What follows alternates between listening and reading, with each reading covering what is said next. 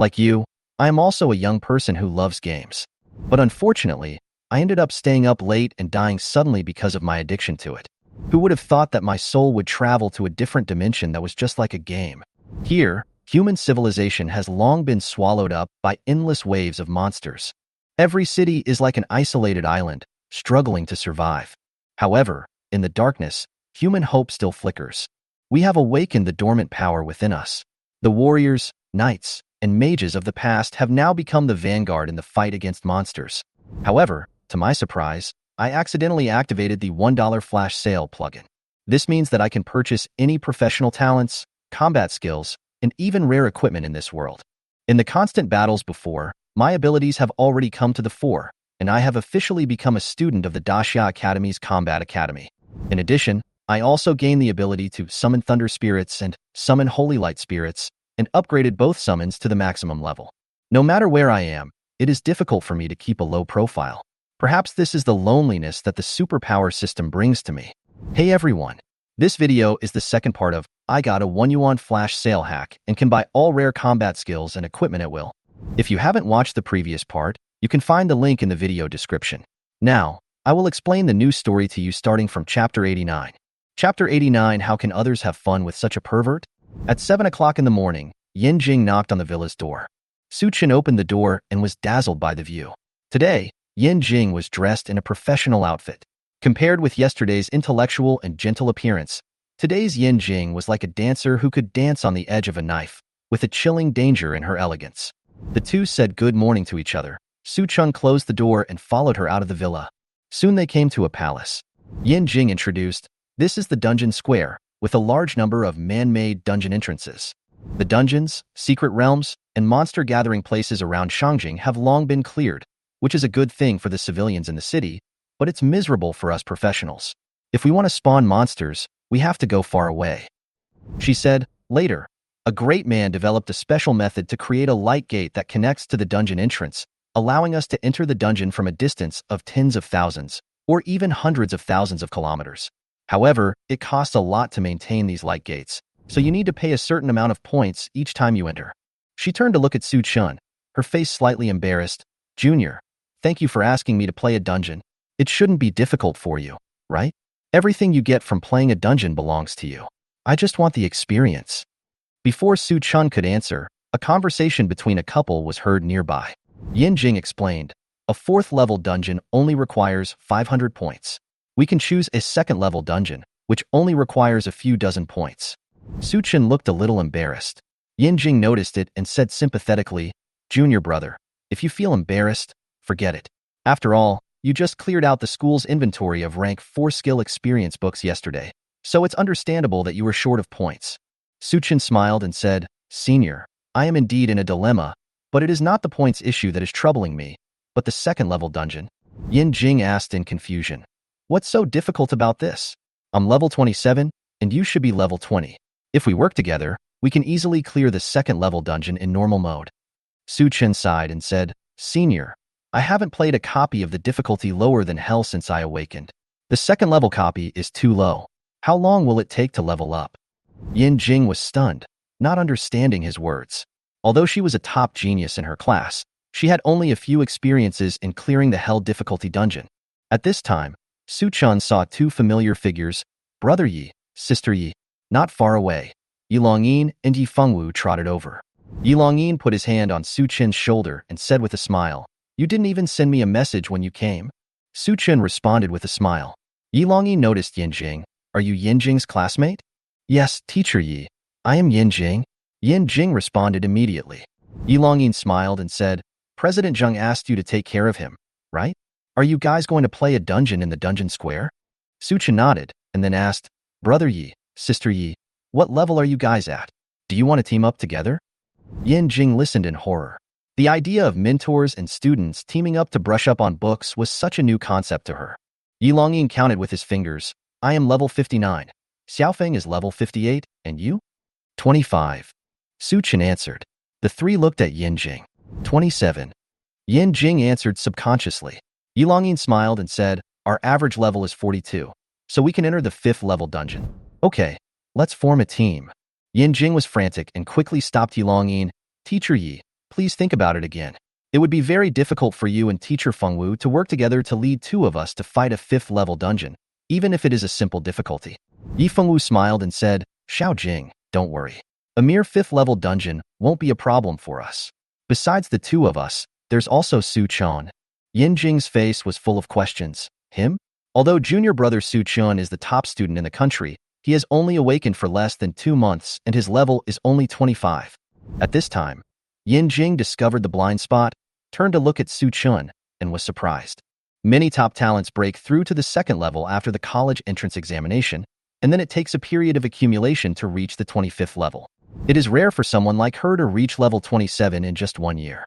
As a result, Su Chun was already at level 25 when he first entered the academy, a whole year ahead of his classmates. How can others play with such a pervert? Chapter 90. You are indeed the monster leader.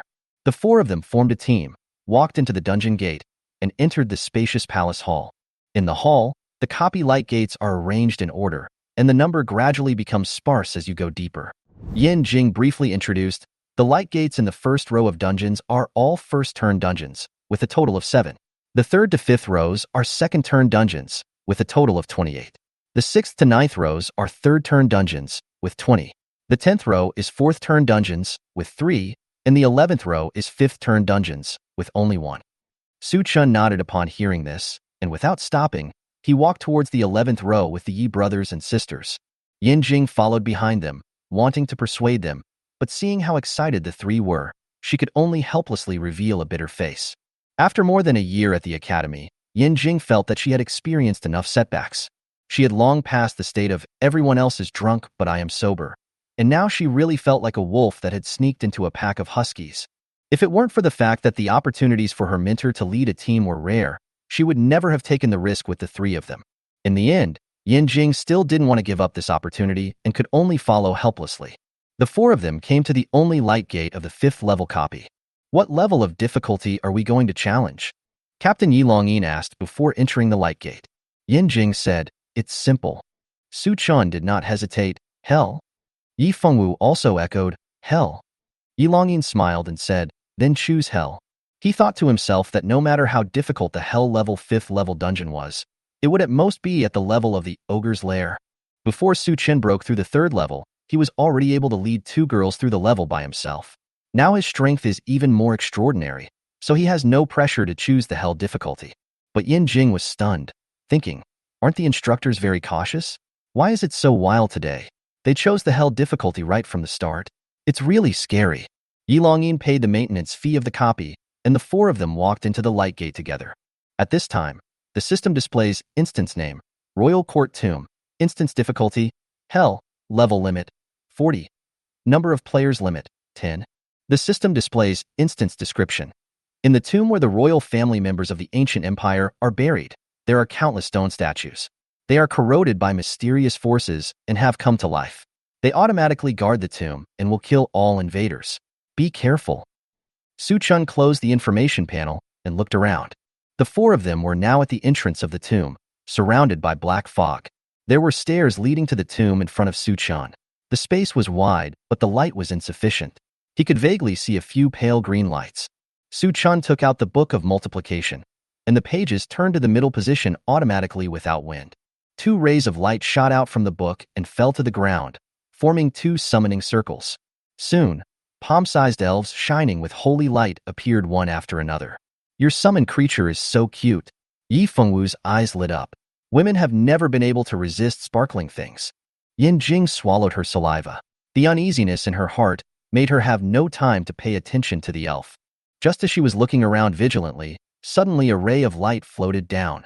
Turning her head, she saw a holy light elf sitting on her shoulder. The uneasiness in her heart was immediately relieved. Not only her, but also the brothers and sisters of the Yi family had an elf on them. Yi Longyin exclaimed, your summon is really powerful. It can even attach to my body. Its ability is also terrifying. It can heal, add status, and remove negative status. I don't even need a priest to team up with you.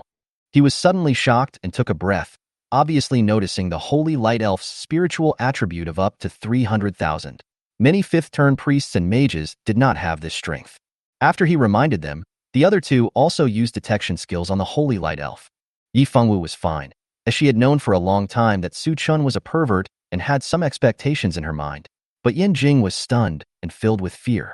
You are a third-rank summoner, but you can summon creatures comparable to fifth-rank priests? That's fine, but you can summon 18 at a time, and the summons can follow you, one for each person. She looked at Su Chun with horror and said in a trembling voice, Junior, you are not a leader disguised as a human. As soon as these words were spoken, the temperature in the gloomy environment suddenly dropped, and even the Yi brothers and sisters looked at Su Chen with scrutiny. This situation has happened before. There was once a sub-god level leader who was good at disguise.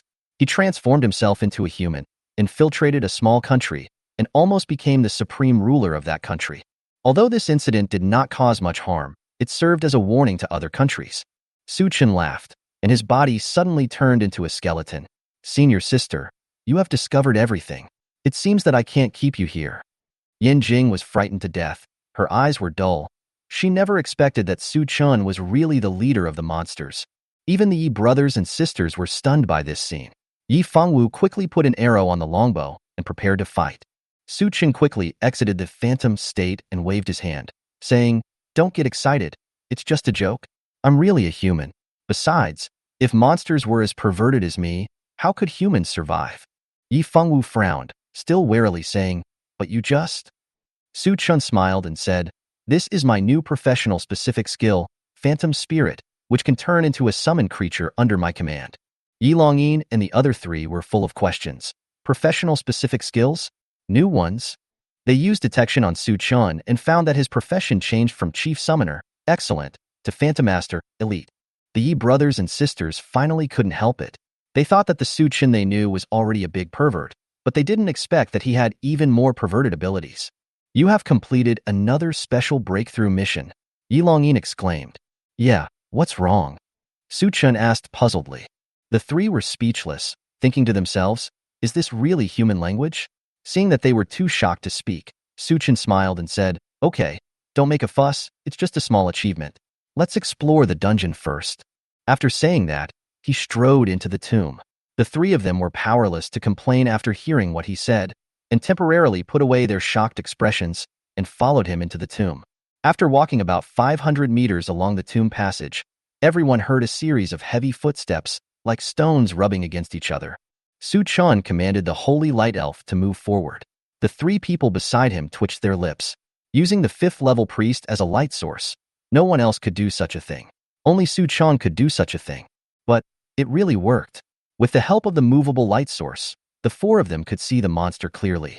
There were 2 rows of gray stone statues in the shape of human beings, 10 in each row. Each statue was 2.5 meters tall, holding a spear and a round shield in their hands, and they were symmetrical on both sides, as if they were on patrol. Su Chen threw out an eye of true vision. Monster, Stone Guardian, Human, Rank, Common, Level, 45, HP, 50, Magic, 15, Strength, 10, Constitution, 10, Agility, 2 Spirit, 2 Skills, Block, Smash. This was obviously Yi Longyin's first time entering a Hell Level 5 turn dungeon, and he underestimated the strength of the monsters. Now seeing that ordinary monsters have such attributes, he couldn't help but sigh. It's quite strong, and not easy to deal with. Yeah. Yin Jing sighed helplessly. I just said. Without waiting for her to finish her words, Su Chun activated his skills again. Come on, Lord of Heavenly Thunder. Purple figures appeared on the scene, mixed with red lightning, and instantly smashed more than a dozen stone statues into pieces. The 4 of them watched this scene in amazement and listened to the stone statue that was beaten to pieces with disbelief on their faces. Su Chun took back the thunder god and smiled. That's it, it's done? What kind of magical skill is this? Yi Fengwu raised her hand to cover her mouth, a look of shock on her face. Yi Longyin sighed. This hell dungeon is too easy. However, we must not be careless. There should be stronger enemies ahead. Su Chen nodded and said softly, Be careful next time and stay in combat mode. He turned around and continued walking forward. The 4 walked a little further and heard a series of low chanting sounds in front of them, like the call of death. The 4 looked at each other, realizing that it seemed to be the chanting of magic, and immediately became alert. Sure enough, there are more powerful guys waiting for us here. Yin Jing was nervous, fearing that something unexpected would happen. Su Chen remained calm and continued to move forward. When he was getting close to the source of the sound, the view in front of him suddenly became clear. A huge stone door appeared in front of Su Chun, with strange magic symbols engraved on it. In front of the door stood a burly stone statue, the guardian of the tomb. "You have entered my territory. Prepare to be judged." The guardian's deep voice was like thunder, shocking the four people's hearts. "It is indeed the monster leader." Su Chun muttered in his heart. "Su Chun, how should we fight?" Yi Longyin looked solemn. Although he was confident, this stone statue did not look easy to deal with. "Simple, concentrate your firepower and see if you can defeat it before it releases its skills." Su Chun replied. "Okay, come on." The four responded in unison, pointing their weapons at the guardian. Having witnessed the powerful strength of Lord of Heavenly Thunder, Su Chun believed that it would not take too long to clear the level, but he underestimated the difficulty of the 5th level copy. The monsters are not strong, but the map is complex. The tomb passages are interconnected. There are traps everywhere, and the light is extremely dim. The four of them repeatedly hit a wall in the tomb passage and reached a dead end again. Su Chun looked at the stone wall helplessly and asked, "Brother Yi, have you really passed this copy?" He used the blood pupil to detect the surroundings, but the tomb passage was long and the stone walls were thick, the route was complicated, and the elevators and mechanisms made it difficult for him to find a way. He could only rely on the experienced Yi Longyin to lead the way. Unexpectedly, Yi Longyin also took many detours. Yi Longyin scratched his head and smiled awkwardly. "I remember taking this fork in the road. It should be fine. How about we turn back and take another route?" Yi Fengwu said. "Okay, stop leading the way. The last time I completed this dungeon was several years ago." Su Chun sighed. At this time, Yin Jing interrupted. "I can hide in the shadows and look for the way. Maybe I can find the right route." Her words made the three of them very happy, but Yi Longyin said, "You have the ability, why don't you say it now and waste our time?" Yin Jing glared at him, and Yi Fengwu came to her rescue. "Half an hour ago, who volunteered to lead the way?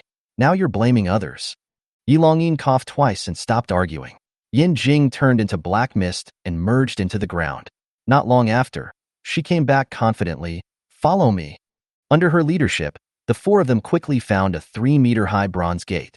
Standing at the door was a humanoid stone statue, holding a huge black sword in its hand.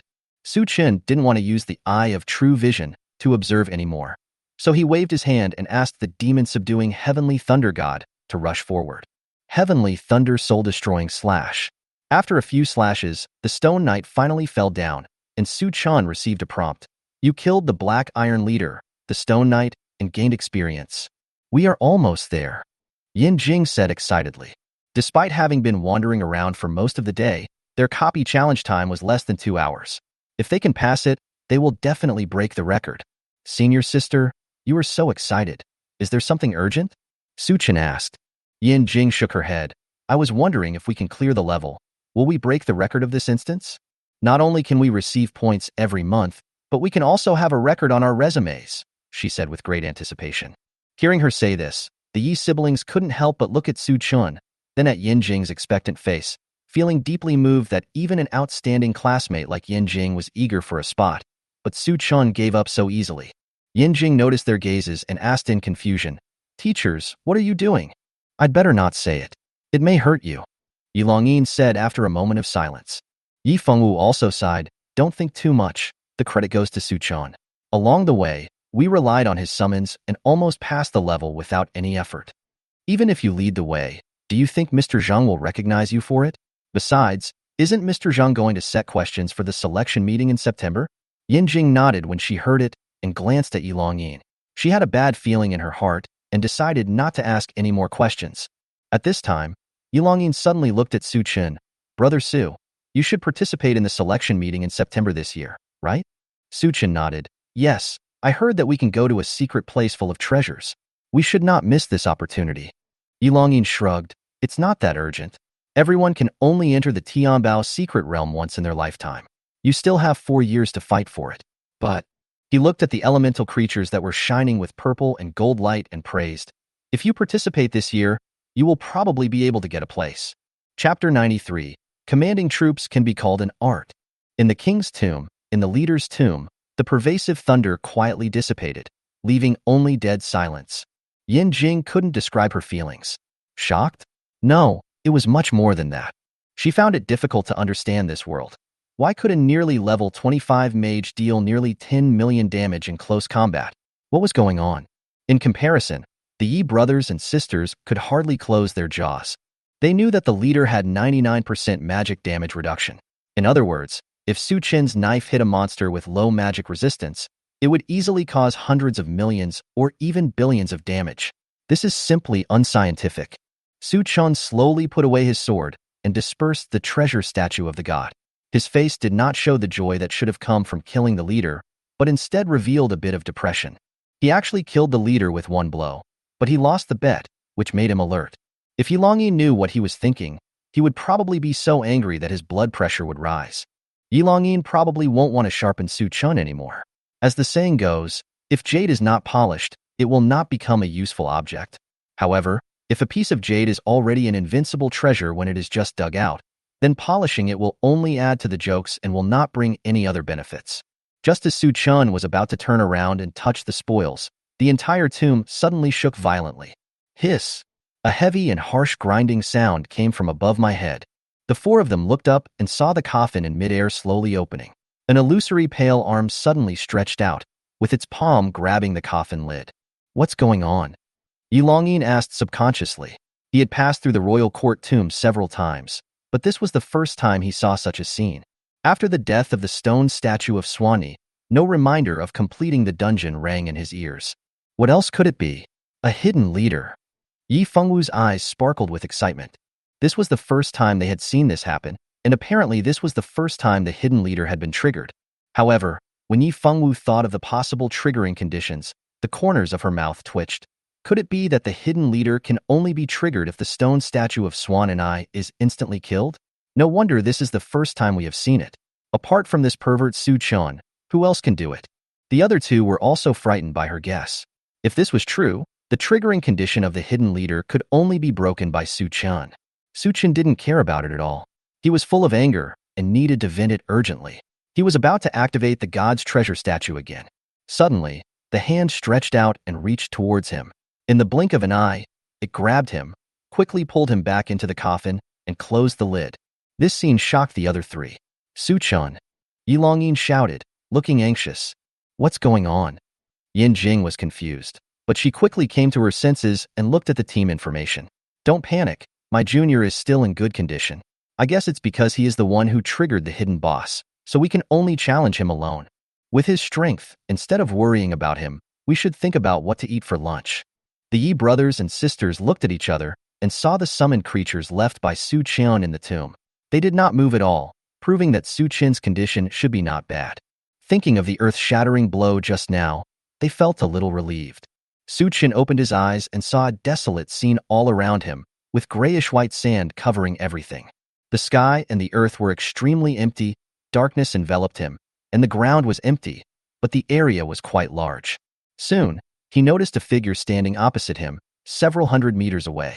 The person was illusory, wearing silver-white armor that covered his entire body.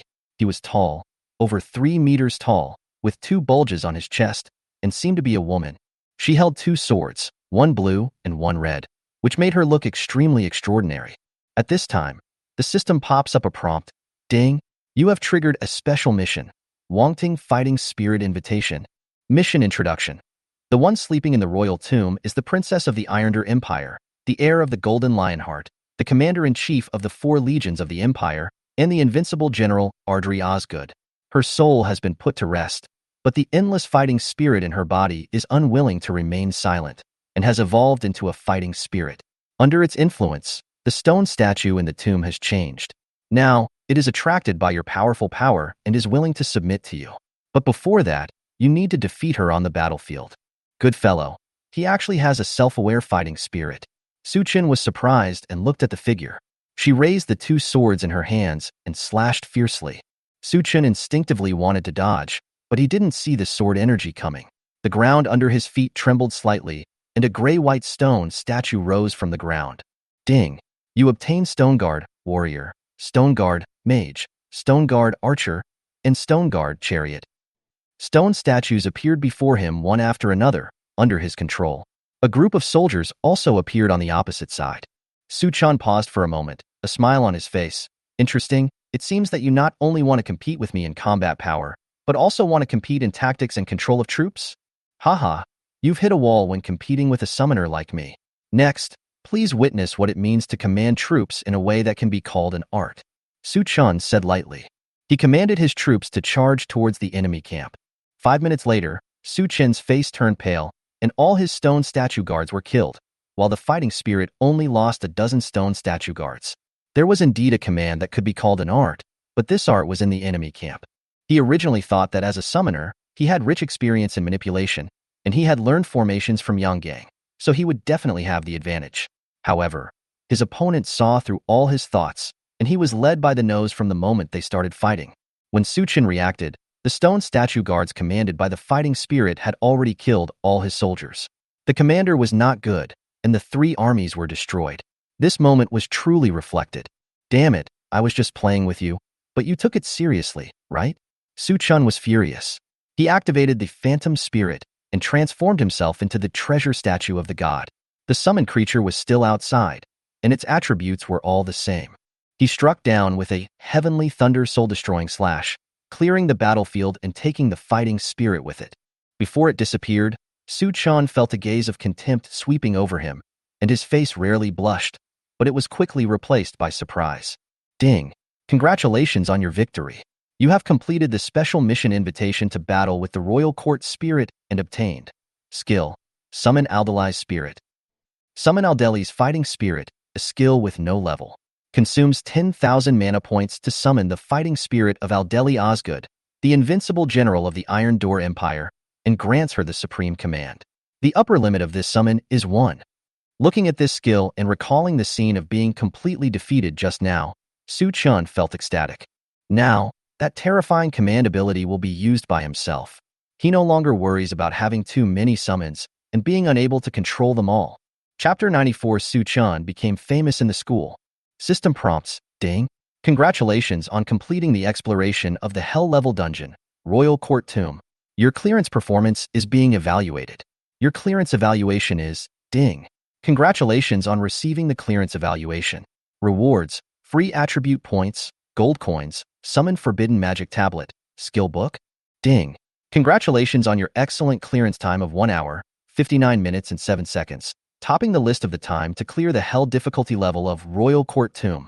When Su Chun returned to the tomb, a series of reminder sounds rang in his ears. He was not surprised to get the score. After all, even the hidden leader was conquered by his ability. However, when he turned his eyes and saw the reward for summoning the forbidden magic steel, he was shocked. Summon the forbidden magic steel? He pondered, quickly opened his backpack, and took out the skill book. The system panel displays item: Summon Forbidden Magic Stone Tablet, Skill Book, Learning Requirements. Summoner, 50,000 Spirit Attributes.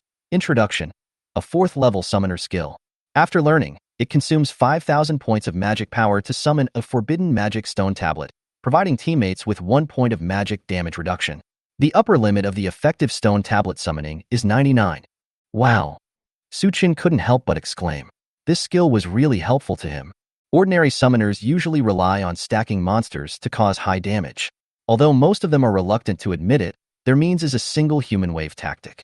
This also means that in the later stages, the profession that summoners fear the most changes from assassins to mages.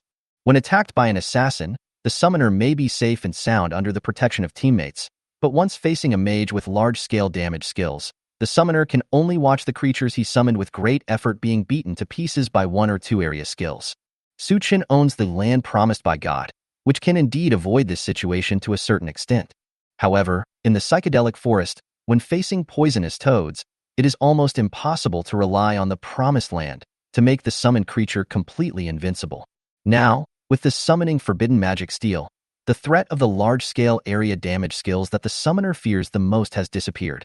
In addition, with the Holy Light Elf that can expel negative states, heal, and enhance gains, as well as the leader summoning to ensure the bottom line of the strength of each summoned creature, Su Chun can not only rely on the human wave tactics, but also obtain the auxiliary command of the top brain. Each summoned creature, taken out separately, can be invincible. Sigh. Su Chun sighed, which immediately attracted the attention of the other 3. The 3 of them looked very happy, and it was obvious that they had gained a lot of benefits.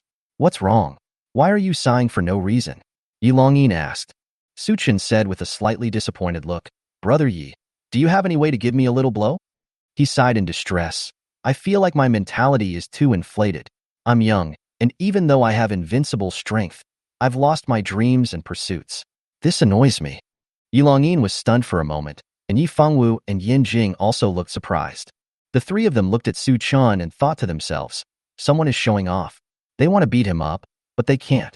This makes people angry and funny.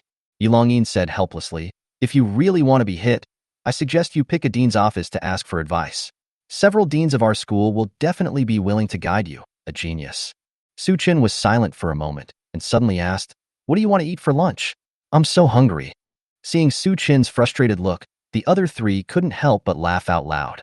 But as they laughed, their eyes gradually became moist. They were 3-level masters, nothing, while Su Chun, who was 3-level masters, could only rely on the god-level masters to suppress him. They were both human beings, so why was there such a big gap? In the next few days, Su Chun took the three of them to search the royal court tomb several times.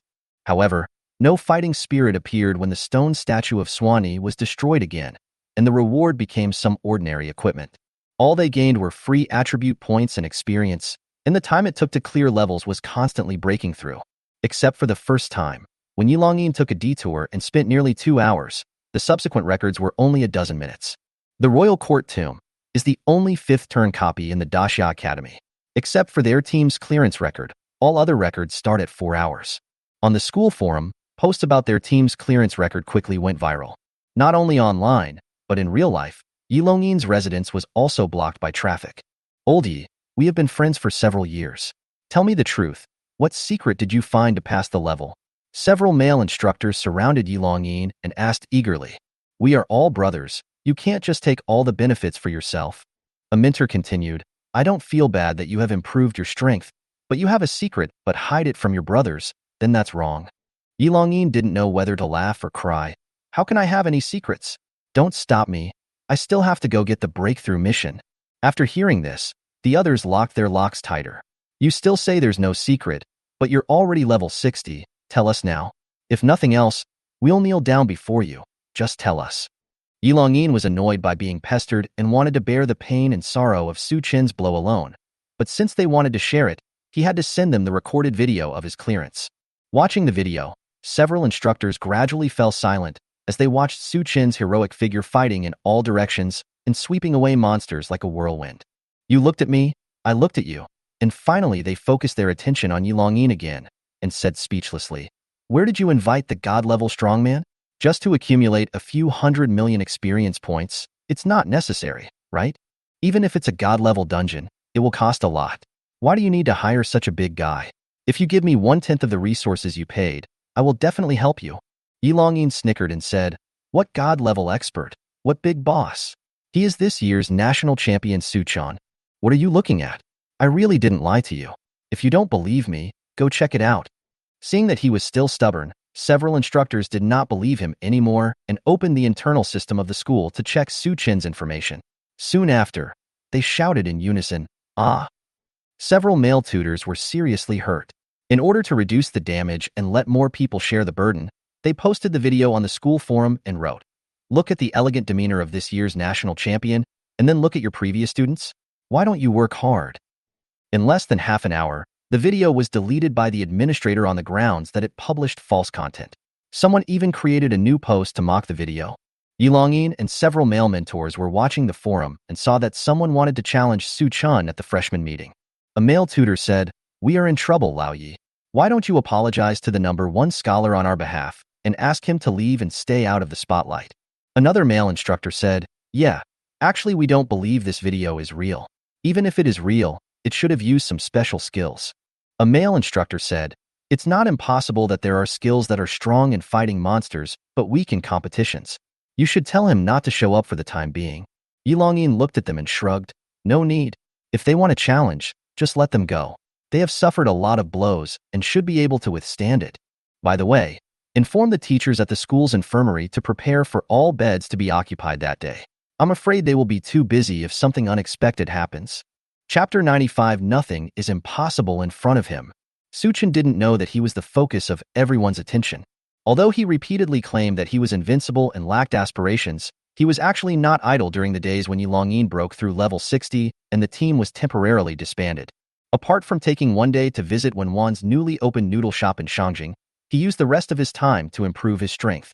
He upgraded the skill, Summoning Forbidden Magic Steel, to the maximum level, and after 9 skill evolutions, his abnormal magic resistance ability was further enhanced. The system displays, Summon Forbidden Magic Steel, 4th level skill, consumes 5,000 mana points, summons a Forbidden Magic Steel, grants friendly units 1 point of magic resistance, summons 99 steels, grants friendly units 99 points of magic resistance. If 999 steels are summoned, the power of enemy unit magic skills is reduced by 99, and for every additional 1,000 steels summoned, a random element is sealed. Based on this skill, Suchin decided to prioritize investing his salary into the Book of Multiplication. He cleared out all the equipment enhancement scrolls and protection scrolls in the academy and the Shangjing Daxia exchange, and finally forged an epic equipment with full level enhancement. The system displays equipment, Book of Multiplication, attribute bonus, spirit, mana recovery, skill, multiplication, release 10 skills at a time, equipment requirements, spirit attribute greater than 1. The bonus from this equipment directly increases Su Qin's spiritual attribute to 60. At the same time, he also attaches great importance to another employee equipment, the Staff of Change. He has already pre-ordered a batch of equipment protection and enhancement scrolls from the exchange, but he will have to wait 15 working days to get them. After strengthening his skills and equipment, Su Chan rented a top-level skill training ground in the academy and continuously released summoning skills. Although his summons did not need to be upgraded, his unique skill, Boss Summoning, did need to be upgraded. In this way, half a month passed quietly. At dusk, the sunset shines through the leaves on the trail. Su Chan stepped on the red cobblestones and focused on the skill panel. The Leader Summoning has been upgraded to level 27 through his efforts. Now all the summoned objects are silver-level leaders, and their attributes have been significantly improved. Even the goblin's mental value has exceeded 10,000, and Thunder's physical and mental it even reached 200,000. Summoning any one of them is a being that can dominate a party, and Su Chan can summon 90 of them with one move. This kind of strength is undoubtedly shocking. At this rate, we should be able to break through level 30 when school starts. He thought to himself, planning to find a large monster gathering place to increase his level. Without the support of Yilongyin and others during this period, he could only choose to enter the 3rd level copy. With his strength, even a hell-level dungeon seems too simple. The harvest is very small, and there is no motivation at all. It is better to go to the gathering place of large monsters and hunt as much as you want. Or, it's time to speed up the process of returning to the Abyss. The monsters in the Abyss not only provide much more experience than the Blue Star, but also have no level restrictions, so you can definitely kill as many monsters as you want. Just as he was thinking about it, his cell phone suddenly rang. The caller ID showed One-Yuan. "Hello, Sister Wan." He answered the phone, feeling a little uneasy. On the other end of the phone, One-Yuan's voice sounded unusually low and choked with sobs. "Su Chan." "Sister Wan, calm down. Who bullied you?" Su Chen's tone was calm, but he could not hide his inner anxiety. On the other end of the phone, One-Yuan took a deep breath and said in a trembling voice, "It's not me. It's Xiao Exine. She suddenly transferred all her money to me yesterday, both in small and large amounts. I called her all day, but she didn't answer. I was so anxious." Su Qin breathed a sigh of relief, but then he became nervous again. He was worried that Xiaolingyun and the others would be blamed by Mu Nishang, and he had sent them messages a few days ago, but he didn't find anything unusual. "Sister Wan, calm down." He comforted her. "They are with their instructor. Nothing serious will happen. I'll contact them and see if I can find them." "Okay, tell me as soon as you get in touch." After hanging up the phone, Su Qin immediately dialed Xiaolingyun's number. But 30 seconds later, he heard the prompt, "No one answered the number you dialed. Please wait." He tried several times and even sent a message through the Apocalypse system, but there was no response. Damn it. Su Qin's eyes narrowed slightly, and the atmosphere around him instantly became tense. He quickly dialed Yi Longyin's number. "Brother Yi, where is Instructor Mu Nishang taking her students to kill monsters?" There was a moment of silence on the other end of the phone, and Yi Longyin said calmly, "Su Chan, calm down. Tell me the location." Su Chen's voice sounded a little hurried. Yi Longyin took a deep breath, as if he was struggling, and then said, "There is an entrance to the Orc world on Wolf Plains. The news came yesterday that a god from the Orc world had crossed over and cut off the entire Wolf Plains. Don't get excited yet. The authorities have already dispatched strong men and professional troops to go there. Teacher Mu is also very capable. She will definitely be able to. Before he could finish his words, Su Chun hung up the phone, his face gloomy, and quickened his pace towards the nearest teleportation station. He prayed silently in his heart that nothing would happen to Xialing Yun and the others. They were his few remaining family members, and they had become his untouchable reverse scale. Once something goes wrong, even the destruction of the orc world will not be able to quell the anger and anxiety in his heart.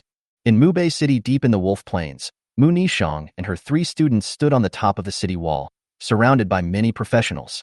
Some people looked outside the city wall and saw the endless grassland filled with the shadows of orcs and giant beasts, filling every inch of land like sea water.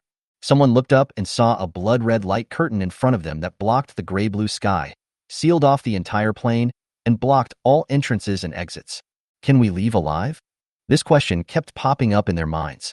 Some people are afraid, some are scared, and some are determined to fight to the death, not lose if they kill one, and make a huge profit if they kill 2.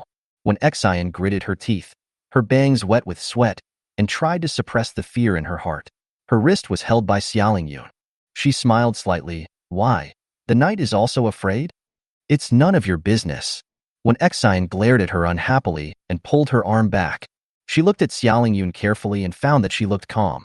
She couldn't help but ask, "Why aren't you nervous at all?" Xialing Yun remained calm, staring at the numerous animal shadows outside and smiled slightly. "Because I believe he is on his way." When Xian knew who she was talking about and smiled bitterly, he is only at the 2nd level, at most the 3rd level. In the face of this situation, what role can he play? I actually hope he won't come, so as to avoid getting himself involved and being unable to get away. Xialing Yun said seriously, "No, he will definitely come, and he will definitely save us. Who knows, that damn orc god might even die in his hands." Mu Nishang couldn't help but turn her head to look at her, and said with a wry smile, "Although now is not the time to hit you, Ling Yun, you are too obsessed with love. If you are lucky enough to leave alive, you must change. We may be able to survive, but it is definitely because of the strong people and troops sent by Daxia." Mu Nishang said, "Although Su Chun has talent, he still needs time to grow." "You should." Xialing Yun interrupted her. "Teacher, you don't understand him. He has created too many miracles. Nothing is impossible in front of him." Mu Nishang held her forehead with her hands. This little disciple was really hopeless. At this moment, she would never have thought that the person she could not count on was about to bring an unprecedented disaster to the orc world. Chapter 96: The Inaccessible Wolf Plains. In the center of Wolf Plains, above the ruins, a huge figure was quietly suspended. It was a black-skinned, dog-headed man, about 3 or 4 feet tall, surrounded by a thick black fog of death. In the fog flashed a palm-sized magic circle with complex runes carved on it. Wild laughter echoed in the air. The kobold severed his connection with the orc world and turned his gaze to the outside of the blood-red light shield, feeling the sharp sword intent. Although he said he was fearless, he was secretly afraid in his heart. As a god, he doesn't even have a kingdom of god, and is often ridiculed by other orc gods. Driven by his greed, he cast his eyes on the land beneath his feet. Those guys in the undead realm have taken over all the worlds that contain the element of death. I can't get a good place by myself. He grinned. The land in the human world can be transformed at will, and it contains infinite possibilities. Using this as the foundation of my kingdom of God is even better than robbing a medium-sized undead world. Just as he was secretly feeling proud of himself, a dog-headed man riding a giant wolf came hurriedly over. The giant wolf stopped. The dog-headed man jumped down, knelt down and kowtowed. "Lord Aruz, everything is ready. We can start." Aruz glanced at him. A sinister smile appeared on the corner of his mouth, and his gaze looked outside the light shield, as if he saw human professionals gathering. "Okay, let's start the massacre from those 5 human cities," he said coldly, "especially the people in the capital of Daxia. They are very united. Kill everyone in those 5 cities and set up soul altars. People outside will definitely not stand idly by." Su Chun teleported all the way and quickly arrived at Wolf Plain. Looking at the blood-red light curtain in front of him, anger flashed in his eyes, and he rushed over without hesitation. Not only him, many professionals were also rushing towards Wolf Plains. When he approached the light curtain, he found a group of imposing figures standing in front of them. They were wearing the uniform armor of the Daxia Professional Army and had majestic expressions. Every 5 meters, there is a guard, like a natural moat, blocking everyone outside the light curtain. Stop! A loud shout stopped the surging crowd.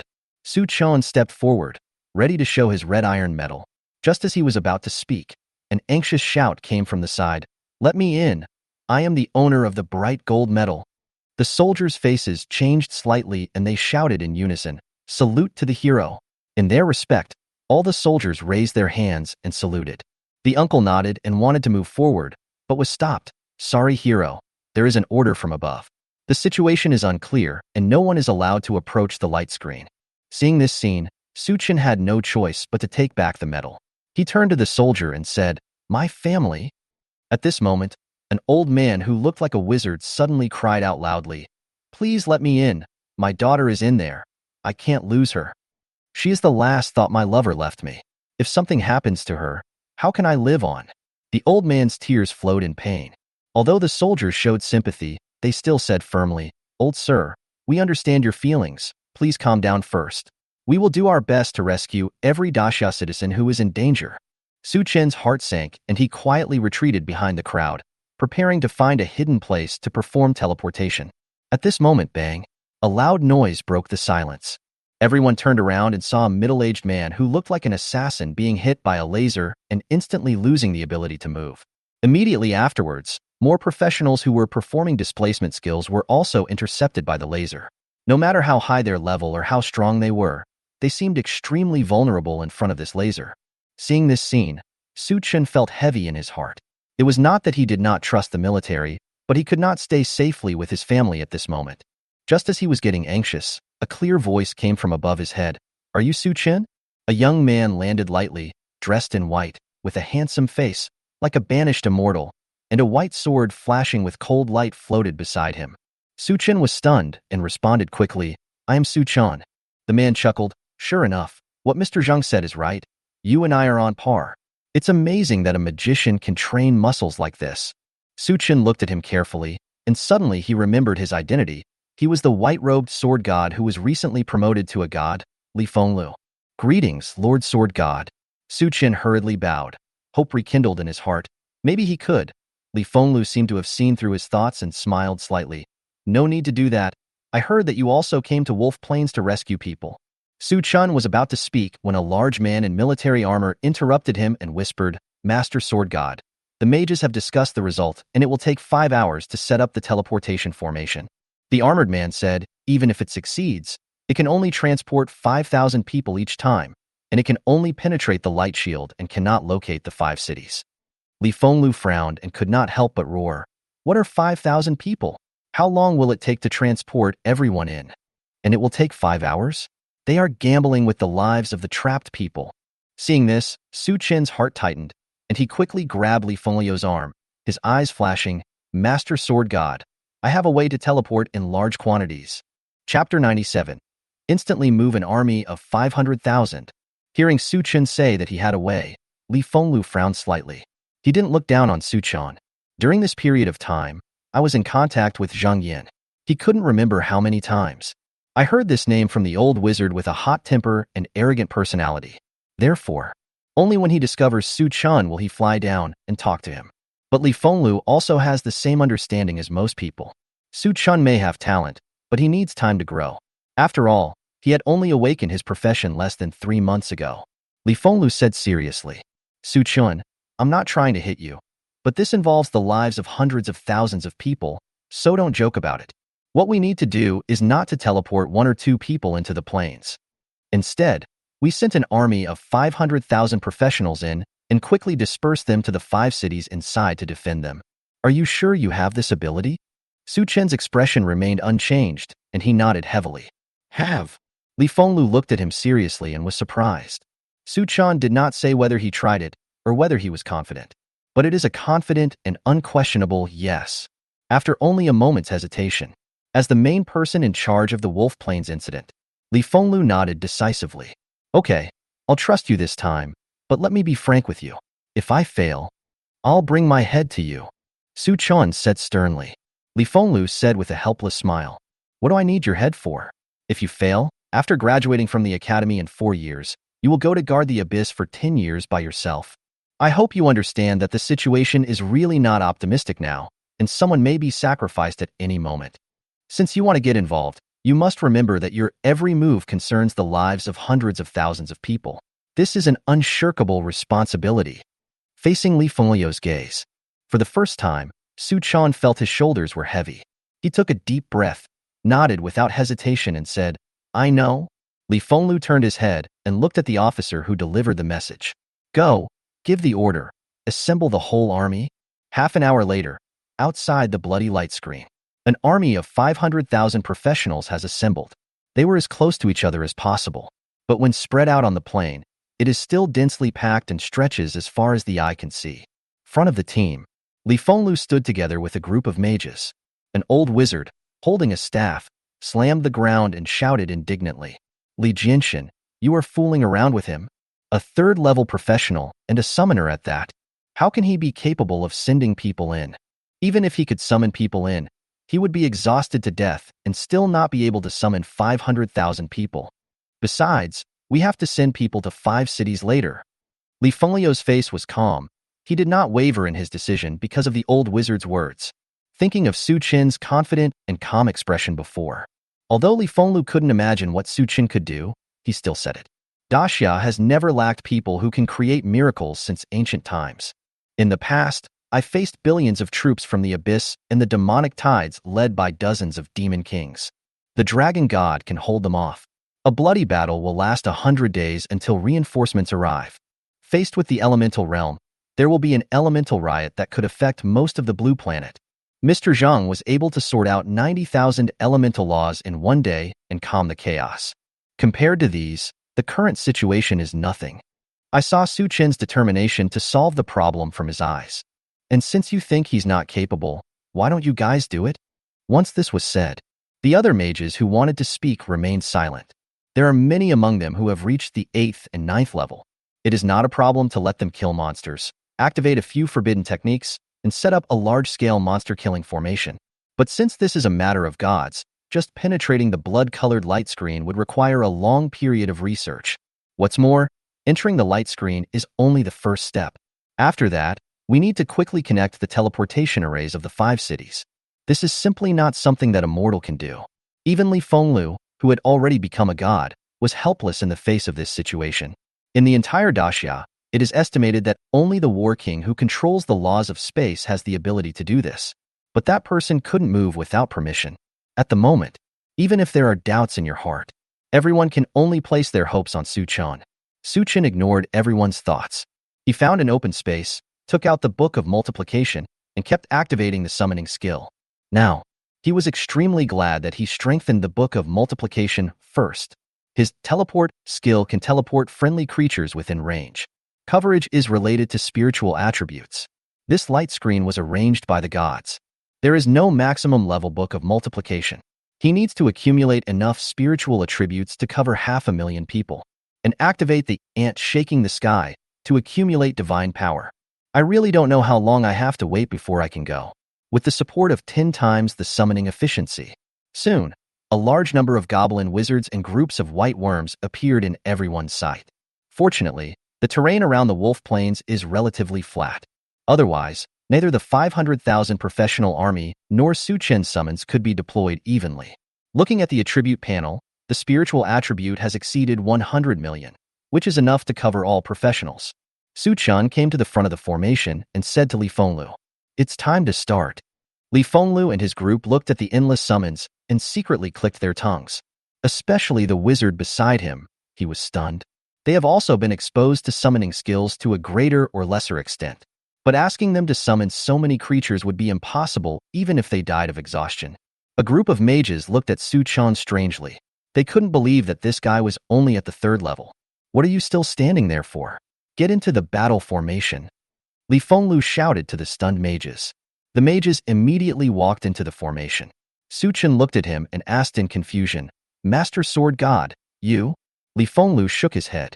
"The god is too powerful. If we force our way in, the light screen will break."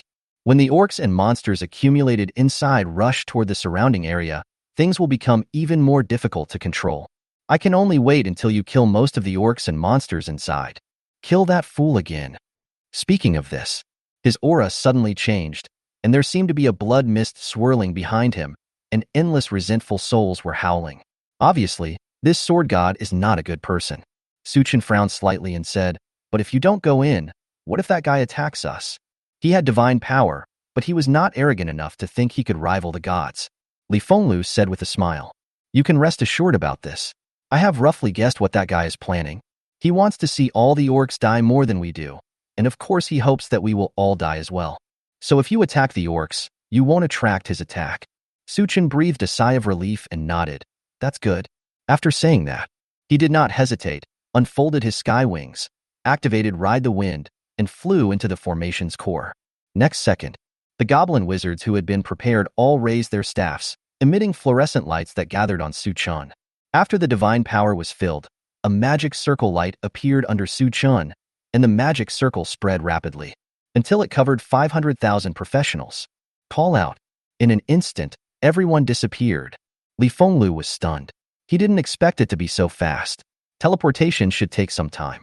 He stepped onto a flying sword and raised his sight. You will see it soon. Near a city deep in the Wolf Plains, the dense crowds of orcs and monsters were cleared out. Instead, there are a large number of human professionals. Li Fenglu breathed a sigh of relief. Before things were settled, he was also very panicked. Suchun actually created the miracle of instantly moving an army of 500,000 and penetrating the barriers set up by the gods. Li Fenglu finally understood why Mr. Zhang was obsessed with him. This kid is simply a miracle itself. He narrowed his eyes and laughed. Suchun, well done. Chapter 98. Undead Scourge appears on the battlefield. The ability of teleportation is not rare in the entire Daxia. The teleportation array is also the best choice for countless professionals to travel today. Can combine both. Teleporting an army of 500,000 is a bit shocking. In the team, many people's expressions changed drastically. Some officers in particular looked towards Suchin's location with extremely hot gazes. Apparently they realized right away the terrifying strategic significance of Suchin's ability. But now is not the time to talk about that. Orders were issued one after another. A group of people were sent from the team to rush to the nearby city, which was already visible to the naked eye. After they walked away, Suchun did not delay and activated the teleportation again, rushing towards the direction of another city. Mubei City.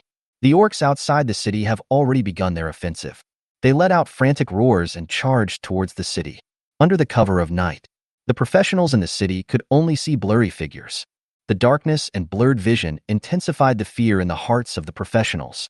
Fortunately, the defense of Mubei City is quite strong. A large number of magic towers and magic turrets roared together. In addition, there were tens of thousands of mages and archers taking action together. For the time being, it is difficult for those orcs to get within 100 meters of the city. However, the good times didn't last long. Seeing that the army was unable to approach the city, in the orc team, a dog-headed man holding a bone staff and wearing a dozen animal tooth necklaces frowned. These humans are so tenacious. Although the Lord God told us not to attack too quickly, but I can't just watch them kill orcs like this. It picked up the staff and a beam of light shot out. A large summoning circle was instantly set up on the ground. Ouch! The next second, a sharp and loud wolf howl resounded throughout the wilderness. Everyone on the city wall looked in the direction of the sound. Suddenly, a gigantic creature several dozen feet tall appeared in the darkness.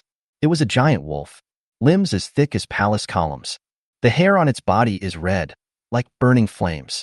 As it appeared, the surrounding air seemed to be ignited. Waves of high temperature continued to hit the city wall. After stopping howling, the giant fire wolf received the order from its summoner and cast a fierce gaze towards the city wall.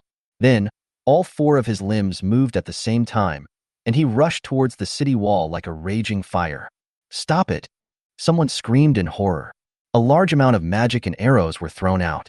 The magic tower on the city wall is also working hard. Dozens of dazzling lasers shot out and hit the giant wolf's head. But their efforts only slowed the giant wolf's approach. It cannot be completely intercepted, even when the extremely long blood bar appeared above its head. Looking at the extremely slow rate of blood loss, many professionals dropped their weapons in despair. "It's over, it's all over. You still can't survive? Damn it, damn it, damn it." In the crowd, Mu Nishang took a deep breath and said to her 3 disciples, "Come here, all of you." Then she took out a prop that looked like an hourglass. Time is running out, so I'll keep it short. This item will make us invincible for 5 seconds, but it will freeze us. When the giant wolf rushes over, I will activate the props. After the immobilization is over, don't hesitate, rush to the east, there is a city there. As long as we reach that city, we may still have a chance. Munishang said seriously. Sudden, Xiaolingyun's face lit up and she said, Teacher, maybe we don't have to run away, he's coming. Su Chan has entered the plains. I received news from him. The plane blocks out all internal and external signals. The reason why when Xin was able to transfer money successfully before, it is to seize the gap when the light screen expands. At this time, Xiaolingyun received a message from Su Chan. This is enough to prove that Su Chan has entered this space. Mu Nishang frowned and scolded. It's already this late, and you're still confused. That giant wolf is about to hit us. Can he appear in an instant and stop it? Next second, the four of them heard bursts of exclamations. There was a mixture of excitement and shock in the voice. Look, what's over there? It looks like a person. The four of them listened to the discussions and turned to look outside the city. I don't know when. A large number of fully armed professionals appeared. They were like a highly efficient killing machine, blocking the orc army and killing in an orderly manner. The giant fire wolf was also stopped by dozens of magic control skills. Everyone was ecstatic. But the next moment, the giant wolf roared angrily and howled with its head raised. A huge magic circle appeared in the air. Next, a large number of flaming meteorites fell from the sky and hit the city walls. At this critical moment, a figure with wings on its back flew out from the team. He was suspended in midair, holding a thick book that moved without any wind. Rays of light shot from his hands toward the city wall. People who are closer to the light see. Those were stone tablets engraved with exquisite runes. Ding. You are protected by the magic forbidden stone tablet. Magic resistance. Ding. You are hurt. Ding. Due to the influence of the magic forbidden stone tablet, the power of magic skills in the current area is reduced by 1. Ding. Because. Ding. Due to interference from the magic forbidden stone tablet, wind elemental skills cannot be used in the current area. Ding. Received. Ding. Due to interference from the magic forbidden stone tablet, fire elemental skills cannot be used in the current area. Just as the first flaming meteorite was about to hit the city wall, the last prompt sound rang in everyone's ears. Instant. Those flaming meteorites dissipated in the air like burnt tissue paper. After a moment's silence, a burst of cheers broke out from the top of the city. Survived. Very good. Long live Daxia. Su Chen also breathed a sigh of relief. He almost didn't make it in time, but luckily he reacted in time. But, because of the influence of the forbidden magic steel, the dozen or so skills that restrained the giant fire wolf instantly lost their effectiveness. Although the flames on the giant fire wolf were suppressed, but its tall and sturdy body is not just for show. I saw it struggling hard. He quickly broke free from his restraints and rushed towards the city wall. If it were to hit the city wall, it would surely collapse. Bye. Both the professionals on the city walls and the supporting troops lost their defensive fortifications where they could rest temporarily. Su Chen's mind moved slightly, and he activated the Phantom Spirit, instantly transforming into the demon-slaying Heavenly Thunder God, whose size was no weaker than that of a giant wolf. When he raised his guandao and was about to chop down, his attention was attracted by a group of skeletons. A large number of skeletons surged from behind and pounced on the giant wolf and the orc army. Although their damage and defense are not high, but the number is so large that it pours out like a flood, stretching endlessly. Su Chen was surprised and looked back. I saw a figure standing under the city wall. It was a woman with waist-length hair. Her facial features are three-dimensional and bony, and she has a kind of indifference that makes her look down on everything. Next to her, there is a pile of bones. From that pile of bones, skeleton warriors crawled out continuously and in large numbers. A large number of skeleton warriors enter the scene. The orc army was stopped. Even the giant wolf was tripped and roared unwillingly. The commander of the army seemed to have anticipated this scene and quickly issued orders, directing the army to withdraw to the city for defense. Su Chen paid attention to the speed at which the bone pile produced monsters. Unbelievably fast. Not to mention that the book of multiplication in his hand can only be used for summoning 10 times at a time. Even if you do it 100 times, it won't be even 1% as efficient. His eyes lit up, and he thought to himself, could this be the legendary undead summoning forbidden technique? The Undead Scourge? Chapter 99. Su Chun and Guyu shocked each other. It was the first time for Su Chen to see what it meant to summon an army of billions with just a wave of his hand. The endless stream of skeleton armies formed a torrent. It is impossible to kill the giant wolf and the orc. They can also be blocked outside the city walls, making it impossible for them to advance. Su Chen's eyes flashed with brilliance, and he said secretly in his heart, "If I had this ability, I would be an ordinary goblin wizard, not to mention summoning thunder spirits in batches. We can also kill all the orcs on this plane that are taller than the wheels." The thought stopped here, and he sighed with regret. It's a pity that with his current level and basic spiritual attributes, it was like there really was a level 1 skill called Undead Scourge right in front of him. He can't learn either. Thinking like this, 2 shouts came from behind. Su Chun turned around. At this time, as the troops entered the city, they took over the city defense. The professionals gathered on the city wall retreated first to accept arrangements and dispatches. Xiaolingyun and Wen Xian walked against the flow to the front of the city wall, and Su Chun saw them at a glance. He flapped his wings and flew away, landing on the city wall. "You really came."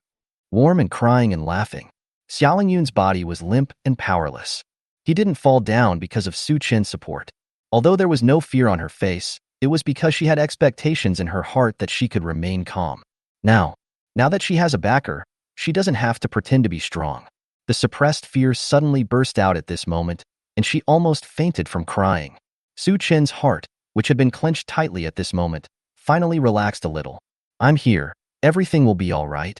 Not far away, Munishang and Xiaoyun looked at the 3 people hugging each other. The master and the disciple both looked strange. Xiaoyun said with envy, "He is only 3 years old, and for them, he dares to take risks. It's really, who wouldn't want to have a strong support in times of crisis?" At this moment, Xiaoyun had to admit that she was jealous. Munishang looked indifferent and frowned slightly, just causing trouble for others. Su Chen's courage to take the risk and enter the wolf plains did change her impression of him. Only, Munishang believed that Su Chen's entry would definitely cause trouble for the troops. Otherwise, with his 3rd level, how could he cross the orcs that were spreading across the entire plain and reach Mu Bei City? "Teacher Mu, the city lord has called an emergency meeting. Please come over." Someone came to deliver the message. Munishang nodded in agreement, then pulled Xiaoyun. "Do you still want to be a light bulb? Come with me." Oh. The 2 quickly arrived at the meeting place. A small house near the city wall. Just entered the door. Munishang heard the city lord talking to a middle-aged man in military uniform. "You guys came at the perfect time, just a little bit short. Thank you so much." The city lord pulled the man in military uniform and expressed his gratitude.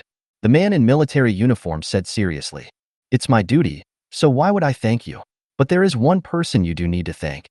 If it weren't for him, I'm afraid we wouldn't have been able to get here in such a timely manner." His tone changed, and he said with a hint of amazement, "He single-handedly transported our 500,000-strong army into the plains and dispersed them among the 5 cities. This move is comparable to that of a god." The city lord hurriedly asked, "Who is it?" "Man in military uniform, this year's national champion Su Chun." Hearing this familiar name, Munishang and Xiaoyun both stood there in a daze, their beautiful eyes filled with shock. Xiaoyun didn't expect Su Chun to be so outrageous. Besides shock, there were other emotions in Munishang's eyes. She didn't expect Su Chun actually has such ability. Thinking back to the times she had used to belittle the other person, a feeling of shame welled up in her heart. After Su Chun comforted the 2 women, he arranged for them to rest in a safe place and left a team of thunder spirits to guard them. And he himself came to the city again. Now that professional troops have moved in, the situation has turned from dangerous to safe. The orc army now spread across the entire plain is no longer just a danger, but an opportunity. It is unknown how many levels of experience Su Chen gained from his several teleportations after entering the plain. The officers of the waiting troops will discuss the plan with the city lord later. Once the army moves out again, the orcs on the entire plain will be brought to justice. Although the army he brought in was not the strongest in Daxia, it was not even ranked among the best. Most of the professionals in the army are only in basic professions, and their levels are only 3 or 4 turns. But never doubt the strength of Daxia soldiers. When their smiles are no longer friendly, their knives are drawn. No matter how many orcs there are, they will all be quickly slaughtered. Su Chun was worried that by that time, he would have to queue up to kill the enemies and wouldn't even be able to drink soup. So he wanted to get a piece of the pie while others were still planning. Walk out of the city gate. Su-chan saw the lady with long black hair who released the disaster of the undead again. He was amazed. This senior has taken good care of himself, and there is no trace of aging on his face. Just like a young man in his early 20s. Su-chan was just about to say hello, but unexpectedly, the black-haired lady noticed him coming.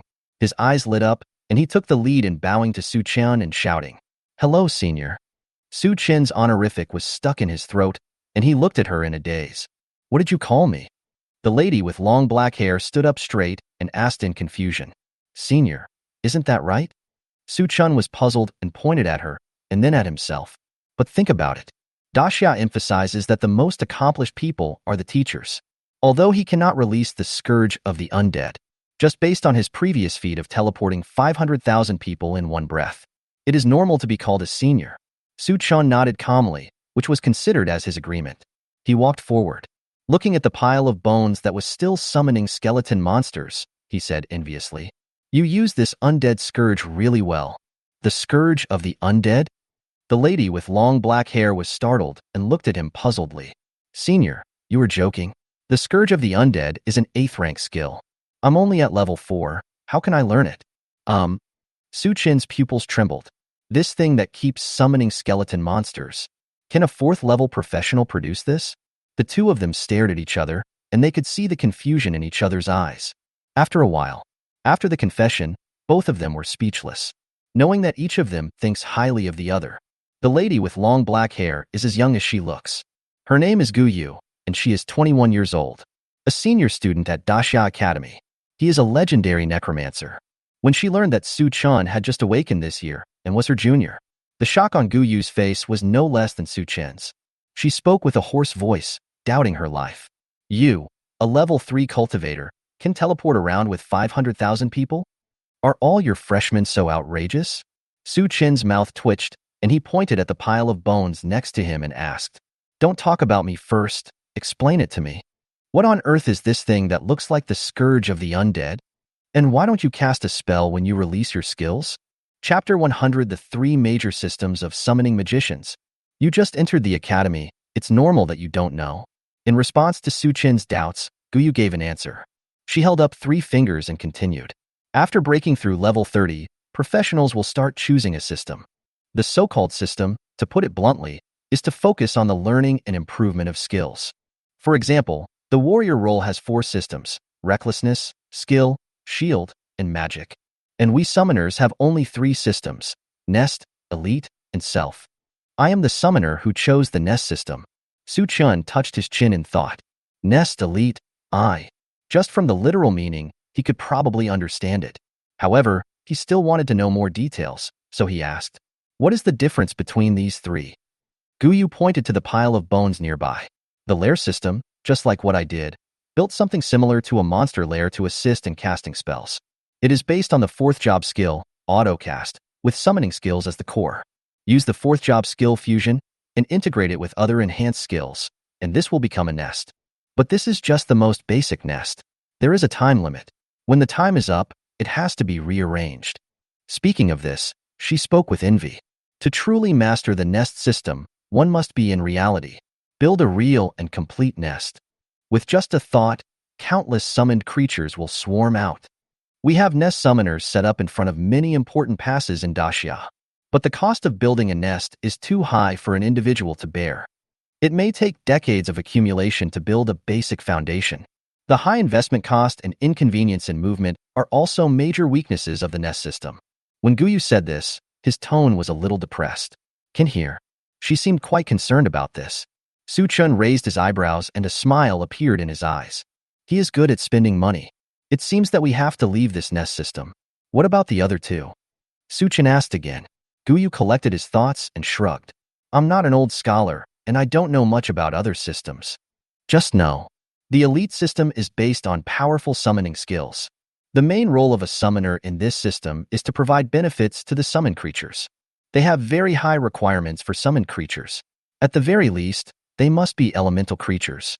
The ultimate goal of the summoner of this system, it is the ability to summon elves, demons, angels, and even dragons, these powerful creatures. So far as I know, Daxia doesn't seem to have a summoner who has mastered the elite system. But this does not affect the fact that elite summoners are the most popular system. After all, its investment cost is much less than that of the Nest system. And the Ego is an extremely niche system. Only some people have special talents or skills. Only summoners who can make summon creatures provide benefits to themselves can leave. I don't really understand it. What's wrong with you? Halfway through his words, Guyu noticed the change in Su Chen's expression.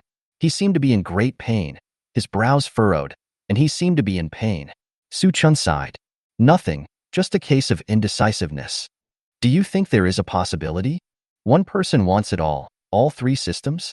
Guyu stared at him and couldn't help but complain. What kind of family do you have?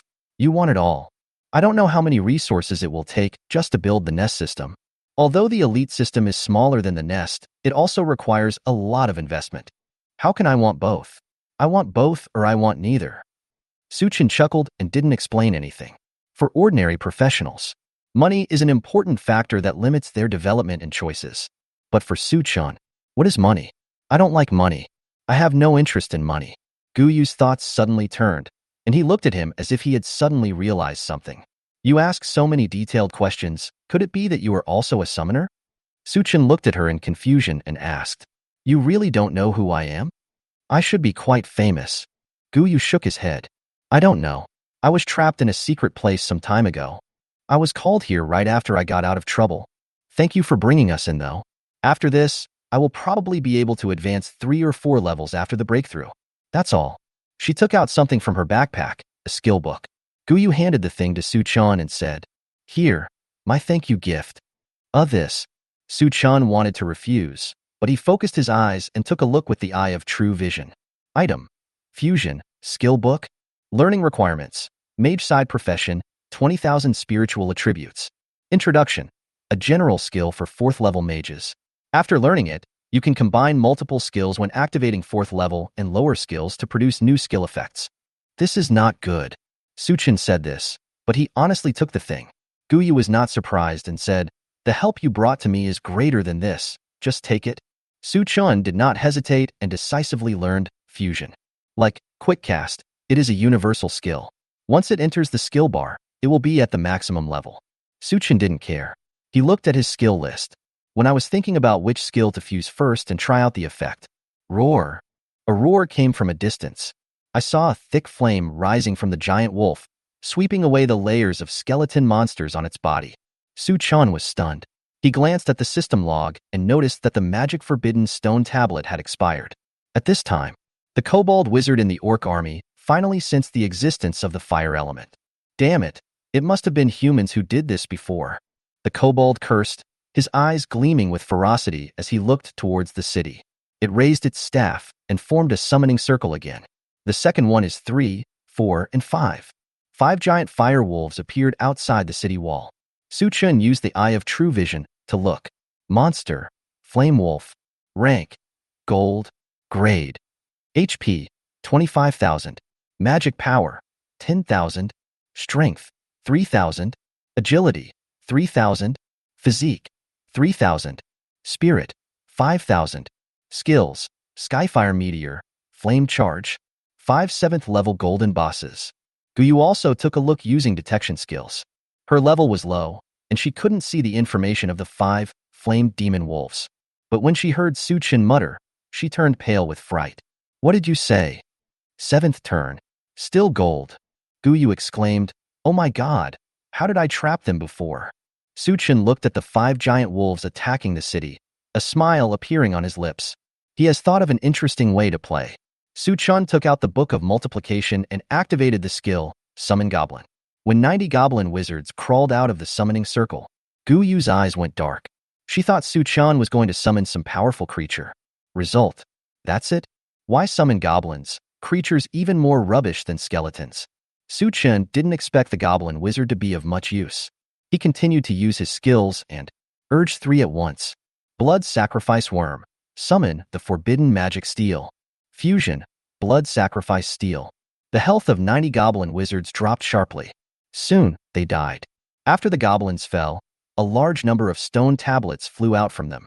In an instant, it seemed as if all the air between heaven and earth was sucked out. The 5 giant fire wolves that were galloping suddenly braked, somersaulted, and plowed several deep marks on the ground. They were in a very miserable state. The flames on their bodies dissipated, and they all fell to the ground, looking as if they were about to suffocate. The pile of bones that kept crawling out of the skeleton monster also stopped working. At this moment, all elements are banned in this area. Chapter 101. Sword kills the 7th turn Diamond Kobold. You did this. Guyu opened his mouth wide and exclaimed. She had also received a reminder about the magic forbidden stone tablet before. But at that time, she thought it was the magic circle in the city that was working. But I didn't expect. This thing can be a summon? But she quickly reacted and shouted at Su-chan. Quickly take this thing down. My lair can't function without the elements. The magic turrets on the city wall have also gone on strike. The remaining skeleton monsters can't hold off the orcs for much longer. Su-chan naturally knew this. He said, don't worry for now, let's deal with those 5 flame demon wolves first. It won't be too late to resolve it later.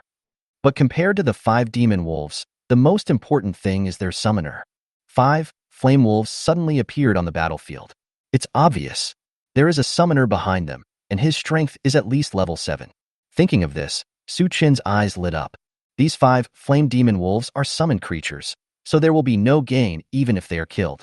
The other orcs are not strong, they just have a large number, and each one is only at the level of an ordinary 1st or 2nd level monster. So the most valuable thing on the battlefield now is the summoner monster. When 5 flame wolves appeared, someone went to notify the experts who were holding an emergency meeting. I guess they will be here soon. After they arrived, Su-chan had to remove the magic forbidden stone tablet and let his own mages take action. After all, they still have to cast spells to stop the orc army and the giant wolves. So, he only has these few short minutes to reap the benefits. Think of this. Su-chan quickly summoned Angela and Tiana. Ah! What the hell is this? It's so disgusting. As Tiana came out, she screamed. She looked at the magic forbidden stone tablets with disgust on her face. Su-chan was startled and looked at her with the eye of true vision. It's just a stone tablet. Why are you reacting so strongly? I don't know. I just feel sick. A pair of transparent dragon wings bloomed behind Tiana. She knew the purpose of Su-chan summoning them. Without stopping, he rushed into the orc army as if fleeing. Look for the summoner. Su-chan saw it from the eye of true vision. The magic forbidden stone tablet can not only seal the power of elements. Its own material has a strong restraint on soul creatures. Soul creatures touch it. It's like a dog eating chocolate and a human drinking arsenic. No wonder Tiana is so disgusting. Let's put this matter aside for now. Time is running out. He pulled out 2 straight swords from his backpack. Then he took Angela and charged into the orc army. Looking at Su-chan, a summoner, rushing into the enemy camp with a melee weapon. Guyu's mind went blank. This wasn't right. Although there is also a school of melee mages, and they are extremely powerful. But the problem is that Su-chan is a summoner. The summoner's basic attributes other than spirit are too weak. Even the rare ego school. It also uses the amplification of summoned creatures to increase the power of offensive spell skills. I have never seen anyone as reckless as Su-chan. Orc rear. The kobold wizard waved his staff anxiously. Why can't I sense the elemental energy again? Damn it. What the hell are these humans doing again? At this time, a cold voice came from above. Found it. The kobold looked up. Tiana was floating in the air, staring at it with arrogant eyes. Although the level of Tiana's clone is not high, but the aura of the Abyss Demon King is not less at all. The kobold wizard is actually a 7th level wizard, but his rank is only diamond. Plus, there is no element to communicate at this moment. It was easily controlled by Tiana using soul chains. Su-chan and Angela, who received the news, also rushed over quickly. Before awakening the profession, Su-chan's competitions with others have always been fist-to-flesh and passionate fights. After this awakening career, he became lazy and fought very few battles himself. And even if he takes action personally, he will crush the opponent with numbers and skills. Now Elemental Ban. Except Dragon Hunter. The other summons were unable to exert their power, which allowed him to liberate his nature. At this moment, he was already slashing wildly among the orc army. The cape on his body, the wings behind him, and his hair were all stained with scarlet blood. Half of his handsome face was stained red with blood, and he revealed a hideous smile. In Tiana's eyes, if Su-chan were placed in the abyss now, he would at least be a demon-level monster. Seeing such a fierce beast flying towards him, the The kobold wizard was frightened out of his wits. It turned around and tried to run, but was held tightly by Tiana's soul hook. Hundreds of thousands of magic forbidden stone tablets also brought Su Chun millions of attribute blessings. He flapped his wings, rushed after him, and stabbed the kobold wizard to death with one sword. Ding! You killed the diamond-level leader, Death Beast God Envoy, and gained experience. A reward ball of light exploded, and Su Chun touched it. You get Summon Flame Wolf, Blazing Star Wand, Soul Altar. Su Chun was really surprised that 2 skill books appeared at once. He took a look. Item: Summon Flame Wolf, Skill Book. Learning requirements: Summoner, 1,500 spiritual attributes. Introduction: 7th level summoning skill. After learning, you can use 500 points of magic power to summon a gold-level Flame Wolf leader. Item: Soul Altar, Skill Book. Learning requirements: Mage Side, 10 points of spiritual attribute. Introduction: a skill for the 1st level mage. After learning, you can consume 100 points of magic power to set up a soul altar. Within 50 kilometers of the altar, every time a living being dies, its soul will be absorbed and a portion of death energy will be condensed to nourish the withered and dying flowers. When the flowers bloom, all the land within the altar will be transformed into dead land of the undead. Su Chen's eyes suddenly widened, and he looked at the ground. He hadn't noticed it before. Now take a look. There really was an illusory magic circle on the ground. In the center of the magic circle, there grows a small flower bud. The bud is pink and white, with a light blue mist surrounding it and constantly blending into it. There is a hint of scarlet within the flower, faintly visible. Is this the purpose of the orc god? He wants to turn the wolf plain into a land of the dead? Su Chen frowned. This is not easy to deal with. If he really succeeds, even if they can leave safely in the end. The orc army was wiped out. That god was killed by Li Jianshan. But this plain can only be lost forever. This is definitely a huge loss for the entire Daxia. And the land of the dead will not stay in a corner. It is like a cancer cell in the soil. Once it appears, it will continue to expand. The good news is that it will probably take some time for this bud to bloom. But the bad news is that we have to kill the orcs because these guys are still rushing towards the city. If you keep killing, this flower bud will definitely bloom. In addition to this place, this kind of flower bud is probably also found in other cities. Su Chen looked embarrassed. Tiana walked up to him, glanced at the flower bud, and said with contempt, "A mixture of souls and dead products. Who came up with this hybrid thing? Get rid of it. It's disgusting." She felt that everything went wrong on this trip, and there were disgusting things everywhere. Su Chen's eyes lit up and he asked, "You know how to get rid of it?" Tiana said, "It's very simple. All you have to do is take action." Chapter 102. The beast Godaruz is in turmoil. I take action? If I had a way, I would still need to ask you. Su Chun was speechless, but he soon realized that Tiana had no reason to lie to him. Is it possible that I really have abilities that I don't even know about? Su Chun opened the property panel and looked around. After a few minutes, he turned off the panel, and sure enough, there was nothing there. He was fooled by this guy. Su Chun looked at Tiana with resentment, asking for an explanation. Tiana explained, "Can't you summon those forest elves? This thing is a product of death and soul. It is extremely fragile. It may not be possible to eradicate it with ordinary means, but as long as we sense the slightest breath of life, we can destroy it. Summon a spirit, and it will be solved." Su Chun was stunned and suddenly realized. I see. He took out his staff, but after thinking for a moment, he put it down again. There is naturally no problem with summoning forest elves, but once it's summoned, how to get it back becomes a big problem. He didn't care about ordinary summons. Even if they didn't die, it will disappear on its own when the time is up. But forest elves are different. Every elf is his precious treasure. If one dies, it's really dead. Su Chun is still counting on them. Develop a forest elf empire for yourself. So I don't want to waste it. Summon it, and find a way to send it back. Trouble. Fortunately, he himself could also be a forest spirit. Thinking like this, Su Chun activated the phantom spirit and directly transformed into the appearance of a Nai. When the glory fades, a waterfall of emerald green hair cascaded down her shoulders, and her golden leaf crown sparkled in the sun. Her fair and smooth skin is as tender as that of a baby, and her beautiful figure wrapped in a green dress is very attractive. Su Chun only felt a heaviness on his chest and an emptiness under his body, and he was not quite used to it. He single-handedly dismantled the magic forbidden stone tablet that he had previously set up. Then he quickly mobilized the life energy around him. Infuse into that withered and dying flower. Just as Tiana said, when the breath of life was infused into the flower bud, it shattered and disappeared. Su Chen breathed a sigh of relief. A big problem was solved. But he was not completely relieved. I wonder how many flowers like this there are on the entire wolf plain. Su Chen called up the current panel and took a look. The Queen of Forest Elf does have many powerful skills.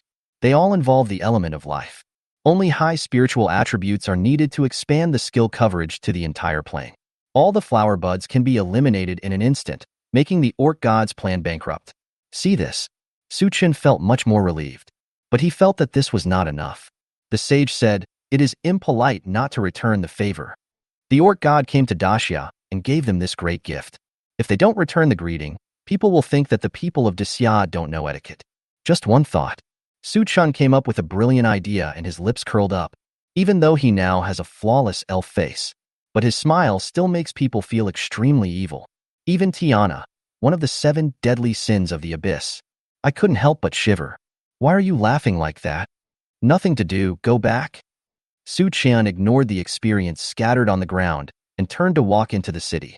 Experience points can be gained at any time, but this is the only chance to give gifts to the orc world.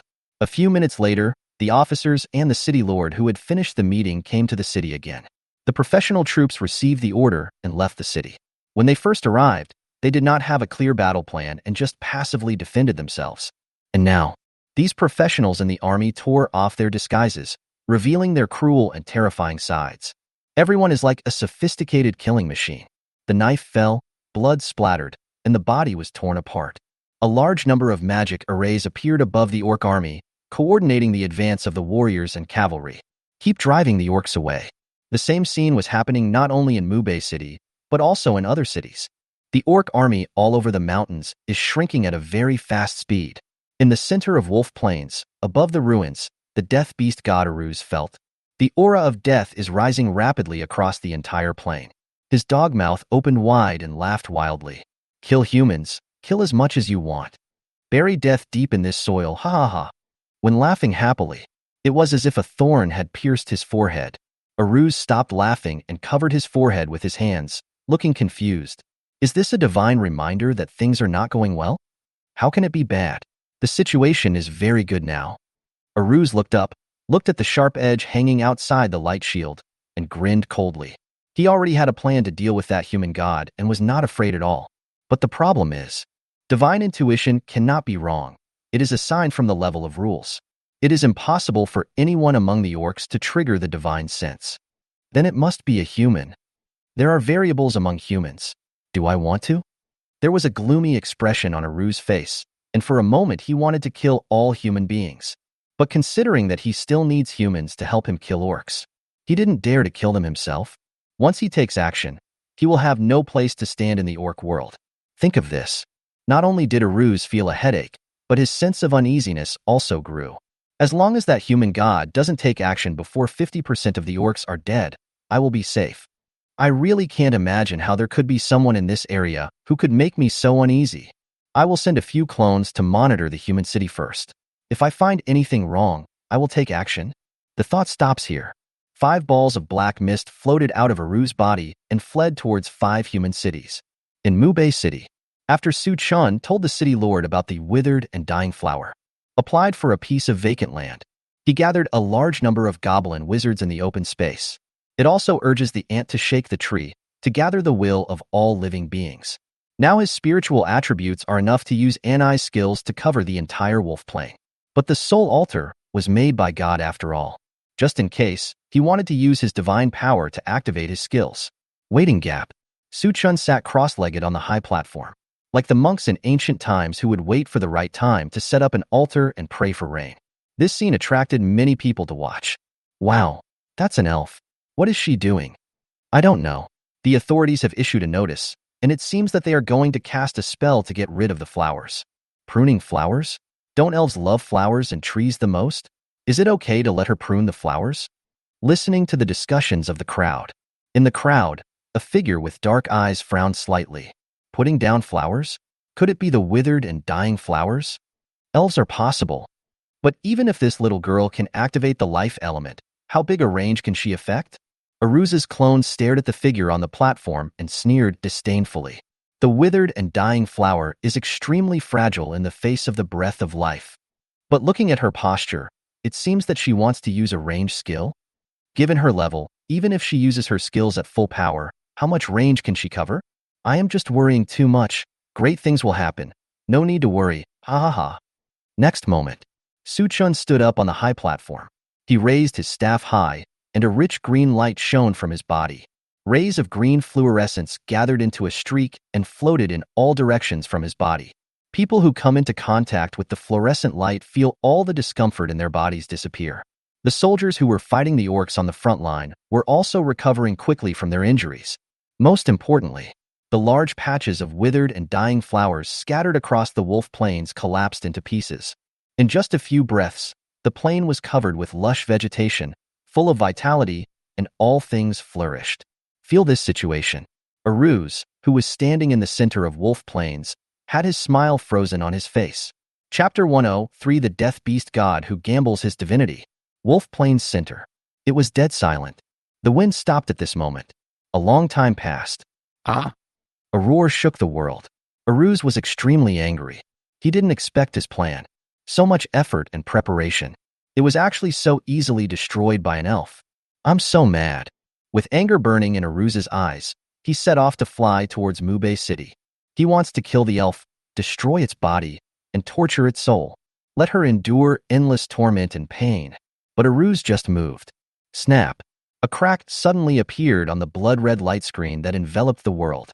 Half of the large number of orcs on the plains have been cleared out. That human god is pushing into this area. Realizing this, Aruz was almost scared to death. He immediately turned around and ran towards the space crack in the center of the ruins. As long as we escape into the crack and return to the orc world, no matter how powerful the human god is, he will not dare to chase us. Aruz thought so. But when he was still a few hundred meters away from the space crack, the blood-colored light screen in the sky shattered with a snap. Countless sharp sword lights merged into a dazzling river of light. In the blink of an eye, he stood in front of Aruz. Aruz roared, black mist rose from his body, and crashed into the sword river. After a few seconds, he was bounced back. You can't run away. Since you chose to come to Daxia to cause trouble, you should be prepared to have your head chopped off. Li Fenglio's indifferent voice floated from behind. Aruz turned around and stared at the figure approaching him, a drop of cold sweat sliding down his forehead. I'm warning you, don't come over here again, or I can do anything. Aruz yelled. Li Fenglio raised the corner of his mouth, revealing disdain. Although he had just been promoted to the divine realm not long ago, his divine nature was only of low quality. But human gods have always been stronger than monsters and alien gods. If one cannot defeat many enemies at the same level, it is a shame for humanity. Don't say that Aruz is only a lower-grade godhead, even if he is of middle grade. Li Fenglio was also brave enough to fight him with sword. Seeing that he turned a blind eye to his threat, a hint of madness flashed in Aruz's eyes. He opened his mouth and spit out a ball of thick black mist, which appeared in his hand. Aruz grasped the ball of black mist and raised it high. Come on, if you come over here again, I will crush my godhood.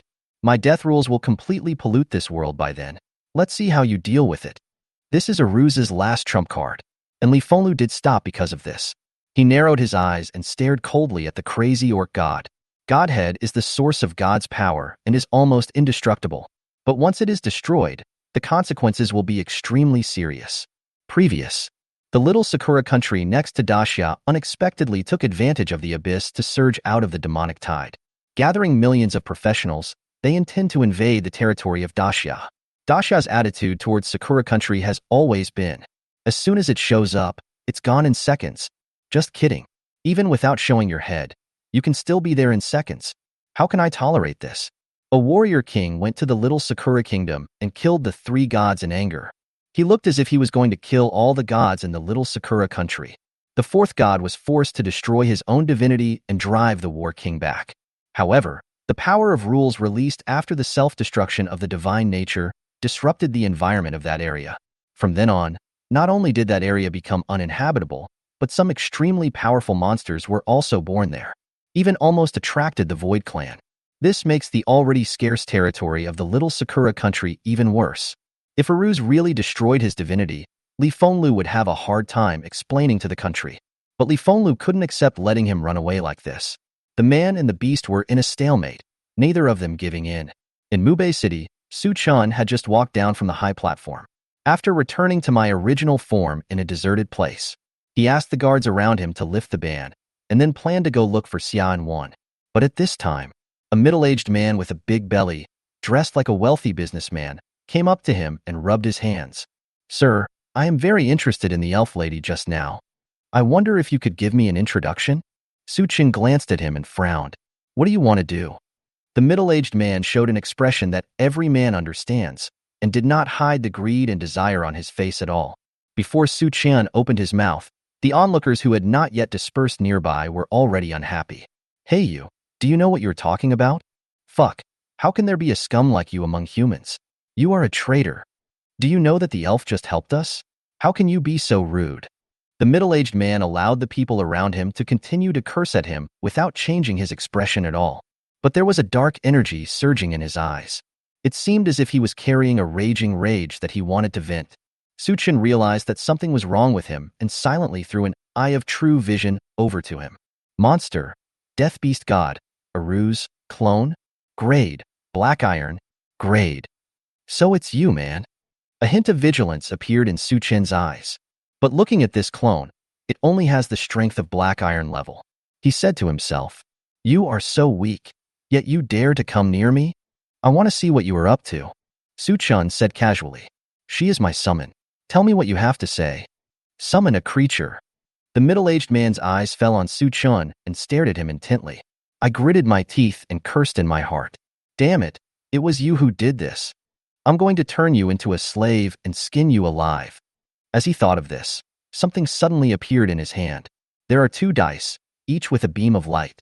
They respectively entered into the bodies of Su Chan and Aruz. Next second, a black shield separated the two from the crowd. A gambling table appeared between the two of them. There are multiple areas on it, including big, small, and various points. There are also 3 dice and a dice cup on the table.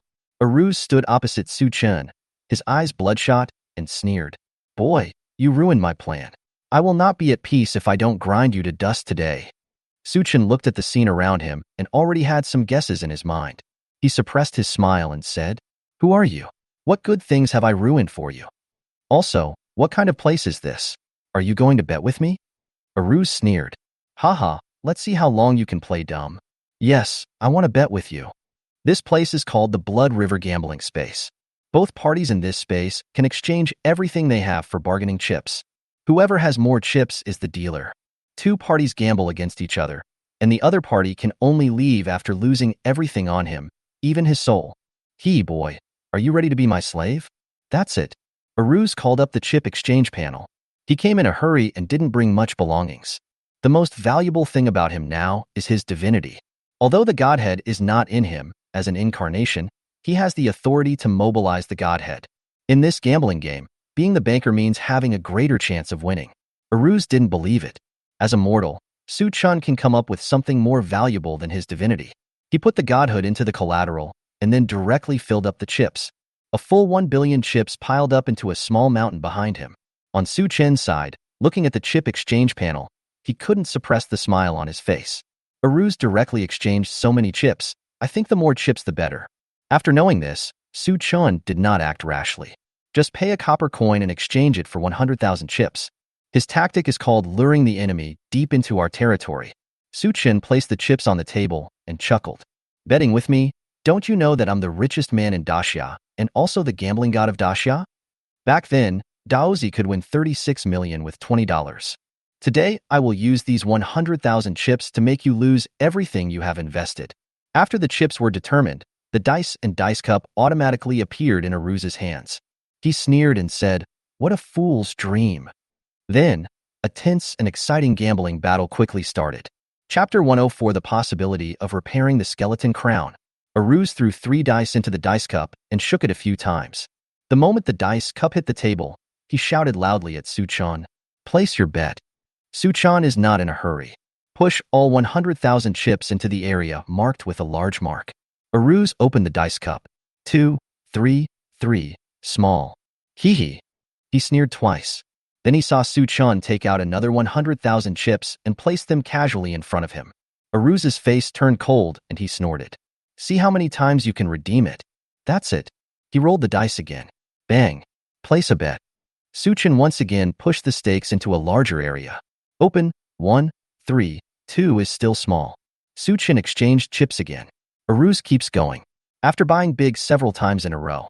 Finally, on the third time, Su-chan won. He happily took all the chips. Su-chan's smile deeply hurt Aruz's soul. He shouted viciously. You just won once. There's nothing to be happy about. Even if you win 10 times, you can never beat me. Su-chan did not respond. Continued to bet hundreds of thousands. After a few more rounds, he won again. After testing this cycle for more than 10 times, Su-chan confirmed, even if Aruz has special skills, but there is no guarantee that it will succeed every time. He has the possibility of winning, even if it's only 1 in 10,000. After winning again, Su-chan grinned. He raised his head, stared at Aruz and said, I don't need to beat you 10 times. You can beat me many times, but I only need to beat you once, that's enough. Speaking of, he suddenly exchanged 2 billion chips. When that mountain of chips is on the table, Aruz was stunned. How could you possibly exchange so many chips? Even if he mortgaged his godhood, he only got 10 billion. And Su-chan's chips are twice as much as his. Su-chan sneered in his heart. More than that, if he likes. Hundreds of billions, and trillions. All you need to pay is a copper coin, or even a hair from your body. Bet against him who owns the One-Yuan flash sale plugin. It is truly like an old man hanging himself and seeking death. Aruz soon calmed down, wiped the sweat from his face and sneered. So what if you have so many chips? If you have the guts, just go all in like you did before. As soon as the words fell, as soon as Su-chan had an idea, all the chips were laid out and appeared in the big box on the gambling table. Aruz's forehead was slightly sweaty again. If you lose this time, the odds are 1 to 1. Not only would he lose all his chips, but he would also owe 10 billion. In that case, his godhood would be lost. Only, Aruz's eyes suddenly lit up. Su-chan placed his bet before he even started rolling the dice. No wonder he resorted to some tricks. While Su-chan wasn't noticing, Aruz quickly shook the dice cup. Then opened it quickly. Ha ha ha, 1 by 1. Shao, I win. Aruz laughed wildly. Next, his smile froze and his eyes widened into cowbells. When the 2 billion bet appeared behind him, another pile of chips appeared behind Su-chan. And, judging from the number, it is more than twice his 3 billion. There was no trace of tension on Su-chan's face, as if he had just lost 2 billion. He said calmly, Continue. This time, Aruz's clone began to sweat profusely. In the center of Wolf Plains, above the ruins of the building, Li Fenglu and Aruz are still in a stalemate. The two sides stared at each other, not daring to relax at all. Aruz took a deep breath, tightened his grip on the godhead slightly, and said in a deep voice, Let me go, and pretend that what happened today never happened. Li Fenglu sneered. You are ugly, but you have beautiful dreams. If I don't leave your head behind, how can I explain to the millions of people in Daxia? Aruz glared and shouted, Don't force me. If I crush the godhead, you won't end up well either. Li Fenglu refused to give way. If you dare to crush the godhead, you will die.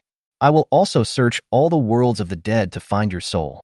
I will place you in the devil's flames of the abyss, and you will suffer the pain of being burned for eternity. Aruz said furiously, Don't push me. Try it if you dare. Li Fenglu took a step forward. The sword river surrounding the two people burst into light, as if to tear the space apart. Ah! Aruz barked anxiously, holding high the ball of black mist in his hand. I thought to myself that if I didn't show some attitude, I might not be able to leave today. Thinking of this, he tightened his arms and clenched his hands fiercely. Next second, the palms are clenched. The godhead in his hand disappeared.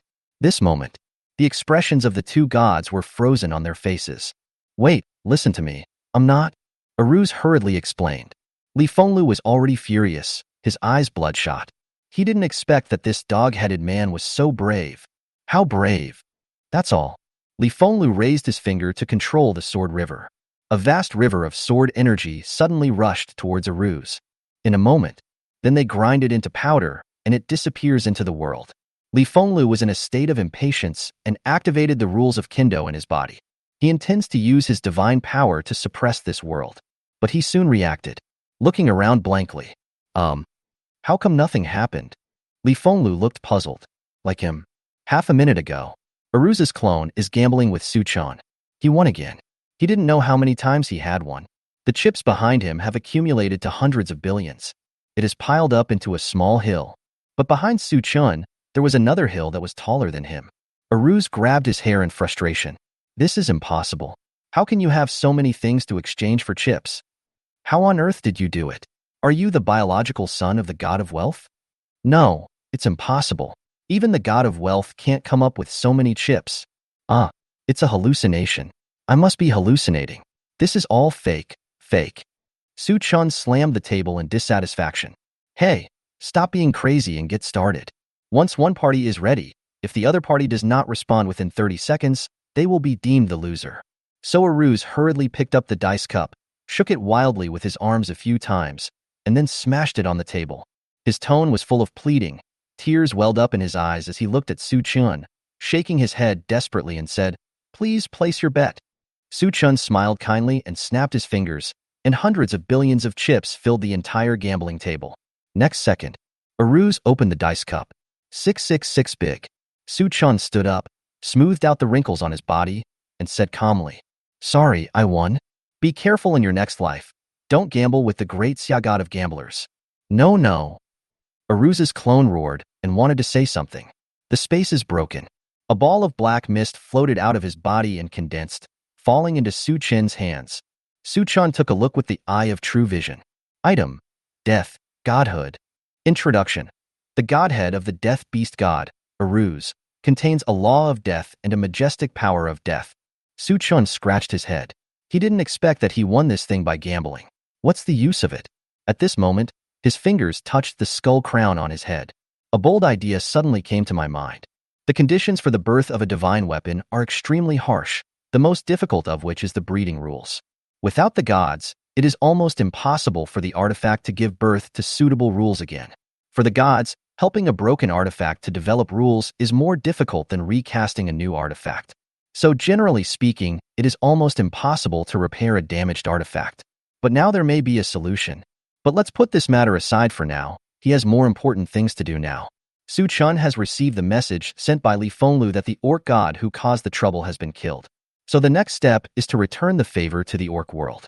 Thinking of the big gift he had prepared, Suchan couldn't help but smile kindly. After putting the godhead into his backpack, he spread his sky wings and flew towards the center of Wolf Plains. Chapter 105. Self-destructive blood, sacrifice soul altar. In the center of Wolf Plains, above the ruins of the building. This was originally a war fortress, responsible for defending against the orcs who invaded Blue Star from time to time, and One-Yuan was in charge. But we didn't expect that there would be an orc god who would rush out without regard for his own life, leading to the annihilation of the entire army. Li Fenglu held a few pieces of torn cloth in his hands, his handsome face filled with coldness and murderous intent. His eyes were fixed on the dozens of feet-long crack in the void not far away, and the corners of his mouth trembled slightly. If he had lost his mind, he would have rushed into the orc world and started killing people. Suchan looked grim and felt uncomfortable. They have tried their best. But someone still sacrificed himself. A Xia principle is indeed urgent. Suchan clenched his fists and thought silently. At this time, a communication came into Li Fenglu's system, and he frowned slightly. Suchan noticed the change in his expression and asked, "Li Jinshan, are there any difficulties on the plane?" Li Fenglu nodded. "There are still 3 9th-level diamond-level bosses, and they can't handle them. But this side," Suchan said, "leave this to me. As long as it's not a god-level combat force, I can handle it." Li Fenglu nodded in appreciation. "Okay, I'll leave it to you then. Don't worry, the new garrison will arrive soon and won't delay you for too long. That's all." Li Fenglu flew away on his sword. Wait until his figure disappears into the horizon. Suchan looked at the crack, flapped his wings, and rushed into it. After the world turned dizzy, when Suchan opened his eyes again, he saw a golden desert in front of him and the scorching sun above his head. He looked around and made sure that there were no enemies attacking before he relaxed his vigilance and began to make arrangements. "Tiana, summon your true form. Let's do something bad." Suchan called Tiana out and said, When Tiana heard that he was going to summon his original form, her eyes lit up, but he immediately became alert again. What are you going to do? Suchin urged. The orc god came to our place to cause trouble. How can I not return the favor? Hurry up. Tiana frowned, having a bad feeling. Maybe even she was included in Suchin's plan. But the thought of being able to have fun in the orc world and harvest a large number of souls. Her greedy heart, which was fed by Suchin, began to beat actively again. It's impossible for the main body to escape from the abyss, but I can summon a mid-grade divine clone. Tiana said, middle-level god. Suchin nodded and said, that's fine. Upon hearing this, Tiana drew a summoning circle on the ground. Not long. The magic circle was completed and Suchin heard a prompt. Ding. Do you want to use a precious soul to summon the middle-grade godhead greedy demon king, clone? Suchin summoned a group of goblin wizards. Order 8 of them to go to the front of the rift and release the blood sacrifice steel on them. Soon, a large number of stone tablets flew out of the goblin wizard's body. A wall of monuments formed in front of the void crack. Block the crack tightly. Tiana looked at this scene, speechless. A few seconds later, she said dissatisfiedly, do you have to do this? Who are you guarding against? Suchin looked at her with a smile and said, just tell me if it's useful or not. Cut. Tiana sneered disdainfully. If she came in her real form, she could clear out this pile of stone tablets with just a quick sweep. But if it is just a clone, the essence is still the soul and it does not have that ability. Everything has its own nemesis. When Suchin saw her expression, he knew that his stone wall was still useful. This made him feel relieved. The summoned clone of the greedy demon king will not completely listen to you. What if she rushed into Blue Star and caused chaos without any scruples? That would be like shooting yourself in the foot. Think of this. Suchin commanded the goblin wizard to walk into the summoning circle. Ah! The goblin wizard screamed, and his flesh and blood quickly dissolved. The wizard disappeared in less than 5 seconds.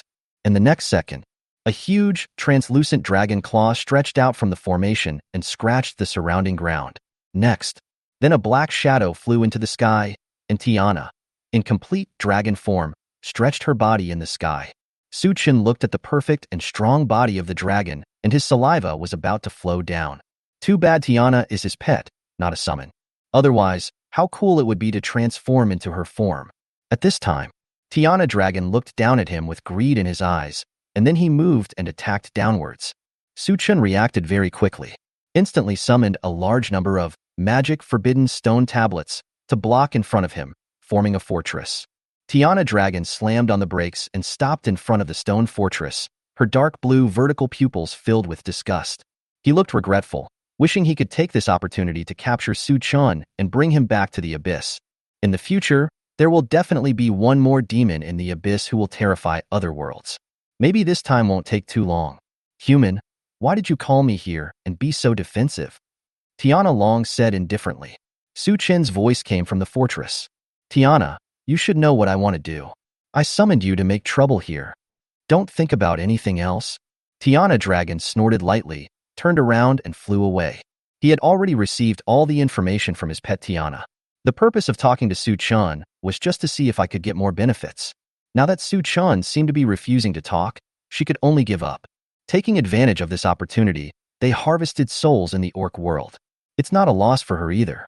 When Tiana Dragon was about to fly away, a ray of light shot out from behind her and landed on her dragon tail. He looked back and saw Suchin holding a staff with a smile that showed he had succeeded in his evil plan. Tiana Long felt that there was something inside his body, and he couldn't get rid of it even with his divine power, so he said angrily, "What are you doing?" Suchin said, "It's nothing. I'm just trying to help you. Just go ahead. Come on." That's all. He didn't give Tiana Long a chance to react. After grabbing the pet Tiana, he teleported to the void crack and returned to the Blue Star. After he left, Tiana Long tried to get rid of the mass in her body. Seeing that it couldn't be cleaned up, I simply ignored it and moved on. But she found that the thing inside her body was really good. It can provide her with attribute bonuses, but it will deduct her health points. This is not worth worrying about. After all, since this clone of hers was summoned here, she had no intention of going back. Even without losing her health points, she wouldn't be able to hold out for long in front of the approaching orc god. Thinking of this, Tiana Dragon accelerated its flight and headed towards the nearest orc gathering place. After Suchin returned to Blue Star, he found a place to sit down and waited quietly. Tiana asked curiously. What kind of spell did you use just now? It seems a bit dangerous. Su Chun raised his eyebrows and sneered. Dangerous? Maybe, I call it. Self-destructive blood, sacrifice soul altar. Tiana asked with a puzzled look on her face. What is this? Su Chun no longer explained. This move of his was very insidious. Use divine power to activate fusion. Combines self-destruction, blood sacrifice worm, and soul altar. And Anna's skill flying spores. As long as Tiana's clone dies, a large number of blood sacrifice worms will crawl out and spread rapidly to the surrounding areas. After the first worms died, they will form a soul altar on the spot, and then the insect body will explode, flying out a large number of spores. After the spores parasitize the body of a new creature, they will trigger the blood sacrifice worm. When the living creature dies, a large number of worms will crawl out and the above process will repeat. This process can be continued for 15 times. In the near future, the undead army will invade the orc world. Declare that this world, rich in the breath of death, is his inherent territory. Su Chun knew that this move was very immoral. But, looking at the ruins of the fortress in front of me, he saw no need to talk about morality with these orcs. What's more, the one who did the bad thing was Tiana, one of the 7 deadly sins of the abyss, the Lord of Greed, the soul-devouring dragon. What does it have to do with Su Chun and Xia? Thinking of this, Su Chun couldn't help but sneer. Tiana next to him wrapped herself in robes, feeling a little weird. In the world of orcs, when Su Chun left, disaster followed. Chapter 106. The white-clothed sword god is strongly shocked. After the gods entered, the storm of chaos that swept across the wolf plain was quickly calmed down. A large number of orcs were slaughtered. Their blood flowed and turned into experience, equipment, or materials. No one cares. Compared to our compatriots who died in this disaster, the so-called spoils of war seem more like a mockery, mocking the powerlessness and weakness of mankind in the face of powerful disasters. Su Chun sat on a broken wall and looked around. Because the corpses of professionals and monsters will disappear on their own after a period of time. The ruins seemed quite clean, without much bloodstains left. But the half-dressed robe hanging on the exposed steel bars and the crushed candied haws on the ground are telling the story. Not long ago, this place suffered a great terror. Su Chun's eyebrows were twitching violently, and there was a feeling of depression in his heart that couldn't dissipate for a long time. After the crossing, Su Chun had asked himself countless times why he wanted to become a professional and why he wanted to become stronger. He is a worldly man, and fame, wealth, and power are what he pursues. But originally, his greatest pursuit was to be able to live safely in this dangerous world. And now, Su Chun has the One-Yuan instant kill, plug-in, 3 incredible talents, and a row of powerful skills. There is even a tribe of forest elves with great potential who are loyal to him. It took him less than 3 months to achieve all this. Compared with other professionals, his strength is simply incredible and astonishing.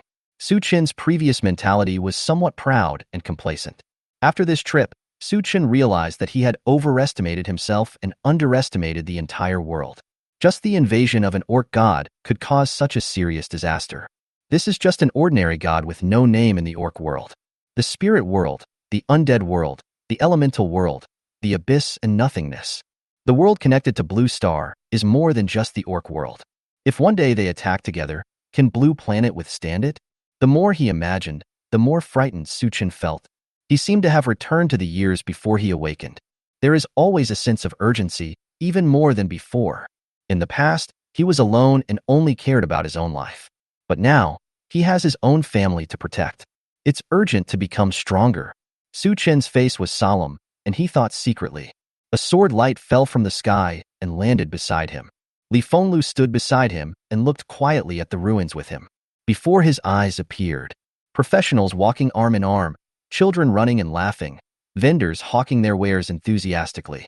With the appearance of a terrifying figure, all the beauty came to an abrupt end, and the high-rise building collapsed and turned into ruins. Sometimes I wonder how strong I have to be considered really strong. Li Fenglu sighed and spoke. I used to think that after becoming a professional, I could protect everything. But when I finally awakened and became a professional, with powerful talents and a profession, I found that it was still far from enough. Later, I became a god, but there were more things I was helpless about. He squatted down, looked at Su Chun who had a serious face, patted his shoulder, and chuckled. Even gods have times when they are helpless. You've done very well. If you hadn't sent the troops to the 5 cities in time, there might have been more people who died in this disaster. You don't need to blame yourself. Su Chen looked at him in confusion and said in astonishment, "Reproach yourself? Master Sword God, what are you talking about? How can I blame myself?" Li Fenglu was stunned and asked in confusion, "Then what are you thinking about with such a heavy face?" Su Chen grinned and winked at Li Fenglu and said, "I was thinking, I have made such a great contribution and saved so many lives. What kind of reward should I get to be worthy of my hard work? What do you think?" Li Fenglu was speechless. He thought Su Chen was a sentimental person, saddened for those who died here. "I didn't expect this guy." Li Fenglu met Su Chen's eyes. Expressions can be faked, but no matter how well emotions and moods are hidden, they cannot be completely covered up. He chuckled. "Don't worry, the country will not treat its meritorious officials unfairly." Speaking of, he took out 3 items from his backpack. These 2 medals. One reward for teleporting 500,000 troops into the plains in time and deploying them in place. One is a reward for clearing the hidden dangers on the grassland with your own efforts. There is also this savings card, which contains 30 million gold coins. You can redeem it at any exchange. In addition to the gold coins, there are also 100,000 points, which will be credited to your account within 3 days. Also, you can make a request that's not too unreasonable. Su Chen took the medal and savings card. He has no interest in gold coins and points. However, these 2 medals made Su Chen happy. The last time he went to the Shangjing exchange, he learned that pre-order permissions were divided into different levels. The red iron medal is only available for pre-order. Skill books and experience books of level 4 and below, and premium equipment and materials. Only by upgrading the medal grade can you gain higher permissions. With these 2 red iron medals, he still needs 7 medals to get the bright silver medal. Certainly, the most valuable thing about this reward is that you can make requests. Although Li Fenglu set a premise, it is not too much. But for the country, no matter how great the needs of individuals are, how great can they be? Su Chen thought for a moment, then pointed at the skeleton crown on his head and said, "This piece of equipment of mine is a divine weapon, but it is badly damaged. Can you help me find someone to repair it?" Divine artifact? Li Fenglu was slightly surprised. He didn't expect that Su Chen had only turned 3 times. "I actually have a piece of equipment of this level in my hand." No wonder she just ignored the savings card he gave her. But then I thought about his previous perverted behavior. It seems not surprising to have a magical artifact, Li Fenglu said after a brief thought. "It's not difficult to repair a broken artifact, but it's very troublesome.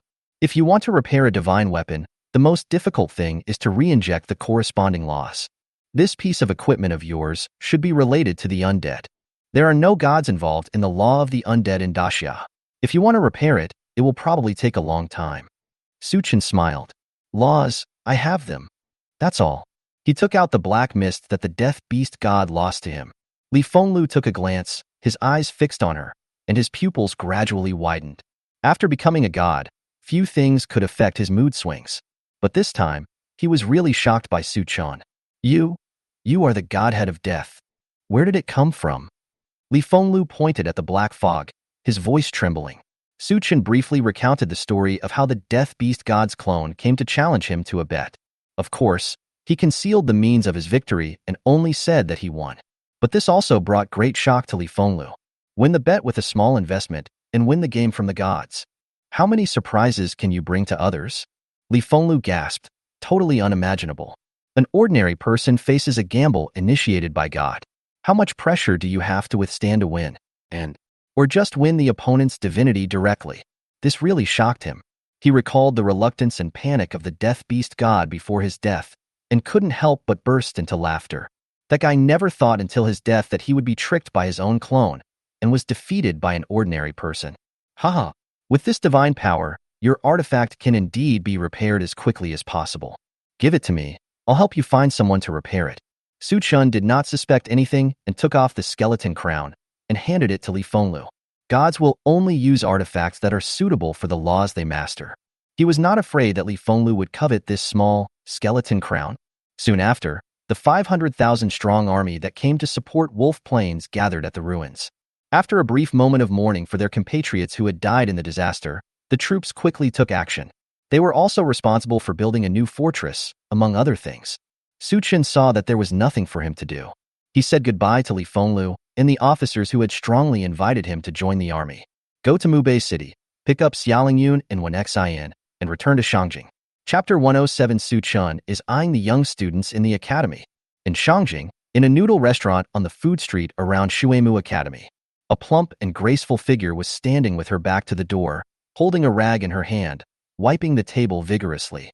The beautiful hair on her forehead was wet with sweat, and a drop of crystal sweat slid across her smooth cheek and condensed on her chin. After a few seconds, sweat beads dripped down under the heavy burden. 3 figures entered the store at this time, ringing the welcome bell at the door. Welcome. When Wan looked up and was about to turn around, a beautiful hand reached out from behind. Snap. Sister, I'm so hungry. Is there anything I can eat? When Wan was startled and looked back, when I saw Xiaolin's face that looked 80% like my own, tears welled up in my eyes. She walked up and grabbed Xiaolin's ears. You damn girl, you're going to scare me to death. It hurts, sister. Please let go. My ear is going to fall off. Seeing the 2 sisters fighting, Su Chun smiled slightly, as if he was used to it. Xiaolin was often scolded by her sister in the past. I was even spanked in front of him, the kind that required armor removal. He pulled out a chair next to him and but just touched the seat. Xiaolingyun also sat next to him. Su Chun just thought she was still afraid and didn't care. After a while, the 2 sisters who were fighting stopped and looked at the 2 men. Xiaolin pursed her lips in jealousy. He then pulled a chair and sat next to Su Chun. Xiaolingyun glared at her sharply. Xiaolin refused to show any weakness and refused to give in. Su Chun was in the Shura field with an awkward look on his face. At last, it was Wan who came to his rescue. You just came back. You haven't eaten yet. I'll go get something to eat. Xiaolin, come and help. Due to the power of her elder sister, Xiaolin could only let go reluctantly and walk towards the kitchen. Su Chun said gratefully, Thank you, Sister Wan. When Wan turned around and gave him a faint smile, like a gust of floral fragrance blowing by, leaving behind endless sweetness. After the 2 sisters left, Xiaolingyun sat aside, feeling unwilling to win but not win everything. But she still leaned against Su Chun and spoke in a low voice. You don't know how scared I was at that time, and when Xiaolin kept saying it was over, it was over. If she hadn't seen you, she would have been scared to death. Fortunately, you showed up in time. Thinking of Su Chun that day, he appeared on the city wall like a god descending from heaven. Intercept the majestic figure of the flame wolf. There was a gleam in Xiaolingyun's eyes. Su Chun coughed twice and reminded. In public, Xiaolingyun said indifferently. What's the big deal? There are no outsiders here. Speaking of this, his tone was still somewhat resentful. Su Chun quickly changed the subject. By the way, why did you run to such a far place like Wolf Plains? Next time you go to such a dangerous place, be sure to call me. It's so thrilling. My little heart can't stand it. Xiaolingyun nodded with lingering fear. Yeah, I'll definitely call you, she said bitterly. Originally, the instructor didn't want to take us to such a dangerous place. Speaking of which, it's your fault. Su Chun looked puzzled. Ah. Xiaolingyun snorted twice. If you hadn't brought me with you, I would have killed so many monsters in the abyss and accumulated a lot of experience. I won't be able to break through and just go straight to level 24. When the instructor saw that my level was similar to Xiaolin's, he decided to help us sprint forward, and that's why he chose to go to Wolf Plains. Su Chun was speechless and shrugged. So you want to blame me for being too strong and helping you improve too quickly? Xiaolingyun nodded vigorously. Yes, that's it. You. Su Chun touched her head and rubbed it hard twice. After playing around for a while, Su Chun asked again. By the way, after this happened, does Instructor Mu still plan to let you participate in the selection meeting? Xiaolingyun glanced at her own level. Before the disaster, they have been hunting monsters on the Wolf Plains for some time. She has now reached level 26. The selection will begin on September 15th. During this period, if you work harder, you can be promoted 2 levels. You can also have a fighting chance by participating in the selection meeting. She nodded. The instructor probably won't take us on any more adventures for the time being. But I want to participate, Su Chun. Please help me. Su Chun did not refuse and said, Okay, but you have to wait for a while, I know. Xiaolingyun answered quickly and then laughed. It's about the freshman meeting. I saw all the posts they made fun of you. This is too much. We must teach them a lesson. Su Chun was stunned. What post? He actually wanted to say, I wanted to study the nest system. He definitely wants all 3 summoner systems. Funding has never been a problem for him, but you have to eat one bite at a time and walk one step at a time. So Su-chan wanted to start with the nest system. Do some research during this period and make a nest to play with. Seeing his confused face, Xiaolingyun was also confused. After the bloody light screen was broken, a flood of information flooded her system. Among them were old students from the Daxia Academy who expressed disdain and ridicule for the new top scholar. This incident caused a lot of controversy, and even she, who was from another school, was shared a lot of information. As the person involved, Su-chan seemed to be kept in the dark. Xiaolingyun was afraid that Su-chan would suffer a loss. He immediately helped him enter the official forum of Daxia Academy. Su-chan browsed through several popular posts.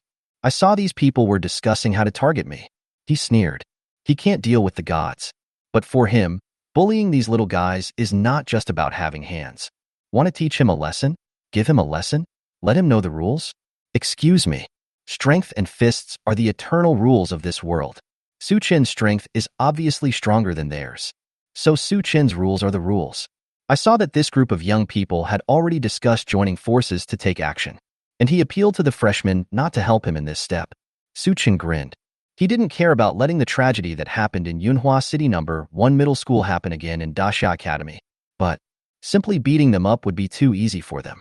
I actually arranged myself like this on the internet. He said that he makes a living by being a pretty boy for his female tutor so that the tutor can help him gain fame. Although his appearance was indeed impeccable, Su-chan still felt a little unhappy about being slandered like this. At the freshman meeting, if they are not beaten out, they have done it cleanly.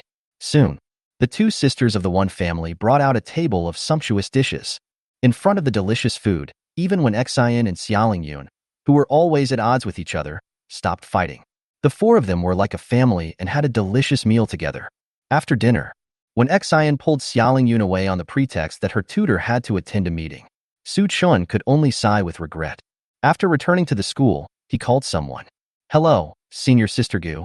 Have you returned to the academy? It's great to be back. My junior is in great trouble now. Can you give me some pointers on the nest system? Okay, see you in the library. After hanging up the phone, Su-chan went to the library of Daxia Academy. Chapter 108 The Nest Can Solve the Summoning Time Limit. The library of Daxia Academy is made up of two rectangular blocks that are staggered and spliced together. It has a strong sense of design, but Su-chan said he couldn't understand it. He waited quietly in front of the door. Not long after, a hand patted Su-chin's shoulders twice. Looking back, Guyu was still wearing a pitch-black robe. The hood was pulled down, revealing a skinny face. Her skin had a sickly pale color. The black hair was tied up with a wooden hairpin. The whole face and slender neck shone brightly under the moonlight. At this time, she was holding a small piece of bread in her hand and nibbling it in small bites. After swallowing the food in your mouth, she said expressionlessly, "You've been waiting for a long time." Su-chin smiled and said, "Not long ago, senior sister. Have you not had dinner yet?" Guyu shook the bread in her hand, indicating that this was her dinner. Then, without waiting for Su-chan to reply, he walked into the library on his own. Seeing this, Su-chin hurriedly followed. Guyu seemed to be very familiar with this place and took Su-chin upstairs with ease. They came to a corner on the 4th floor. There was a long wall-mounted table in the corner, with a row of round high stools with brown seats in front of it. Looking forward, through the floor-to-ceiling one-way glass windows, you can have a panoramic view of the entire Daxia Academy. I think if you are tired of studying, you will feel happy if you look up and see such a beautiful scenery. After Guyu asked Su-chan to take a seat first, he went into the rows of bookshelves alone. Soon, she came over staggeringly, holding a tall stack of books. Su-chan hurried forward to help catch it. After putting the book in place, Guyu took out his glasses, paper and pen. After putting on her glasses, she looked at Su-chan and asked seriously, "Are you sure you want to choose the nest system? This is a choice that requires a huge price to pay. You must think it over before making a decision." What a serious woman. Su-chan looked at her for a few seconds and smiled. "Don't worry, senior sister. My heart is as hard as a rock. I won't change my mind once I've made up my mind." His tone was firm, but he was not loyal to the nest. Su-chan is a greedy person. Whether it is the nest system, elite, or self, he wants them all. Of course, he can be so willful only if he can afford it. Seeing his sincerity and determination, Guyu nodded without hesitation. "How many summons do you have now?" "Some summons are not suitable for building nests, and some are too costly. There are less than 2 days left until the freshman convention.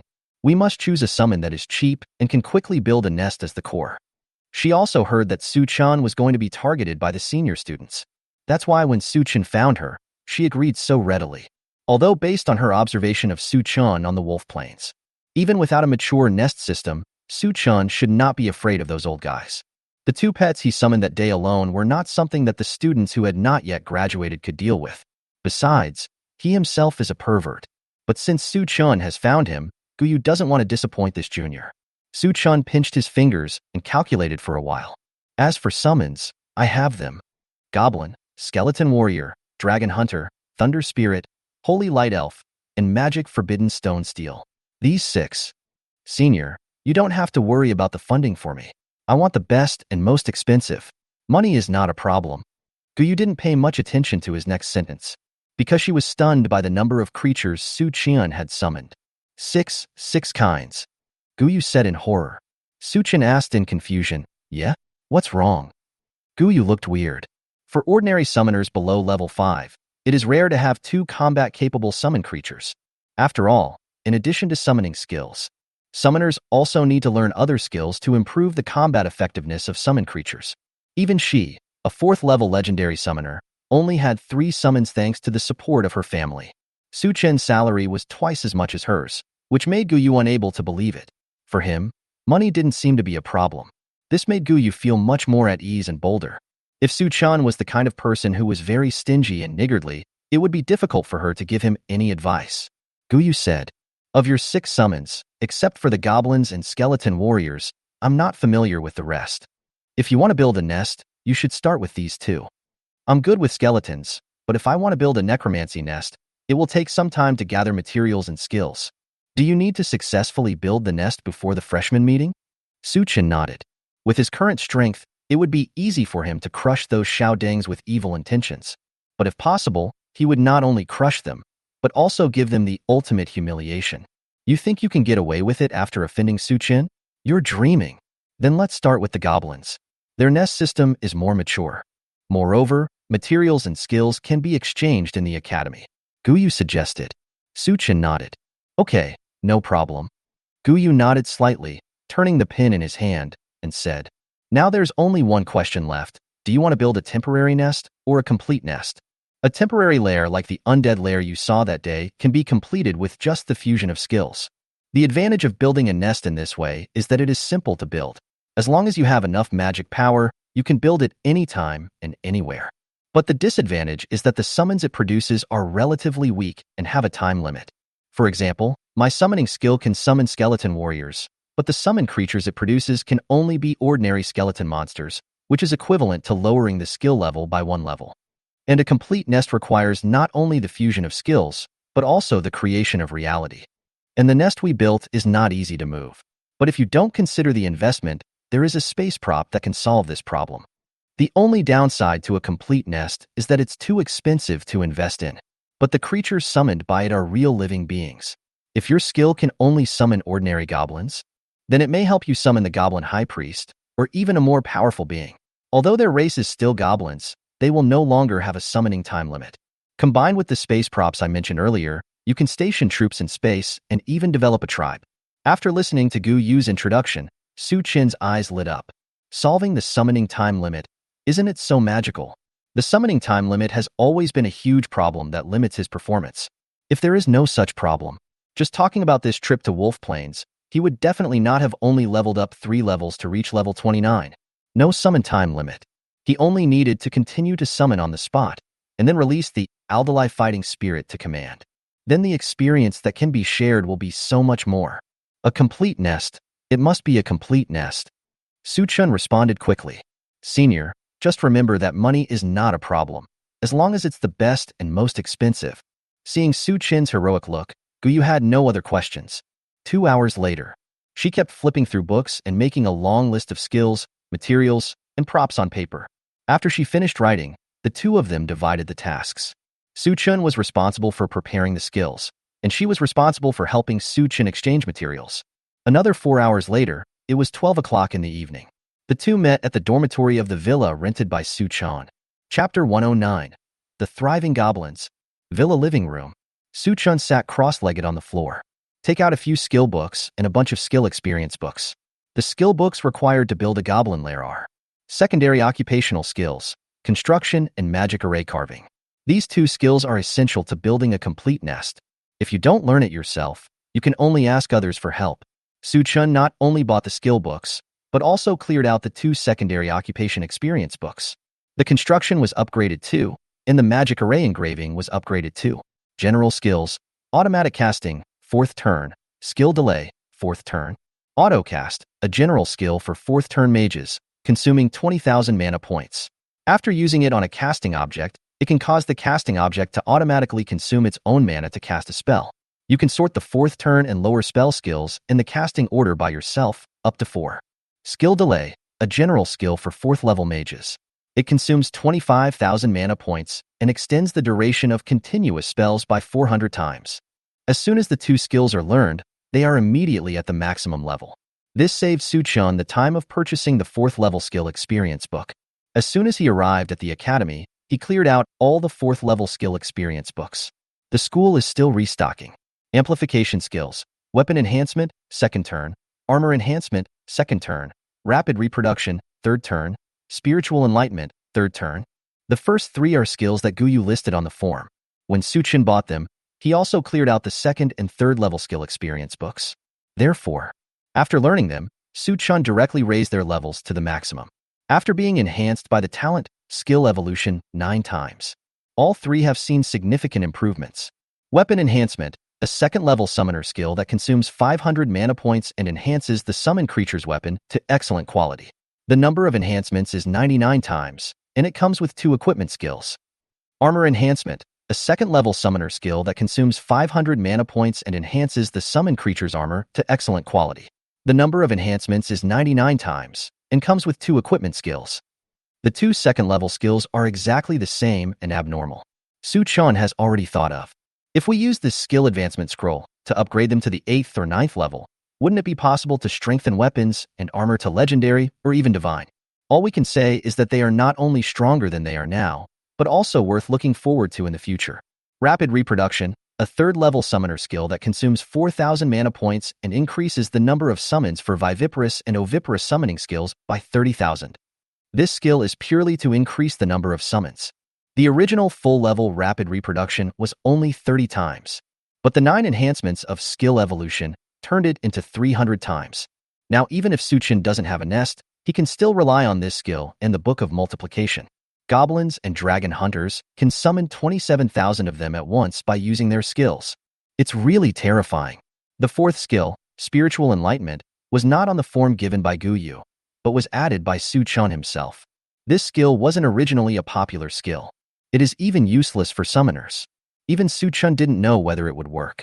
Its function is to give the summoned creature a little intelligence so that it can better handle the summoner's instructions. Su-chun thought that even if he had the elderly fighting spirit, he could help with the command. But once the number of summoned creatures is too large, exceeding 100,000, 1 million, or even 10 million, no matter how strong the elderly fighting spirit is, she alone cannot take care of all aspects. Summons have their own intelligence, which not only makes it easier to command, but also enables better coordinated combat. Of course, the summoner has absolute control over the summoned creature. Even if the summoned creature has intelligence, it cannot escape the control of the summoner. Even for a god-level summon, this is the case. After Su-chun learned Spiritual Enlightenment, he immediately used the experience book to raise the level to the maximum. Spiritual Enlightenment, a 3rd level summoner skill that consumes 8,000 mana points to enable the summoned creature to awaken its intelligence. When the summoned creature dies, there is a 1% chance to increase the wisdom limit of the race summoned by the skill user. Question mark. A question mark popped up in Su-chun's mind. The first half was okay, but what the hell is this second half? Can the wisdom limit of summoned creatures be increased when they die? A hellish idea suddenly popped up in Su-chun's mind. Even if there is only a 1 probability. But if you combine Spiritual Enlightenment with blood sacrifice worms and add rapid reproduction, the upper limit of the summoned creature's intelligence is bound to rise rapidly. Everyone is Einstein. Ding dong. At this moment, a bell rang at the door. Su-chun quickly got up and opened the door. It was Guyu. She walked into the villa, came to the living room, and took out a large amount of materials and props. This is a dimensional space ball. It contains 500 cubic meters of space. We can expand the interior space by simply purchasing new space balls to integrate into them. Real creations can be stored in space spheres. When needed, I can take things out with just a thought. Guyu held a silver gray bead the size of an egg in his hand. After trading all this to Su-chan, Su-chan pinched the small ball and shook it. It's only 500 cubic meters. Is there any stock left in the academy? Guyu shook his head. The production of this thing is not large, but its application is extremely wide. Besides summoners, other professions are also useful. I have already cleared out the inventory in the academy to accumulate 500 cubic meters. Speaking of which, she looked at Su-chan strangely. You have a lot of points, you don't know it. When I said I wanted to clear out the stock, the salesperson looked at me in such a strange way. Su-chan smiled. It's okay, you'll get used to it. Forehead. Guyu was speechless. This was not something a normal person could get used to, even if her family fully supports. She didn't dare spend so much. Look around the villa that Su-chan rented. She now couldn't guess how rich Su-chan was. Pick up the materials on the floor. Su-chan asked, Want to build a nest with me? Guyu waved his hand. Go and do your work. I have something else to do, so I'll leave first. If you have any questions, please contact me immediately. That's all. She got up and left. After Su-chan saw her off, he returned to the living room and took out the dimensional space bead. He looked at the prop and silently said, Use. A burst of brilliant light burst out from the dimensional space bead. A huge suction force was generated, pulling him in. When he opened his eyes again, there was a wide flat surface under Su-chan's feet. It is just a simple spatial plane, without even any soil. After a little adaptation, Su-chan took out a blueprint based on the plan given by Guyu. Item: Goblin Tint, Architectural Blueprint. Usage Requirements: Building Level 3. Introduction. After use, you can consume 100 units of animal hide, 300 units of wood, and 300 units of stone to build a goblin tent. This is what the nest looks like. A large amount of materials are taken out, used, and built. I don't know how much time passed. A slightly rough goblin tent covering an area of more than 10 square meters successfully stood in front of Su-chan. There were also several gray-white stone slabs engraved with magic patterns and formations placed in the tent. Su-chan has completed the outer shell of the nest. The next step is to set up spell skills on the stone slab. He first set up automatic casting and filled the 4 casting slots with rapid reproduction, weapon strengthening and armor strengthening, spiritual enlightenment, blood sacrifice worms, summon goblins. When the spell slot is filled, a strong light bursts out in the tent. Su-chan stepped back. Goblins kept coming out of the tents. Chapter 110: The Thriving Goblins. The goblins that walked out of the goblin tents were not dressed in uniform, except for the goblin wizards and high priests who wore intricate decorations. There are also goblin knights and warriors wearing heavy armor, a goblin archer wielding a longbow, and goblin miners wearing hard hats and holding axes and pickaxes. Under the influence of the blood sacrifice worm, goblins are born quickly but die quickly as well. After they died, no worms were born on their bodies. Instead, it emitted clusters of blue fluorescent light of wisdom and blended into the tent. This process was very fast. In just a few minutes, the goblin level iterated dozens of times. The magic power in Su-chan's body is consumed very quickly, which means he has a level of magic power return. If we change the summoner, even if he is a 6th level summoner, he probably won't be able to last long. Just as Su-chan was curious about how much the goblin's intelligence could be improved by continuing to iterate like this, a goblin wizard suddenly crawled in front of him and asked, Great Master, please grant us resources to develop our tribe? Su-chan was puzzled and looked at the other goblin wizards, only to find that they were drooling over the pile of resources next to him. Even if these goblin wizards died, a new batch appeared with the same expression. Su-chan was curious about what they could accomplish, so he simply agreed.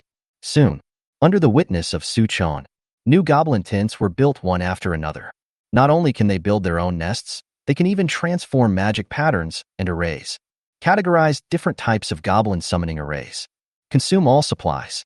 The 500 square meter area is covered with dozens of goblin tents of various sizes. There are 2 large goblin tents in the middle. The left side specifically summons Giant Goblin Heavy Armor Warrior. The right side specifically summons the Goblin Wizard. In both tents, a goblin is born every 5 minutes.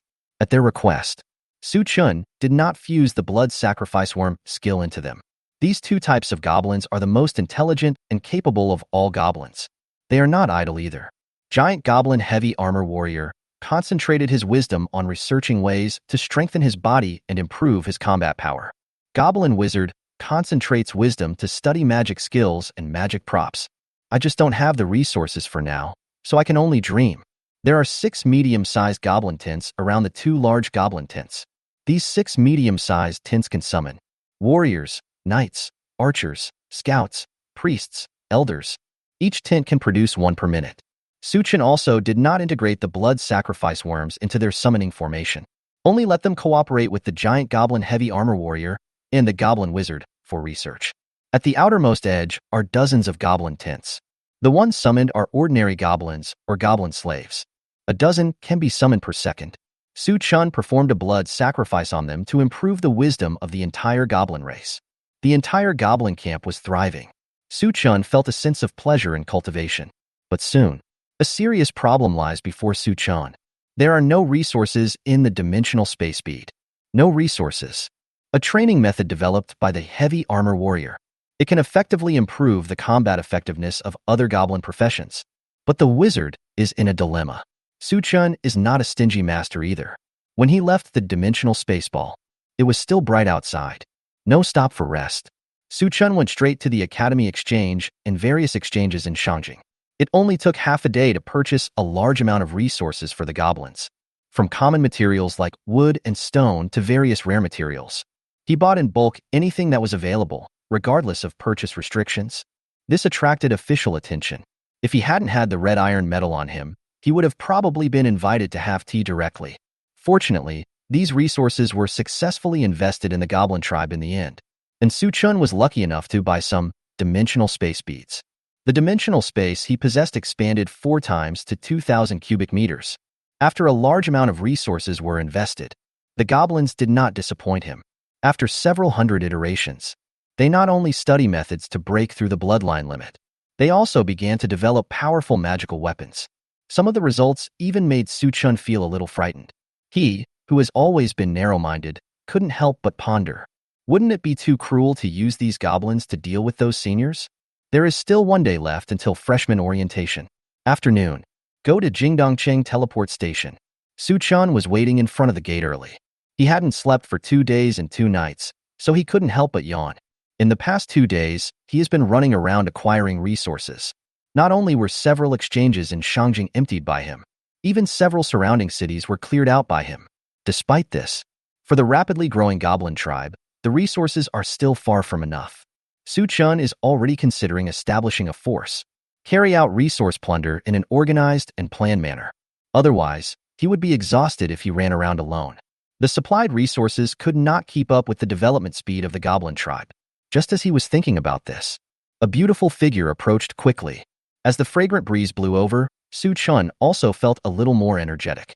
When I looked up, it was Mu Ying's bright and delicate face. "Do you miss me?" Mu Ying asked openly. Today, she tied her hair into a ponytail, revealing an impeccable face, wearing figure-hugging jeans and a plain white shirt. "Yes, I miss my precious daughter so much," Su Chun said with a smile. After hearing this, Mu Ying threw her hand at him and said, "Get lost." This time Su Chun did not dodge. She noticed the fatigue that could not be concealed on Su Chin's face and couldn't help but ask, "You must have been worried these days. Those guys are so abominable. They targeted you so much." "Don't worry, I will help you tomorrow, and we will get through this together. I am very strong now." Mu Ying also saw everyone on the forum targeting Su Chun. However, after this period of practice, she is now very confident and is sure that she can help Su Chun. Su Chun smiled, knowing that she had misunderstood, but did not explain further. "I can't explain it clearly. Anyone who heard that he was going to rely on a group of goblins to humiliate the top students of Daxia Academy would be ashamed. They would think he was crazy. Let's go. Find a place to rest. You look like you're about to break." Mu Ying pulled him and said. Su Chun coughed twice and said, "Wait a little longer. There is one more." Mu Ying's expression froze, but she was not surprised. In fact, the family has checked all of Su Chin's relationships. Not long, a short figure appeared in front of the two. Su Chun, Xiao Yu. The 2 tired people looked at each other and were both stunned. Immediately, Luo Xiao Yu, wearing a white holy robe, rushed up, throw herself into Su Chin's arms. After catching her steadily, Su Chan said with heartache. Why are you so tired? Didn't you say you would come to me if you had any trouble? You're talking about me. Aren't you the same? Luo Xiaoyu asked with concern. They didn't make things difficult for you, did they? Don't worry, I'll support you tomorrow. Don't worry, I'm no longer the Luo Xiaoyu I used to be. Su Chen smiled and turned around to introduce the two women. I know her. Me too. The two women squinted their eyes and looked at each other unfriendly. But it soon calmed down again. Seeing this, Su Chan said no more. Under the envious gazes of others, he took the two girls into the car and returned to Daxia Academy. Chapter 111, There's something wrong with Su Chan today. Late at night, the accommodation area of Daxia Academy. In a dormitory for two people. The moonlight is like water, falling on the windowsill. A bony hand was pinching the green leaves of the potted plant in front of the window. The sound from the microphone echoed in the empty room. Sister Jean, everything is ready. Wu Shang and Zhou Fanqing have agreed to help us. With the two of them here, plus our manpower. Even if that kid named Su Chun is able to defy the heavens, he can't escape our five-finger mountain. In the darkness, a glimmer of fire lit up. Jean Yulan held a cigarette in her hand and took a deep breath. Grayish-white smoke slowly exhaled from both ends of the plump red lips. She leaned out from the shadows and rested her hands on the windowsill. Her flamboyant curly blonde hair sparkled in the moonlight. We have to make sure everything is safe. I don't want to see any mistakes. Her voice carried the oppression of a superior, and no one was allowed to question it. The person on the other end of the phone was affected, and his voice couldn't help but tremble. Don't worry, Sister Jean, everything will be fine. I will definitely make that kid lose face this time. He hung up the call and put the communicator aside. Jean Yulan turned around and leaned against the windowsill. The plump and hot figure is matched with the charming purple silk suspender nightgown. At this moment, she is like a fairy, charming and breathtaking. She glanced at the villa area not far away from the corner of her eye. Where his eyes were pointing was exactly where Su Chan rented a house. The turmoil on the forum during this period was manipulated and fanned by Jean Yulan behind the scenes. She magnified the old students' disdain for Su Chun and the new students' hostility towards Su Chan. This made Su Chan stand against almost all the students in the school and became the target of public criticism. But in fact, she didn't know Su Chan. She even saw Su Chen's appearance from media reports. The reason behind Jean Yulan's targeting of Su Chan? Or was it because of Su Chen's domineering behavior in the second round of the college entrance examination? Jean Yulan has a younger brother who is more talented than her. Originally, 80% of them could enter the Daxia Academy. But because of Su Chen's malicious interference, now I can only attend a secondary vocational school. The most infuriating thing is, not only did Su Chun not receive any punishment, but he also became a hero awarded by the official. When legal principles cannot bring justice, personal revenge will be the noblest. Jean Yulan thought so and planned this action. Wu Shang was the top scorer 2 years ago, and he was invincible in his class.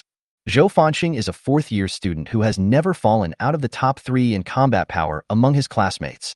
Add to that other helpers, Su Chan He, I'll see how you die tomorrow.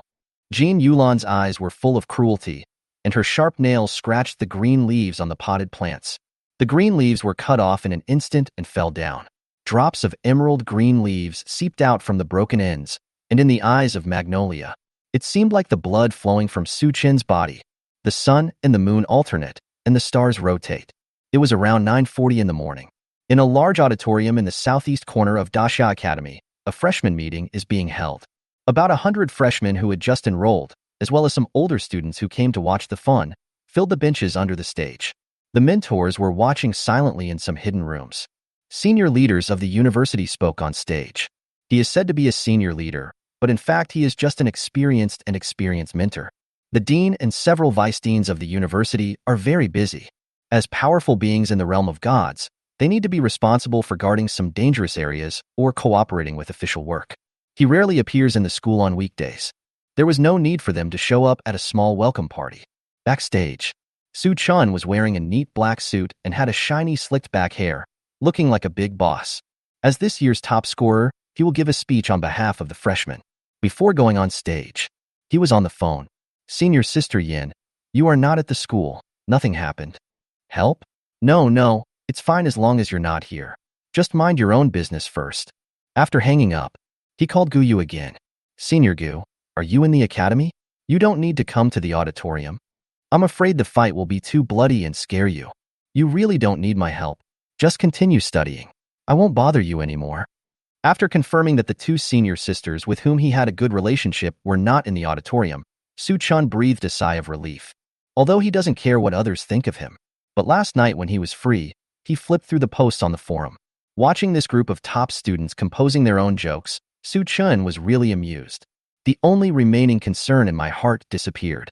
He is going to fire the map cannon later, and he will feel guilty if he accidentally hurts a friendly force.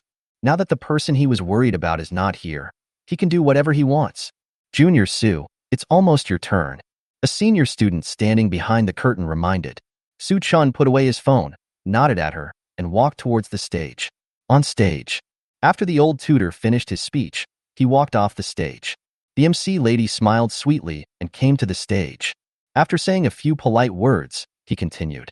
Next, please invite the freshman representative, Su-chun, to come on stage and give a speech. There was a burst of boos from the audience. During this period of time, Su-chun's reputation has been ruined to the extreme. Under the influence of caring people, Su-chun was portrayed as a devil who was extremely arrogant and despised everything. Many people followed the crowd and had an inexplicable hostility towards him. The booing lasted for 30 seconds, but there was no one on the stage.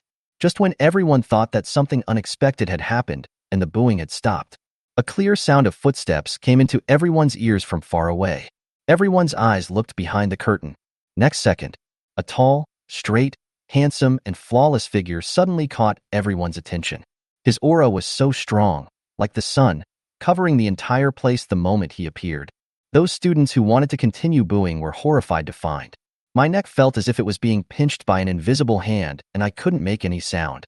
The auditorium was suddenly silent, with only the sound of Su-chun's footsteps.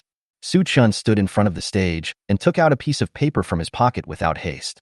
There is also a pair of gold-framed glasses, which Xiaolingyun prepared for him. It is said that wearing glasses makes one look more refined and more likely to attract people's attention. After putting on the glasses, Su-chun looked down and smiled slightly.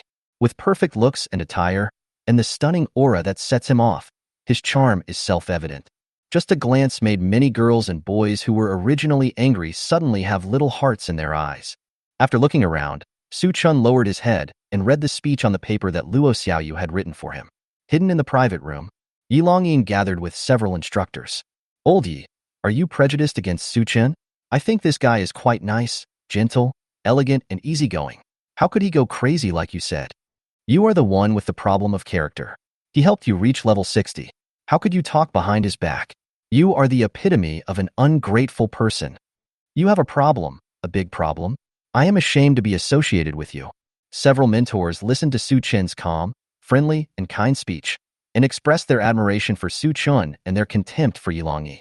Yi Longyin's face was pressed against the one-way glass window, his eyes wide open, staring at Su-chun up and down, as if he didn't know him. Something's wrong. Something's extremely wrong. Yi Longyin muttered to himself. He has been paying close attention to the forum in recent days and even spoke up for Su-chun, but was banned from speaking. Based on Yi Longyin's understanding of him, even if he didn't explode, he wouldn't be so easy to talk to. There is something wrong with Su-chun today. What happened to Su-chun? Was he replaced by someone? Yi Longyin's head was like a ball of paste, extremely messy. And just when he was confused, Su-chun's speech gradually came to an end. After wishing all freshmen a wonderful and fulfilling academic life, he folded the manuscript paper leisurely, and then, take off the gold-rimmed glasses. Chapter 112. Everyone here is garbage. Su-chun pressed the folded manuscript under his gold-framed glasses, supported himself on the table with both hands, leaned forward slightly, and his eyes were no longer as gentle as before.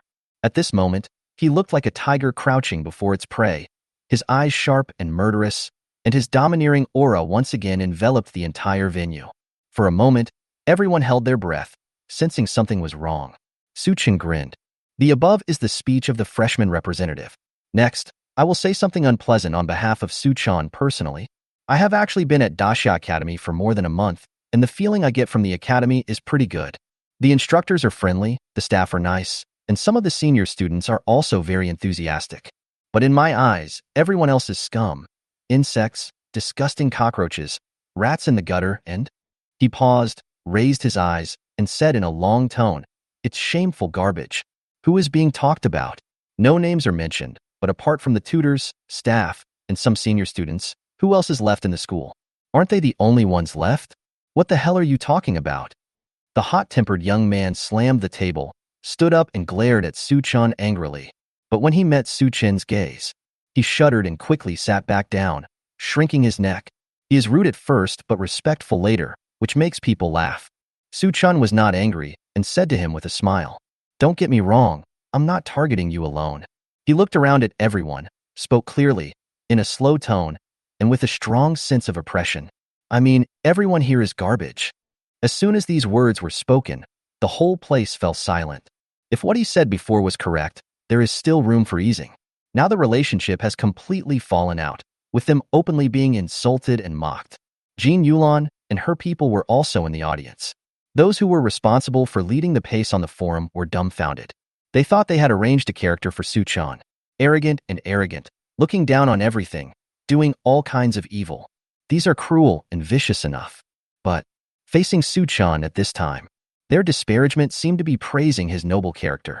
Their smear campaign seemed to be an attempt to whitewash Su-chan.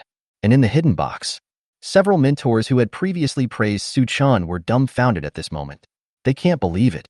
The elegant and easygoing gentleman from before. And now the devil who is afraid of chaos in the world. It's the same person. Yilongyin showed a relieved smile. Just right. This is Su-chan. Who was that before? He was so pretentious, it was disgusting. As the saying goes, I have no morals, so no one can restrain me. Su-chan enjoyed being looked at with hatred by everyone and said calmly, "I know you are angry now, but don't be angry yet. I heard there will be a communication session between new and old students later, right? I'm looking forward to you guys challenging me. That's it." He calmly straightened the wrinkles on his clothes before slowly walking towards the backstage. Wait until he's gone far away. The students' emotions could no longer be suppressed and burst out. Fuck, this is the first time I've seen such an arrogant person in my life. Don't stop me. I'm going to kill him. No one is stopping you. He's right backstage. Don't hold my hand. Just go after him. What the forum posts say is true. This guy is really too arrogant. If we don't teach him the rules, how are we going to survive in school in the future? At this time, Jean Yulan gave a look to her subordinates. The younger brother immediately understood and raised his hand and shouted, "Su-chan, what are you so crazy about? If you have the guts, join the bloody challenge." He shouted loudly several times. Some freshmen were confused and didn't know the situation. But the old man's eyes lit up and he shouted along, "What's so crazy about it? If you have the guts, join the bloody challenge. What's so crazy about it?" Su-chan, who had already arrived backstage, stopped when he heard the voice. He looked at the senior schoolmate who was already frozen in fear and asked curiously, "What is this bloody challenge?" The senior student hurriedly came back to her senses and looked at him with fear. "I was afraid that he would suddenly attack me the next second. This is very much like something Su-chan would do." After making sure that Su-chan showed no signs of anger, the senior student began to explain. The bloody challenge is also a form of communication between new and old students, but it is even more cruel and bloody. The normal way of challenging is for one party to issue the challenge and the other party to agree. Then both sides will fight in the competition arena. As long as the health points drop to a certain value, the winner will be decided. But the bloody challenge is to throw all the people who participated in the exchange session, whether they are freshmen or old students, into a simulated copy. Everyone must stay in the dungeon for 7 days, fighting and killing each other. Everything in the dungeon simulates reality, and the damage and pain are all 100. That is to say, even though death won't really happen in the dungeon, all the feelings of the death experience can be felt. And even if you endure the pain of death, you will not be freed, and you will be resurrected in a safe place. It is said that this was developed by the Academy in ancient times to help students overcome the bloody scenes they would encounter when fighting against the alien races in the abyss. Speaking of which, the senior student paused, then reminded kindly, "The school will not easily initiate a bloody challenge. You are the freshman representative. It will only begin if you agree. But if you had agreed just now, they would have most likely chased you and killed you alone. More than a decade ago, there was a freshman representative who was just as arrogant as you. After a bloody challenge, in the second month, he dropped out of school because of fear. I advise you not to answer them." Su-chan didn't care about what she said next and grinned. "There is such a fun part, great. Go tell them that I agree, and start the so-called bloody challenge." The senior student looked confused. Did you hear what I said? How dare you agree to that? Suchin glanced at her and chuckled. Why shouldn't I? Don't worry, I will show mercy. I won't kill them until they lose their minds. I will just let them suffer for a while. This is the price they should bear. If an ant wants to challenge a dragon, it should be prepared to pay the price, right?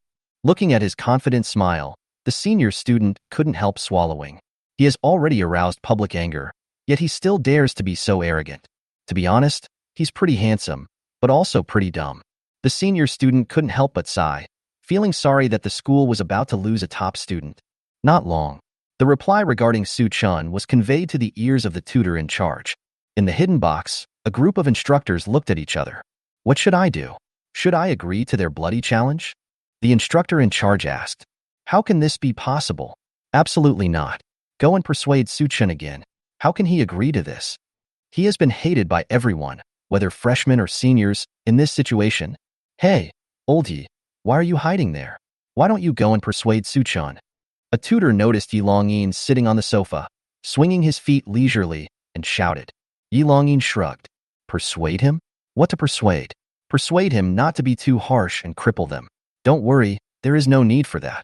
Su Chun still knows his limits. Some mentors are still persuading me. If it weren't for you, the students of our school would be nothing but cats and dogs. They are all top talents selected from various cities. With this force gathered together, I'm afraid. Yi Longyin just chuckled. This power is indeed very strong. If it were someone else, even if he had a mythical profession or talent, I don't think he would be able to deal with it. But if it's Su Chun, you can rest assured. Only after you've seen him in action, you'll understand how powerful this guy is. Promise them. It just so happens that the academy hasn't been so lively for a long time. Soon, the bloody challenge that has been absent for more than 10 years has begun again. A blood-red light gate opened in the central square of the academy. The video of Su Chun mocking the entire school in public was also uploaded to the forum, with the most eye-catching title, How Can This Be Tolerated? Countless students were furious and swarmed over. A huge competition between a large number of top talents and one person is about to begin. Chapter 113, Building Infrastructure in the Simulation Copy. In the central square of Daxia Academy, the crowd made way for a path. Everyone looked at the figure walking from the end of the road. Su Chun looked calm as he led Mu Ying and Luo Xiaoyu through the crowd and headed towards the light gate that led to the bloody challenge. Just before entering the light gate, he stopped and looked back at the crowd. Suddenly, he sneered with disdain and walked into the light gate. After the three figures disappeared, the silent crowd came to their senses at this moment. Fuck, what did he mean just now, looking down on us? Okay, this guy is really brave. Looks like I, the bloody hand maniac, have to take action today. Don't stop me, let me go first. The crowd was noisy, but only a few had the courage to enter the light gate. Everyone criticized Su Chunquang, but no one said he was bad. Behind the crowd, Jin Yulan watched this scene and frowned slightly. She knew very well that she could not count on this mob, so she turned her head and looked at the younger brother next to her. Are you all ready? The younger brother answered immediately. The staff is complete and the positioning props are ready. As long as you enter the dungeon, you can find his location immediately. Jin Yulan nodded, and a faint smile appeared on her cold face. Okay, that guy's profession is a summoner. We must not let him have time to accumulate troops. Even if we give him time, what can we do? There are so many of us, are we still afraid of just one person? A muscular young man wearing an animal skin vest and with yellow hair crossed his arms and sneered. He is one of Jin Yulan's most valued helpers on this trip, the top student in the 3rd grade, Wu Sheng. Wu Sheng twisted his arms and moved his neck, making crackling sounds. He grinned, revealing 8 teeth, and spoke with an excited look on his face. I just hope he's not too weak. If the battle is too easy, it won't be fun. Next to him, a cold-faced young man dressed as an archer with long hair spoke. It's better to be safe. I got information from my mentor that this guy seems to be quite evil. Jin Yulan looked at the cold-faced young man, who was Zhou Fanqing, who was ranked in the top 3 in the 4th grade. He is also a strong candidate vying for a spot at Daxia Academy's national selection meeting in half a month. Zhou Fanqing's tutor is well known in the school for being strict with others. Even his mentor said that Su Chun was evil. It seems that this guy is really not an ordinary person. But Jin Yulan glanced at her group of people. He was first in the 3rd grade, in the top 3 in the 4th grade, and I was also first in the 2nd grade. There is also a group of helpers who are ranked in the top 20 in the 3rd and 4th grades. With this kind of power, what can it do even if Su Chun has the combat power of the 4th or even 5th level? Can't get out of her palm. Thinking of this, a hint of pride and joy flashed in Jean Yulan's beautiful eyes. Us. Just when she was about to give the order. Suddenly, a noise came from not far away, and everyone looked in the direction of the sound. I saw a tall and strong figure walking slowly towards me. The man had a bald head and wore dark red armor. The armor was sticky, as if it was a layer of blood scab. There was a scar on his face, running from his left eyebrow to his right nose, with a centipede-like tumor on it. When he appeared, the temperature of the air dropped suddenly and a faint smell of blood drifted away. To my surprise, even he is here. Jean Yulan's face was full of surprise. The man's name is Fan Biao, and he is top of the 4th grade. He grew up in a military camp and trained with the troops when he was a teenager. After awakening the profession, it only took him 2 months to reach the 5th level of the abyss on his own. Fan Biao rarely appears in the school. It is said that he is either fighting monsters or on his way to fight. The few battle scenes that took place within the academy were all filled with blood, brutality, and terror. There was even one time when his 5th-place opponent in the same class was frightened to the point of incontinence simply by the evil aura he exuded. In the eyes of everyone, when he was fighting, he was no longer a professional, but more like a crazy monster. Watching him walk step by step towards the blood-red light gate, someone shouted excitedly, "Boss Fan, are you here to teach Suchin a lesson too?" Fan Biao paused and looked back at the person who spoke. Obviously no action, but the moment his eyes swept over them, the people in that area couldn't help but take a few steps back. Fan Biao was silent for a moment, then spoke concisely. "He's very strong and is the worthy opponent I crave." At this point, Fan Biao, who has always been known as the cold-faced Shura, actually revealed a smile full of anticipation. Wu Sheng understood the meaning of that smile very well. He and Fan Biao belong to the same type of people, pursuing to become stronger, eager to constantly fight with the strong and hone themselves. He is just not as extreme, crazy, and reckless as Fan Biao. Wu Sheng licked his lips, his arms shaking with uncontrollable excitement, and said in a trembling voice. Even Fan Biao said that. "It seems that guy is really hard to mess with. Sister Jean, are you sure you want to target him?" He is 1 year older than Jean Yulan, but the two had a competition once and Wu Sheng lost. So he was willing to call her sister. Jean Yulan glanced at him and said coldly, "Are you scared?" Wu Sheng shrugged and said, "Afraid? Not at all. I just hope you won't regret it." "Regret, haha. What I want is for that bastard to regret it." Jean Yulan's eyes were fierce. She threw her cloak and strode towards the bloody light gate. Geniuses and groups from all walks of life entered the bloody light gate one after another. An hour later, the light gate closed. But the crowd gathered in the central square did not leave. A projection screen rose into the air. It is linked to a bird's-eye view within the dungeon, giving a bird's-eye view of the entire dungeon. At the same time, the combat perspectives of each student participating in the bloody fight were also open one by one in the Apocalypse system. Everyone first looked at the bird's-eye view light screen. Soon, the students gathered in the square, as well as the instructors hiding in the dark and observing secretly, were all confused and opened their mouths wide. Because they saw inside the light screen, densely packed goblins, like an ant colony, were cutting down trees and digging up soil, rocks, and minerals. They not only destroy, but also transport trees, minerals, and soil to one place. As the screen zoomed in, a towering castle under construction appeared in everyone's eyes. What the hell is this? A monster in a simulated dungeon space. Can we still build infrastructure? And the construction speed is so fast, damn. Are these monsters goblins? Their noses, eyes, and heads look like goblins, but there seems to be something wrong with their height and physique. Look at those monsters. I've never seen them before. The weapons in their hands are 2F * King awesome. Am I seeing right? They've transformed their arms into mechanical arms, and they even have gun barrels. What the hell are these magic trucks? They are made of just a few wooden boards, engraved with magic patterns, and they can move, and they are so fast. Then what are those things I have in the lab? Just junk? Everything that happened in the copy was unbelievable to the students, not to mention the instructors. Hardly any thought. Yi Longyin said with certainty, "This must have been done by Su Chun." But after he finished speaking, his expression became a little strange again.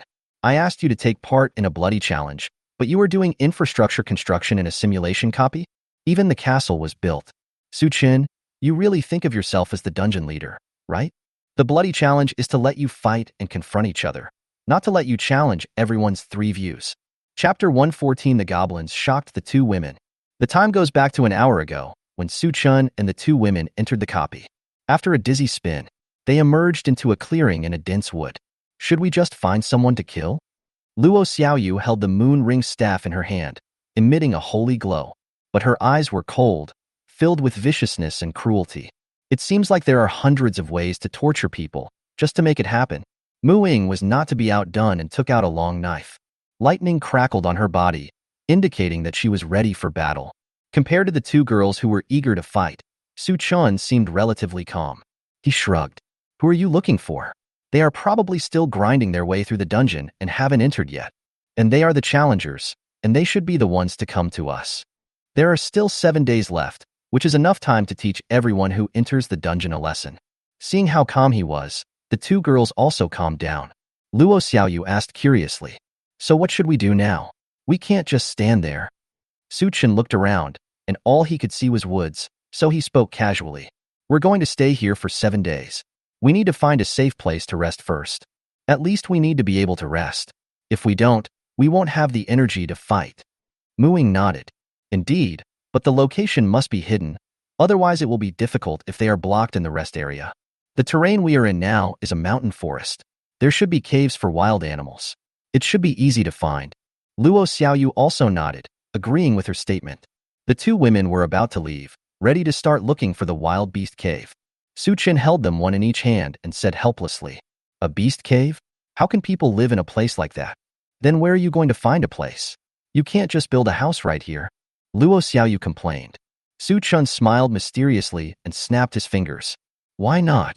As the sound of snapping fingers spread, two summoning circles appeared in front of the three of them. Next second, there was a sound of a huge object falling to the ground, and the wind and waves blew up dust all over the sky. In that flying dust, suddenly, two lights, one red and one blue, appeared. After the flying dust gradually dissipated, the two women could see clearly what Su-chun had summoned. Are those two goblins?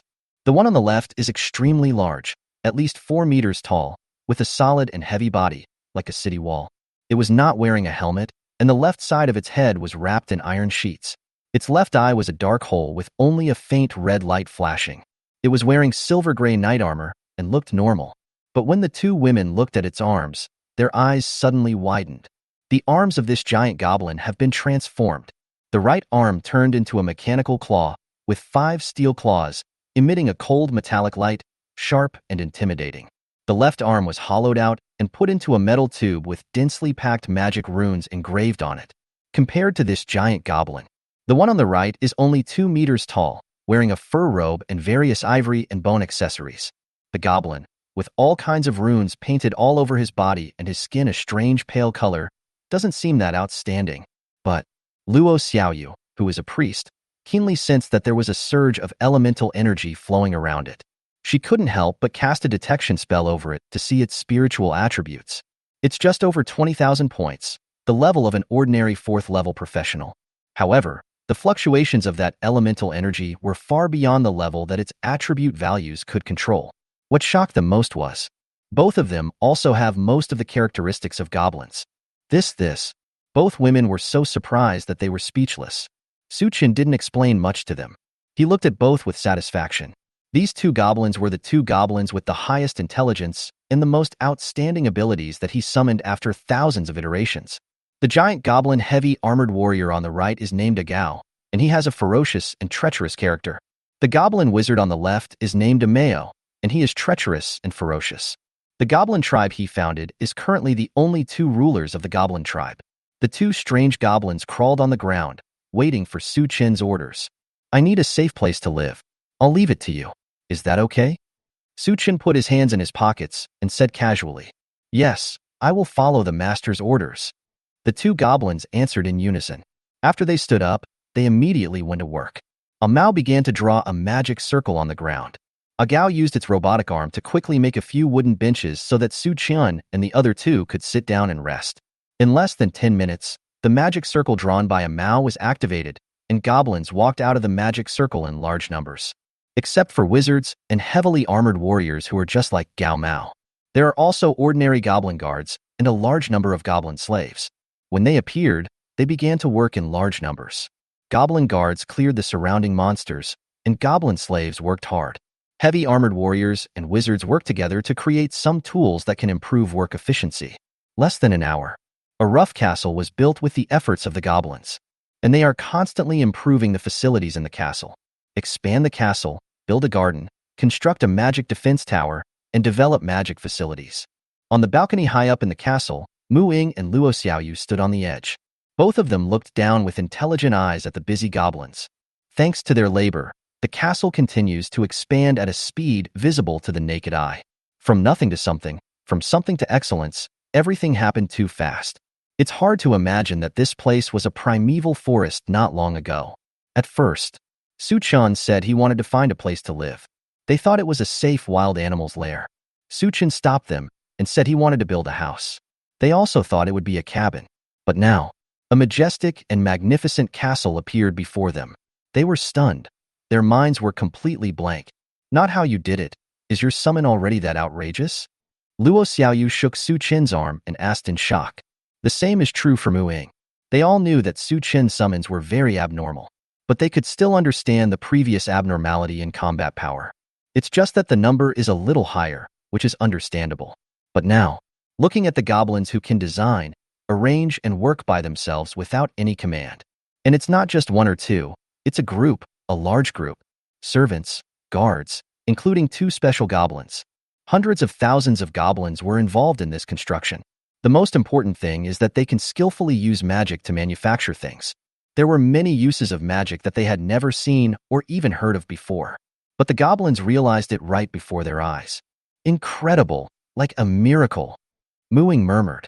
Su Chen smiled slightly and said nothing. In fact, he was shocked too. Su Chen really didn't know that this group of goblins had such abilities. Really, resources have become the biggest limitation to the development of the goblin lair system. Finding a stable source of resources must be put on the agenda. But this problem is easy to solve. Now the goblins have mastered the basic space teleportation of materials. Just drop them into a resource area and they will collect it themselves and then teleport back the supplies.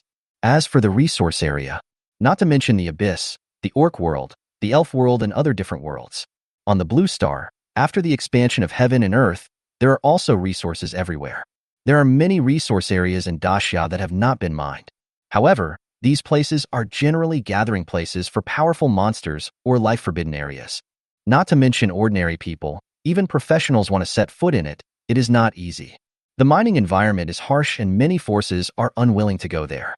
This is a good deal for Su Chen. After all, he is not an ordinary person. He is a hacker. Thinking of this, he hugged the 2 women proudly, with the corners of his mouth curled up. Chapter 115. Golden Leader Goblin Slave. Is there no one who can help me vent my anger? Why should he be so comfortable? You dare to enslave summoned creatures to build a castle. Is there still a king's law? Is there still law? Damn it. He really deserves to die. In the square, everyone was outraged and resentful when seeing Su Chen's arrogant look. Everyone hopes that a strong man will appear from the sky at this moment. Give Su Chen, this arrogant guy, a good beating. At this time, suddenly someone shouted, "Look, Boss Fan is near the castle." Everyone looked in the direction of the voice. A bloody and burly figure appeared in the ravine surrounding the castle. In simulated copy, a lot of fresh blood has been added to Fan Biao's armor. He held 2 dark red scimitars in his hands, the blades shining coldly and extremely sharp. Even though he had just killed a simulated monster, there was not a single drop of blood. Fan Biao came here following the noisy noise. The noises in my ears became louder and louder. His eyes were filled with anger, and he couldn't help but quicken his pace. After a while, he came to a place where a noise was coming from. I saw several figures cutting wood. They are about 1.8 meters tall, with strong bodies, holding axes in their hands and wearing helmets on their heads. He was wearing thin, dirty, and black clothes, and at first glance Fan Biao thought he was from somewhere else. A closer look. They had pointed ears, green skin, and looked mean and cunning. They turned out to be a few goblins. Fan Biao was stunned. He didn't expect that there would be creatures like goblins in this simulation copy. It's not that goblins are special, it's just that they are too weak. It is impossible to allow this kind of monster into a normal simulation copy, because it is totally useless. Although their outfit was somewhat novel, it was something I had never seen before. But they are goblins after all. Their racial bloodline is there. So what great abilities can they have? Thinking that I was alarmed by the noise they made, I ran over in a hurry. Fan Biao was furious. He bent his knees slightly, took a step forward, and rushed forward. A goblin was chopping down a tree with an axe. 1 axe, 2 axe, 3. Just as it swung the 3rd axe, a pair of scarlet eyes suddenly lit up behind it. It sensed something was wrong and looked back. 2 blood-red sword lights attacked from above, crossing to form a shape and falling on the goblin. Bang! The goblin was instantly knocked several meters away, and even the axe fell out of his hand. Fan Biao did not stop, and in one quick step he reached the second goblin, slashed its neck with his knife, and then stabbed another goblin. He was as ferocious and swift as a hungry wolf entering a flock of sheep, and in the blink of an eye, he had chopped down all the goblins in the area. Fan Biao only stabbed each goblin once, and he thought that was enough. After all, any more stab to such low-level creatures would be an insult to him. When he was about to put away his knife and leave after chopping, he suddenly realized that the atmosphere was wrong and someone with malicious intent was attacking him from behind. Look back and take a closer look. Those goblins never die. They were indeed seriously injured, with most of their health reduced, but they were not dead. And they stared at him with angry eyes, roared, and then red fluorescent rays emerged from their bodies. Suddenly, the health bar, which was only half left, lengthened a lot. Fan Biao was stunned. Isn't this a goblin? How come there is a second stage? It also adds health. Even the leader isn't that abnormal. He doesn't know. Even though these monsters are goblins, they are the weakest branch in the goblin nest system constructed by Su Qian. But under the influence of boss summon, they are all silver-level bosses. No, they are already gold-level bosses. Relying on the extreme level of constantly spawning monsters in the nest, Su Qian's boss summoning has already broken through to above. He also made improvements to all the summoning arrays, without simply and directly incorporating the blood sacrifice worm and spiritual enlightenment. Of course, the iterative wisdom cannot stop. He built several new tints and set up altars specifically for blood sacrifice to gain wisdom. He replaced the original spell slots of the summoning array with self-destruction and rage. These 2 skills will be triggered after death and after discovering the enemy respectively. Now this group of goblins has entered the rage state, and their attributes have increased 7-fold. Their original average attributes were 2,000 to 3,000, but now they have directly jumped to a higher level and are comparable to ordinary 4th-level professionals. Several extraordinary goblins wielded their tools and rushed forward to attack Fan Biao. Fan Biao was only slightly surprised, but he quickly recovered and showed excitement. He is not afraid of a strong enemy, but he is afraid that the enemy is too weak and he will not be able to kill him to his heart's content. As he thought of this, blood mist appeared on his 2 swords. Killing skill Bloody Star. He squatted down on his knees, and after a moment, the goblins jumped high. Fan Biao shot out like an arrow, his double swords leaving long, narrow blood-red meteor tails as he slashed at the goblins. When he stopped, he appeared behind the goblins. Looking back, he saw that all the goblins were chopped to the ground. But there is still half of the health bar left. Good job, you're still not dead yet, then take another one from me. Unparalleled blood-killing Euro. With a leap, Fan Biao jumped into the pile of monsters, raised his hands straight, and then started to turn around. The blood-red gyroscope stirred up a strong wind, sweeping the surrounding dust, leaves, and goblins over. He slashed wildly in the air, completely emptying the goblins' health bars. When Fan Biao heard the system's prompt to kill the monster, he stopped and thought that the matter was over. Suddenly, out of the corner of my eye I caught a glimpse of a rapidly expanding flame. He immediately became nervous and felt something was wrong. When he was about to retreat, it was too late. Bang, bang, bang, bang. There were several thunderous explosions that shook the earth. The self-destruction that Su Qian integrated into his body will not be affected by his subsequent attribute enhancement, but his basic spiritual attributes alone amount to 599,000 points. Each time, there is 7 times the spiritual attribute damage, plus half a minute of burning. Fan Biao was able to withstand the blast, but he was not killed. But this may be unfortunate for him. I saw wisps of hot white flames attached to his body, like an invisible big mouth, constantly gnawing at his flesh and blood. After holding on for a few seconds, Fan Biao's tense face revealed pain, and he bent his knees and fell to his knees. Ah! After a roar of extreme pain, his health bar was emptied, his eyes went black, and he died. Before his death, his body had been burned to the point of being unrecognizable. In the square, All those who were cheering before were now silent. They didn't expect. Fan Biao, the top student in the 4th grade and known as the cold-faced Shura. He actually fought back and forth with a group of goblins and even died at the hands of those goblins. What is even more frightening is that this group of goblins was summoned by Su Chan. They are the weakest units and the largest in number. Looking from a bird's eye view, half of the map is filled with goblin slaves. After a long silence, someone asked a soul-searching question. How can we fight this? No one answered. I don't know how to answer. Chapter 116 Fan Biao's Goblin Adventure. After Fan Biao was resurrected from a safe area, he looked at his hands in shock. He is actually dead. When he decided to enter the bloody challenge, he was actually ready to die. After all, he is the top student in the 4th grade and can be said to be the top student in the entire school. But if you are faced with a group of people besieging you, and there was Su Chun who made him excited, he could possibly die. But Fan Biao never expected that he would die at the hands of the goblin. This is such a great shame. Fan Biao's eyes turned bloodshot, and he punched the stone wall next to him angrily. But he soon calmed down. His death was not caused by the goblin's strength. Although the group of goblins was a little strange, he could still deal with them easily. I just didn't care because I didn't know that they would explode after death. As long as you are careful next time, there will be no more accidents. Thinking like this, another strange noise reached his ears. Fan Biao's eyes narrowed slightly. He took out his 2 knives and said viciously, "There will be no accidents this time." He quickly found the place where the strange noise came from and killed the goblins with a few strokes. With the previous experience as a lesson, he didn't even let the goblins enter the 2nd stage. Before the goblin exploded, he successfully retreated without any harm. "Haha, that's all," Fan Biao said with a sneer. Afterwards, he followed the unusual noise and killed several groups of goblins that were either cutting wood or quarrying. After another team wipe, Fan Biao felt a little tired. He decided not to bother these goblins anymore. I've had enough fun. Now it's time to find a professional and take on a challenge. Excitedly thinking, how great it would be if I could meet Su Chin directly. Suddenly, bang! A clear sound came from not far away. Fan Biao sensed the danger and turned his body in time. But the next second, puff! He failed to dodge, and a blazing red light shot out from the bushes and pierced through his left shoulder. And there is more than one. Immediately afterwards, Fan Biao heard a dense series of noises. Bang, bang, bang. It brought back bad memories for him. He quickly activated a defensive skill, and an extra layer of blood-red shield appeared beside him.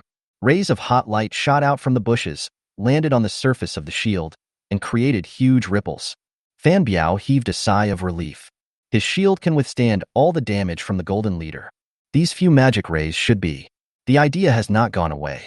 After only 2 seconds, the shield value was exhausted, and another penetrating hole appeared on his right arm. Damn it! Fan Biao rolled over quickly, looking for cover to hide. Those rays were too powerful. They pierced through wood and stone, and put him in a very embarrassing situation. However, after several rounds of volleys, Fan Biao calmed down. So what if the damage is high? If the attacker didn't kill me instantly, it proved that the attacker's attribute values were not very strong, and it attacks with elemental rays. The opponent is most likely a group of mages. Fan Biao has received special training to face the magician.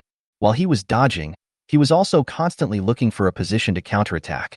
Finally, after his hiding place was destroyed again, he turned around quickly. He jumped high on the protruding rocks, raised his 2 swords above his head, and shouted loudly. A large amount of blood light condensed on the 2 swords, and then slashed towards the direction of the attacker. A huge bloody slash swept across everything. After the bushes that blocked his view were destroyed, the moment he saw the enemy clearly, Fan Biao's brain froze again. That's another group of goblins. Compared with the previous group of goblin slaves, they were wearing sophisticated combat equipment and were divided into 6 professions, with 10 people in each profession. The ones who attacked him earlier were only 10 goblins of one profession. At this moment, Fan Biao, who never used words to attack others, couldn't help but curse. Nima, what the hell is this thing? Next second, the goblin squad that spotted him sprang into action. The knights and warriors led the way to surround him, and the priests used magic to interfere with his actions. The elder continuously casts out enhancing skills, and those shooters from before also seized the opportunity and continued to output. Their coordination is almost perfect and their equipment is also exceptionally sophisticated. Not only those shooters have magic equipment, there are also a large number of magic patterns on the weapons and armor of knights and warriors. These magic patterns offset their attacks that were powerful enough to blow them away, allowing them to narrow the encirclement and block Fan Biao. It might take Fan Biao some time to deal with just one goblin warrior, but now there is a whole team. He was pinned down and beaten without being able to fight back. After trying a few times, there was absolutely no hope of getting rid of them. Seeing his health bar drop to half, Fan Biao got angry. "Damn it! You guys forced me to do this." Roaring, he thrust his two knives into his chest. A large amount of blood gushed out, and his body grew rapidly. A pair of flesh wings made of blood plasma spread out behind it. Huge black horns grew on its head. The blood scab armor on its body was stretched and cracked, revealing black snake scales all over its exposed skin, and its legs turned into sheep's hooves. At this moment, he has completely lost his human form and has completely turned into a demon from the abyss. This is Fan Biao's top talent, Blood Demon. When he kills enemies, he can accumulate blood and evil points. When in crisis, he can consume the blood and evil points and transform into a demon. Since it is not easy to accumulate blood evil value, he will never use this trick unless he is in desperate situation. In his opinion, these goblins had enough to be proud of themselves for being able to force them into this situation. After transforming into a demon, the goblin archer's rays could not penetrate his defense and could only cause a few thousand damage. The damage caused by professions such as priests is insignificant to him. Fan Biao simply gave up on defense and wielded his huge double swords that had grown to several meters in length. A whirlwind slash swept away the warriors and knights in front of him. Then he jumped into the back row and slashed wildly with his knife. Not only does he have extremely high damage, but he also reaches lightning speed when his wings flap. In a blink of an eye, a group of goblins had been chopped to pieces by him. "Go crazy for me again. Go crazy for me again. Ha ha ha." Fan Biao chased the remaining goblins and hacked them wildly, laughing happily. But when I laughed the loudest, an iron claw with a steel chain flew into the air. The iron claws easily penetrated his chest defense, grabbed his ribs and pulled hard, hollowing out a large piece of flesh and bone. This attack reduced Fan Biao's health bar by half in an instant. He fell from midair and hit the ground. The manic mood was suppressed a little, and a little uneasiness arose. "No way. There are even stronger monsters," he thought in horror. Next second, bang bang bang. The sound of heavy and powerful footsteps reached his ears, and Fan Biao raised his head to look. A 4-meter-tall, heavily armored goblin slowly walked into his sight. Its left eye was hollow and dark, with a bright red light emitting light that fell on him to assist in aiming. Immediately, it raised its left arm again. The magic pattern lit up, and the magic light condensed in the black barrel. Just by looking at the size of this guy, Fan Biao knew that it would be definitely not easy to deal with. When I was about to escape, but the next moment, dozens of red dots appeared on his body at the same time. Fan Biao was startled and leaned forward to look. There are dozens of monsters like the heavy armored goblin. The goblin professional team that had suppressed him before occupied the entire forest. Their figures were everywhere, too numerous to count. Seeing this scene, Fan Biao was in despair and cursed out loud. "Grass." Then it was overwhelmed by the fierce attack of magic light cannon. In the midst of white light and bombing, not even ashes were left. Around the castle, a Gao and a Mayo stood on a watchtower, looking at the semicircular light shield rising in the distance. After the light shield disappeared, the spreading storm was blocked by the defensive magic circle surrounding the castle. The two goblin leaders breathed a sigh of relief and looked back at the castle where laughter could be heard. A Mao gave orders to the communication magic pattern. "Strengthen the vigilance. Do not let rats get into this area and disturb the owner's enjoyment." Chapter 117. We were once geniuses too. In the vast forest, a group of people fled in a panic among the trees. The fastest runner in the front was a blonde woman wearing a cloak and holding a slender sword. The faces of the dozen or so people behind her were all confused and bewildered. It was like I had just experienced something extremely incredible. As if she felt that everything should be fine, Jin Yulan stopped and breathed a sigh of relief. The people behind him also stopped one by one. Damn it, how can a group of goblins be so perverted? And the armor they wear actually has enchanted effects. You will never believe what I detected. Those monsters are all golden leaders. What a joke. How could such a perverted thing appear in a simulation copy? After confirming that there were no pursuers behind them and they were temporarily safe, everyone started discussing with lingering fear. Jin Yulan's bright face also showed a bit of depression. After entering the dungeon, according to the original plan, use expensive props to locate Su Chen's position. She thought it would be easy, just find Su Chun, kill him, and repeat the process. He constantly exposed his miserable side to prove to everyone that he was just an ordinary professional. As long as he experiences a failure, no matter how many achievements Su Chun has made before, they will be ignored. This is the first step in Jin Yulan's revenge plan, in order to damage the reputation that Su Chun had previously built. However, she miscalculated. As the distance between them and Su Chun continued to shorten, monsters began to appear around them, groups of goblins. That's no ordinary goblin, it's special. Not only are there a lot of guys in number, but their fighting power is also pretty good. Each of them has the combat power of an ordinary 4th-level professional, and death will cause a self-explosion with extremely high damage. As a result, they lost a lot of manpower and had to retreat. Jin Yulan didn't know that they were lucky not to have gone deeper. If they continue to go further in, they will encounter even more terrifying things, and their entire army will be wiped out. Sister Jean, what should we do next? We can't get close to Su Chun because of those monsters blocking our way, someone asked. Jin Yulan frowned slightly, not knowing how to answer. The group of monsters was distributed so widely that she didn't know how Su Chun managed to survive among them. S4. Were those monsters summoned by Su Chun? She thought about this possibility, but immediately rejected it. Because there are too many of them, even a 3rd-level summoner, no matter how abnormal, cannot do such a thing. If he really summoned me, I will offer myself to him right now to apologize. Jin Yulan thought calmly. She said hesitantly, wondering how to proceed. A figure suddenly appeared in front of them. Ah! The unwilling roar spread out, causing pain in everyone's eardrums. Jin Yulan looked up and her pupils widened slightly. Fan Biao. Hearing someone calling his name, Fan Biao looked down in anger. He died at the hands of the goblin again, leaving him in a red temperature state. At this moment, he saw a group of people around him. Without saying a word, he took out his 2 swords, rushed forward, and slashed at Jin Yulan, who was at the front of the team. Wait, we can? Jin Yulan wanted to say something. A strong smell of blood came towards her, and 2 blood-red marks appeared in the air, slashing towards her. A hint of annoyance flashed across Jin Yulan's eyes, but after she closed her mouth, her expression suddenly became serious. Just as Fan Biao's double blades were about to chop her, she raised the rapier in her hand to meet it. Clang! The rapier and the double-edged sword collided with each other, creating a string of dazzling sparks. Fan Biao staggered back. He was bounced away.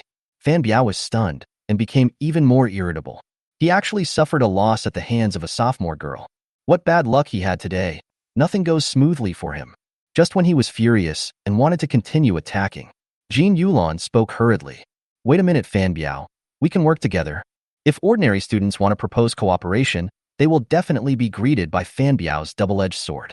But Jin Yulan had shown her strength before, and Fan Biao had not completely lost his mind. He paused and asked in a cold voice, Cooperation? Jin Yulan nodded. You participated in the bloody challenge, probably to cause trouble for Su Chun. We know his location. We can work together to find him. Fan Biao snorted, exhaled 2 clouds of mist, and said in a cold voice, You think I need to cooperate with you to deal with a first-year student? Jin Yulan shook her head. Only Su Chun really doesn't need it, but there are a lot of goblins in his location. Those goblins are very special. You should have seen how powerful they are, right? She looked at Fan Biao suspiciously. It seemed like he had just died and been reborn. Fan Biao is quite powerful. In this simulation copy, Jin Yulan can only think of the group of goblins who could threaten him. When mentioning them, Fan Biao's eyes turned red again, and he was so angry that he wanted to tear everyone in front of him to pieces. But when I think of the last scene I saw before I died, Fan Biao was silent. He knew that the defense formed by those monsters was a wall of size that he could not cross alone. If Su Chun is under the protection of that group of goblins, it is indeed necessary for him to cooperate with this group of people. 10 minutes later, Fan Biao and Jin Yulan joined forces and once again broke into the forest where the goblins were. With the help of positioning props, they had a clear target and went straight to where Su Chun was, without disturbing the goblins along the way. Soon, when they were only the last kilometer away from Su Chun, what they saw shocked everyone. A towering ancient castle appeared at the end of the site. A large number of goblins are working hard to contribute to the construction of the castle. What is going on here? Someone asked doubtfully. This is just a simulated copy, not a wild secret realm or a normal copy. The behavior of the goblins in front of them was beyond their understanding. Don't worry about anything else.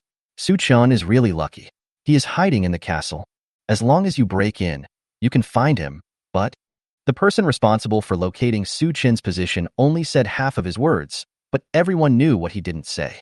How can we cross this huge number of goblins and break into the castle? The atmosphere was silent. Fan Biao looked at the distance and saw tall, heavily armored warriors standing still, their hands holding their swords shaking. Before, he thought that the dozens of heavily armored warriors that surrounded him were all the fighting power of this group of goblins. Now we see that there are hundreds of them on the scene, which is an obstacle that no mortal can overcome. At this moment, he, who had never turned back until he hit a wall, suddenly had the idea of retreating, just when everyone was at a loss. Someone said, "Sister Jean, let's go and lead them away." Jean Yulan looked at the man, her face full of confusion. The man briefly explained his idea, which was actually a simple feint to the east and attack in the west. A dozen of them attracted the attention of all the monsters in the front. Jin Yulan, Wu Sheng, Zhou Fanxing, and Fan Biao formed a decapitation team and took the opportunity to break into the castle. After listening to his plan, Fan Biao sneered and poured cold water on him. You think too simply. The individual combat power of those monsters is extremely strong. Not everyone can withstand them. Besides, there are a huge number of goblins here. With your strength, can you handle it? The man said with a firm look in his eyes. Boss Fan, although we are not as good as you, we were all geniuses picked out of thousands back then. Although we are weak, that is only compared to you.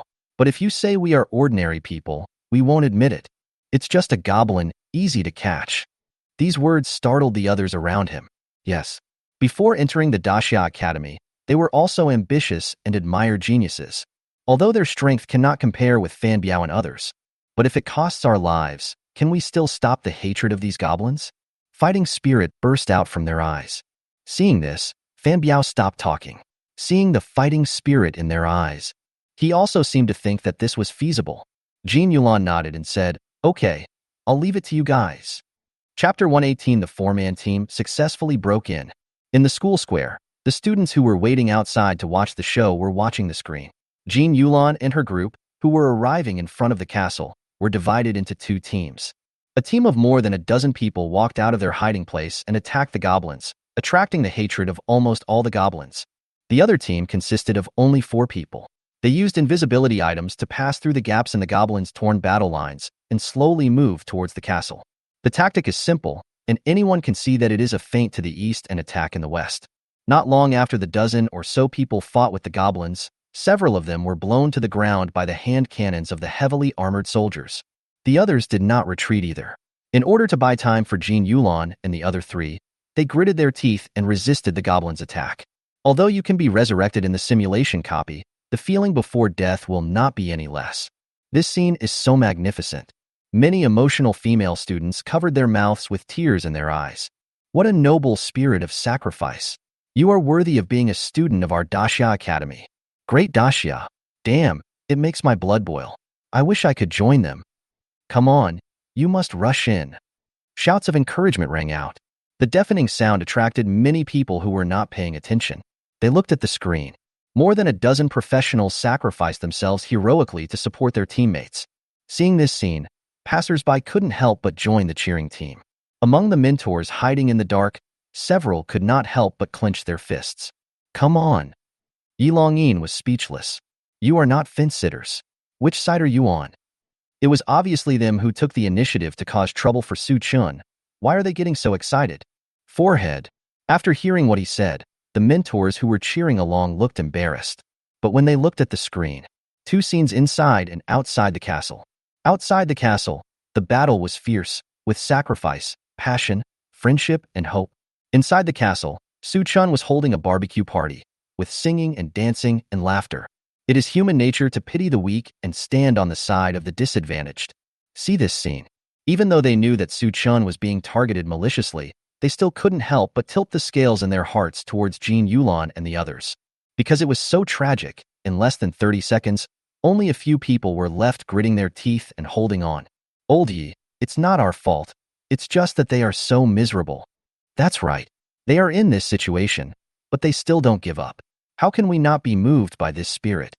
Student Su Chun is really something. It's just an in-school challenge. Why did he summon such a powerful monster? Yi Longyin's cheeks couldn't help but twitch a few times. He felt speechless for Su Chan. Are goblins considered strong? If he summoned other creatures, Jin Yulan and her group would know what despair is. But when Yi Longyin looked at the light screen, he couldn't help but sigh. Miserable. So miserable. Sister Jean, don't worry about us, rush in. A mage girl yelled. She used up the last bit of her magic power and teleported into the pile of monsters. Then he tore open a scroll in his hand. Boom. Fire exploded, covering the goblins all around. Using the invisibility item, for people not far away saw this scene and clenched their weapons tightly. Let's go quickly and don't let them down, Jin Yulan said with a cold face. Now, she had only one thought, to find Su Chan and kill him. If it wasn't for revenge on him, her brothers and sisters were not so miserable. It's all Su Chen's fault. The four of them quickly shuttled through the gaps in the battle line and kept approaching the castle. Finally, before that group of people were all killed and the goblin line was restored, the four of them crossed the slave labor team and the professional goblin formation. There was also the wall of size composed of heavily armored warriors that even Fan Biao feared, coming to the front of the ancient castle. But when they were 20 meters away from the castle gate, a protective barrier appeared in front of them. Jin Yulan was delighted and said, "This protective shield not only blocks us, but also keeps those goblins from getting close. As long as we get through, the monsters behind us won't be a threat to us." The other three looked at. It's true. The construction of the main structure of the castle has been almost completed, and the construction of the goblins is mainly in the surrounding areas. Fan Biao frowned and said, "But it's not easy to break through this barrier." "No, it's easy." Jin Yulan took out another prop. In order to target Su Chan, she invested a lot of money and bought a lot of special props that were supposed to appear on the battlefield. The prop was a 2-meter-high door. She placed it against the barrier and turned the door handle. A passage leading into the barrier appeared. Seeing this, the other three people hurriedly stepped in, followed closely by Jin Yulan. When she closed the door, the goblins outside only then discovered that someone had entered the restricted area. They surrounded and wanted to attack the barrier, but they didn't dare to. Their expressions were panic-stricken, as if they had made a big mistake. Allowing mice to break through the defenses and disturb the owner's peace is not a mistake that can be made up for by saying a sense of relaxation. Now, the goblins outside the barrier felt desperate. Even if the master did not punish them, the two commanders would throw them into the blood sacrifice tent. Seeing these goblins so frightened, Jin Yulan and the other three couldn't help but smile happily. Ha ha ha, look at their expressions, they must be scared to death. Wu Shang pointed at the goblins outside and laughed sarcastically. Jin Yulan and Zhou Fanqing couldn't help but smile. Because it is too difficult to reach this step, this was achieved at the cost of the sacrifice of all their companions. Only Fan Biao, who has been fighting monsters for years, has a stronger perception than the other three.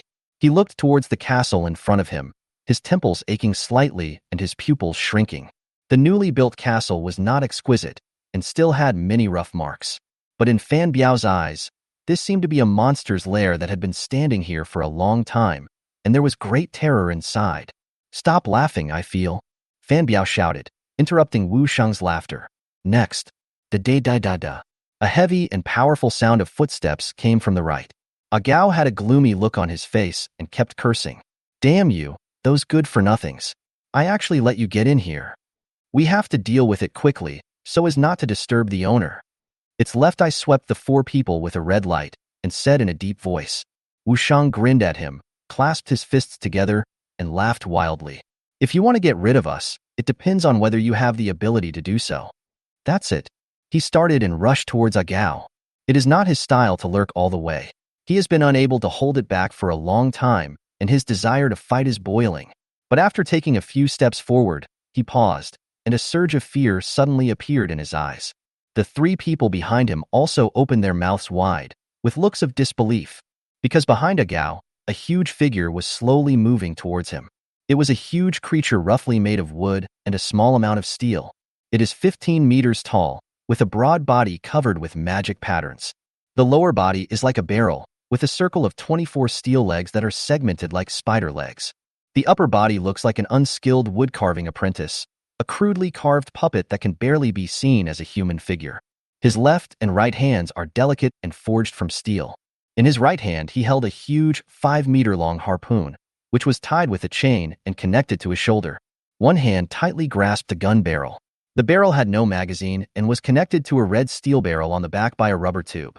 24 giant legs moved at the same time, causing the giant creature to quickly approach the four people.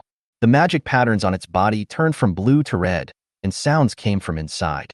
Detecting the presence of enemies nearby, entering clearing mode, call.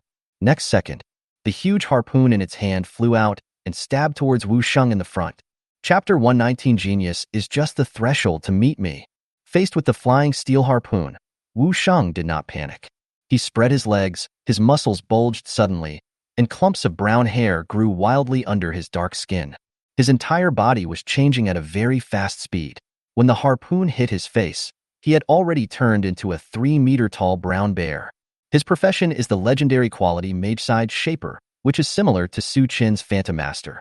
But both of them originated from the ancient profession of the elves, Druid. After turning into a brown bear, Wu Sheng's physique and strength attributes skyrocketed 7 or 8 times, exceeding 100,000. He clapped his palms together and suddenly clamped the harpoon that had originally pierced his head and now his abdomen. The force of the harpoon was so great that the thick, bare legs slid backwards, plowing 2 shallow grooves in the ground. But fortunately, Wu Sheng caught it steadily and prevented the harpoon from hitting him. Hey hey! Wu Sheng grinned triumphantly, but before he could feel truly happy, I saw several magic patterns light up on the arm connected to the harpoon, and a light blue electric current rushed along the chain. Crack! Wu Sheng was caught off guard and had no time to let go, so he was electrocuted in the tank, with the shape of his bones revealed. It was Zhou Fanqing who took action and shot a few arrows, which deflected the chain and harpoon and prevented Wu Sheng from being electrocuted to death. While the giant puppet controlled by a Meo was making his move, Agao was also not idle. It paused and disappeared on the spot. Next second, Jin Yulan was suddenly enveloped by a strong wind. When she looked up, she saw a tall figure looming over her, followed by an iron fist. Bang! Her long sword hit the iron fist accurately, making a clear sound and sparks flying. Agao was knocked back several steps and his body stiffened. An expression of disbelief appeared on its face, and it was obvious that it did not expect that its attack would be blocked by this human professional. As one of the 2 commanders of the Goblin Lair, its attribute values are no different from those of ordinary heavy armored warriors, averaging around 30,000. But the problem is, its body is the concentration of the wisdom of all the wizards and heavy armored warriors in the tribe. There are also a lot of resources, and the strongest transformation route currently has been researched. The changes to the left eye and arms are the most obvious. Its internal organs, including the brain, have undergone as many as 11 modifications. It can no longer be called a living creature, but more like the strongest single weapon created by combining the wisdom of the entire tribe. Although the punch just now seemed random, its lethality was enough to kill a top-level 4th-level professional in an instant, and even a 5th-level professional would be easily seriously injured. But the woman in front of him actually blocked it with a sword without any injury and even repelled it. It was really unbelievable. Jin Yulan seized the moment when Agao's body stiffened, took a step forward, and quickly stabbed out several afterimages with the slender western sword in her hand. Clang, clang, clang. In an instant, more than 10 attacks landed on Agao, creating large sparks. But a look at the damage. After Agao stabilized his body, he grinned and sneered, reminding Jin Yulan, "Your attack failed to penetrate the enemy's armor." Damn it! Jin Yulan cursed inwardly. Next second, 2 crossed bloody rays slashed towards Agao. Bang! The slash hit the target, and a cloud of blood mist burst out. Jin Yulan's face lit up with joy, and Fan Biao behind her also looked at her expectantly. But when the blood mist dissipates, the 2 saw that the magic pattern on Agao's silver-gray armor lit up, and there was not even a scratch on it. Damage display on head. The red light in Agao's left eye was extremely bright at this moment. That's enough. The rats should go back to the gutter. He raised the gun barrel with his left arm, and the magic pattern light instantly spread from his arm to the muzzle. Boom, boom, boom, boom. Several magic shells poured out, and next to it, a mouse saw Zhou Fanqing aiming at it with a longbow, showing the gun barrel, and the red barrel behind him flashed. The next second, a ball of flame spewed out from the gun barrel in a fan-shaped gesture, covering Wu Sheng and Zhou Fanqing. The noise of fighting outside the castle also spread into the castle. Su Qin released Angela and Tiana and organized a party to pass the time. A few people were playing cards when they suddenly felt the ground shaking. Hearing some noise outside, Su Chen smiled slightly. Finally, someone came to his door. He was waiting here, hoping to use the goblins to screen out the real masters. Fight it again in person to start this bloody challenge. When Su Chen entered the copy, he came up with an interesting idea. If someone can approach the castle to challenge him and withstand his attack for more than one move within one day, every time he resisted, he would spend one less day slaughtering people in the dungeon. Otherwise, we'll have to keep slaughtering dungeons for 7 days. Those guys who dare to challenge him will probably be killed by the goblins, and their faith will be shattered. He must have a guilty conscience for torturing so many people. No way. If you dare to enter the dungeon and challenge him, be prepared to be stepped on. The strong just want to severely humiliate the weak who don't know what they are doing. Only then can you establish your authority and make people fear you. This idea was Su Chen's last kindness. However, it is almost impossible to resist his attack. There are now more than 1 million goblins in the entire instance. The attribute increase brought to him by everyone becomes 1 reached a value of tens of millions. This is already the level of a 7th level professional. Even if he randomly transformed into an ordinary forest elf, he could kill all the students in seconds. Watch now. Can they get past the "fuck you" group, open the door, and get the qualifications to challenge him? At this time, Mooing threw the cards in her hand away, cleared the note stuck on her face, stood up, and said excitedly, "It's a lively fight outside. I'm going to go take a look." Before school started, she endured the pressure of exercising with the thought of helping Su Chen. Unexpectedly, Su Chen didn't need her help at all. But not for Su Chen. She also wanted to compete with these seniors to test her efforts. With mythical profession and level talent, even if there is a level and attribute gap, she doesn't think she will lose. Luo Xiaoyu had the same idea, and she stood up and said, "I'm going too." The two walked towards the castle gate together. Tiana roughly guessed Su Chen's thoughts. She leaned on a soft couch, her proud figure tempting to commit a crime. You won't stop them? If the two of them join, the 4 people outside won't have any fun. Su Chen chuckled. Not just anybody can challenge me. Genius is just the threshold to meet me. If they can't even break through this little pressure, it only proves that they are not geniuses and are not worthy of my help. Angela sat on a long table, her feet in lace over-the-knee white socks swinging casually. When she heard Su Chen say this, her eyes lit up, the hair on her head stood up, and she raised her hand. "Father, can I join in too?" She had no interest in this kind of low-end fighting, but she wants to suck blood, human blood. She's had enough of the blood of goblins and skeletons. No taste. Human blood is still sweeter, especially that of a virgin female. Su Chen's mouth twitched and he said, "That's not necessary. Mooing and Luo Xiaoyu are fine, but if Angelina and Tiana join, not to mention the students, even if the instructors participated, it would probably be impossible to open that door." Oh, Angelina looked lost after being rejected, with her ahog hair drooping down, but she quickly raised her head again, looking expectantly towards the door. If someone could get in and her father asked her to do it, then she could secretly take a puff or two. No matter what the reason is, humans, come on, break in quickly. Angelina's eyes were bloodshot, gleaming with dangerous light. Chapter 120. Fan Biao opened the door and was surprised to see the big 3. Clang. Jin Yulan thrust out a sword, blocking the thunder wave that was attacking her. After the wind and waves dissipated, she looked coldly at the 2 figures not far away. With their abilities, it is impossible for them to remain silent in the academy. I've never seen these 2 before. It only means that they are new students who have just enrolled this year. Damn it! Jin Yulan cursed in her heart. At this moment, she was really a little overwhelmed. What the hell was this group of freshmen?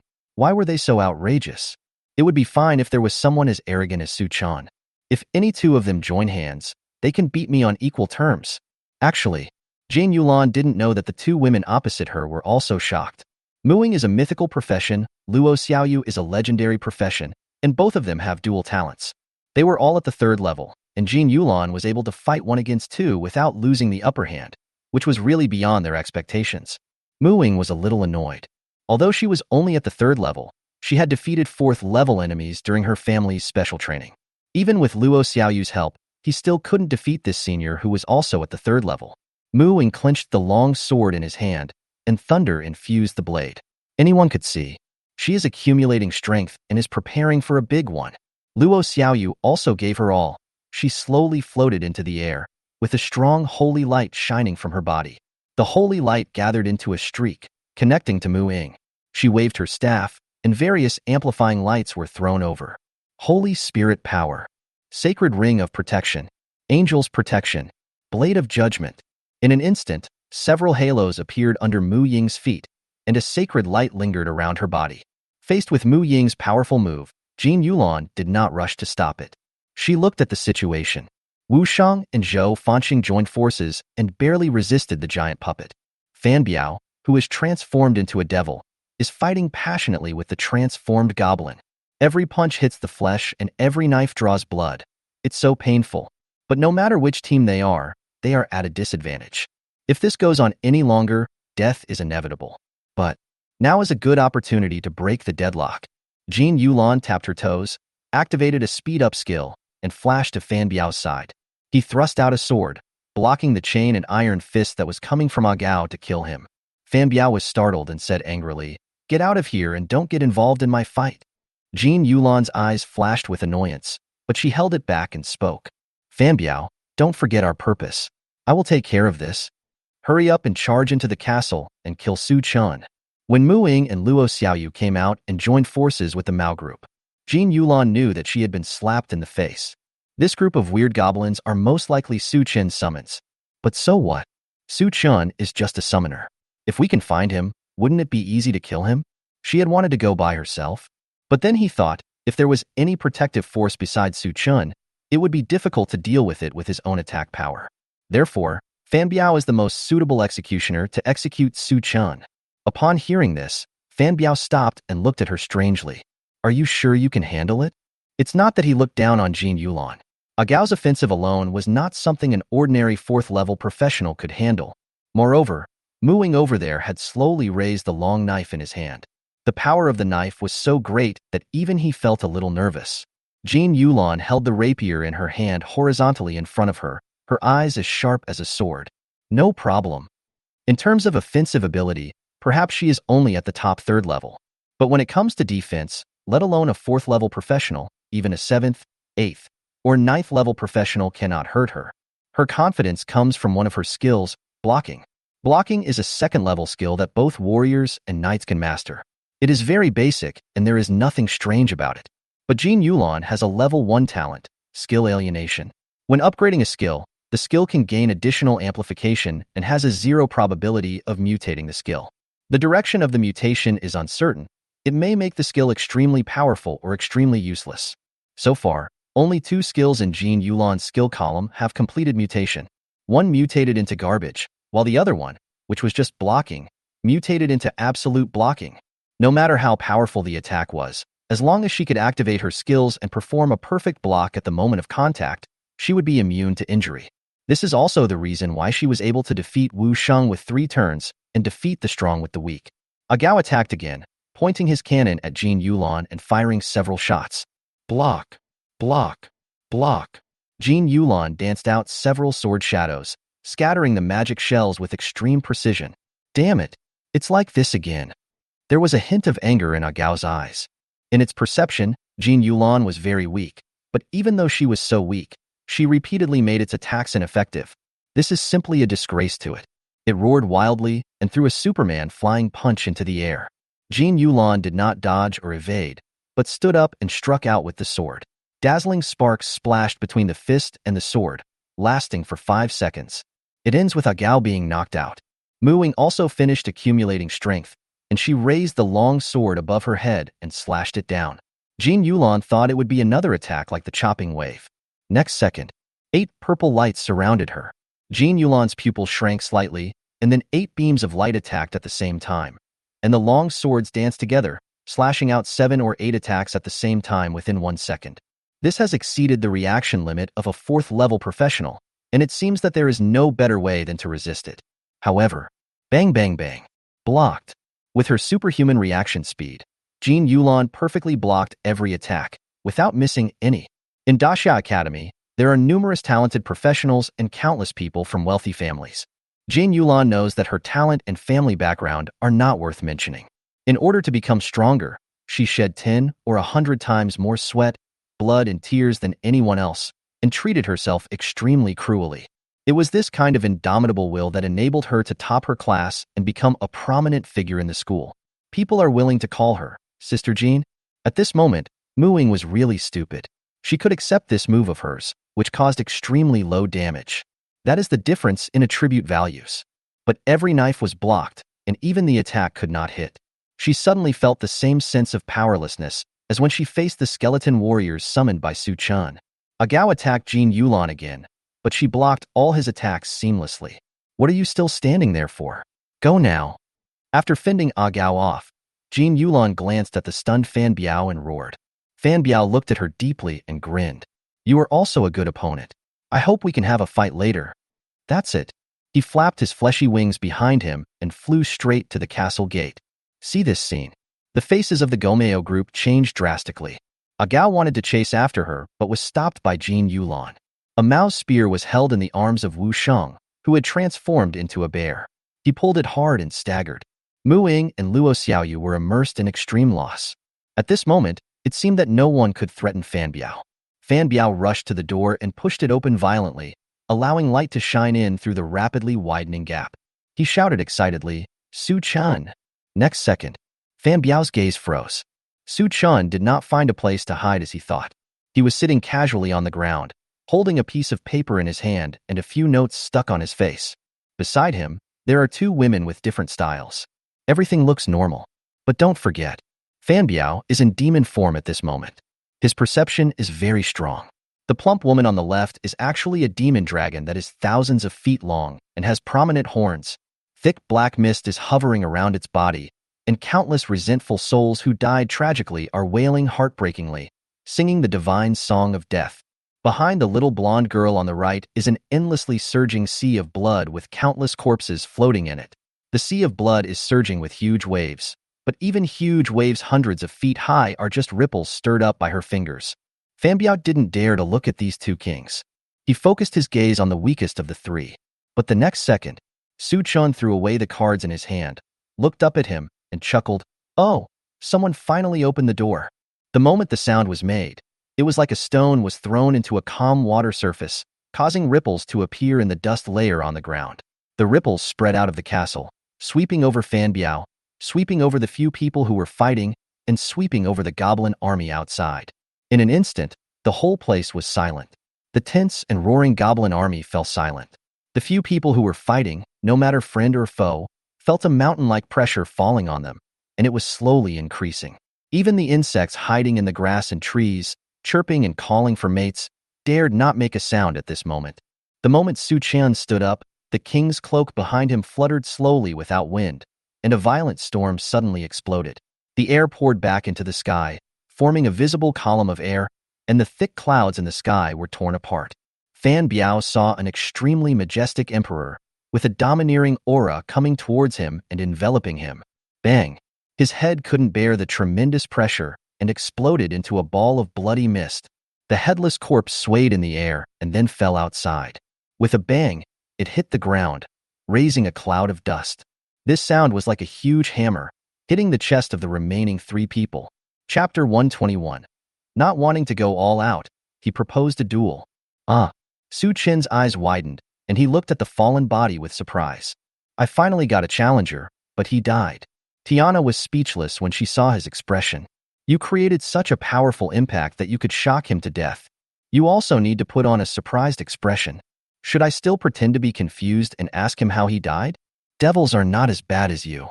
Su Chin glared at her and argued.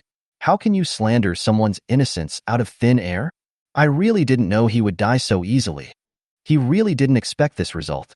He originally just wanted to create an aura of kingship to increase his momentum. As a result, Su Chin forgot that his spiritual attribute had reached tens of millions, and his king's cloak had also been strengthened. Facing the current, kingly hegemonic aura, not to mention that Fan Biao is only at the 4th level, even if he is at the 5th level, he will not be able to escape death. Su Chin now understood the reason, so he put away his aura and walked out. He guessed that the guy just now must be trying to target the strongest among his senior students. The strongest ones were killed by his aura, and the remaining few people would probably have trouble even getting past the Mao level. But the stage is set. If he doesn't appear on stage, then the play would be in vain. Su Chun came outside. He noticed that Mu Ying and Luo Xiaoyu were in a bad mood, so he walked over to them. Why do you look like that? Are you hurt? Su Chun walked around them and checked them, but couldn't find any injuries. Mu Ying's eyes turned red with grievance, and she turned her head away and said, "It's okay. I just got hit hard." "Huh? There's still someone who can hit you." Su Chun was startled, looked at the three people in surprise, and asked, "Who is it?" Mu Ying raised her finger and pointed at Jin Yulan. This finger made Jin Yulan's hair stand on end. When Su Chun looked at her, her heart stopped instantly. Finding Su Chun had been her greatest hope before.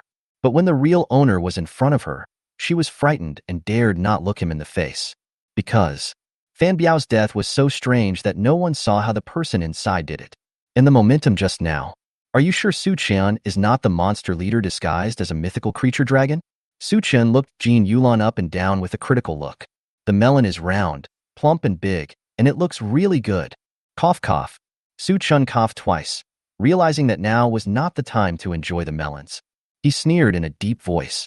"I was resting in the castle and didn't do anything, but you guys teamed up to attack me. It really makes me angry that you are targeting a kind, modest, and beautiful man like me." Once this was said, everyone seemed to hear the caw of crows flying overhead. Several people, including Mu Ying and Luo Xiaoyu, looked at him strangely. "Except for the word handsome man, do the other words you mentioned have anything to do with you?" Wu Sheng straightened his back and raised his head. "Kill me or chop me up, do it to your heart's content. If you blink, I'll be your grandson." Su Chen looked at him with a strange expression. "You are amazing, you are noble. Do you know how I will retaliate? You're so arrogant. Aren't you afraid of flicking your tongue?" Wu Sheng laughed. "It's just a death. Why should I be afraid? Anyway, it's in a simulation copy. You can be resurrected even if you die. So what's there to be afraid of?" Su Chen grinned. "You are such a tough guy. If that's the case, then I have nothing to worry about. Have you seen my summons? In the next 7 days, their numbers will increase tenfold. Then I'll chase you all over the map, letting you experience the thrill of death 24 hours a day. 7 whole days. How about it? Do you feel a little excited?" As soon as these words fell, Wu Sheng's face turned pale in an instant. They can still bear dying a few times. But if this continues for 7 days and people are killed every day, even the most mentally strong person will eventually collapse. At this moment, Su Chen's words also spread in the square of Daxia Academy. Some people had cold sweat on their foreheads, and they felt scared just thinking about it. Someone spoke up. "He's going a bit too far. If he continues like this, these people will go crazy, right?" But some people also said, "But this is a bloody challenge. Either you die or I die." If Su Chen didn't have this strength, he would be the one being hunted all over the map now. Karma will always pay off. If they hadn't mocked Su Chen on the forum and targeted him, they wouldn't have ended up like this. Damn, you're still talking behind the scenes. Who could have known that his strength was so abnormal? Hey brother, what are you doing? Why are you so busy? Delete the post. Oh yes, yes. Many people hurriedly lowered their heads and started working. The large number of posts mocking Su Chen that were originally spread all over the forum were wiped out in just a few minutes. The rest were all trapped in the simulation copy, facing the risk of being hunted by goblins at any time. In the copy, Su Chen folded his arms, touched his chin, and pretended to think. Soon, he looked up and said, "But then again, we all go to the same school, so we'll see each other sooner or later, and I can't do anything too extreme." Jin Yulan and the other two were stunned. Hope immediately appeared in their eyes, and they stared at him nervously. Su Chen continued, "Well, since I'm kind, I'll give you a chance. You two fight me in a one-on-one duel. Whoever can withstand my attack will have 1 day less of hunting you down. Every time you take one more move, you will be hunted 1 day less. How about that?" Jin Yulan's eyes lit up. This was a chance for her. It is now impossible to kill Su Chen and humiliate him as planned. But if you can slap him hard in the face and embarrass him, the effect will be the same. Jin Yulan gave Wu Sheng a look, knowing her trump card, and Wu Sheng understood. He asked, "How do you fight one-on-one?" Su Chen patted his chest and said, "Let me personally fight you." Wu Sheng was delighted and asked immediately, "Don't you need to summon creatures?" "No need." Su Chen waved his hand and smiled. "Can I dodge?" "Can." Once this was said, Jin Yulan and the other two couldn't help but smile. Not to mention Jin Yulan's absolute block. The other two, even Zhou Fanxing, who is an archer, has many life-saving skills. On the other hand, Su Chen, a summoner, even if he is a mage, can learn spell skills. However, the offensive spell skills that summoners learn are 1 level lower. No matter how powerful the 2nd level skill is, Can it still kill them in seconds? Outside the copy, the mentors hiding in the dark breathed a sigh of relief. Old Yi, you really are not a good person. Su-chan is not as exaggerated as you say. Isn't he quite kind? I've seen through him. He's just a bit bad-mouthed, but he's actually a good person, otherwise he wouldn't have given them a way out. On the other hand, as a mentor, you repeatedly ruin the reputation of a student. I think you should reflect on this. Yi Longyin, who was criticized by his colleagues, sat there calmly, not caring about their verbal attacks at all. After all, recalling the scene in the royal court tomb, Su-chun repeatedly defeated the leader instantly despite his 99 magic resistance. He knew that these people would soon be slapped in the face. Yi Longyin sighed inwardly. I still don't have enough experience. You don't want to go all out, but you still want to challenge me? You will know soon that Su-chun never intended to leave them a chance to survive from the beginning to the end. Chapter 122 Su-chun happily eliminates the second of the three evils. We can start now? Wu Sheng couldn't wait to say. He originally planned to compete with Su-chan. Now Su-chan took the initiative to propose a one-on-one fight. Although he is a summoner, it is unfair that he doesn't need to summon creatures. But such a battle is enough to make Wu Sheng excited and his blood boil. Seeing his impatient look, Su-chun had an inexplicable smile on his face. This is the first time I've seen someone so eager to die. It is a great pleasure to have friends coming from afar. Since the other party is a guest, how could he spoil the fun?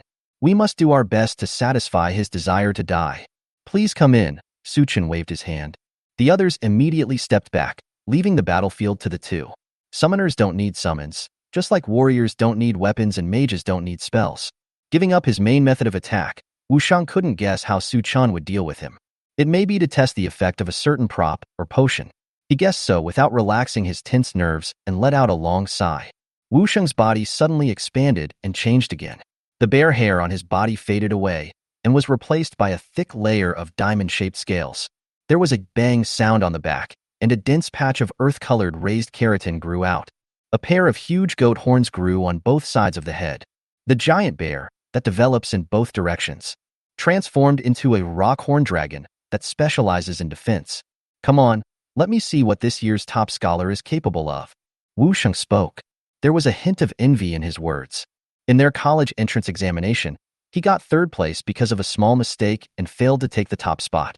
I accepted Jean Yulan's invitation out of respect for her. In fact, there is still a trace of jealousy towards Su-chan. Flowers may bloom again, but people can never be young again. The regrets of the past can only be used to regret, but can never be made up for. When Su-chan saw that he was ready, he chuckled and said, "Okay, I'm also good at transformation. That's all." Su-chan raised his right arm high, and the surging thunder element gathered towards him. Muing felt it the most among the group. She thinks. At this moment, Su-chan was like a big whirlpool, trying to drain all the thunder elements within a radius of 10,000 meters. As a large amount of thunder elements gathered, Su-chan's body swelled like a balloon. The skin is purple first and then gold, which is different from the golden light of the sacred element. The golden light on his body possessed an inviolable majesty, as well as an extremely masculine and murderous aura. After his whole body was transformed into elements, the remaining thunder gathered in his hands and formed a 5-meter-long guandao. Su-chen's appearance. Except for Muing, everyone present who was watching the bloody challenge was horrified. Different from his previous burst of momentum, Su-chen's current strength is visible to the naked eye. At the same time, inside the Daxia library, Gu Yu's eyes were dull and his lips were open so wide that a large chicken drumstick could be stuffed in. She is also watching Blood Challenge.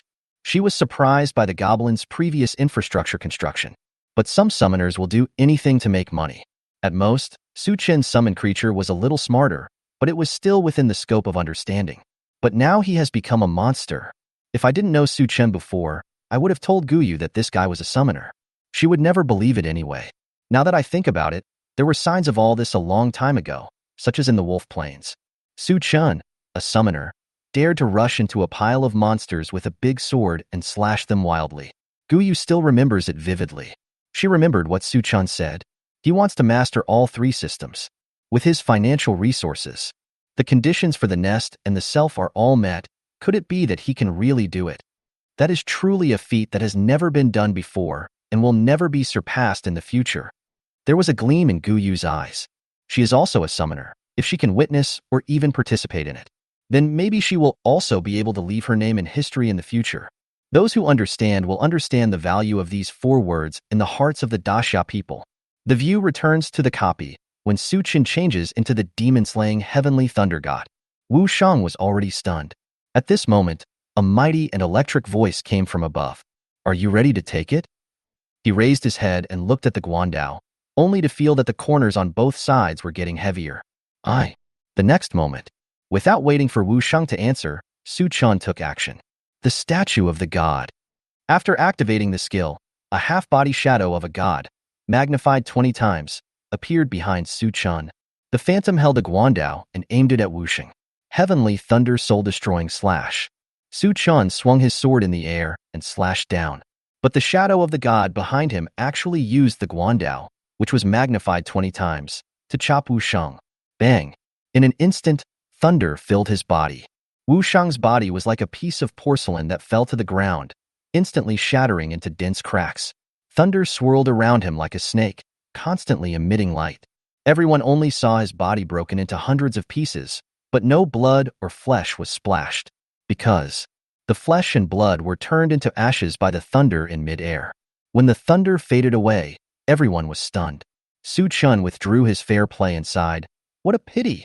I gave you a chance, but you were so useless that you couldn't even withstand a single move. It really makes me sad. Zhou Fanqing and Jin Yulan felt their scalps tingling. Only now did they realize how ridiculous their previous celebration was. Even without the protection of the goblin army inside and outside, Su Chen's fighting power alone is enough to sweep away all the people summoned by Jin Yulan, even including Fan Biao. At this moment, the two reached a consensus in their minds. This guy is not a human. He is a monster. Su Chen turned his head and looked at them with a gentle smile, but the words he said were more terrifying than those of a brutal demon. Time is running out. Who should come next? Without Jin Yulan's hint, Zhou Fanqing took the initiative to step forward. He spoke out. Can I ask for fairness? What fairness do you want? Su Chen asked curiously. Zhou Fanqing pointed at the barrier covering the castle. This barrier restricts my performance. The venue is too small. Can it be removed? Su Chen smiled and waved to a Mao. Soon, the barrier disappeared. And at the moment the barrier disappeared, Zhou Fanqing moved his feet, pointed his toes, and a pair of transparent cicada wings bloomed behind him. He broke through the wind and waves like a flying swallow and flew away into the distance. At this moment, the simulated sunlight shines on him, and every strand of his hair is sparkling with the light of freedom. Seeing him flying farther and farther away, Jin Yulan and the people outside the screen widened their eyes, full of anticipation and joy. Even Jin Yulan didn't expect that he had the ability to fly. In the blink of an eye, he escaped 1,000 meters away and turned into a small black dot. Everyone thought that Zhou Fanqing had escaped successfully. Su Chen is going to embarrass himself. But the next moment, call out. A giant arrow chased after him at an extremely fast speed, piercing Zhou Fanqing from head to toe before he could react. The free figure fell from the sky into the forest. His death was miserable and horrifying. Jin Yulan's smile froze on her face. She twisted her neck and looked at Su Chen stiffly. At this moment, an overly plump figure leaning against the door spoke out her thoughts. Give people hope, then snuff it out. You are worthy of being me. Su Chen, why don't you come back to the abyss with me? It's such a waste of your talent to be born on Blue Star. Su Chen ignored Tiana, who was trying to tempt him to fall again, put away the giant bow in his hand, and turned to look at Jin Yulan. He was very curious about this beauty, not because of her figure, but mainly because she could make Mu Ying lose face. This is not something that ordinary people can do. Su Chen grinned and said, Beauty, it's your turn. Jin Yulan took a deep breath, and with great confidence, she raised her sword and said calmly, Come. Seeing her adjust so quickly, Su Chen was stunned and was really curious about where she got the confidence from. When curiosity reached its peak, an eye of true vision was cast towards Jin Yulan. Chapter 123, Who is the truly arrogant one? Everything about Jin Yulan appeared in Su Chen's eyes without reservation. Su Chen just took a quick look, and his expression immediately became somewhat playful. He didn't expect. The reason why I was ridiculed by everyone on the forum was because of this woman behind the scenes. I really underestimated her. They say that Xiongda is brainless, but we should not be too absolute in our statements.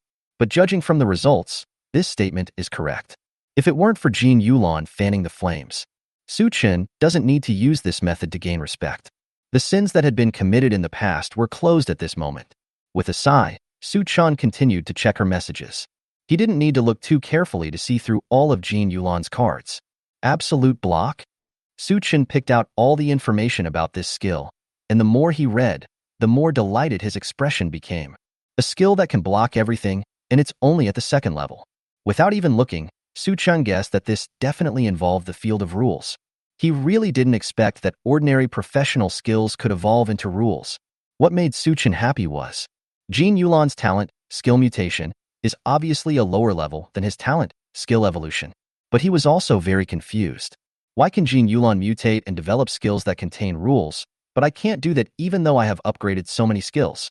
After carefully checking her past experience, Su Chen soon found Jin Yulan purchased a large number of the same low-level skill scrolls and skill experience books with the help of her family, and a potion that can help professionals clear their skills, the Forgetfulness Potion. Dozens of skills, millions of experience books, and countless attempts were all it took to obtain 2 mutant skills. One of them is garbage, and this is the only one that is truly successful. The probability is ridiculously low. It can be said that with her talent, if it were an ordinary professional, she would really only be able to rely on her looks. But this gave Su Chen a great inspiration. It turns out that you can improve the effect of skill evolution by constantly forgetting and relearning.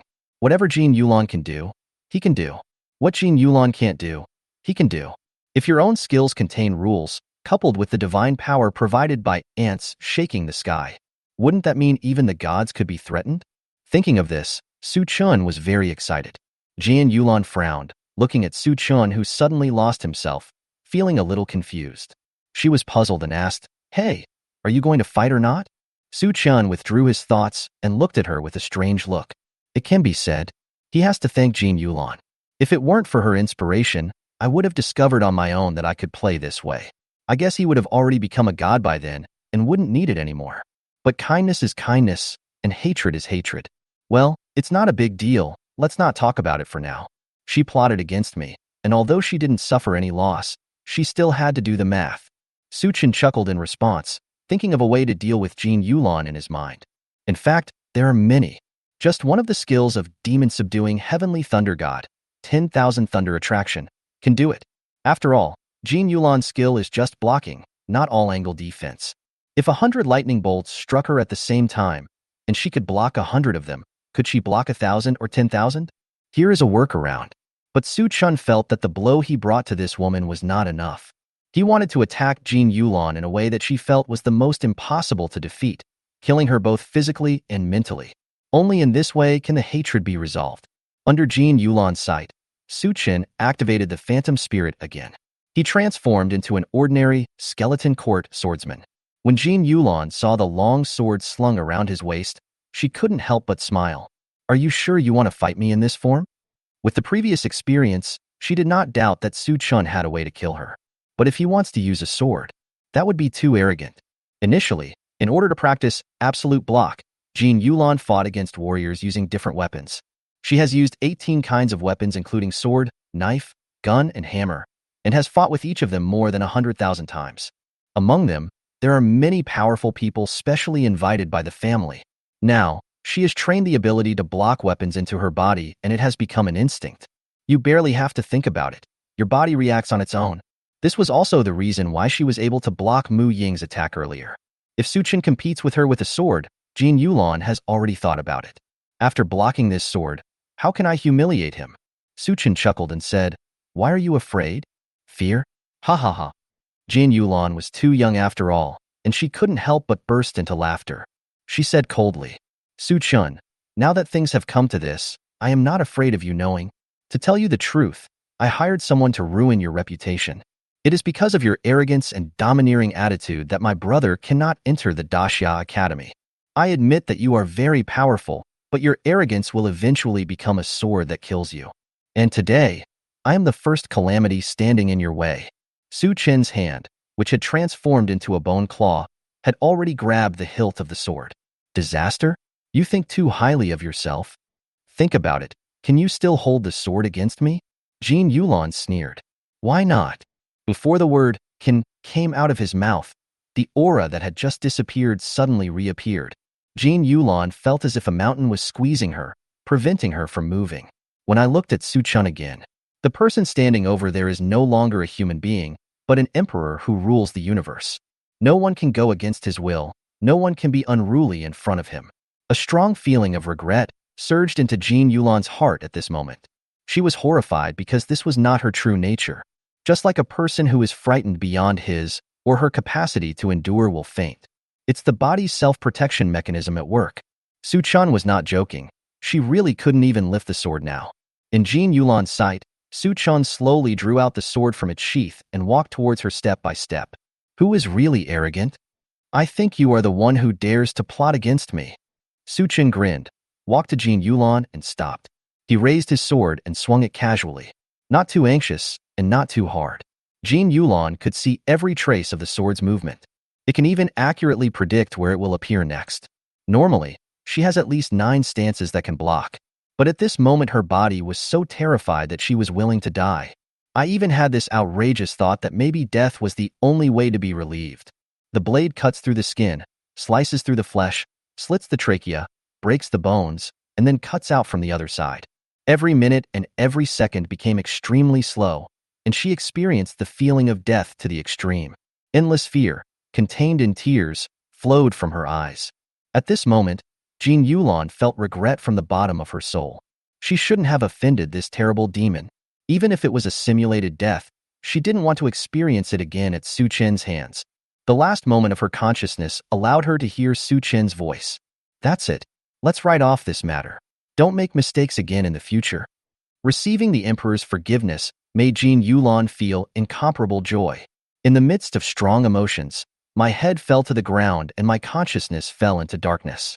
However, the despair brought by Su Chun has not ended yet, but has just begun. He lowered the bloody sword in his hand and looked up at the sky, as if he had found a camera lens. Unfortunately, none of these 3 can withstand even one of my attacks. I gave them a chance, but they didn't live up to their expectations, so it's not my fault. That's all. Su Chun looked at the Gaomao group fiercely and ordered in a cold voice. All troops attack. Let me see the potential of your tribe. In the next 7 days, I will turn this simulation upside down, and there will be no peace. The Gaomao group stood up straight and answered forcefully, yes. 10 minutes later, the real, bloody challenge officially began. The sad thing is that many students who entered the dungeon in indignation did not even understand what kind of terrifying person they were about to challenge. However, it was also their luck that they didn't have to face Su Chun directly. Chapter 124 Tianbao Secret Realm is Su Chen's home court. The students of Daxia Academy who participated in the Bloody Challenge went through 7 days that felt like years. The moment when the apocalypse system prompts you to exit the copy. Hundreds of students who were close to collapse chose to quit at the same time. Fortunately, during this period of time, the crowds watching the excitement have dispersed. There's no way. It's too cruel. The fear of being hunted every moment can give you nightmares just by watching from outside. The students who withdrew from the copy also dispersed in a hurry, and no one dared to stay where they were. I was afraid that if I was a step late, those terrible goblins would chase me out of the copy. When most of the people had dispersed, Su Chun and the other 2 were teleported out of the copy. Su Chun looked relaxed, like a retired old man, wearing a vest, shorts, and big slippers. These 7 days were the most leisurely time he had spent since he woke up from his job. Do nothing but stay in the castle and mess around. Although I can't help feeling a little guilty, I have to say it feels really good to play badly. Su Chun was not too obsessed with it. The moment he exited the copy, he began to think about where to upgrade again. After all, there are still 8 days before the selection begins. It's a whole week. We can't waste it. We have to plan it well. At this time, Yi Longyin and a group of instructors walked towards the 3 of them. Looking at this group of aggressive mentors, Su Chun frowned slightly and sighed slightly in his heart. He is ready to be held accountable. Su Chun admitted that he had indeed gone a little too far this time. But if he doesn't do this, it will be difficult for him to restore his reputation. He is obviously very powerful, yet he has to suffer humiliation. Do they think he is the City Dragon King? He was wrong, but even if it happened 10,000 times, he would not change his plan. But when Yi Longyin and others came in front of him, they were not as serious as he had imagined. All the instructors were smiling and appreciative. Ah, I finally get to meet this year's top scholar. He is so handsome and has great strength. How old are you this year, boy? Do you have a girlfriend? If you do, Would you mind having one? Student Suchun, I heard that you can clear the 5th level dungeon without any damage. I don't believe it unless you take me through it a few times. Let me see your strength. A group of mentors surrounded Suchun and praised him. This made him, who was usually shameless, blush. Not long. It was Yilongyin who waved his hand. All right, you guys. He's been fighting in the dungeon for 7 days and is exhausted. Let him rest for a while. Fight? Tired? The instructors who had watched him play cards for 7 days stared at Yilongyin. Her eyes were calling him shameless for being able to say such words. However, they also knew their limits and did not linger too long. After saying goodbye reluctantly, they left quickly. After they walked away, Suchun looked at Yilongyin with strange eyes. Yilongyin seemed to guess what he was thinking and waved his hand and chuckled. Please keep your heart at ease. The Bloody Challenge clearly stipulates that anyone who participates in the challenge will bear the consequences at their own risk. Moreover, schools have been promoting repressive education for nearly 100 years. Not only will your behavior not be punished, it will probably be made into a videotape and put into the teaching classes of the academy to intimidate future students. After hearing what he said, Suchun felt completely relieved. He patted his chest. Thank you, Brother Yi, for clearing up my confusion. Otherwise, I would have been worried for a while. I'm just an 18-year-old boy. It's normal for me to be afraid of school violence. After he said this, the 3 people next to him looked at him speechlessly. My eyes swept over his straight body and bulging muscles. Yilongyin cursed with a smile. You're worried that there isn't enough violence in school. Okay, I'm not going to talk to you anymore. I have something to tell you. He glanced at Muing and Luo Xiaoyu and smiled slightly.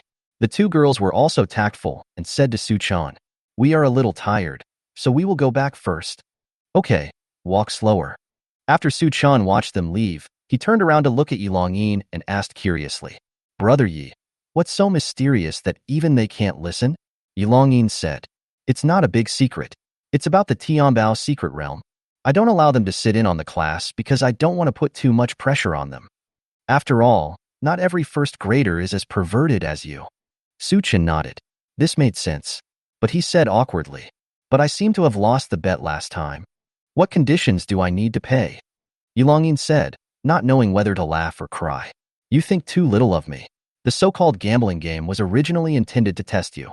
As it turns out, not only do you not need a test, you can probably test us mentors. Okay, no more nonsense. There is a lot of information about the Tianbao secret realm on the school forum. Simply put, it is an ancient battlefield with treasures left by various races hidden in it. As long as you pass the test they set, you can get treasures. It is said that there are legendary equipment and even god-level equipment. Suchun's eyes were bright. He has never seen a legendary one. This level of equipment can only be dropped by leaders of the 5th level of legendary rank or above. With his current strength, it would take some effort to kill a leader of that level. What's more, it is not easy to find a leader of this level. Seeing that he was interested, Yilongyin smiled and changed the subject. Legendary quality equipment, materials, or some exotic items are certainly valuable. But those are not the most important things in the Tianbao secret realm. In that secret realm, there exists a mysterious businessman. That merchant sells all kinds of special items, and you only need to spend gold coins to buy them. This is what I want to tell you. If you get a chance to enter the secret realm, get as much gold coins as possible, preferably more than 10 digits, and then go find that merchant. Everyone has 3 chances to buy, 2 of which you can buy items that suit you. But if there is no other choice the 3rd time, you must buy a life-extending item. As long as you take down a life-extending item, you will at least get a bright silver medal, and there will be a lot of hidden benefits.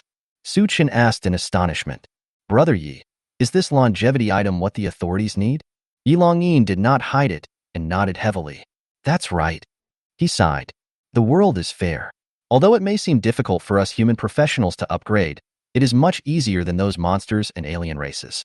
We can upgrade by killing monsters. But similarly, our powerful gods cannot enjoy the same long lifespan as the gods of other races. They can only rely on tools to prolong their lives. This Tianbao secret realm is an important production area for such tools. Of course, I'm just giving you a suggestion. If you come across 3 things that are of great use to you, then you should take care of yourself first. If you don't buy them, there will be others who will. It's just a pity to waste the official reward. Suchun nodded and said, I understand. He began to look forward to that secret realm of treasure. The place where he can spend money is his home ground. But there are only 3 chances to buy. Less. We need to think of a way. Chapter 125, the attribute panel of the three women was shocked. Su-chun has never been a person who sticks to the rules. In particular, he also possesses an absolute advantage that others cannot imagine. The $1 instant kill plugin. Just because one person can only purchase 3 times, does that mean I have to abide by that? Do you think of me as the nice heroine in a female novel who is in the Mahayana stage and has to reason with a group of ants? Joke. Su-chun likes to talk about reason, but the premise is that he is the one who makes the reason. Only, Su-chun has no idea how to break the rules and get more purchases. Yilong-yin saw that he was lost in thought, not knowing what he was thinking about, and was about to say goodbye. Suddenly, I saw a figure running towards me in a hurry. The man rushed directly to Su-chun and grabbed his arms. Su-chun, let me be your personal instructor. A familiar voice, a familiar face, but the other party has a strange and burning gaze. Su-chun was a little dazed, looking at Guyu in front of him. At this moment, senior sister Gu changed her previous indifferent expression, and her eyes were extremely fanatical. Senior Gu, what are you doing? Su-chun was stunned, but Yilong-yin next to him looked even more shocked than him. What classmate Guyu? You said you want to be Su-chun's personal instructor. But haven't you already promised the school that you'll stay on campus? Only then did Guyu notice Yilong-yin, and a look of struggle appeared on her face. Stayed in Daxia Academy and worked as a tutor. For her personally, she can not only rely on the help of the school but also build a complete nest system.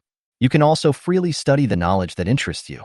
But all this, faced with the opportunity to create a product that integrates 3 systems and leave its name in history.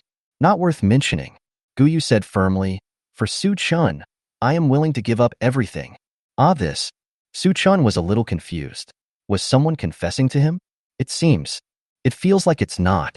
Yilong-yin looked at Su-chun strangely and complained in his heart.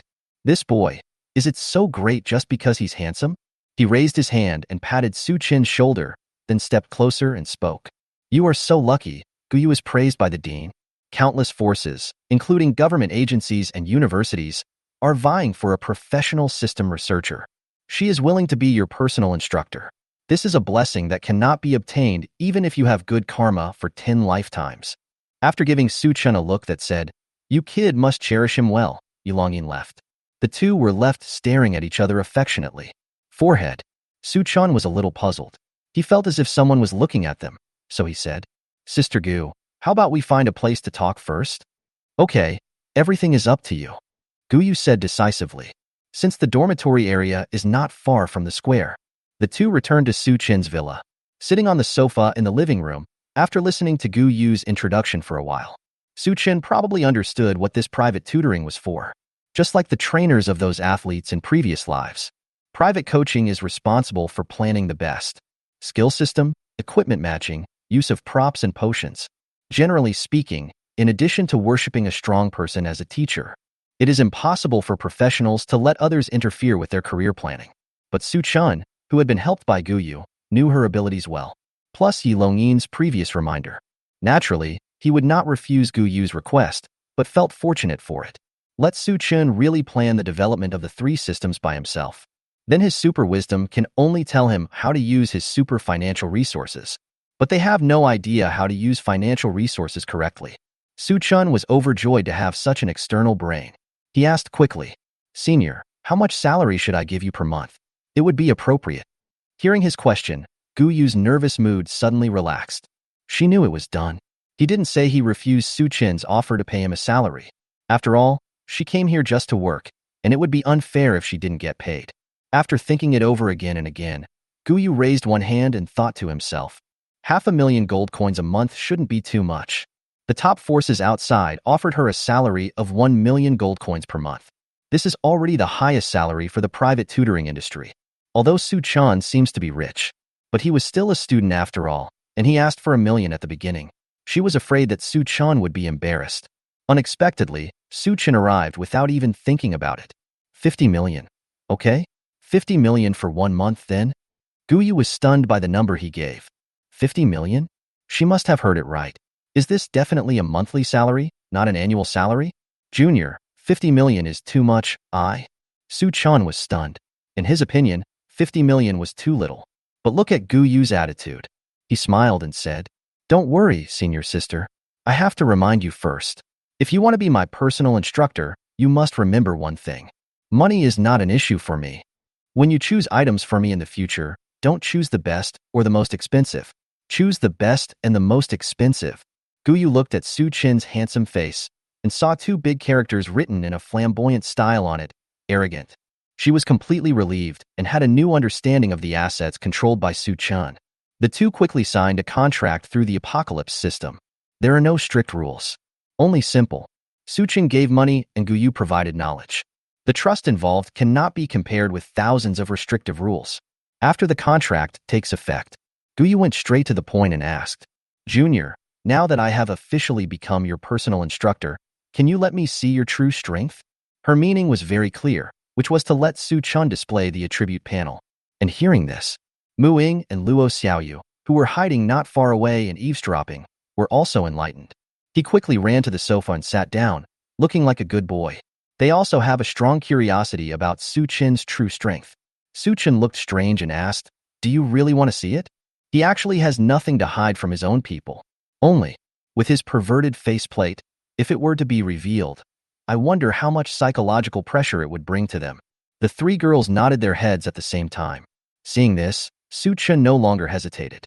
He opened the property panel and revoked all viewing permissions. The three girls came close to him and looked down from his head. Their faces changed from shock to fear and then to numbness. This attribute has 590,000 spiritual attributes after the third transformation. 3 of these talents. 2 All skills are maxed out. Weapons are also maxed out. 2 sub-god level pets. And the forest elves of the affiliated tribe. After reading Su Chen's panel, the three girls sat down on the sofa numbly.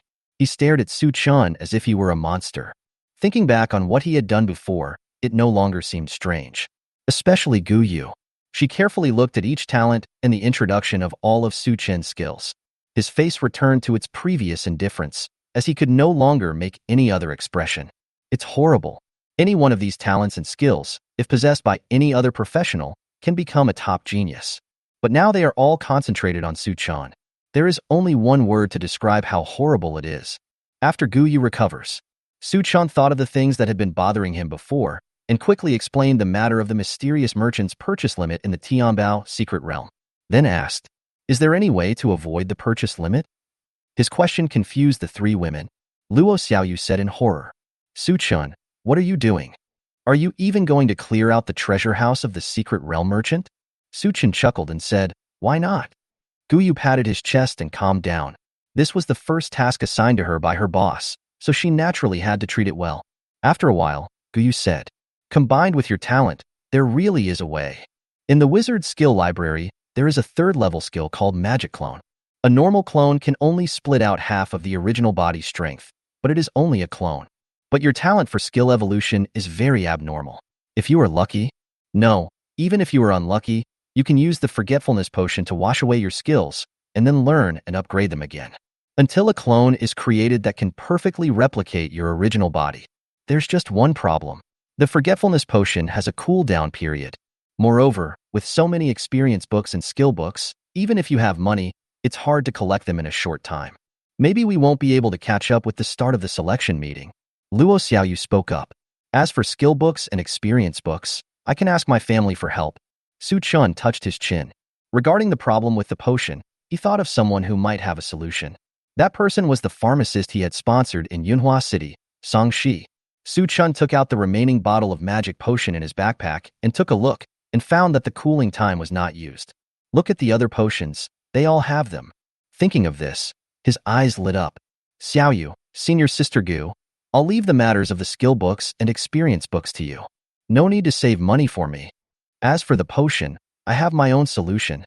Chapter 126 Another difficulty in exploring the abyss. The matter of the forgotten potion was resolved quickly. After all, Su Chen is now Song Shi's angel investor and major financial backer. Just make a phone call and explain your needs. Song Shi patted his chest so hard that it made a loud noise. We guarantee that it can be developed in 5 days at the latest. Su Chen was very satisfied and gave her another 50 million gold coins. I slipped and pressed an extra 0, but it was sent successfully. Yunhua City. In a research room converted from a basement. Songshi was so excited when he saw the 500 million yuan that arrived in his account that he was speechless. She had actually been enduring this for more than 10 days in a row. Less than 2 hours of sleep a day. I just found some progress in the latest research and am about to take a nap. Now, looking at the 500 million in the account. Sleep? Why are you sleeping? How can she sleep at her age? A boss who is so generous and trusts her so much. If she can't produce results that satisfy her boss, is she still human then? Songshi's eyes were full of fighting spirit, and he continued to devote himself to his work. Su Chun had arranged everything. So he took Mu Ying and Luo Xiaoyu to Shuemu Academy. Join Wen-Xian and Xiaolingyun. For beauties with top looks and different styles stood there, forming a beautiful scenery. The atmosphere was a little weird. No one spoke, and the beautiful eyes just stared at each other. This makes the green spot among the flowers, that is, Su Chun, even more dazzling. Who the hell is that guy? He's surrounded by 4 beauties? It's amazing that he's so handsome. It's so unfair. They are all muscular men, but they say I'm disgusting. Why is no one interested in me? Don't cry, baby. I love you. Get lost. Yours is bigger than mine. Seeing people around talking, Xiaolingyun's cheeks turned slightly red. She had only been at the academy for a short time, but she had already become known as an ice goddess who was difficult to get along with. How can I maintain my image if people keep talking about me like this? She moved closer to Su Chun, hugged his arm, and said, "Well, have you decided where to take us to kill monsters?" Su Chun said helplessly, "Think about it later." The 4 girls felt relieved. They just had to follow his footsteps. But Su Chun has a lot to consider. They're actually a pretty good team. Mage, knight, priest, warrior, and the all-rounder him. Absolutely perfect. But the problem is, their average level is too low. They are all only in their 20s and can only choose the 3rd level copy. The harvest of the 3rd copy. Su Chun disdained to waste time on it. As for finding experts to join, enter the high-level copy. The only high-level professionals he knew were the Yi brothers and sisters. Nearby selection meeting. They also have their own disciples to guide and have no free time. This made Su Chun very embarrassed. "Hey, I have an idea." At this time when Xian suddenly spoke, all 4 of them looked at her. When Xian was not stage-frightened, she straightened her chest and said, "A low-level copy, Shaochen will definitely not be interested in it. High-level dungeon, our average level is not high enough. Why don't we try the Abyss?" Su Chin's eyes lit up. There is no level limit for copies in the Abyss. Even if there is, there are a lot of monsters scattered in the wild. It is indeed a good place. The other 3 women all have strong confidence in Su Chin's strength. There was no objection, and everyone agreed. After the 5 people formed a team, they headed straight for the teleportation station. After walking out of the teleport station, Su Chin looked at the unfamiliar buildings and streets around him, feeling a little surprised. Isn't this outpost number 1? It's only been over 2 months, so things shouldn't have changed that much. Xia, Mu and Luo also looked confused. When Xian said with a smile, "Of course not. Outpost number 1 is the entrance dedicated to the college entrance examination." The 4 looked at her. She continued, "There is more than one entrance to the Abyss. According to scholars' research, the spatial structure of the Abyss is like an inverted pyramid. There are many spaces on the upper level, small and dense. The further down you go, the larger the spaces are, and the fewer they are. The first layer of the Abyss is called the entrance. There are more than 500 entrances controlled by our Dasha alone. Except for outpost number 1, if you are unlucky, you will have to enter the same entrance more than 500 times." Su Chin nodded in understanding and praised. "As expected of a senior, you know a lot." When Xian raised her eyebrows and said proudly, "That's right. Let me give you some knowledge. Do you know why we can only be teleported to the 1st floor?" Luo Xiaoyu spoke out of curiosity. "Isn't it only the 1st floor that has the teleportation array?" When Xian shook her head, "How is that possible? Dasha's exploration of the Abyss has been going on for at least 50 years, if not 100 years. There must be more than one teleportation array on the 1st floor." At this time, Mu Ying spoke. "I know that the Abyss is divided into the stratosphere and the turbulence layer. The stratosphere has a stable spatial structure and can be used to deploy safe teleportation arrays, so only the stratosphere has outposts. The space in the turbulent layer is relatively complex. We can also set up a teleportation array, but accidents are prone to occur. Also, there are special rules in the Abyss, except for the 1st layer. For other levels, you can only teleport after you have reached them. This is another difficulty in exploring the Abyss, in addition to the impact of the environment. When Xian looked at Mu Ying in surprise. It seems that I didn't expect this junior schoolmate to have such a wide range of knowledge. Students from ordinary institutions have no chance to access information about the abyss. She only found out about it after hearing Mu Nishang talk about it. After thinking about it, when Xian added, "That's right. The next stratosphere is on the 5th layer, with 3 layers in between. If you are not strong enough and get stuck in the middle, then you will be helpless. In the best case scenario, we can retreat, but in the worst case, we can only stay where we are and wait to die." Listen to them both. They finish what they say one after another. Only then did Su Chun have a basic understanding of the abyss. No wonder Yang Gang's expectations of him were only at the 2nd level. Going further down, it's not just one person's strength that's being tested. It's about a team's sustained combat capability and supply capabilities. Xiaoling Yun looked at Su Chun and asked, "We came here in a hurry and didn't bring any supplies, so we'd better not go down there. Just find a dungeon on the 1st floor and play around. It's safer." Su Chun smiled faintly, touched her head and smiled. "With me here, what are you afraid of?" Judging by the ogre lair, the dungeon boss on the 1st level is only at the 4th level bronze level. Even if the entire copy is cleared, how much experience can be gained? Even without a copy cooldown, even after 7 days of continuous play, I still cannot reach the next level. If he says this, he will be beaten. The top 3 level professionals usually need more than a month to advance to the next level by killing monsters desperately. But with Su Chin's current strength, even without any supplies, it shouldn't be difficult to break into the 5th floor, and this isn't even the limit. Besides, the ones who can restore and remove negative states are Holy Light Elf and Luo Xiaoyu. What other supplies do they need? Let's set a small goal to reach the 5th floor today, Su Chun said confidently. Next second, an annoyed voice came from the side. Nonsense. Chapter 127. Su Chun was mistaken for a ghost-fire yellow-haired man. Su Chun was stunned. How could there be someone eavesdropping nearby? He looked sideways. The person who spoke was a mature woman dressed sexy. The upper body is an army green vest. Round and full, in one word, big. On the abdomen, the abdominal muscles are neatly arranged. The lower body is a pair of tight shorts. The thighs are wrapped tightly, and the calf muscles are clearly visible. The hip-to-leg ratio is excellent.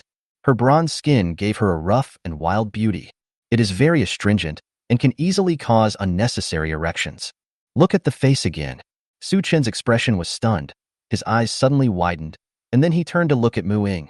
This woman's appearance cannot be said to be exactly the same as Mu Ying's, but they are 70% similar. Then, Su Chen heard Mu Ying say in surprise, "Aunt, why are you here?" Snort. The woman approached, dragged Mu Ying over, and said angrily, "If I'm not here, you will be dragged into the fire pit." She turned and glared at Su Chun with an unfriendly tone. "You must be Su Chun, right? I know you were originally the one who thought you could get the top prize in the country, so you should have known it well. I didn't expect you to be so arrogant. You guys are only level 3, but you want to reach the 5th level. That's ridiculous." Don't blame her for being angry. Su Chen's words just now. It's like an old father who sees his daughter sitting on the back seat of a yellow-haired will-o'-the-wisp on the road. The yellow-haired man looked very proud and arrogant. "Lao Ding, I'm going to take your daughter to fly the will-o'-the-wisp later. I'm going to go 80, wheelie, and I'm going to drive right next to the truck. Anyone who hears this will have their blood pressure rise and become furious." Su Chen understood her anger.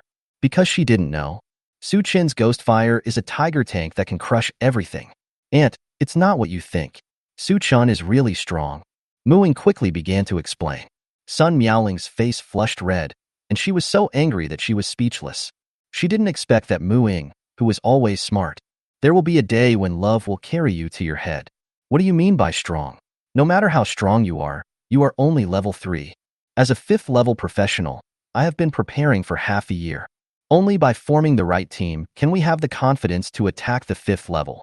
You have only just learned the basic rules of the abyss, and yet you dare to challenge me. You simply don't know how high the sky is or how deep the earth is. Sun Miaoling shouted angrily. She was like a tigress protecting her cub, holding on to Mu Ying's hand tightly. Mu Ying had a headache and turned to look at Su Chun for help. Su Chun was also helpless. You can't just beat up her aunt to prove your strength. After a while, Sun Miaoling calmed down a little. She said coldly, "You are lucky to have met me today. If I hadn't stopped you, you would have been eaten by some monster. I know you are all geniuses and are proud and arrogant. Don't be unconvinced. Follow me. I will show you the horror of the abyss. Speaking of, she took Muing and left. Xiaolingyun blinked and asked, what should I do? Suchin shrugged and said, what else can I do? If there's a ride, just take it. Follow me. He wanted to see how terrifying this abyss was. If that's not scary enough, hee. The abyss should know how terrifying Suchun is. The group followed Sun Miaoling to find her team. A large team of 30 people. There are both men and women. All of them are professionals above level 4 and well-equipped. As soon as Suchun and the other 5 approached, the group of people cast probing spells at them. Seeing that they were only at level 3, someone shouted, hey, boss, where did you get this new guy from? Sun Miaoling said with a cold face. These ignorant juniors, let's show them the world. How is the supply preparation going? Are the personnel ready? A female magician stepped forward and said, everything is ready. Sun Miaoling nodded and said, let's go. She turned back and said to Muing, you guys follow behind and watch, don't try to sneak away. If I can't see you later, I'll ask your mother to come to the capital to find you and put you in solitary confinement. Muing shrank her neck, as if she had thought of something, and smiled awkwardly. I know. After Sun Miaoling joined the team, Muing ran to Suchun and whispered, ignore her, let's go. Suchun couldn't help but laugh and said, aren't you afraid of being put in solitary confinement? Muing snorted. What are you afraid of? I've already been admitted to the academy, and you still control me? Then my study in this institution was in vain.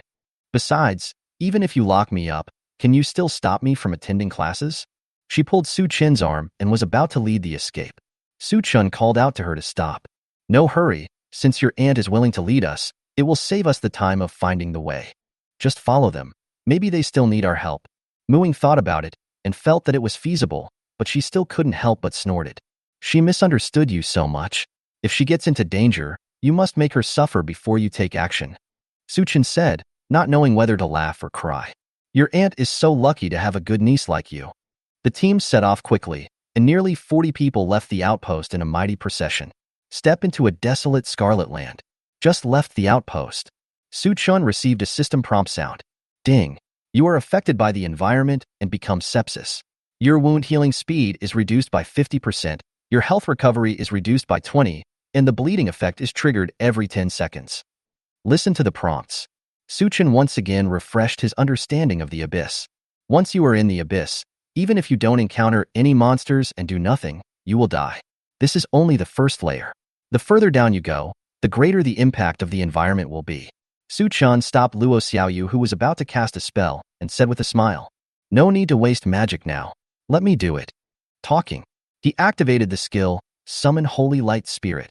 Several palm-sized elves appeared. It fell on the shoulders of the 5 people, and holy light overflowed, dispelling the negative state. Naturally, the skill effect of the holy light elf cannot be compared with Luo Xiaoyu. The dispersal lasted only a few minutes. But the problem is, Suchun can summon infinitely. At this time, Sun Miaoling, who walked up to them again, was slightly startled when she saw this scene. In her hands she held several bottles of potions, evidently prepared for them. She snorted twice. You are quite capable, but don't get too complacent. This is just the beginning. You will know the horror of the abyss in a moment. After saying this, she turned and returned to the front of the team. I saw that Sun Miaoling's teammates had already started taking medicine. Suchun was also thinking about summoning another group of holy light elves. But her attitude. Suchun didn't want to try to please someone who didn't like him. Just maintain the status of their 5-member team. Keep going. Along the way, Sun Miaoling's team is in the front. Suchun didn't even have a chance to attack. He was quite relaxed. But Muing was so anxious that she was scratching her head. She also wanted Suchun to show off and slap Sun Miaoling in the face. All I can say is that she wanted to be filial too much. Walked for 2 hours. This was the first time the team stopped to rest. Suchun looks forward. More than 500 meters away is an open space.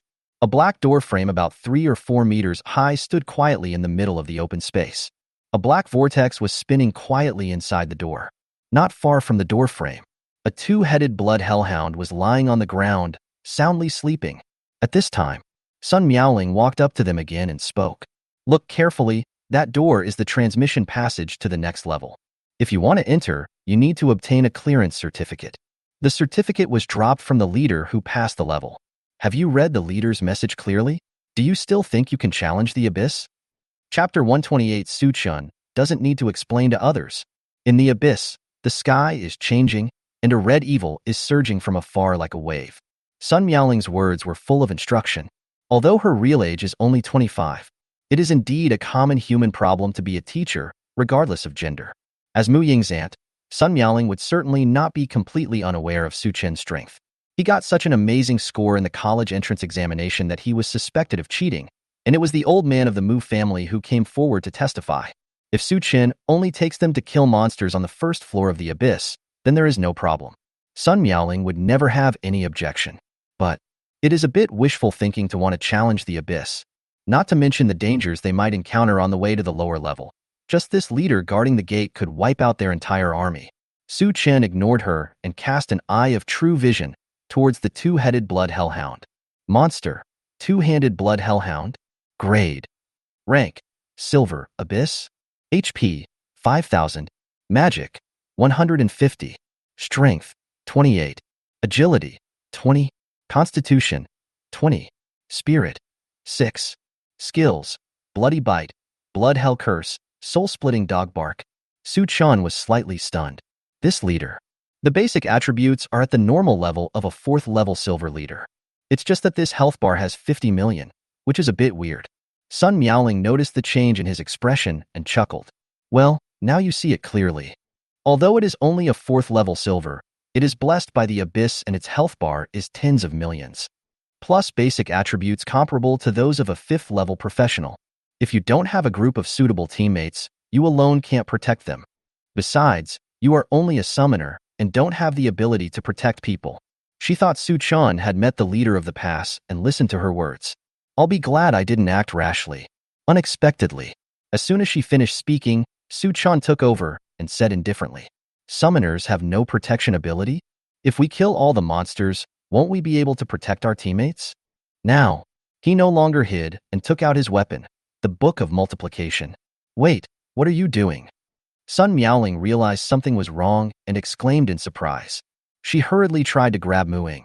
She couldn't control other people, but nothing could happen to her niece. Pity. She was a step too late and her hand grabbed nothing. At the same time, a layer of yellow protective barrier rose up around the open space ahead. This is the leader's sign of entering a challenging state. Sun Miaoling rushed to the protective barrier and looked inside. Su Chen and his group were indeed inside. The 4 girls could no longer hold back and took out their weapons. Mu Ying asked excitedly, how do we fight? It's easy, just run over it. Su Chen's voice was as calm as ever. The Book of Multiplication in his hand moved without wind, and the pages turned and glowed. Summon goblins. Blood sacrifice worm, fusion with holy light elf. Several goblins crawled out from the summoning circle. Their health bar dropped sharply. After a few seconds, the goblin fell down, and holy light elves flew out from its corpse. The holy light elf is small in size, which makes it perfect as a tool in the superposition state. Su Chen took a look at the attribute values and felt that it was about right, so he changed his weapon to the strange staff. Then he activated the phantom spirit and transformed into demon-slaying heavenly thunder god. The two-headed blood hellhound sensed the approach of a human professional. It gave a long yawn. It has been sitting at the gate of the abyss for who knows how many years. Killed countless professionals. I don't know how many professionals have killed him. It has experienced this scene countless times and has long been able to remain calm and unperturbed. But, as the leader guarding the gate, it has to show its brutal and cruel side and be more spirited. Ouch! Ouch! The 2 dog heads let out a long and terrifying howl before they even opened their eyes. As the huge body, which was as tall as 3 or 4 stories, slowly stood up. Its blood-red hair was as tangled as flames and expanding wildly. A layer of air waves spread out from beneath his body, raising ripples of flying dust. Haha, you must be scared, you weak human. Even without a mirror, the two-headed blood hellhound knew that he was extremely handsome now. Ordinary professionals would definitely be so frightened by its terrifying power that they would tremble and shiver. Now, it slowly opened its 4 dog eyes. When you see clearly what is in front of you, the howling mouth quickly closed. The shaking hair is frozen in time. The tail was tucked between his trembling legs. The 4 dog eyes were opened as wide as possible, almost as if they were about to burst. And all these changes were due to the fact that there were 4 female human professionals in front of it. There is also a 3 or 4 meter tall thunder elemental creature. That's all. The 2-headed blood hellhound also felt an extremely powerful aura from it. One knife. Maybe I can chop it to death. No, buddy, I'm going to beat this guy. Is that true or false? This must be the leader of the 20th floor or below. You've come to the wrong place. The 2-headed blood hellhound's pupils trembled violently, and tiny blood threads occupied the entire pupils. Its muscles trembled continuously, and it could hardly stand straight. And Su-chan was kind-hearted, so he didn't let it get too scared. His ferocious smile seemed to say, "Good little dog, don't be afraid. It's okay. If you die, you won't be afraid anymore. Hee hee." Ah. The 2-headed blood hellhound felt the strong smell of death approaching it and howled twice in fear, as if begging for mercy. Su-chin's eyes widened, and there was a flash of lightning in them. "How dare you bark like a dog?" The statue of the god. A bust of a golden giant, several dozen feet tall, appeared out of thin air behind him. Swing the guandao. The big knife in the bust's hand seemed like a divine weapon that judged all evil. It carried endless power of thunder and chopped down furiously. Ah!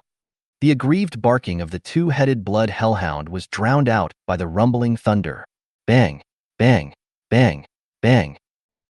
The astonishing damage figures of several million per second lasted for a full 10 seconds. The lightning dissipated, and there was no trace of the 2-headed blood hellhound in front. There was only one bonus light ball left on the ground. As Su-chan said, "Rolled over. Not a single drop is left." Now, outside the barrier, Sun Miaoling's mouth could no longer close, and her expression was as terrified as if she had seen a ghost. No, monsters like ghosts are easy to see, but no one explained it to her. Why a third-turn summoner? A 4th-level silver leader who was blessed by the abyss could be defeated in an instant. 50 million health bars, gone in the blink of an eye? Is this reasonable? Is there still justice? Where is the apocalypse system? Tell me something. Is this person open? And that leader must be a fake. How come he was killed in one blow?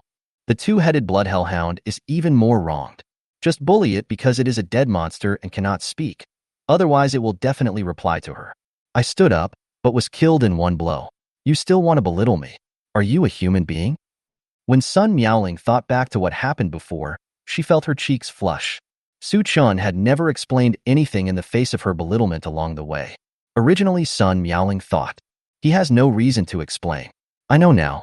With his strength, there is no need to explain to anyone. Hey, Andy, it looks like we have to go down one level first. It will take 10 minutes for the leader to appear again, so just wait patiently. With a great advantage, Mooing jumped to the face to deal damage and ran to the barrier to inform Sun Miaoling. Without waiting for Sun Miaoling to react, she hurried back to Su-chan, and the 5 of them walked towards the light gate together. Watch them disappear into the copy light gate. Sun Miaoling regretted even more. If I had known that Su-chan had such a strong strength, how could she not hug this thigh? Chapter 129. Treat the Abyss World as a copy. After entering the 2nd level of the Abyss, without Sun Miaoling and her team to lead the way, Su-chan felt that exploring the map had become quite difficult. Because it's easy to fall asleep if you're not careful. Other Abyss exploration teams enter strange Abyss worlds. You need to be extremely cautious and proceed carefully. He looked 3 steps ahead before taking 1 step, for fear of accidentally falling into the Devil's Cave and being besieged by monsters from the Abyss. But Su-chan used fusion and blood sacrifice worms to summon a large number of thunder spirits, then used the Aldalai fighting spirit to control them to fight. The ones who need to worry about being besieged are the monsters in the Abyss, even if they stay there and do nothing. The reminder sound for gaining experience kept ringing in my ears.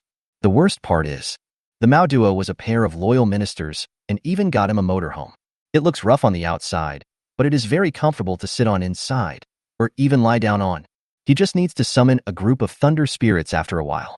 It's really like getting stronger by lying down. Su-chan couldn't help but sigh. I really missed the time when I was weak. It's so fun to fight monsters. It's not like now.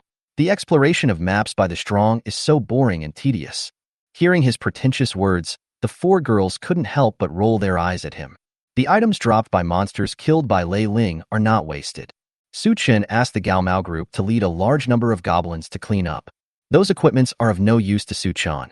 but goblin wizards can disassemble the equipment and obtain materials.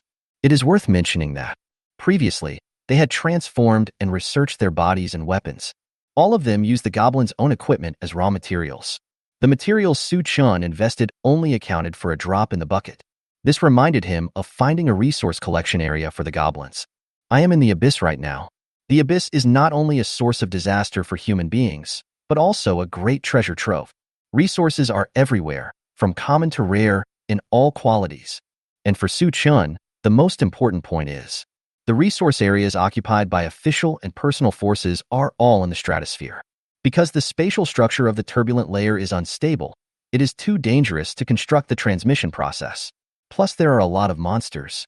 The cost of collection and transportation is too high, and no one is willing to invest money and time in the turbulence layer. In addition, there are many worlds in the upper layer of the abyss. Up to now, Daxia has not been able to fully consume all the resources in the stratosphere. Therefore, most of the resource areas in the turbulent layer are ownerless. This is a good deal for Su Chun. The goblin faces the abyss monster on the second floor. Although I can't kill monsters and clear the map as efficiently as Lei Ling, but as long as the demonic tide doesn't pass through, they alone can also protect the resource area occupied by the residents. Su Chun can also arrange the God's Promised Land in the resource area, resolve environmental damage to goblins, and the Promised Land, combined with the blood sacrifice worm, directly turned into a land of blood sacrifice. It can be maintained by simply sacrificing goblins. As for the transmission process, it is easy for problems to occur, resulting in casualties. No kidding. Goblins' fate, fortune-telling? In order to increase the upper limit of wisdom, blood sacrifices are performed every day in units of tens of thousands. No one cares about goblins dying during teleportation, even the goblins themselves. Therefore, Su Chun was not in a hurry to go to the third floor. He asked the goblins to look around for resource areas. After finding it, Aldali Fighting Spirit led a group of thunder spirits to kill it. Take down all the monsters and resource areas along the way. There is an old saying in Daxia that goes, bandits passing by are like combs, and soldiers passing by are like rakes. Su Chun and his group are more terrifying than soldiers. Not only do they eat and take things, they also occupy territories. They are more domineering than bandits. The abyss world seemed to be held in the palm of Su Chun's hand. Take the circle and flatten it at will. Squeeze it madly.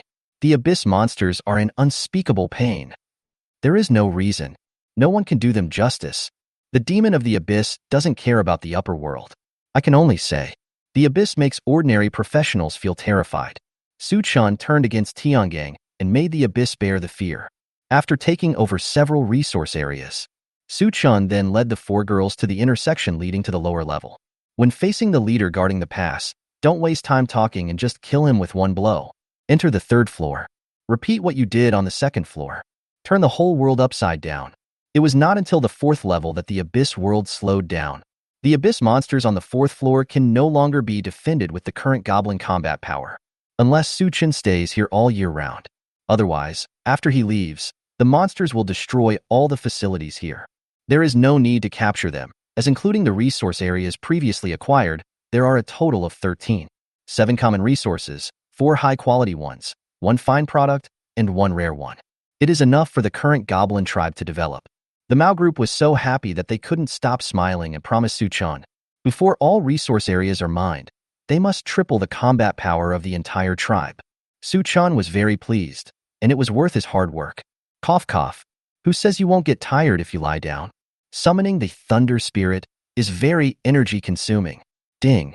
You are affected by the abyss environment and become sepsis, losing 300 HP per second, life recovery effect, wound healing effect.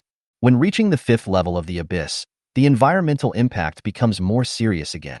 Even the effect of the dispel skill of the Holy Light Elf can only last for about 10 seconds.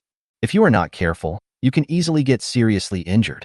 Su Chun has no problem, as he has the blessing of the strange staff, so even if he loses 300 HP per second, he can still hold on for a long time. But Xiaolingyun and the others couldn't do it. Even when Xian, a knight, couldn't hold on for more than a few minutes. Fortunately, there is Luo Xiaoyu, whose skills can be maintained for a long time, plus the help of the Holy Light Elf. The group entered the outpost on the 5th floor safely. Entering the protection of the city, people are free from environmental interference. Wow, The environment of this abyss is too terrible. How did the first explorers survive? It's incredible. Xiaolingyun patted her chest and said with lingering fear. Luo Xiaoyu also breathed a sigh of relief, as her magic power was almost exhausted. She scratched her head. How are we going to kill monsters in this environment? Even walking has exhausted all my strength. They are now like noobs taken by experts to a gathering place of high-level monsters. If Suchen didn't pay attention, they might be greeted with death. Of course, Suchun would never let this happen. But he was also very distressed. Originally, he planned to go deeper to his limit. But now it seems that it is not easy to go any deeper with the four of them. And even on the 5th floor, they also had no way to follow the guide for the dungeon, and even killing monsters outside the city was difficult. I'm thinking about how to take my sister with me. Suchen suddenly noticed that something seemed wrong. He looked around and wondered, hey, why are there so few people here? This outpost is not very big, and the city is very empty without many buildings.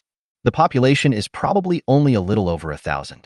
Compared with the number of professionals in Daxia who are exploring the abyss, it is a bit too small. Muing explained. It's the same as the entrance to the 1st floor. Even if we teleport directly to the 5th floor, there are still thousands of possibilities. The number of people is evenly distributed among the large number of worlds on the 5th floor. Isn't it normal that there are fewer people in one world? Hearing this, Suchen suddenly had an idea. But, he asked first, what if we are teleported to a world without an outpost? Muing shrugged. The probability of this happening is very small. After all, Daxia has been exploring the abyss for many years. There is at least one teleportation array in every world. But if we really meet, you can use the teleportation scroll to return to the 1st floor or blue star, and then enter the 5th floor through the teleportation array. Suchen's eyes lit up and he nodded. Then I have an idea. How about we go back and walk the same way we came here again? As soon as these words came out, the 4 girls all looked at him with dull eyes and confusion. You treat the abyss world as a copy, and you want to go through it again? When Xine complained, but she was suddenly stuck when she finished speaking. For other professionals, exploring the abyss is dangerous and difficult. It takes a lot of time to prepare and then explore carefully. Pray for the blessing of the goddess of luck. Finally reaching the next stratosphere, I was so excited and grateful. But for Suchun, the first 5 levels of the abyss are really no different from a dungeon. Sweep all the way, take everything, and do whatever you want. Killing monsters is not enough. You also have to build territory and mine resources. Play however you want. The abyss can't resist at all. This is much more rewarding than clearing a dungeon. Think of this. The 4 girls' eyes suddenly lit up. Although the resources along the way are useless to them, but the experience of walking through the 4 worlds is enough to make them satisfied. Suchen only bullies the other abyss worlds in the first 5 layers that have no consciousness. Otherwise, they would see the world that Suchen had brought disaster upon. The entrance will be closed immediately, and people will scream in panic. Don't come over here. Chapter 130, The Timely Rescue of the Thunder God. 6 days later. The 4th layer of the abyss, a small world. On a high mountain. From the top of the mountain to the middle of the mountain, it was crowded with people. They were dressed in golden armor and held longbows. With the magic eagle perspective, all monster information within 10,000 meters is transmitted back. The giant hunters kept firing their bows. Call out, call out. One after another, thick and sharp arrows broke through the air and disappeared into the blood-red clouds. Not long. Then a series of prompt sounds were sent back. Ding. You successfully hunted a common monster, Greystone Troll, and obtained experience, Daxia points. Ding. You succeeded. Suchun and the other 4 sat leisurely in the RV, which was made of wooden boards and engraved with magic patterns. There are constant reminder sounds in my ears. During these 6 days, they swept from the 1st level to the 5th level of the abyss no less than 100 times. There are 12 more accumulated resource areas. It's not because there are no resources to collect. It's because the dimensional space speed is too small, and there are too few summoning tents. In the end, there were not enough goblin slaves, so they had to give up. Suchen's gains are not only these experiences and resources. Whenever he arrived at an outpost, he would visit the stock exchange. 1st, 2nd, 3rd, and 4th job experience books. Primary equipment enhancement scroll, protection scroll, primary skill advanced scroll. He cleared out all these 3 items, leaving no unit untouched. Not long. The attack of the giant hunters came to a complete halt. This also means that there are no monsters within 10,000 meters. Su Chen glanced at the communication information of the Apocalypse system, sent by Gu Yu. It is said to be the skill scroll of Magic Clone and the Forgotten Potion. Everything is ready. After replying with I know, he looked at the four girls. Time is running out. Let's go back after we reach the 5th floor. Yeah, I'm a little tired. Xiaoling Yun yawned and said lazily. They haven't taken action once in these days, but their levels have increased a lot. Xiaoling Yun and Wen Xian both leveled up 2 levels, reaching. Mu Ying and Luo Xiaoyu directly upgraded to level 5, reaching and respectively. As for Su Chun, he had arrived long ago. After this selection meeting is over, he will be able to reach the 4th level after completing the breakthrough mission. If there is a fastest upgrade ranking in the Apocalypse system, Su Chun can definitely be ranked first. Less than 4 months after awakening, I broke through the 4th level. In the eyes of others, this is absolutely impossible to do. And not only did he do it, he also brought 4 girls with him and improved rapidly. After everyone said it was okay, the RV drove towards the passage leading to the abyss below. Bang, bang, bang.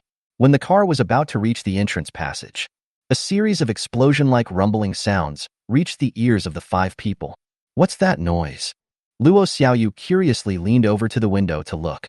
The next second, her face turned pale and she pointed out. Bugs, what big bugs? What's so scary about bugs that scares you like this?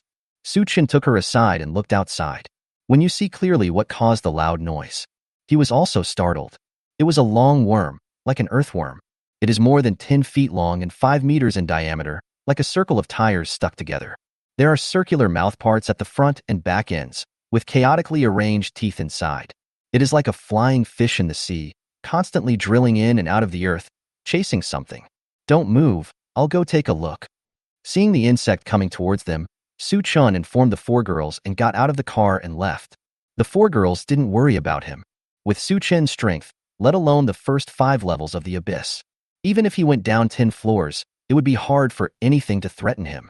Coming out of the car, Su Chun took a few steps forward. Soon, several figures were seen running desperately in the dust. Su Chen looked carefully and felt slightly familiar with those faces. It's like I've seen it somewhere. After a little thought, he remembered that they were members of Mu Ying's ants team. Why are they here? They haven't explored the 5th floor in 6 days. Even so, it doesn't seem strange. Su Chen knew that he could not judge others by himself. Besides, now is not the time to think about this. Those people also saw Su Chun standing in front of them and shouted hurriedly. Run quickly, they are the cult of the abyss. When I heard them say the word run, Su Chen didn't even think about it and took action. He transformed himself into the demon-subduing heavenly thunder god once again and activated the treasure statue of the god. When several people and the giant insect approached the attack range of the Guandao Phantom, Su Chen glanced. The giant insect just crawled out of the soil and jumped into the air. The Guandao slashed across its huge mouth where the teeth were still moving, like a hot knife cutting through butter. Hiss. The sound of boiling oil came from the giant insect's body. The Guandao swept across, splitting the giant insect into 2 pieces and dropping them to the ground. The inside of both were numbed by the lightning. But even though he killed the giant insect in seconds, Su Chun was not too happy. No experience points and drops or summons? He murmured. He spread out his sky wings behind him and flew to those people. Why are you here? Where is Mu Ying's ant? Su Chen asked. Several people were still shocked that the giant insect was killed so easily. I heard that the other party knew Sun Miaoling. One of the knights quickly stepped forward and pointed to the rear and shouted anxiously. The captain stayed behind to cover our retreat. She is fighting with the people from the Abyss Church. When Su Chun heard the word Church of the Abyss, a hint of hostility flashed across his eyes. Last time, the member of the Abyss Church, Fei Ming, almost caused him to suffer a great loss. The church should pay for personal behavior. His original intention of this trip was to find someone from the Abyss Church to settle the score. But Mu Ying said, that group of people were scattered in the turbulent layers of all sizes in the abyss, and it was difficult to meet them, so I gave up the idea. Unexpectedly. An unexpected result leads to a great success. Thinking of this, Su Chun gave himself a riding the wind buff. The body rushed away like a flash of lightning. In a canyon, Sun Miaoling and several teammates stood in a circle with their backs to each other. Their eyes were filled with fatigue. Their breaths were slightly panting, and they looked around vigilantly. There are many mysterious people around wearing clothes with red background and dark patterns. Although they were in human form, The faces beneath their hoods were extremely ugly. Some looked like they were burned and were all red. Some have tumors that ooze pus. Some of them no longer look like human beings. These people are those who have taken refuge in the abyss and have been infected and transformed by the abyss's breath. Little girl, you should just surrender. It would be a pity to kill a beauty like you. Put down the blade obediently. How about we let you die quickly? Ha ha ha. That's right, we're going to die anyway. So we might as well have some fun with our brothers one last time. Listen to their dirty talk. There was murderous intent in Sun Miaoling's eyes. These guys are actually not that strong. They only have the strength of level 3 or 4. If it were on Blue Star, she could kill them all with one hand. But here is the abyss, and they can get help from the abyss environment. Besides them, there is also a 5th turn summoner. Sun Miaoling looked behind the believers. Several giant earthworm-like insects straightened their bodies. On a red rock pillar in the middle of them stood a thin figure. Hurry up and kill them. I feel something is wrong. If you delay, something bad will happen. The figure ordered coldly. The believers below did not dare to delay any longer, wielding their weapons and releasing their skills. Attack towards Sun Miaoling and the others. But just when the two sides were about to collide, call. A gust of wind came with a wave of sound and slammed into the middle of the two sides, raising a cloud of flying dust. Before the noise had dissipated, the roar of thunder rang in everyone's ears. Next second, a series of miserable screams mixed into the sound of thunder. Sun Miaoling and her group defended themselves nervously, but found that they were not attacked. They all stared with wide eyes at the golden figure shining through the flying dust. Sun Miaoling's heart trembled, and a deep memory emerged from her mind. This figure seems familiar. Soon she remembered. 6 days ago. She has seen it. A name popped into my mind without hesitation. Su Chun. Chapter 131 5th Level Skill Book, Elemental Spirit. Before the smoke and dust cleared, Su Chin's teasing voice reached the ears of Sun Miaoling and others. Auntie, are you okay? Given his relationship with Mu Ying, there didn't seem to be anything wrong with calling her aunt. But, for some reason, Sun Miaoling felt a little unhappy. She snorted lightly, dissatisfied. We're fine, and don't call me aunt. My name is Sun Miaoling. Su Chin blew away the smoke in front of him, was startled when he heard the words, and said with a smile on his face. Okay, auntie, no problem. You humph. Sun Miaoling pouted her cheeks in dissatisfaction, revealing 2 cute dimples. Suddenly, she seemed to realize something and her face turned red. He looked around secretly. After confirming that Mu Ying did not follow, she breathed a sigh of relief and cursed in her heart. Sun Miaoling, what are you doing? Su Chun wanted to tease her a few more words. I noticed it in the next second. A fishy smell came from behind. His expression remained unchanged, and he transformed into a thunder spirit again, activating the skill, Thunder Power Heavy Armor. A layer of purple thunder armor instantly condensed, protecting his upper body. At the same time, a big mouth covered him, half swallowed him, and the surrounding flesh walls suddenly tightened. The sharp and dense teeth vibrated and rubbed at a high frequency, trying to tear him to pieces. Pity. The teeth rubbed against the armor, creating sparks, but did not even break the defense and cause any harm to Su Chun. Without thinking, Su Chin knew that the attacker was the same species as the giant insect he had just killed. The foul smell of wind almost made him pass out. Su Chun was so angry that he loosened his grip and the Guandao fell out. Before landing and showing off, he summoned a large number of holy light elves in the air. Although we came in a hurry, the number of arrangements is a bit small. But with the blessing of everyone coming together as one and flourishing, Su Chin's current strength and spiritual attributes are both over 1 million. In Sun Miaoling's mind, before he had time to worry about Su Chun being bitten by the giant insect, a furious roar came from the giant insect's mouth. The insect's tightly clenched mouth was suddenly stretched open, and drops of smelly liquid kept dripping out. Lightning snakes were slithering around Su Chin's body, and he roared angrily, "You're disgusting to me." That's it.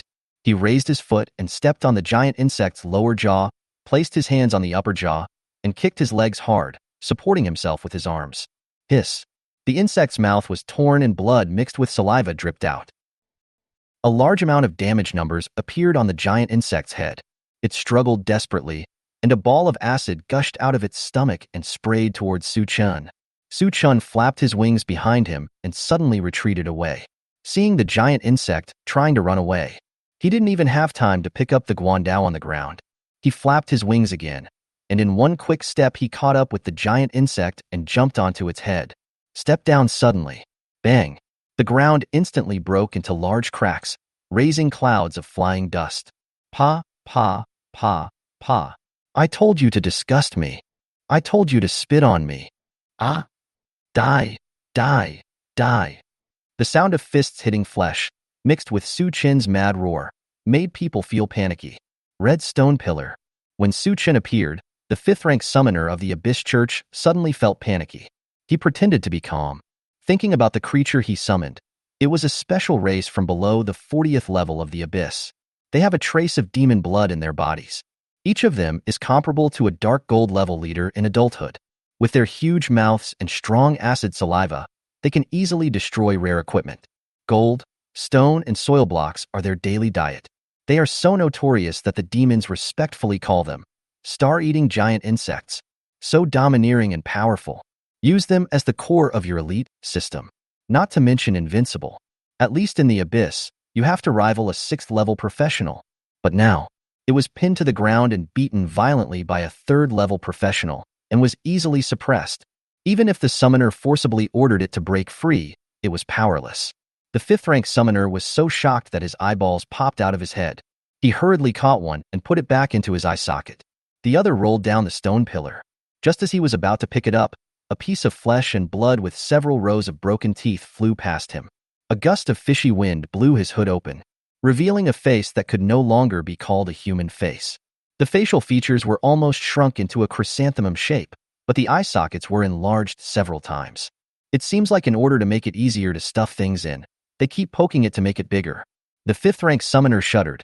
He couldn't see, but I could feel a malicious gaze coming at me. He quickly jumped onto a giant insect. Run faster. The giant insect twisted its body and carried him away. The remaining 4 rushed towards Su Chun and bit him. How can Su Chun still indulge them? He raised his hand, aimed at the Guandao, and with a sudden suction, the Guandao flew into his palm. The statue of the god. After a half-body golden shadow more than 10 feet tall appeared, it slashed out with a sword without a pause, although only a million-value spiritual power. But this blow also successfully severely injured the 4 giant insects. Su Chun just wanted to finish off, but the 5th-rank summoner was about to run away. How could he tolerate the culprit who disgusted him to leave? After leaving a few goblins there, with a flap of wings, he chased forward. Sun Miaoling was stunned, and just as she was about to speak, Su Chun had already flown away. The 4 giant insects left when they saw that the tyrant was not to be their enemy. They all pointed their huge mouths at Sun Miaoling and her group. Haven't had time to move yet. 90 goblin wizards fell to the ground, and nearly 90,000 thunder spirits crawled out from them. The whole valley was blocked. Looking at the thunder spirits around him, Sun Miaoling suddenly understood what a sense of security meant. On the other side, Su Chun, who had acquired the power of riding the wind, flapped his wings several times. Quickly caught up with the 5th-rank summoner. With one knife, he cut the giant insect under his seat into 2 pieces, and blood plasma mixed with acid splashed everywhere. Su Chun grabbed the guy's head in midair, swooped down, and flew close to the ground. He suddenly pressed the summoner's head to the ground. They didn't stop until they had plowed a 1,000-meter-long gully 1 foot deep on the ground. At this time, Su Chun is still angry. He was not injured, but Su Chun felt extremely humiliated when he was bitten by a giant insect. Ah! Bang, bang, bang, bang, bang. Fists hit the summoner's face like a rainstorm. It was beaten into mud in an instant, until the flesh and blood and the soil are fused into one. Su Chun gasped and slowly stood up. The scarlet eyes gradually turned back to normal color. Call. He let out a long breath, calmed himself down, and looked coldly at the summoner's body. You want to run away after I've offended you? Go to hell and dream your sweet dreams. He spat at the corpse as a reward to him, and the account was written off. Then he was about to turn around and leave. But when I lift my foot to go, Su Chun caught a glimpse from the corner of his eye that the summoner was holding something in his hand. Pull out the object and take a look at it with the eye of true vision. Item: Elemental Spirit, Skill Book, Learning Requirements, Mage, 30 Spiritual Attributes. Introduction: A universal skill for 5th turn mages. After learning it, you can consume 10 mana to fuse elemental creatures into your body to gain corresponding elemental control. Su Chin's eyes lit up with joy. This is a good thing. If we compare elements to objects, the higher the spiritual attribute, the bigger the hand that can pick up the elements, able to grab more elements and use them for your own benefit, but it is inevitable that some elements will slip through your fingers. The control over elements can fill this gap. Improving elemental control does not increase the power of skills, but it can control skills more accurately. Just like the skill of Demon Slaying Heavenly Thunder God, 10,000 Thunder Attraction. It summons a bolt of lightning that strikes at random locations around you, and the damage is very unstable. If he had extremely high control over elements, Su Chan could control them on one target. The mental attributes are in line with the requirements, and it is a universal skill that can be learned. Think of this. Su Chan quickly learned it, and then summoned a group of thunders. Elemental Spirit. After activating the skill, those thunder spirits turned into lightning and moved across his body. Finally, a tattoo image of Lord of Heavenly Thunder, the devil-subduing god, was formed behind Su Chan. Now, Su Chan found that he didn't even need to transform into a thunder spirit to use the skills of a god. And he can also benefit from the temporary talent gained by using the skill Military Soul. Also, the thunder spirit that merged into him did not disappear, but remained in his body. The effects of everyone becomes one, and luxuriant growth still exist. This is just level 1. If it is upgraded to the maximum level, the potential will be immeasurable. Ha ha ha. Su Chan laughed loudly and activated the 10,000 thunders, summoning thousands of thunders to smash the summoner into pieces. As a thank you for this great gift, only after all the thunders had fallen did he start to fly back. Chapter 132. Su Chan is not afraid of human wave tactics. Dark red sky, a barren scarlet land. Several wooden carts engraved with complex magic patterns were moving forward rapidly. The road was bumpy, and the car seemed to be about to fall apart. But after walking for a long time, nothing happened and the speed was still very fast. In the front car sat Su Chan and 4 other people, as well as Sun Miaoling. Muing sat next to her aunt Sun Miaoling, a playful look on her face, and asked proudly, "Aunt, what do you think? Do you still think we will be wiped out?" The more aggrieved Mu Ying was before, the more she wanted to show off now. Sun Miaoling glared at him and snorted. "I admit that Su Chan is capable, but what does this have to do with you? And aren't you on the 4th level of the abyss like us?" Mu Ying had expected her to say that and grinned. "This is not the first time we have come to the 4th level of the abyss." Sun Miaoling was stunned. "It's not the first time. What do you mean? You can't reach the 5th floor? Teleport back to the 1st level and then clear it again?" Mu Ying did not answer, but revealed her own level. Sun Miaoling's eyes suddenly widened. "Once again, I was shocked beyond words. In just 6 days, I leveled up 5 times. How efficient is that? Are you guys really going through the abyss world over and over again? Is this difficult?" Mu Ying smiled proudly. "Is this human language?" Sun Miaoling never knew before that Mu Ying could be so pretentious. Even when she awakened her mythical profession, she never pretended like that. But now, is it all because of him? Her eyes secretly glanced at Su Chan, who was sitting in front of her.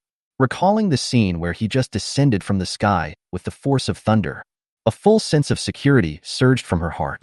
Sun Miaoling thought of what she had said before, and her face was full of embarrassment. Fortunately, she has bronze skin. Mu Ying didn't notice anything unusual. She just smiled like a kid who got a certificate. Keep talking about how easy it is to clear the abyss world. But she didn't realize that the more she talked, the more ashamed my aunt looked. Soon, a group of people came to the passage of this world. The leader of the gate is a one-eyed troll. As soon as it opened its eyes, dark clouds gathered on the top of the sky, and thousands of thunderbolts appeared out of nowhere and crackled down at the same time. It's still an instant. Xiaoling Yun and the others had become numb from what they saw and had little reaction. But Sun Miaoling and her teammates had never seen such a scene. I couldn't help but exclaim, "He can even defeat a 5th-turn Abyss Gatekeeper in 1 second. Where did the captain find this master? Forgive me for being blind. When I saw him so young, I thought he was a student who had not graduated from some institution. Well, it's possible that he is. I remember that he seems to be Su Chan, the top scorer in this year's college entrance examination." What? He is the top scorer in this year's college entrance examination. Doesn't that mean he has only awakened for 4 months and has such abnormal strength? Another day I lament that I am here to make up the numbers. Looking at this group of people shouting and yelling, Luo Xiaoyu covered her mouth and laughed. Her eyes curved into crescent shapes. Seeing this, Xiaoling Yun smiled and said, "Xiaoyu, what are you laughing at?" Why are you so happy? Luo Xiaoyu said. Sister Xia, I feel like they are so stupid because they have never seen the world. They probably don't know that the strength Su Chen showed may be less than 1/10 of it. If Su Chen showed his full strength, I'm afraid he would scare them all to death. Xiaoling Yun chuckled. You sound like you know all his strength? Luo Xiaoyu nodded. Before we set off, Mu Ying and I both looked at his attribute panel. You don't know how perverted he is. He is simply not a human being. Xiaoling Yun frowned. It was fine for them to live with Su Chen. They have also seen Su Chen's attribute panel. But I don't. Su Chen, who was packing up the spoils, felt a chill on his back and turned back hurriedly. After meeting Xiaoling Yun's gaze, her eyes are dangerous. After reaching the 5th floor, Sun Miaoling and her team completed the exploration and the team disbanded. Su Chen and the other 4 also planned to go back to prepare for the selection meeting which would begin the day after tomorrow. The group arrived at the teleportation station of the outpost. Just as he was about to be teleported away, Su Chen was grabbed by a hand and pulled out. Watching the 4 girls leave, he turned around in confusion and met Sun Miaoling's evasive gaze. Can you give me your contact information? You are very powerful. If you have time, I would like to invite you to explore the abyss together. Sun Miaoling lowered her head and spoke in a voice as soft as a mosquito. If Su Chen hadn't been so close, he might not have been able to hear it clearly. I'm not really interested in exploring the abyss, but if you invite me, I will definitely come. Speaking of, Su Chen sent her his contact information. Sun Miaoling was not happy when she heard him calling her aunt again, but he just smiled imperceptibly and said nothing, but there was a hint of dissatisfaction in his eyes. Su Chen coughed twice. It's getting late. You should go back and rest. That's all. He did not stop and stepped into the teleportation array. Shangjing Teleport Station. As soon as Su Chen walked out, he was met with 4 pairs of eyes. The other 3 pairs are fine, just a simple visit. But when Xiaoling Yun's eyes fell on him, Su Chen knew. Something bad is happening. Shangjing, the dormitory area of Daxia Academy. 4 o'clock in the morning. Guyu sat on the steps in front of the villa, buried his head in his arms, his eyes confused. She had previously asked the security guard to send her a message when he saw Su Chen returning to the school. After receiving the message, she went straight to the villa area. In order to facilitate her work, Su Chen gave her the key to the villa door. It's just that she seemed to have come at a very bad time. Snap! The door behind him suddenly opened, and Su Chen walked out with a look of surprise. After he finished his shower, he received a message from security saying that someone was sitting at his door. I didn't expect it to be Guyu. Senior Gu, don't you have the key? Why don't you come in? Halfway through his words, Su Chen also realized the situation and realized that it was indeed not easy to go in, so he laughed awkwardly twice. Guyu looked into the door and said with his head down, Well, are you busy now? If you are busy, I will come tomorrow. She felt so stupid. There is no dumber employee in the world than her. Hearing this, Su Chen felt even more embarrassed than her and could only say, It's okay. It's really not very convenient inside. Let's go to the library. Aha. Guyu nodded quickly, agreeing to Su Chen's proposal. Su Chen went into the room for a while, and when he came out, he went to the library with her. Chapter 133, Evolving the First Rule Skill. The Daxia Library is also open to the public at midnight and provides private rooms. Of course, this is just like opening a hotel. It costs money. Another thing that is the same is that there is surveillance. Su Chen and Guyu are going to do something big tonight, so naturally they can't do it in public. The 2 of them rented a research room. Guyu sat on the stool, twisting his back uneasily. I looked up at the monitor from time to time and felt a little relieved. She didn't doubt Su Chen's character. Only, have you ever seen a tiger's ferocious eating side? No matter how docile it behaves in front of you afterwards, you can't help but wonder whether it will attack you. Senior, is that all? After Su Chen received the transaction request sent by Guyu, he asked. After waiting for 10 seconds, Guyu let out an ah and nodded in panic. Yes, that's all. The equipment enhancement scroll you pre-ordered at the exchange. Medicine sent from Yunhua City. I've given you the magic clone skill books and experience scrolls that I collected from the Luo Family Chamber of Commerce. Su Chen nodded and started his own action. He took out a bottle of Song Shi's version of Forgetfulness Potion, a general forgetfulness potion, which can be used once after drinking it, different from Song Shi's version. After drinking it, if you want to forget a skill, just think about it, and the effect lasts for half an hour. Drink the potion, take out the 3rd level magic clone skill book, and learn it. Then comes the boring part of losing skills. Ding. You use the third level advanced skill experience scroll on the skill Magic Clone. Experience. Ding. You are right. Ding. Your skill Magic Clone has reached level 10 and has changed due to the influence of your talent, skill evolution. Su-Chun took a look at the effect. Compared to the previous one, it could only create one magic clone with only 40 attributes, could use all skills but could not obtain talents. After 9 evolutions, only one clone can be created, but it has 80 attributes and gains a talent. If Su-Chun stayed, he would probably only need to use one skill to stop 90% of the opponents at the selection meeting. Pity. It does not meet Su-Chun's needs, so he continues after forgetting the skills. One by one, the experience books disappeared. Skill experience scrolls were torn apart one by one. 2 hours later. It's daybreak. Forgotten thousands of times. However, Su-Chun still did not see the effect he wanted, which was to confuse the merchants in Tianbao's secret realm. The last time, after upgrading the skill to the maximum level, Su-Chun called up the skill effect. Magic Clone, a general skill for rank 3 mages. It consumes 5,000 magic points to create a clone that can shape a real appearance, has 90 attributes of the original body, all talents, and all skills. The clone will exist forever unless the original body cancels it or is killed. Can you say that the derived effect is not strong? Already very strong. But obviously, it is still within the normal skill range. It was completely different from Jin Yulan's absolute block that violated the rules. Still not working? Guyu asked nervously. Su-Chen's face looked normal, without any ripples. He really didn't have much emotional fluctuations. It doesn't matter if I fail, the final result of this skill is worth it anyway. Magic Clone is just a milder method. There are other ways to try. The simplest and most direct method is let other qualified people purchase on your behalf. At worst, he could offer double, triple, quadruple, or even 10 or 100 times the price. Anyway, money is just a string of numbers to him. Su-Chun stood up and said, "Thank you for your hard work, Senior Gu. Go back and have a good rest." Guyu bit her lip unwillingly. She didn't expect that her first mission would fail like this. Su-Chun patted her shoulder and comforted her. "It's okay, there are other ways. You've been up all night, go back to sleep." She nodded in agreement and stood up. Su-Chun was about to turn off the lights in the laboratory, but Guyu raised his hand and pressed. He was stunned, looked at Guyu in surprise and asked, "What kind of magic is this?" Guyu said blankly, "Hand of the Mage, a normal skill at level 1. What's wrong with that? This skill is useless. You can only use it to pick up objects from the air. It can't even be used to cast spells with a staff." Su-Chun shook his head, with an inexplicable excitement on his face. No, telekinesis. If it could be regularized, what a terrifying ability it would be. And it's only a level 1 skill. Perhaps this is the key to our failure. Guyu was startled and his eyes suddenly widened. More than an hour later, the two returned to the laboratory again. They cleared out all the Hand of the Mage at the Shangjing Exchange and the Daxia Academy Exchange.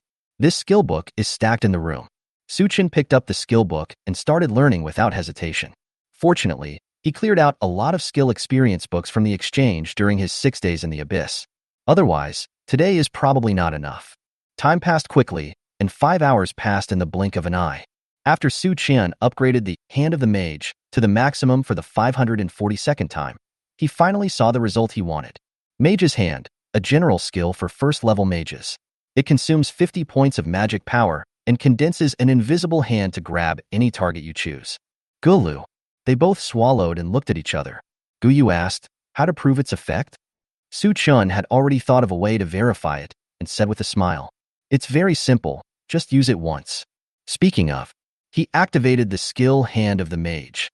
"The goal is my own talent, everyone becomes one." Next second, a ball of light was taken out of his body and stuffed into his backpack. Open the backpack and you will see all people become one inside. However, when activating the skill, Su-Chun had a strong feeling that he was the one grabbing things. In order to verify the authenticity of this induction, he asked Guyu to put on a piece of equipment and then grab it. Soon, he had indeed caught the thing, and Guyu looked at him and nodded. "It's obvious that you stole it." Su-Chun nodded, but quickly retorted, "What do you mean by stealing? Senior sister, your words are too harsh. You can sense that I am also acting honestly. I took it, not stole it." Look at the way he's trying to make excuses. Guyu's mouth twitched and he shrugged. "As long as you are happy, but this goal is pointed at a clear problem, how are you going to solve it?" Su-Chun thought about it and suddenly had an idea. He activated his magic clone and created the appearance of a stranger. Then let it take Guyu. Guyu's eyes suddenly widened, and he pointed at the magic clone. That's it. Suchin smiled, took out items from his backpack, and said, But I have the stuff. Then we've done it. Guyu said excitedly. Suchin nodded. Not only has it succeeded, but this skill can be used not only in the Tianbao secret realm. If I can take my own talents, then can I take other people's talents, professions, or even attributes? Its usefulness is immeasurable. But senior sister Gu, you have to keep this a secret for me. If I'm ever exposed, I might be hunted down by all of humanity. In fact, it's not as serious as Suchin said. But Guyu still made a zipper gesture with his mouth and said, I know nothing. Chapter 134, The Banned Summoner Profession. After upgrading the Hand of the Mage, Suchan took out a bunch of primary equipment enhancement and protection scrolls.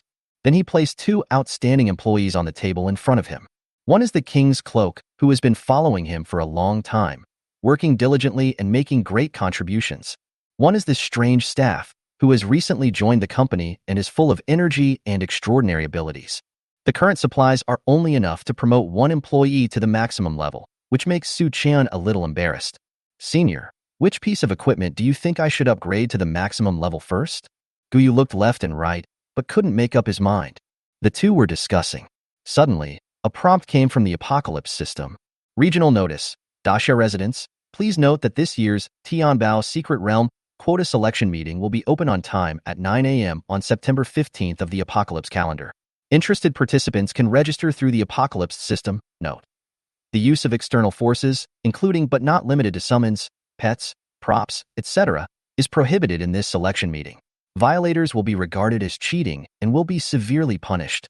After reading this news, Su Chun was full of questions. What do you mean by prohibiting the use of external forces? Even summoned creatures are not allowed to be used. Doesn't this mean that summoners are not allowed to participate at all? No, it's fine if it's targeted, but it's so obvious that it doesn't make sense. At this moment, Su Chin's emotions were rather complicated. He couldn't tell whether he should be happy or angry. Only the strong are targeted. It is so blatantly targeting me. It seems that my strength has been recognized by some people. But at the same time, Su Chin felt a little strange. Logically speaking, he didn't cause any big noise. The scope of influence of the Bloody Challenge is only within the Daxia Academy, and at most within a few academies in Shangjing. It was just a fight between students and should not be worthy of the attention of those in power, so why would they target me? Senior, do you know what this is? Su Chin looked at Guyu beside him and asked. Guyu had a dull and complicated expression. She had been holding it in for 3 years, just wanting to get ready and get a spot in the 4th year. Result: a simple line of words in the notice, no more than 50 words, made all her 3 years of preparation go to waste. If she continues to stay here, the gains will outweigh the losses. It can be said that this year is her last chance. Now it's gone. Everything is gone. When the dust of the times falls on an individual, it is like an unbearable mountain. Guyu, who was always calm and composed with little emotional fluctuation, now had slightly red eyes. She looked at Su Chun, grabbed his arm, and said angrily, Su Chin, this time, take everything from the entire secret realm. Don't leave anything behind. It's human nature to want to destroy something if you can't get it. Although Su Chan is also a summoner like her, she believes that Su Chan must be able to do it. Su Chin nodded. He had not originally planned to leave anything in that secret realm. If he doesn't take everything away after he's gone there, wouldn't all his time and effort be in vain? It might have been a bit troublesome before, but now I looked at the Hand of the Mage in my skill bar. Su Chin grinned. At this time, a communication came into his system. It was a message from Li Fenglu. Li Fenglu, I'm at the gate of Daxia Academy. Your artifact has been repaired. Come out and get it. Su Chin's eyes lit up. Li Jinshin was really efficient. Only a dozen days had passed, and the artifact had been repaired. He said something to Guyu and rushed straight to the gate of the school. When he arrived at the school gate, Su Chin looked around but didn't see Li Fenglu. Another message came, with the location of a tea house. Su Chin followed the instructions on the map and soon met Li Fenglu in a private room.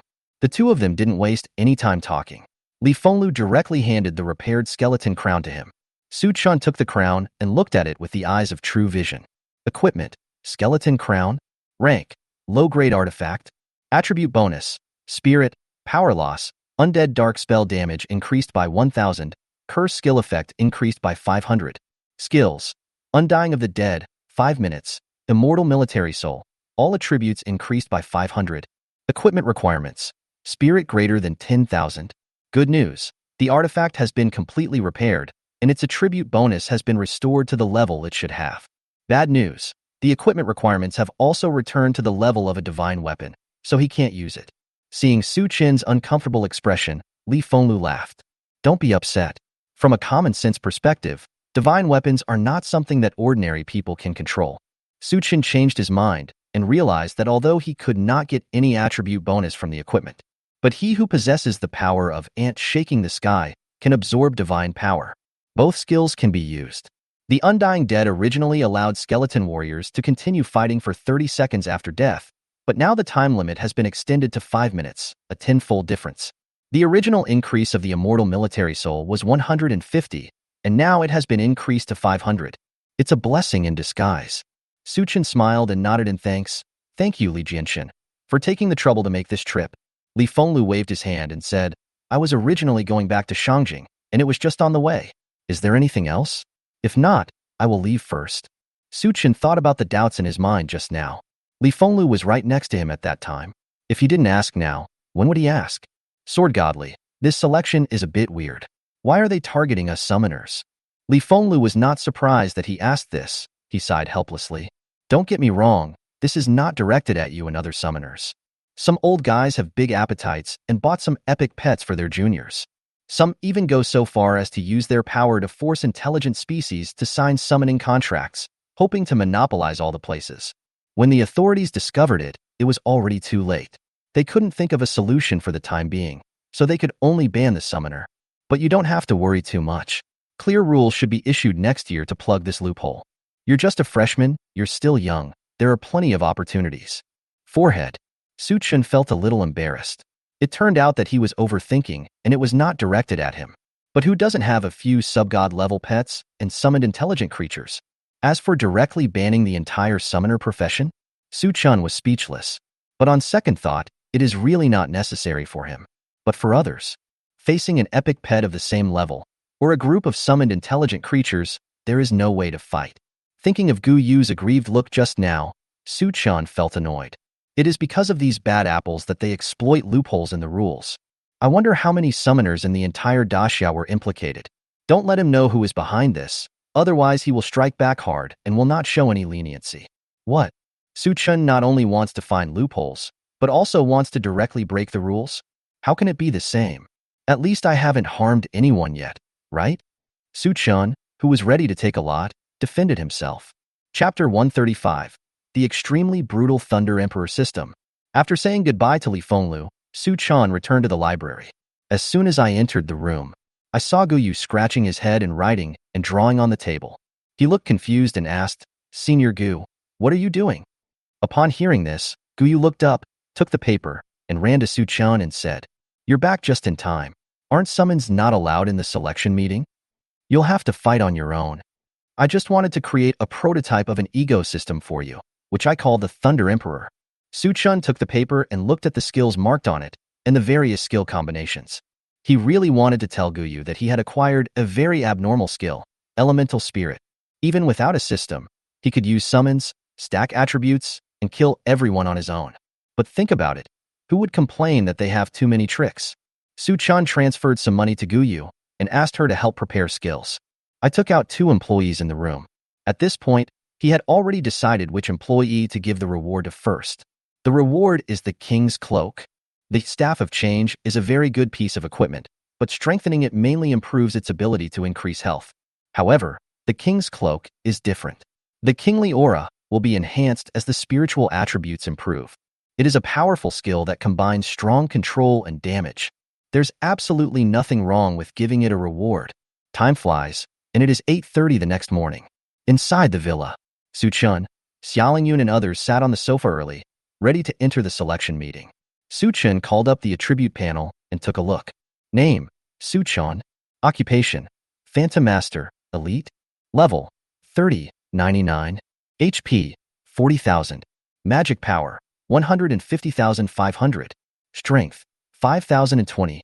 Physique, 5020. Agility, 8,020. Spirit, 59. Talents, magic return, talent evolution, unity of all. Pets, ancestor of the blood clan, Angelina, subgod, greedy demon king, doppelganger, Tiana, subgod. Subordinate tribes, forest elves, psychedelic forest, goblin tribe. Skill, class specific, leader summoning, phantom. Summoning types, goblin, skeleton warrior, dragon hunter, holy light elf, thunder spirit, magic forbidden steel, and Aldeli fighting spirit. Amplification, riding the wind, self-destruction, rage, promised land, blood sacrifice worm, military soul, weapon enhancement, third turn, armor enhancement, third turn, rapid reproduction, spiritual enlightenment, thunder stimulation, third turn, thunder element resonance, third turn. General category, teleport, true vision, unity of the king and the people, fast casting, fusion, auto casting, skill delay, an ant shaking a tree, elemental spirit, fifth turn.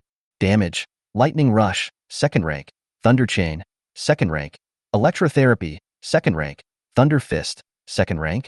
Equipment, weapon, book of multiplication of the staff of trickery, epic, shoulder, king's cloak, epic, thunder excitation and thunder element resonance, as well as 4 damage skills, were all prepared by Guyu yesterday.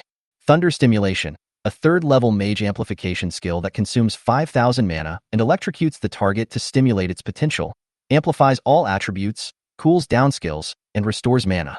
Thunder element resonance, a third-turn mage amplification skill that consumes 3,000 mana, increases the ability to control the thunder element and gains top-level thunder element affinity. Lightning rush, a second-level mage damage skill that consumes 600 mana points. With the addition of thunder, the mage charges forward at an extremely fast speed, dealing 300 spiritual damage to the enemy in front of it, while also inflicting negative buffs of paralysis and electric shock. Thunder chain, a second-level mage skill that consumes 300 mana points and uses the thunder element to condense a chain that entangles and imprisons the target, reducing the target's speed by 90. Electrotherapy, a second-level mage skill that consumes 500 mana points and uses electric shock to heal the target's injuries, restoring 50 spiritual attribute health points per second. However, during the electric shock, the pain effect continues to accumulate. Thunder fist, a second-level mage skill. Each punch consumes 150 points of magic power. Thunder wraps both fists, bursting out 300 agility and strength attributes, and strikes the target, causing high damage. These 6 skills, combined with the 4 skills of Thunder Spirit, constitute the Thunder Emperor System 1 created for him by Guyu. There is no need to talk about whether it is strong or not. Just looking at those data values is enough to scare people to death. The strength is no longer at the second level. The system is, above all else, comprehensive and torturous. For Su Chun, comprehensive means being able to resist, fight, and run. It's like an invincible thunder tank that can crush all enemies. As for Su Chen's opponent, torture is a combination of moves given to him by Guyu. First, use thunder chains to imprison the enemy, then cast electric therapy on it. It causes huge mental damage without killing the opponent. Su Chen didn't believe that Guyu had no intention of retaliating against other participants in the selection meeting. Damn, just imagining the scene. Su Chen himself felt it was too cruel. Half an hour later, a registration link was sent out within the Apocalypse system. Su Chen opened the link and smiled at the 4 girls. Protect yourselves well. The most important thing is to participate, and don't have too much psychological pressure. If you want anything later, send me a private message and I'll bring it back to you. The 4 girls looked at him. The selection meeting hasn't even started yet, but you're already thinking about what prizes you want, right? But they knew that Su Chun was not bragging. He really had the ability. The 5 people clicked on the link, and a strong light flashed on their bodies, and then they all disappeared. At the same time, many TV stations across Daxia have opened special studios to follow the selection process. Inside a studio at Beijing TV station, host Wang Xinlan smiled at the camera. Although she is already in her 30s, her face is naturally childish, her smile is calm and sweet, and she has dimples on her cheeks. Coupled with her strong professional abilities, she has become the most popular host at Shangjing TV station in the past 2 years. The director gestured to let her know that the show had started, and the audience began to enter the live broadcast room one after another. Wang Xinlan said with a smile, "Good morning, friends in the live studio. I am the host Wang Xinlan. Today is the annual selection meeting. Professionals from all over Daxia will go through 2 rounds of assessments to compete for 10 places to enter the Tianbao secret realm. We have invited the instructor of Daxia Academy, Yi Longyin, the white-robed sword god, Li Fenglu, and the eldest daughter of the one family in Shangjing, Wenruyu. The three of you will give us a review of the battle situation. Please welcome us with applause. The camera turned and shot the other side, showing three people sitting in different positions. Sitting on the left, Yi Longyin seemed a little embarrassed because he came as a representative of Shangjing Academy. He wore a well-ironed suit and sat upright. If Su Chen saw him at this moment, he would be shocked. He didn't expect that he could be so serious and would ask where he rented the suit. In the middle, Li Fenglu was leaning casually on the back of the chair, with his legs crossed, looking relaxed and comfortable with an approachable smile on his face. On the right is a plump and beautiful young woman wearing a white dress, with sharp eyes, a cold face, and a strong aura. Obviously, this is an extremely strong and domineering woman who cannot tolerate even a grain of sand in her eyes. Seeing the camera sweeping over, Wenruyu nodded slightly, and the live broadcast and the selection meeting officially began. Chapter 136, The Extremely Offensive Wenruyu. After a brief introduction, the host Wang Xinlan went straight to the point and asked, "We all know that the selection meeting is to select outstanding professionals, but we don't know its specific rules. Could you trouble teacher Yi to tell us about the rules of the selection meeting?" Yi Longyin nodded slightly and spoke. The selection will be divided into 2 rounds, the monster test and the melee. In the first round of the monster test, participants need to go through 3 waves of monsters. If they successfully survive the monster test and kill all the monsters, they can enter the second round. In the second round, all professionals will be gathered in an arena to fight. In the arena, the damage and pain will be forced to be adjusted to 100% tolerance. The last 10 people who survive will be able to enter the Tianbao secret realm. In his narration, a brutal and bloody battle comes to life before our eyes. Wang Xinlan asked after pondering for a moment. "Teacher Yi, I'm curious about something. There are millions, even tens of millions, of people participating in the selection meeting every year. Is it too little to use only 3 waves of monsters as the first round of tests?" Before Yi Longyin could speak, Li Fenglu next to him spoke for him. "Don't worry about that. The monsters in the first round of the selection are not simulated monsters. Instead, they are captured one by the examiners of the selection from Blue Star, the Abyss, and other worlds. They are all stuck at level 40, but their grades are Diamond, Epic, and Legendary. The first monster alone is enough to screen out 99% of the participants." After hearing this, the comments in the live broadcast room scrolled wildly.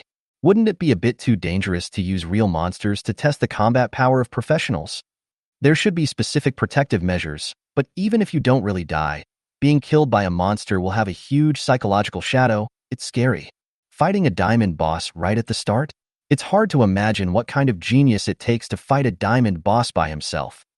Wang Xinlan understood and nodded. After receiving the director's reminder, the audition meeting had already begun. She smiled. "I've received news that the professionals participating in the selection meeting have already started fighting. Since there are too many battle perspectives, it's impossible to view them one by one. I wonder if the 3 of you have any targets in mind that deserve special attention." This time, the plump young woman Wenruyu on the right spoke first, coldly. "I have 3 candidates here, Wen Shaoran, Zhang Yushu, and Qin Shao from the Tianxin Academy." After she said the names of the 3 people and the colleges they belonged to, the live broadcast room screen was divided into 3 parts, and 3 figures appeared. The 3 men did not embarrass Wenruyu. Within just a few minutes of the fight, they had already reduced 1/10 of their opponent's health. And no matter what professions the 3 people are, they are constantly pulling the monsters with exquisite footwork and graceful movements. Their fight has a beauty like dance. The barrage also gave continuous praise to Mianzi. "My God, these 3 people feel like they are dancing. Facing the diamond leader, they are so relaxed and graceful. Why haven't I heard of their names before? Tianxin Academy, what a domineering name. Why haven't I heard of it before? I wonder which one is stronger compared to Daxia Academy." You are short-sighted. The Heavenly God Academy is a private academy. It used to only recruit students from the families of gods. It seems that it will be open to the public next year, so it sent people to participate in the selection meeting. Looking at the 3 battle scenes on the screen, Wenruyu's eyes narrowed slightly. Although their tactics were discovered by the authorities and targeted, but the students of their academy are already very strong. If nothing unexpected happens, all 10 places in this selection meeting will go to the Tianxin Academy. This is the first year that the academy is open to the public. As long as they can take up all the places in the selection meeting, Their academy will be more famous than even the Daxia Academy. The title of the #1 university in Daxia has been held by Daxia University for hundreds of years, and it's time for it to change hands. This is the first step for these top families to join forces, control the source of top professionals, and then continue to expand into various industries. Within 10 years, they will be able to return to their former glory days, and the authorities will no longer target them, because they will be the authorities then. As one of the masterminds of this return plan, when Ruyu had a lonely and faint smile on his face, Wang Xinlan clapped her hands. Miss Ruyu has a keen eye for talent. These three students not only have extraordinary combat abilities, but also extremely elegant fighting styles. I think they will definitely achieve excellent results in the selection meeting. Then I wonder which professionals Li Jianxin and Instructor Yi have their eyes on? Li Fenglu shrugged. I don't know much about young professionals. The only one I know who has good talent is a summoner, so it is unlikely that he will participate in this selection meeting. Therefore, I don't have a favorite candidate. Summoner? Yi Longyin was stunned and immediately thought of Su Chan. But that guy is more than just a summoner. The rule of prohibiting the use of summoned creatures cannot restrict him. He chuckled and spoke. I also have 3 candidates. They are Fan Biao and Zhang Haoyang, 4th-year students from our Daxia Academy, and Su Chun, the top scorer in this year's National College Entrance Examination.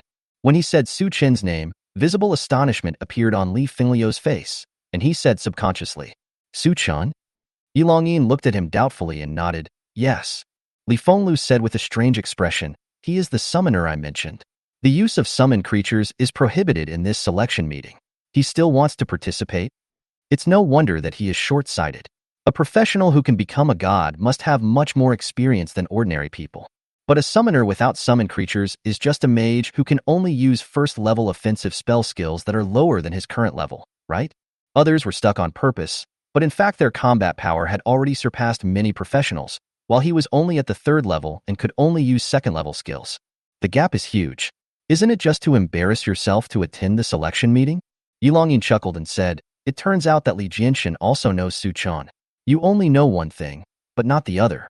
Su Chen is not only stronger than summoned creatures. Li Fenglu wanted to argue a few more times, but when he thought of Su Chen's terrifying ability to teleport an army of 500,000 by himself on the Wolf Plains, he was shocked. He closed his mouth again. This kid was born to create miracles. Maybe he could really bring unexpected surprises to people. He kept his mouth shut, but when Ruyu snorted and spoke, from what I know, the Su Chen you mentioned has just awakened his profession less than 4 months ago. Professor Yi took him out. Could it be that there is really no one left in the Daxia Academy? Yi Longyin frowned slightly. This woman was very aggressive, and her words were full of naked hostility. He responded calmly. It's not that there is no one in Daxia Academy, but Su Chen's strength is far beyond what ordinary people can understand. He is stronger than common sense, so I mentioned him. When Ruyu sneered and said again, it's beyond common sense, and not something that ordinary people can understand. Teacher Yi is exaggerating a bit. A professional who has just awakened, or a summoner, would have been eliminated by now even if he really participated in the selection meeting.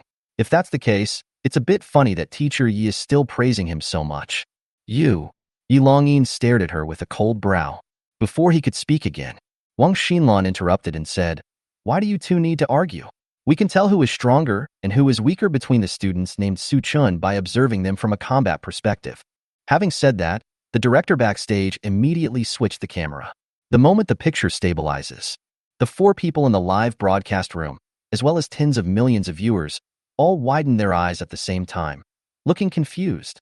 Chapter 137 Su Chun fights a restricted level battle. Sizzle. A fierce sound of electric current came from the screen. Everyone who was watching Su Chen's battle seemed to be numbed by electricity and stood there in a daze. Only on the screen. Su Chen's opponent is a succubus.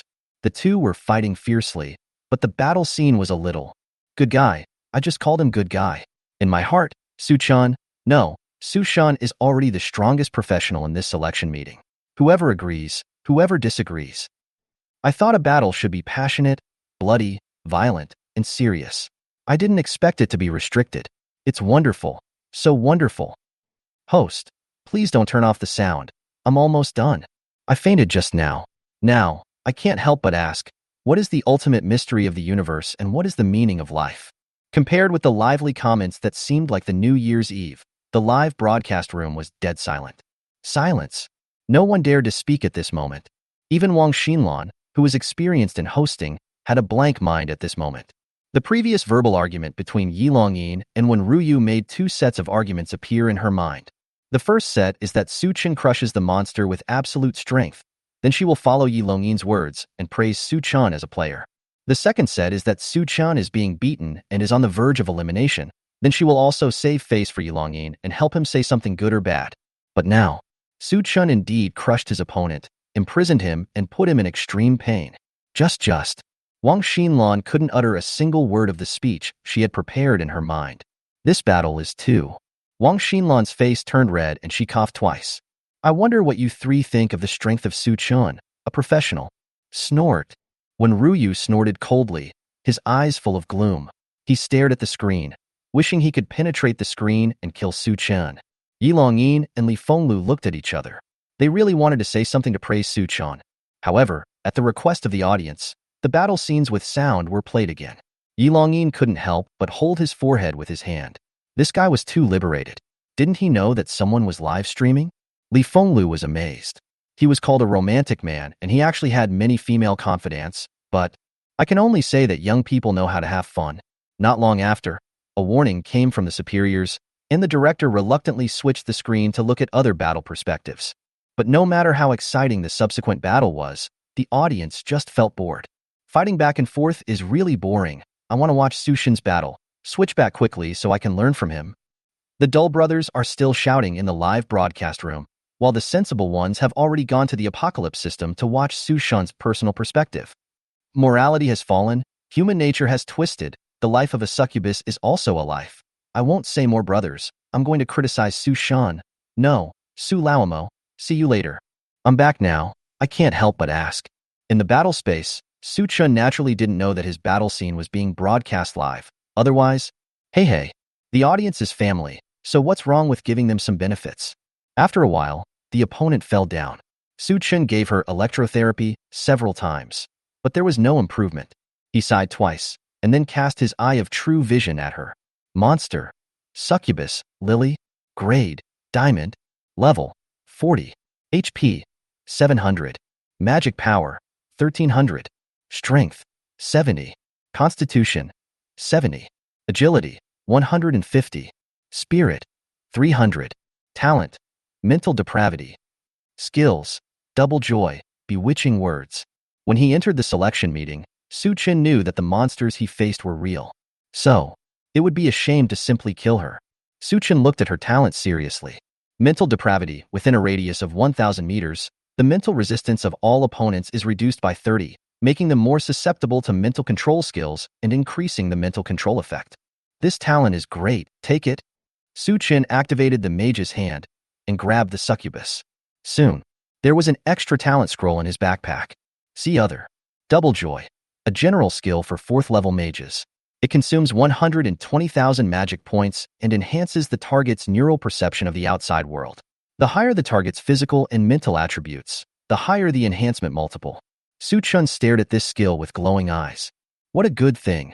He couldn't even imagine how comfortable this double pleasure, combined with his electrotherapy, would be for his opponent. The master's hand made another move. The moment he got the skill, Su Chen started learning it immediately. It may be because the skill comes from the monster, and it reaches the maximum level the moment it is obtained, leaving no chance to evolve. He glanced at the other skills, but there was nothing good there, so he could only focus on the attributes. I wonder if I can get the 3 million spiritual attribute? Thinking of this, Su Chen activated the mage's hand and grabbed the succubus's spiritual attributes. Hiss! The succubus suddenly woke up, her face filled with extreme terror, and she seemed like she was about to scream. But the next moment her eyes froze and she fell down. Su Chen was stunned as he watched her health bar emptied, and she died instantly. Her body exploded into flashes of light, leaving only a ball of reward light. Look at the backpack again. There is no 3 million attribute value, but there is one more item. Item: Soul of Succubus. Rank: Epic. Introduction: a complete succubus soul, which can be used to make mind control props, magic arrays, and weapons. Did you capture the soul directly? Su Chen touched his chin and thought, it seems that it is impossible to complete himself by grabbing other people's attributes. But, epic material, not bad. He stepped forward and picked up the item dropped by the succubus, an epic quality whip. Equipment. Love. Quality. Epic. Attribute bonus. Strength. Spirit. Magic recovery. Skill. Whip of Love. Equipment requirements. Spiritual attribute greater than 50. Whip of Love. Whip your allies, making them excited and gaining a 300 bonus to all attributes. Well, it's a piece of equipment that suits me. Keep it. Thinking so, Suchin put his equipment into his backpack and took out 2 pieces of reward light ball. The rest are just some materials and rare equipment, which are not valuable. After the reward light ball dissipated, he walked towards the teleportation array in the center of the venue and entered the next round of assessment. Chapter 138, the eldest lady of the One family, wants to see the barrage. The second round of trials was still set in an arena. However, compared to the first round, the light here is dimmer. The whole scene was pitch black, with only sparse torches providing a faint light source. As Su Qian was looking around, he suddenly, bang bang bang bang. Heavy and swift footsteps came from behind him, and Su Qian looked stern. As soon as he turned around, a black shadow came crashing down with a surge of wind pressure. Bang! Su Qian raised his arms to block, but the black shadow hit his arms and sent him flying several meters away. After pacing to exhaustion, stop! Su Qian slowly raised his head and looked at the attacker, a dangerous light flashing in his eyes. Feeling the burning pain on his arm, he licked his lips and said coldly, "A sneak attack on me? You have a way to die." A broad figure came into his sight. It was a minotaur. He has dark skin, dark red horns, is over 10 feet tall, and has muscular body. He was wearing heavy black iron armor and holding a long-handled warhammer in his hand. A true eye looks at it. Monster. Purgatory Executioner. Electo. Rank. Epic. Grade. HP. 1500. Magic Power. 1000. Strength. 400. Constitution. 400. Agility. 220. Spirit. 200. Talent. Strong Will. Skills. Crippling Strike. Infernal Trample. Brave Charge. Unyielding Body. Humanity dies. The Minotaur spoke in human language, roared concisely, swung his warhammer, drew an arc, and smashed towards Su Qian. However, Su Qian did not confront it head-on. Instead, he spread out his sky wings behind him and flew backwards for a distance. The succubus before was too easy to deal with. He hadn't yet reached the superimposed state, so he was ambushed by this guy. But that was its last chance to deal damage. Take out the Book of Multiplication. Activate the skill, Summon Thunder Spirit, infuse it with Blood Sacrifice Worm. Before the Thunder Spirit was summoned out, he had already absorbed it into his body using the Elemental Spirit. A purple portrait of the god slowly formed on his back. As a large amount of Thunder Spirits poured into the body, the portrait of the god slowly changed from purple to gold. After 900,000 Thunder Spirits merged into his body, Su Qian put away his sky wings and slowly landed. Die! The Minotaur roared and swung his hammer again. Bang! The hammer hit Su Qian right on the head. But I saw sparks flying in all directions and the sound was like a loud bell. Good start. The moves looked quite powerful and domineering. But when he saw the damage appearing above Su Qian's head, only then did Su Qian realize that he had inadvertently acquired an amazing skill set. The Elemental Spirit can absorb the Lightning Spirit into its own body. The unity of the ruler and the people can ensure that he will not be hurt while he still has summons. Electric Therapy, or Promised Land, can restore health to friendly units. When 3 or 4 are combined, as long as the enemy's output is sufficient, all the summons in his body cannot be killed instantly. Then he is invincible. Crippling Blow. Seeing that his damage failed to shake Su Qian, Elect roared, his dark skin turned red, and 2 columns of air spurted out of his nostrils. It raised the warhammer high in its hand, and the muscles in its arm exploded completely. The texture of each muscle was clearly visible, and the strength was condensing in a way visible to the naked eye. Su Qian did not dodge or evade, but watched quietly, with a bit of contempt in his eyes. Call. The warhammer paused for a full 5 seconds, then suddenly smashed down and hit Su Qian in the face. Bang! Su Qian took a few steps back. You can look at the damage again. Alec's bull face was stunned for a moment, and his eyes widened in disbelief. How is this possible? No, how can you not be hurt? It couldn't believe what it saw, and angrily raised its warhammer, smashing it on Su Qian repeatedly.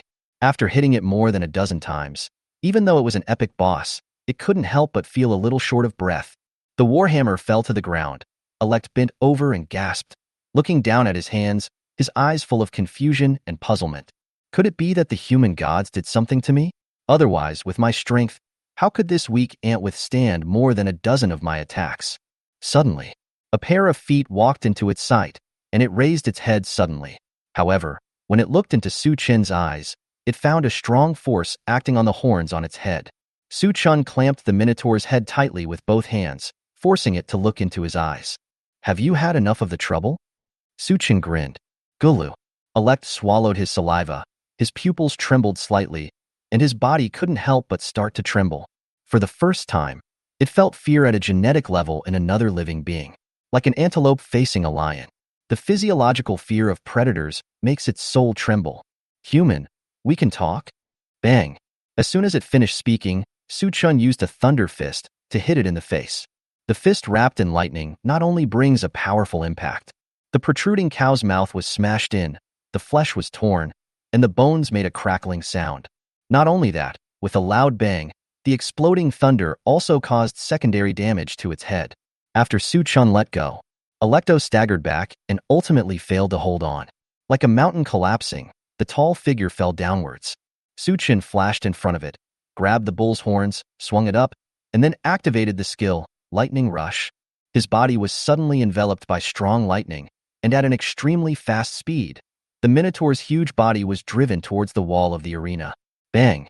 A big hole was smashed in the wall by the bull's head. The Minotaur's head was stuffed directly into the wall. Su Chen still felt unsatisfied, so he pulled it out, held it by the horns, and punched it in the face with thunder fists, like a pile driver, continuously hitting its face. Bang! Have you had enough of the trouble? Bang! Have you had enough of the trouble? Bang! You! Not only did he suffer physical damage, Su Chen's words were like a devilish sound penetrating his brain, constantly torturing the poor epic leader's almost collapsed soul. Inside the studio of Shangjing TV station, the big screen was showing the battle perspective of Wen-Shaoran, one of the 3 professionals favored by Wenruyu. He has also reached the second round of the monster test, and his opponent happens to be the executioner of Purgatory. The Minotaur kept swinging his warhammer, and his huge size brought an extreme sense of oppression. Wen-Shaoran's profession is a warrior, so he is quite capable and keeps taking advantage of the opportunities when the Minotaur swings his hammer to attack. Although he was hit by several attacks, he still had the advantage overall. Wenruyu showed a hint of pride on her face as she explained for her nephew. The Purgatory Executioner is an epic monster leader from below the 30th layer of the Abyss. It has thick skin and flesh and is extremely aggressive. Their innate strong will can also significantly reduce the effects of control skills. At the same level, a Purgatory Executioner can fight against 100 epic professionals with rare equipment. The purpose of her saying all this was to indirectly show how powerful Wen-Shaoran is. The Purgatory Executioner who is difficult for even 100 epic professionals to deal with. But he couldn't get any benefit from my nephew. It was obvious who was stronger and who was weaker. Wenruyu could already imagine how the audience watching the live broadcast were praising Wen-Shaoran at this moment. Nothing more than, what a strong boy. He can fight against the Executioner of Hell by himself. Is this the proud child of the Celestial God Academy? He is so amazing. My God, I have never seen such a powerful professional before. The future is promising. Thinking of this, Wenruyu's lips curled up. She looked at Wang Xinlan and asked, "Host, can you turn on the barrage? I can answer some questions from the audience." Wang Xinlan was stunned. She didn't expect that the cold and noble eldest daughter of the One family would actually take the initiative to offer to help the audience answer questions. She was very happy and nodded, "No problem." The director quickly put the audience's comments on the big screen. But when everyone looked at the big screen, the smile on Wenruyu's face froze. It's so lame that noobs are fighting each other. It's so hard to beat a Tauren. I think I can do it. The guy above thinks he is Su Chen. Anyway, I can't do it, but it doesn't stop me from thinking that this kid named Wen-Shaoran is a loser. What a hearty Akashi performance, director. Please change the channel. I want to watch Su Chen. My evaluation is not as good as Su Chen's. Chapter 139 Dasha Academy is a base of perverts. Phew. Yi Longyin and Li Fenglu couldn't help but laugh out loud. Because when Ruyu's purpose was too obvious, he didn't hide it at all. In fact, they couldn't deny that Wen-Shaoran's performance was indeed very strong and worthy of praise. But now, Looking at those comments that are in opposition to the original, I feel a sense of humor. When Ryu's face was as cold as frost. When she heard the laughter, she glanced away. What are you laughing at? Is it funny? When Ryu said with a chill in his voice. Even when facing Li Fenglu, the sword god, she did not tolerate him at all. This is the confidence that the aristocratic family gives her. Hee, sorry, we have been professionally trained and normally we don't laugh. Yi Longyin explained. Li Fenglu added, unless I can't help it, ha ha ha. Ha. Yi Longyin couldn't help but laugh heartily. After a few seconds, under Wen Ryu's increasingly cold gaze, their laughter gradually faded. Yi Longyin explained, sorry, I just remembered something happy. My neighbor gave birth to a baby today. Li Fenglu nodded. When Ryu looked at him coldly and asked, did your neighbor also give birth to a child? Li Fenglu responded, well, it's not important. Look at the barrage. Aren't you going to answer the barrage questions? After hearing his suggestion, when Ryu looked at the barrage again, and was so angry that her teeth ached. Are these viewers blind? Why don't you play by the rules? How good is One-Yuan? It took only 20 minutes to knock off 1/10 of Purgatory Executioner's health, and he only took 9 heavy blows. It's fine to say that he's not good enough, but to say that he's not as good as that scoundrel Su Chun? When Ryu looked at the guide and said coldly, Director, didn't you see that everyone in the comments is shouting, do you want to see Su Chen's battle footage? I want to see how this national champion, a top student from the Great Xia Academy, can fight a world-shaking battle. At the end of her words, she gritted her teeth without caring about her manners. The director hesitated for a moment. After all, Su Chen's previous battle was too restrictive. If things go wrong, the entire live broadcast room may be blocked. But so much time has passed, he should have passed that level. The director first looked at Su Chen's battle perspective in the Apocalypse system and saw a normal fighting scene. If you feel there is no problem, then display the picture on the big screen. When Ryu had a cold face and was about to find fault. But when the picture appeared, she opened her mouth, but no sound came out. Only on the screen. The Purgatory Executioner, who was able to fight against One-Yuan on equal terms and defeat 100 epic professionals, was beaten like a dog in Su Chen's hands. Bang! Su Chen punched the monster's bloody face with a heavy punch, sending it flying more than 10 meters away. After landing with a bang, Elect took a heavy breath, turned around and crawled away from Su Chen, digging his fingers into the ground. Its face was covered with scars, and its eyes were filled with fear of Su Chen. The fear was visible to the naked eye. No matter how hard-hearted a person is, upon seeing its miserable state, he would be unable to help but feel pity for the poor leader. Because it's so miserable. I'll run away, as long as I can get to that place. Elect crawled forward, leaving a thick trail of blood behind him. But when the dust raised by it landed and dissipated, the devilish whisper came again from behind. Still want to run? Crows on a plane. Su Chen rushed forward and leaped high into the air, then suddenly landed and stepped on Elect's back. Snap! The crisp sound of breaking bones was heard through the screen and by everyone watching the live broadcast. Most of the audience watching this scene couldn't help but hold their waists, with a hint of fear on their faces. And Electo, who was enduring all this pain, was 1,000 times more fearful than them. You are not a human, you are a demon, a cruel devil, ah. Hearing Elect's screams, the audience's hearts tightened. But when they realized that Elect was the devil from the abyss, their faces turned strange. You are a devil, and you are crying thief. But looking at the screen, Su Chen put his feet on his shoulders, grabbed Elect's horns with both hands, then suddenly exerted force with his arms, and his muscles bulged. Hiss! The flesh on Elect's neck was torn instantly, and the bones were clearly visible. Its head slowly rose, and below its neck was a complete white spine.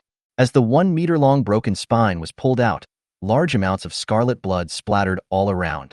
Elect's eyes widened, and in immense fear and pain, his health bar was silently emptied, thus ending his tragic life.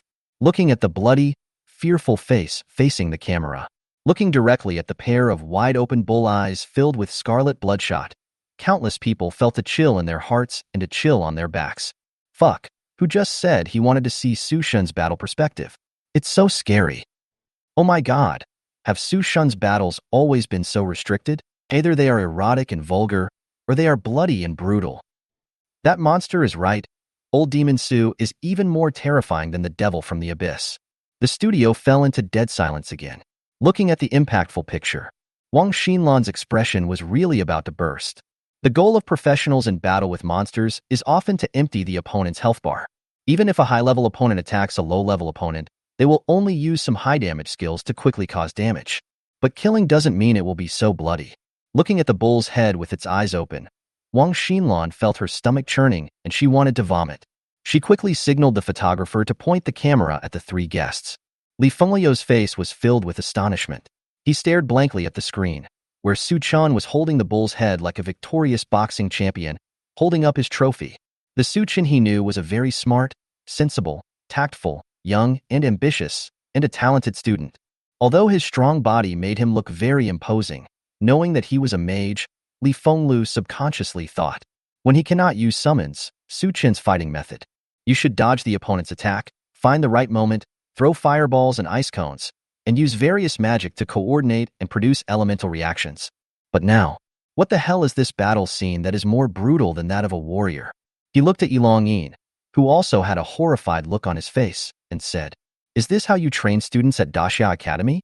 Yilong-yin was startled and quickly explained, "Please do not bring personal behavior to the attention of the school." However, at this moment, as if to ease the fear brought by Su Chun, the director switched a channel. It just so happened that they arrived at the place where Yilong-yin had mentioned another professional he was optimistic about, Fan Biao. Fan Biao turned into a blood demon, with a pair of bloody wings flapping and a bloody wind blowing. A crazy smile appeared on his face, and he kept slashing at the monster with his two knives, drawing thick blood. Blood splattered on his face, covering his eyes. He wiped it away casually, then slashed at the opponent monster even more frantically. It's confirmed, Daxia Academy is a training base for abnormalities. Teacher Yi, please stop explaining. Just admit it. There is a pervert in Daxia Academy da. Although this student named Fan Biao looks like a devil, his methods are much gentler than Su Shan's. Su Shan is more brutal and perverted. The one above is praising Su Shan so much, Su Shan will crawl into your bed tonight. Is it really possible? Can you drill into my body, Shy? Chapter 140.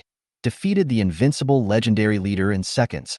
In the simulated arena, Su Chan threw away the bullhead in his hand and began to collect the spoils.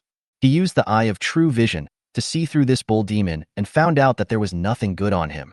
Plus, he got hurt by the sneak attack for the first time, so he was a little angry.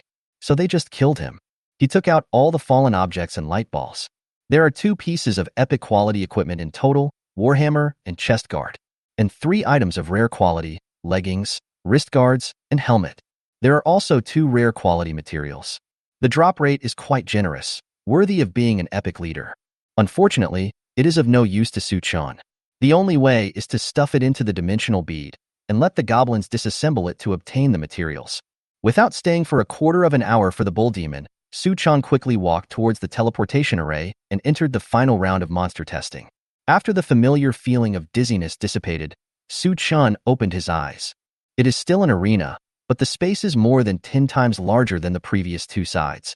Having experienced being ambushed once, after landing, he looked around with alert eyes. Soon Su Chan was stunned. This time the opponent did not hide, but lay straight in the middle of the field, forming a small hill more than 10 feet high. Its surface is cluttered with metal blocks of various shapes. If its size wasn't too conspicuous, Su Chan would have used Eye of True Vision on it as soon as he entered the field. I can't believe it's actually a monster. Monster. Holy Golden Thunder Beast. Rank. Legend. Grade. Life. 5,000. Magic. Strength. 600. Physique. 2,000. Agility. 600. Spirit. 2,000. Talent. Origin of Thunder. Skill. Introduction. A legendary thunder spirit formed by the aggregation of pure thunder elements. It has the king-level control over thunder elements and can release nearly endless thunder elements.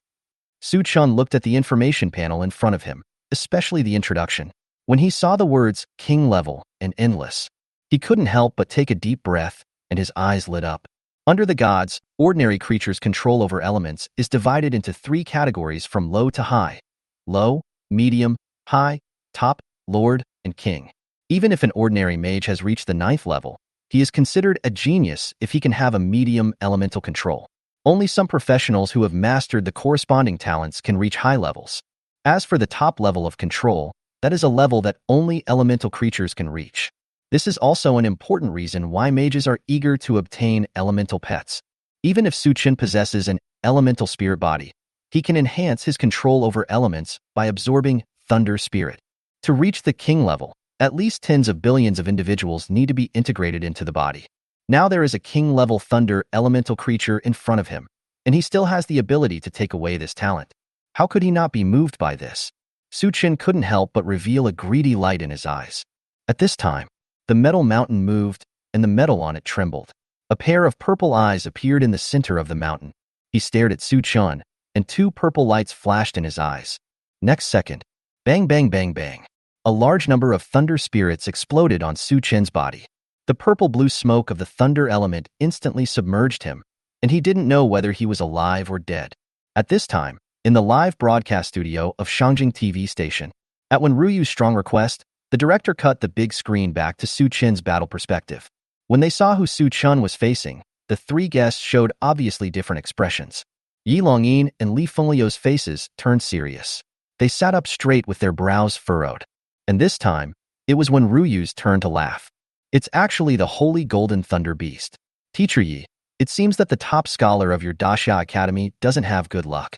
But then again, isn't luck also a form of strength? Wenruyu had never mocked anyone so blatantly before.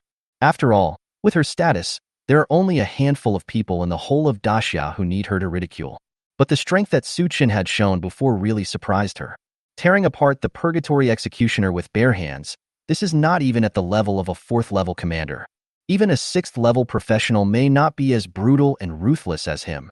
It can be said, after seeing the bloody scene just now, Wenryu has already included Suchin in the list, the biggest rival who is blocking their plan of opening up their Tianqian Academy to the outside world and becoming famous.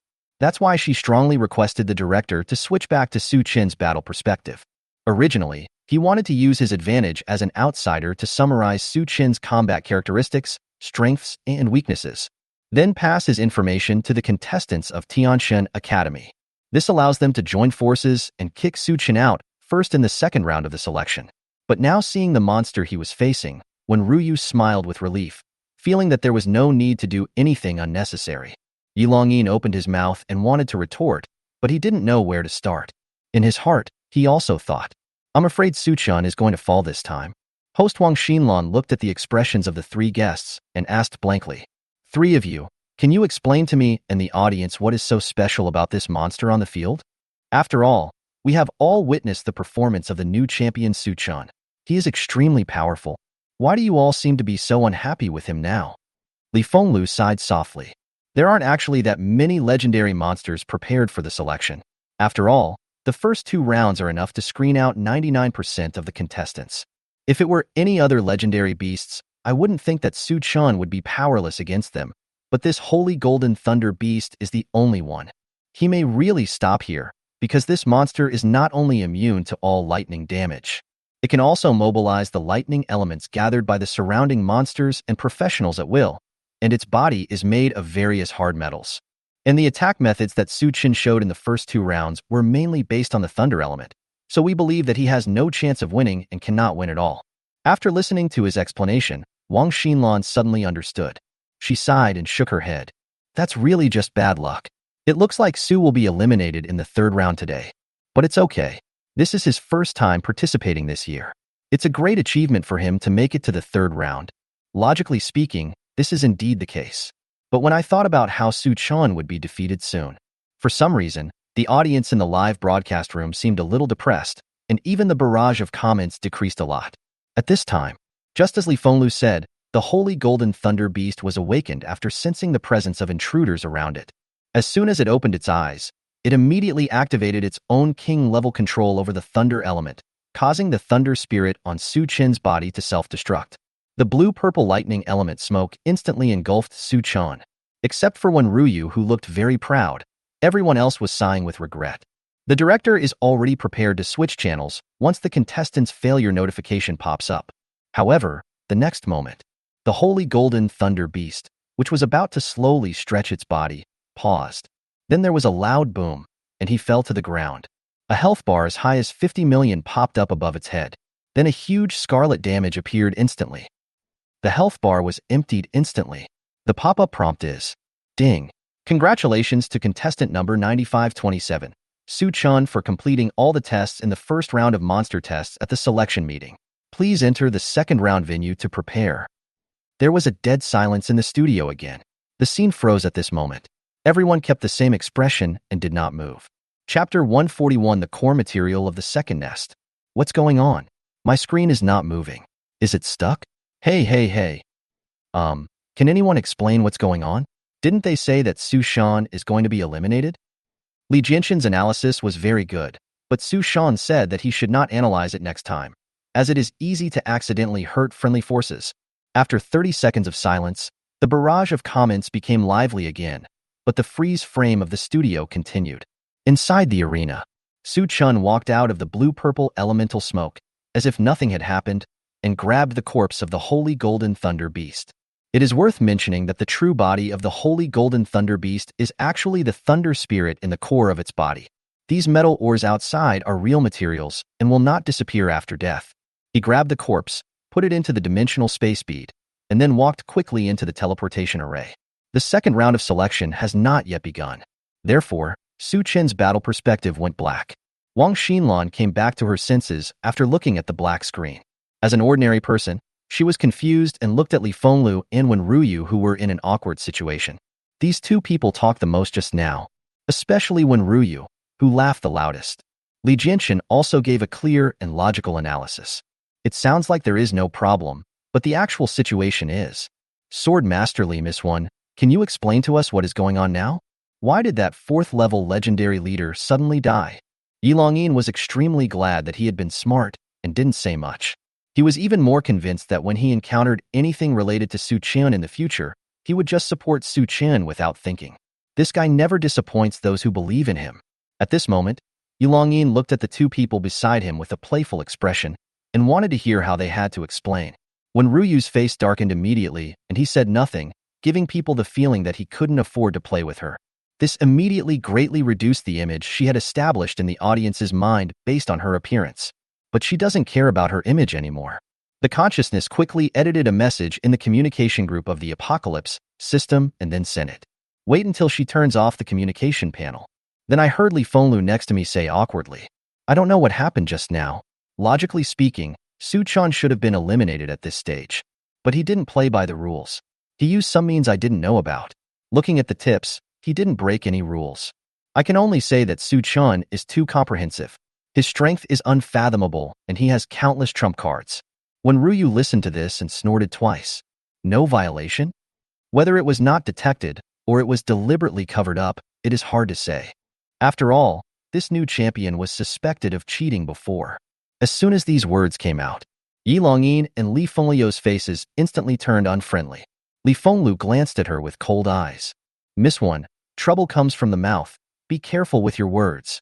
When Ruyu was not convinced and wanted to argue a few more sentences, but soon, she felt a chill down her spine and a palpitation. Knowing that Li Fenglu was angry, he dared not speak anymore. After all, the other party is a god. Although we have our own gods, we can be fearless, but we must respect them. Since you are God, I will give you some face. The atmosphere in the studio suddenly became solemn. A few seconds later, Wang Xinlan hurried out to smooth things over. Since classmate Su Chen's battle is over, why don't we take a look at the battle perspectives of other contestants? Perhaps other contestants can also bring us miraculous surprises. She has tried her best, but the situation really cannot be saved. Ordinary workers are in a state of collapse. Su Chen naturally didn't know what was happening in the outside world, and he didn't have time to care. He was now sitting cross-legged in the audience seats next to a huge arena. It looked like he was taking a nap with his eyes closed to recover his energy.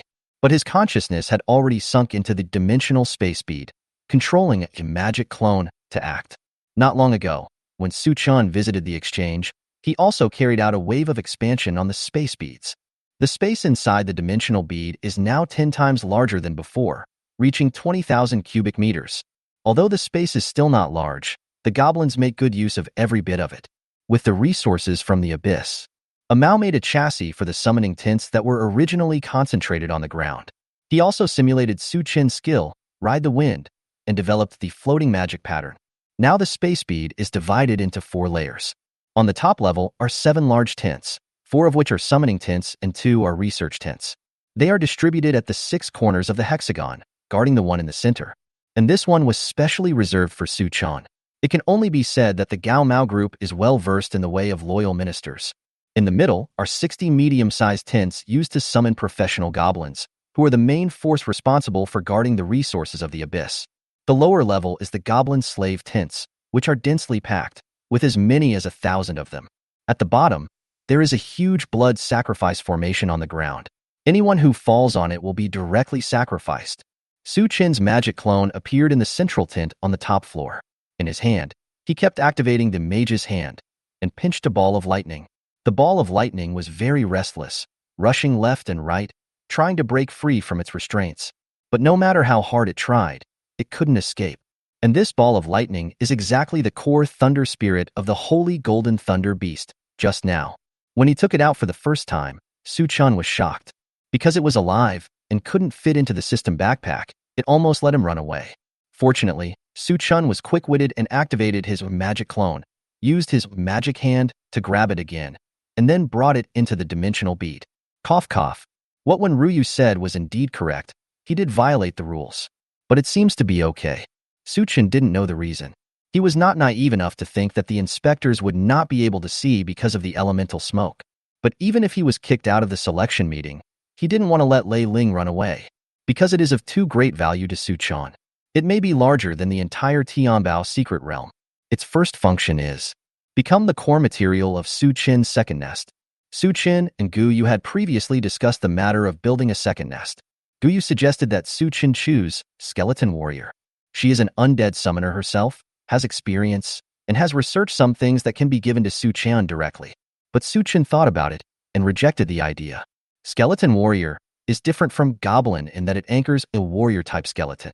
Even if one could awaken wisdom, it would be impossible for one to develop as comprehensively as the goblins. They may be able to continue studying ways to become stronger as warriors. But if you are pursuing the combat power of the summoned creature, why not directly choose the Thunder Spirit with more potential? But when Su Chan proposed to use Thunder Spirit as the summoning subject of the next nest, Gu Yu told him directly that it would be difficult. Because I want to build a nest for summoning elemental creatures, other materials can be optimized. But a high-quality elemental core is indispensable. The strength of an elemental summon depends on the quality of the elemental core. Elemental cores are easy to obtain, but high-quality elemental cores that can meet Su Chen's needs are hard to find. Originally, Su Chen wanted to put this matter aside for a while and slowly look for it after the selection meeting. But he didn't expect that the thing would hit his hand directly. What other elemental cores are there? Could it be better than a living legendary thunder spirit that can release thunder elements infinitely and possess king-level control over thunder elements? There is none left. Chapter 142. I've never heard of a dragon asking for help. Of course, it is impossible to construct a thunder spirit nest with just one elemental core. This matter still needs to be postponed, at least until the selection meeting is over and we can go back and talk about it. But this does not mean that the ball of thunder spirit in Su Chen's hand is useless now. It can release endless thunder elements, which is equivalent to an endless energy body. After all resources are available, energy becomes the biggest problem hindering the development of the goblin tribe. The current source of energy for the development of the goblin tribe is the magic power extracted from the bodies of goblin wizards. The output efficiency is poor and the quality is not high. With this thunder spirit, most of the problems facing the goblin tribe's development will be easily solved. At this time, the curtain of the tent was lifted, and the Gao Mao group walked in side by side. A Mao glanced at the Lei Ling in Su Chen's hand. His body instantly shook like a sieve, and he knelt on the ground. Master, we deserve to die. Su Chen was puzzled, and after asking them to get up, he asked, You have done nothing wrong. Why are you talking about death? A Mao looked at the Lei Ling in his hand with fear and swallowed.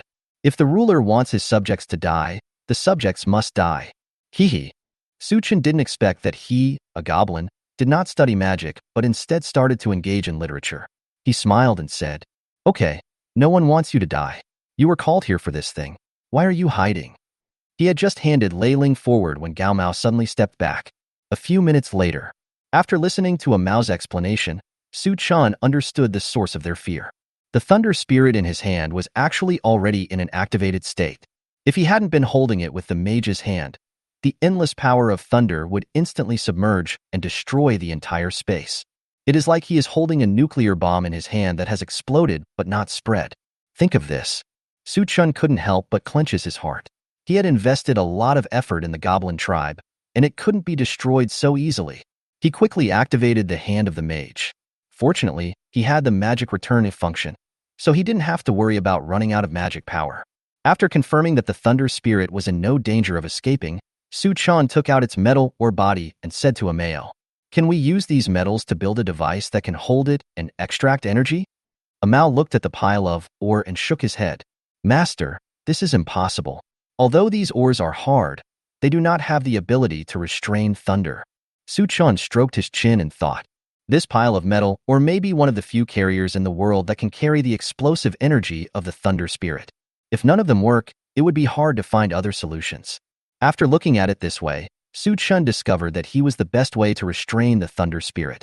It doesn't matter, it's just a magical clone anyway. Think of this. Su Chun's eyes lit up, and he suddenly had an idea. He called Amao and gave him a few instructions. 2 hours later, a golden throne was carried into the central tent. It is engraved with dense magic patterns.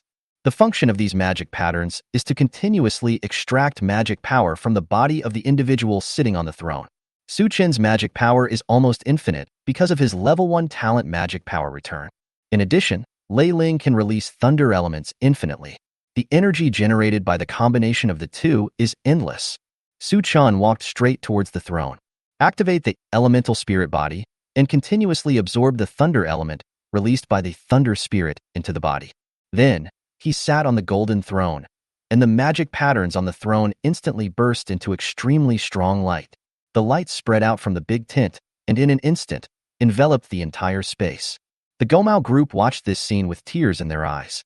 I never thought that the master would be willing to make such sacrifices for such lowly people. They all knelt on the ground and shouted loudly, "Master!" Su Chun waved his hand. "Don't be so grim. Now the energy and resources are all given to you. I hope to see the latest results as soon as possible." Gao Mao looked at each other, kowtowed, and shouted, "Yes, I will definitely live up to your expectations." After solving the energy problems of Lei Ling and the goblin tribe, Su Chun's consciousness returned to his body. 2 hours passed. Many people have passed the monster test and are gradually filling up the audience seats in the arena. Su Chun glanced around, frowned slightly, and muttered to himself, "There are so many people. If we beat them one by one, how long will it take?" If he hadn't obtained the thunder spirit, he might still have been interested in playing with this group of people. But now, he was anxious to enter the Tianbao secret realm to get the reward, and then go back to Guyu to build a second nest. Therefore, Su Chun doesn't want to play anymore. Just let them go quickly. He muttered something. At this moment, 2 figures walked towards him side by side. Su Chun recognized the person on the left. He was the guy who was killed by his gaze in front of the castle. His name seemed to be Fan Biao. He was also one of the few professionals who could fight back against the goblins in that bloody challenge. On the right was a strong man he had never seen before. He was very big and muscular. The sturdy man had eager eyes and shouted as he approached, "Su Chun, I finally see you. I'm your fan. Can you give me an autograph?" Su Chun looked stunned and asked Fan Biao. "He is." Fan Biao covered his face and pretended that he didn't want to know the person next to him, but he finally started to introduce him. Zhang Haoyang, a 4th-year student at Dasha Academy, and the grandson of Vice Dean Zhang Yin. Zhang Haoyang said dissatisfiedly, "Hey, there's no need to introduce the latter one. Everything I have now was earned through my own hard work and sweat. Don't compare me to those second-generation gods." Fan Biao shrugged and actually said, "I'm sorry." Zhang Haoyang nodded with satisfaction. Immediately, he turned to look at Su Chun and took out a pen and paper with excitement on his face. This look doesn't seem fake. Su Chun did not spoil the fun and quickly signed his name on the paper. Zhang Haoyang solemnly put away the signature, then turned around and said, "Su Chun, you may not know that I had." Fan Biao knew that this guy would talk endlessly once he opened his mouth, so he quickly stopped him and reminded him, "Time is running out, get to the point." It seems that he failed to show loyalty in front of his idol. Zhang Haoyang sighed with regret on his face, then said, "Su Chun, it's like this. I received news that some shameless guys may team up to target you." Su Chun was not surprised and said easily, "Really? That's really interesting. But it doesn't matter. I'm used to it." Seeing his indifferent expression, Zhang Haoyang became a little anxious and said hurriedly, Sushan, those people are different from the ones you met before. They come from aristocratic families and have been taught by strong people since they were young. Each of them alone might not be your match.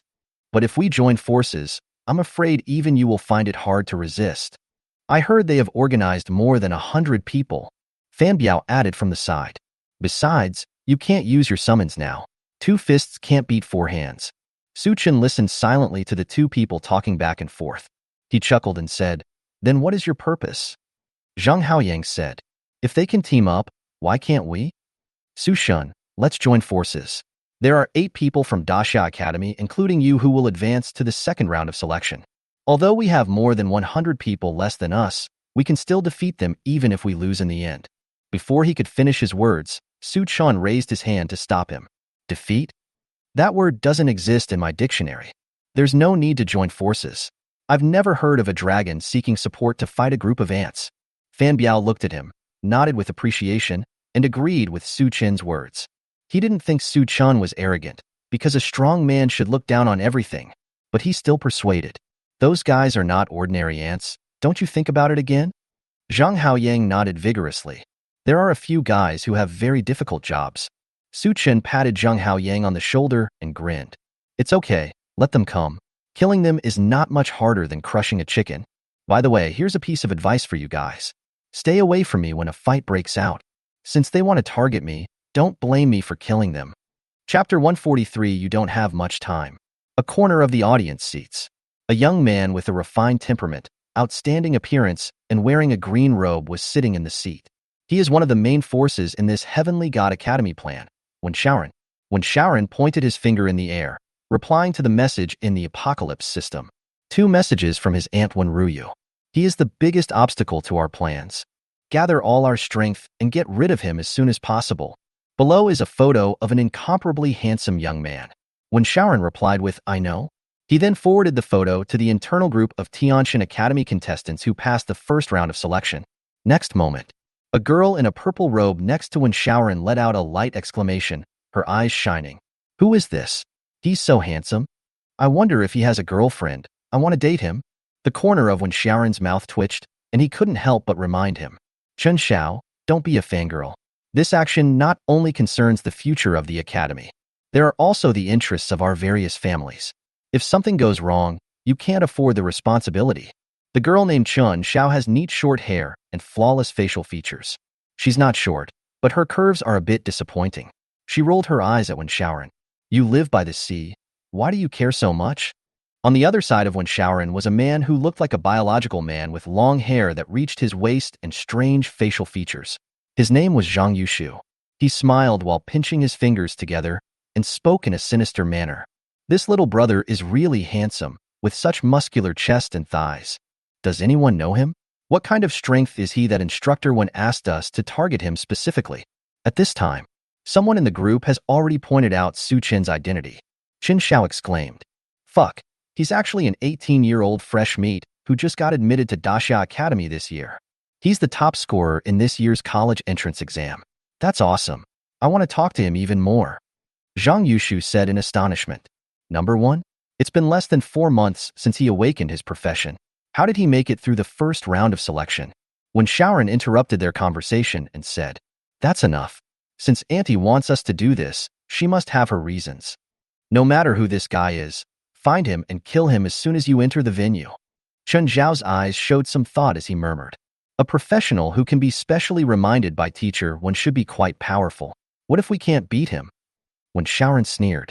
Can't beat him? No matter how strong he is, we have more than 100 people, and they are all top talents carefully selected. If one of us hits him once, it will be enough to kill him. It's his bad luck to be targeted by us. As soon as the words fell, a broadcasting sound spread in all directions. The first round of selection has been completed. There are 1,062 contestants left. Please get ready. The second round of selection will begin in half an hour. The half-hour break was over quickly. The time is up. Light shone from the more than 1,000 people in the audience. When he opened his eyes again, Su Chun was already in the arena. This arena is larger and can accommodate more than 1,000 people, but it still looks very spacious. Here. He's here. Su Chun was about to take action when he heard a few shouts from the side and turned his head to look. A dozen people holding weapons surrounded him. And in the distance, when Shaoran and other contestants from the God Academy all grinned upon seeing this. Unexpectedly, they found the target at the very beginning, and things became easy after that. Seeing Su Chun surrounded by more than a dozen people, they were not in a hurry and moved slowly towards where Su Chun was. Seeing that these people were in the same group, the other contestants did not dare to stop them and allowed them to go forward. Zheng Haoyang, Fan Biao, and other contestants from Daxia Academy also saw Su Chen's situation. They were anxious, although Su Chun refused to join forces with them. But they are all students from the same school, and they can't just sit back and watch Su Chun being targeted. Several people wanted to rush towards Su Chen, but the contestants along the way attacked them and tried to stop them. They are not in cahoots with the Celestial God Academy, because the battle begins as soon as they enter the arena. Su Chen looked around and saw that there were only a dozen people surrounding him. He grinned. "Didn't you say you have hundreds of people? Just a few of you." Listening to the slight sarcasm in his words, these second-generation gods and children of aristocratic families had never suffered such an insult. He immediately fought back. "Stop talking nonsense. If you don't want to be beaten up, withdraw from the selection meeting. Otherwise, don't blame us for being ruthless. See the dagger in my hand? This dagger is extremely poisonous. Licks. Fuck. Why waste your words on him? Just chop him up." At a command, several warriors and knights rushed to the front, swinging their weapons, swords, spears, sticks, axes, swords, and forks, and attacked Su Chun. Then the wizard raised his glowing staff and chanted a spell, followed by elemental attacks of fire, ice, and storm. Just as Su Chun was about to be overwhelmed by the attack, a cloak suddenly appeared on his shoulders, and the cloak flew backwards without wind. Suddenly, the sky and the earth changed color. The simulated sunny day above the arena suddenly darkened. The air pressure in the arena suddenly increased, and the air seemed to be solidified and unable to flow. Some people begin to feel breathing obstruction and difficulty, and they open their mouths and noses and breathe deeply, but they don't know the reason for the change. The group of people who rushed towards Su Chun felt the most. They only felt that the young man in front of them suddenly turned into an unreachable, towering mountain. "You guys are so noisy."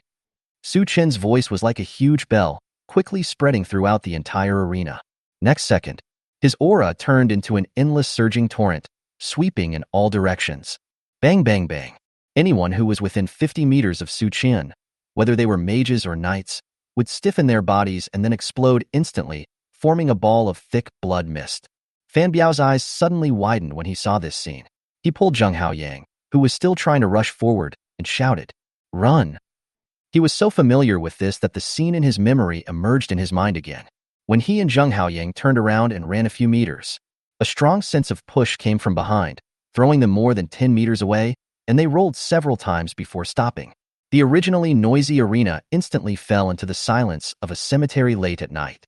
At first glance, only Su Chun was still standing. The remaining survivors all fell to the ground. When Shaoran looked up in confusion and wiped the dust off his face, there was a little more understanding in his eyes. "No wonder my aunt wants us to target him. Is this guy really a professional? Are you sure it's not a sub-god level leader who transformed into a human?" He had faced sub-god level monsters before. The monster's aura was even weaker than Su Chen's. When Shaoran raised his head and looked around, feeling a chill in his heart, Su Chen's momentum shook the place and directly sent away 90% of the contestants. There were less than 100 people left in the arena, and a sound like a demon from the abyss then reached the ears of the remaining contestants. "If you are still alive, get up quickly, you don't have much time left." Chapter 144. Su Chen's quality is high but needs to be lowered. In the first 100 years after the apocalypse system was integrated into Blue Star, the aristocratic families were the unshakable rulers of the land of Daxia. They control 99% of the circulation of medicines, equipment, and props on the market. They used the huge capital they controlled to turn almost all the people of Daxia into their de facto slaves. Until the abyss demon tide that occurs once in tens of millions of years suddenly erupted. On the eve of the outbreak of the demonic tide, the noble families acted in unison, recalling the large number of professionals under their command back to their home cities, allowing the abyss front to collapse. They do this not only to protect themselves, but also to gain more benefits from the government or even replace it. In their imagination, the abyss demon tide would destroy 70% of the population in cities on the land of Daxia, and then subside. After the Abyss Demon Tide ends, in order to deal with the coveting of other neighboring countries, the authorities will definitely show sincerity that satisfies them and ask for their help. But the development of the situation did not go as smoothly as they expected. That disaster did not cause Daxia to collapse. Countless heroes who emerged from the civilian population formed an insurmountable and magnificent wall, blocking the evil tide into the abyss. Among them was the birth of such horrifying figures as the Dragon God, who single-handedly stopped hundreds of demon gods and trillions of ordinary monsters for a full 100 days until a new batch of warriors grew up. After surviving that disaster, the aristocratic family lost control of Daxia because of their previous concessions. Faced with the hostility of the people and the suppression of the government, they did not resist but chose to remain dormant, because the rulers of the aristocratic families believed that, as long as this land exists, the glory belonging to the noble families will eventually return. After 300 years of waiting, they finally saw the light of day. The lifespans of several gods who were on the official side were almost coming to an end, including the Dragon God. The official life-extending props of Daxia are not enough. Every loss of a powerful god would be a huge and irreparable loss to the entire country. The noble families calculated the time, made arrangements in advance, and frantically scrambled for life-extending resources. The mysterious businessman in the Tianbao secret realm is their recent focus. As long as they can get 10 spots to enter the Tianbao secret realm, they will have these life-extending resources in their hands. When the official wants to buy it from them, that's when they will start to raise the price. In order to achieve this goal, the aristocratic families sacrificed countless talented futures. In top universities, students with Gu Yu's level of achievement would only have to wait for a year at most to participate in the selection. Once you miss this opportunity, although it will be a pity, you will not stay there and will decisively break through. But the aristocratic family had planned for this day 10 years ago. They have kept talented people with huge potential stuck over the past decade, just for today. Otherwise, how could they gather more than 100 contestants who could advance to the second round of selection? But years of preparation were wiped out in an instant. When Shaoran slowly climbed up, his eyes bloodshot, his anger overcoming his fear. He stared at the arrogant figure, his mouth twitching, his fists clenched, and the veins on the back of his hands twitching. He is always gentle, respectful, and polite, treating others like a noble gentleman. At this moment, facing the situation where a plan that had been prepared for 10 years was wasted in an instant because of one person. As the main force in this incident, when Shaoran and his original plan were to make a fortune in the demonic tide. However, due to the appearance of the Dragon God, Daxia was out of control just like its ancestors. He's broken. Su Chun. I'm on duty at 8 a.m. How dare you, a lowly person, ruin our plan. Quit the selection if you know what's best for you. Otherwise, you will have no place in Daxia anymore. When Shaoran pointed at Su Chun and cursed, people around him looked at him, including those from the Celestial God Academy. All of them looked shocked. Chun Xiao sat on the ground, staring at him blankly, muttering, "Crazy, all crazy." Zhang Yushu, who was not far away, swallowed his saliva and whispered, "Can we talk about the plan?" Su Chun heard someone calling his name, turned his head and heard a burst of dirty words. How could he tolerate such a bad temper? He cursed back immediately. "Fuck you. You stink. Look at you. You look like a human, but you only know how to eat and spray everywhere when you open your mouth. Did I crush your forehead when I gave birth to you? It's as big as his. I'm going to fuck you till you bleed." Everyone was stunned listening to Su Chin's continuous beeping sounds like a telegraph operator, able to reach the second round of selection. And the one who survived under Su Chin's kingly aura is nothing but a genius among geniuses. Few people would say these dirty words in front of them, but now, Su Chun kept blurting out friendly greetings to the women in Wen Shaoran's family tree, which really opened their eyes. At the Shangjing TV station, in the studio, Su Chin's insults continued to be heard from the big screen. The director almost knelt down to Su Chun. "Su Chun, please put away your magical powers. It would be better if you could beat them up." "Stop cursing. Stop cursing. The live broadcast room is going to be blocked." Su Chin violated all the taboos and rules of their live broadcast room today. If it were someone else, their live broadcast room would have been closed countless times. But it's strange that no one calls him now.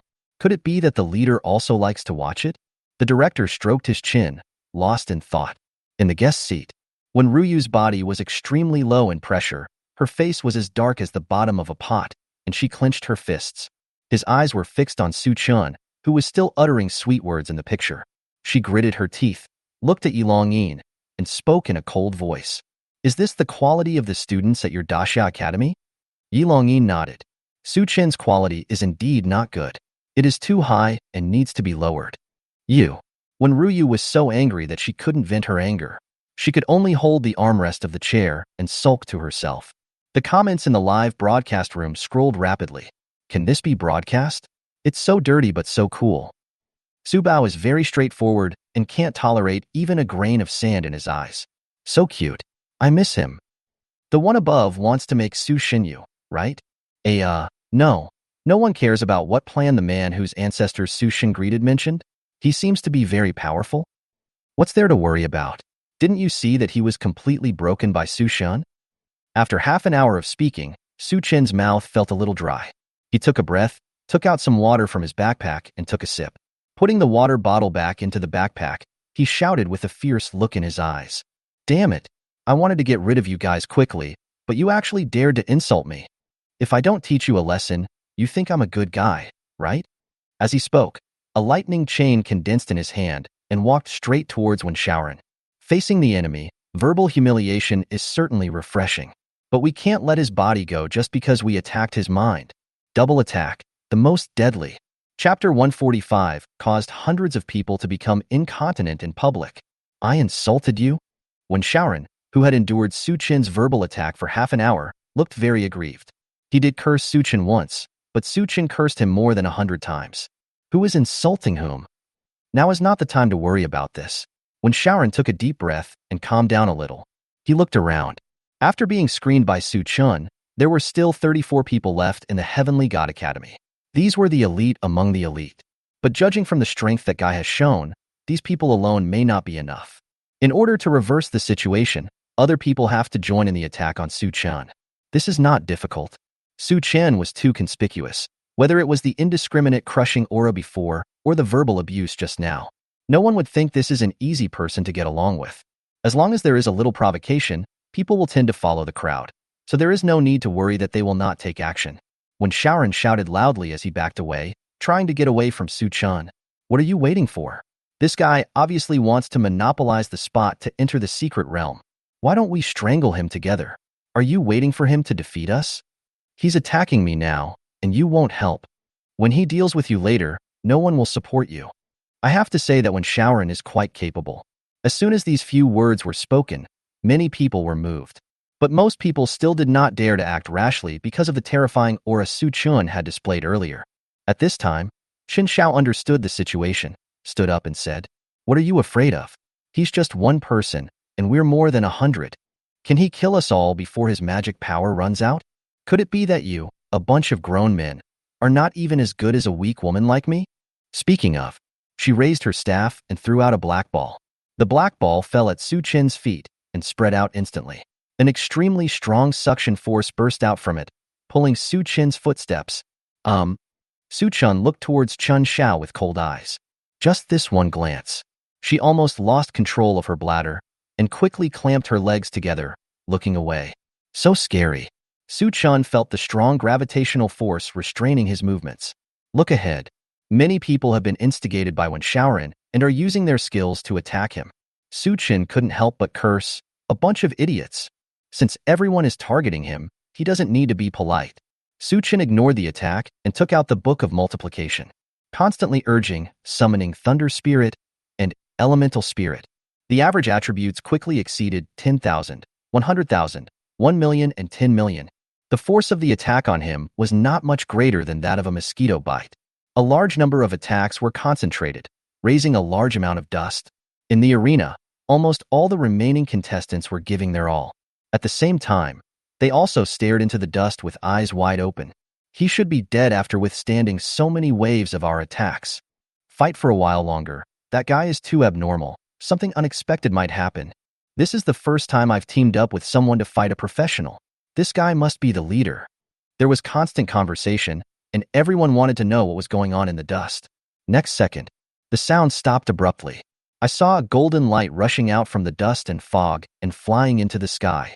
At this moment, Su Chen's whole body was glowing with brilliant golden light, like a statue covered with a layer of gold lacquer. His expression was cold and serious, and the king's cloak behind him fluttered in the wind. His momentum once again overwhelmed the entire audience. The remaining people are the ones who have withstood the first wave of kingly hegemony. This time the momentum did not cause any substantial damage, but it made them unable to continue attacking under the heavy pressure. Suchin grinned and said, "You like fighting, right? Then I'll let you enjoy it." He raised his right arm high, and a dark cloud was summoned immediately, with countless lightning snakes flashing wildly in the cloud. This is the skill 10,000 thunder attractions of demon-subduing heavenly thunder god, combined with electrotherapy. Suchin's actions did not stop there. He locked onto everyone who attacked him, used double joy on them all. Even the strongest knight would become extremely sensitive. Have fun, everyone. Suchun snapped his fingers. Bang, bang, bang, bang, bang. Hundreds of thunders shot down at the same time. Under his precise control, not a single one missed, and all of them hit the target accurately. The thunder brings a sharp pain that goes deep into the bone marrow, and coupled with the body becoming sensitive, most people become incontinent immediately. If it is only temporary pain, it can be tolerated, but the key is, this thunder will not only not hurt them, but will bring them healing. Green blood recovery numbers floated above the heads of everyone in the field. Ah, help. It hurts so much. It hurts so much. Whoever can grant me death, I will give him 1,000,000 gold coins. Help me. I don't want to participate in the selection meeting. I want to withdraw. I want to The few people from Daxia Academy, including Fan Biao, who managed to escape the disaster, huddled in a corner. They listened to the wailing of evil spirits all around them, which sounded like they were coming from the 18 levels of hell, and felt horrified.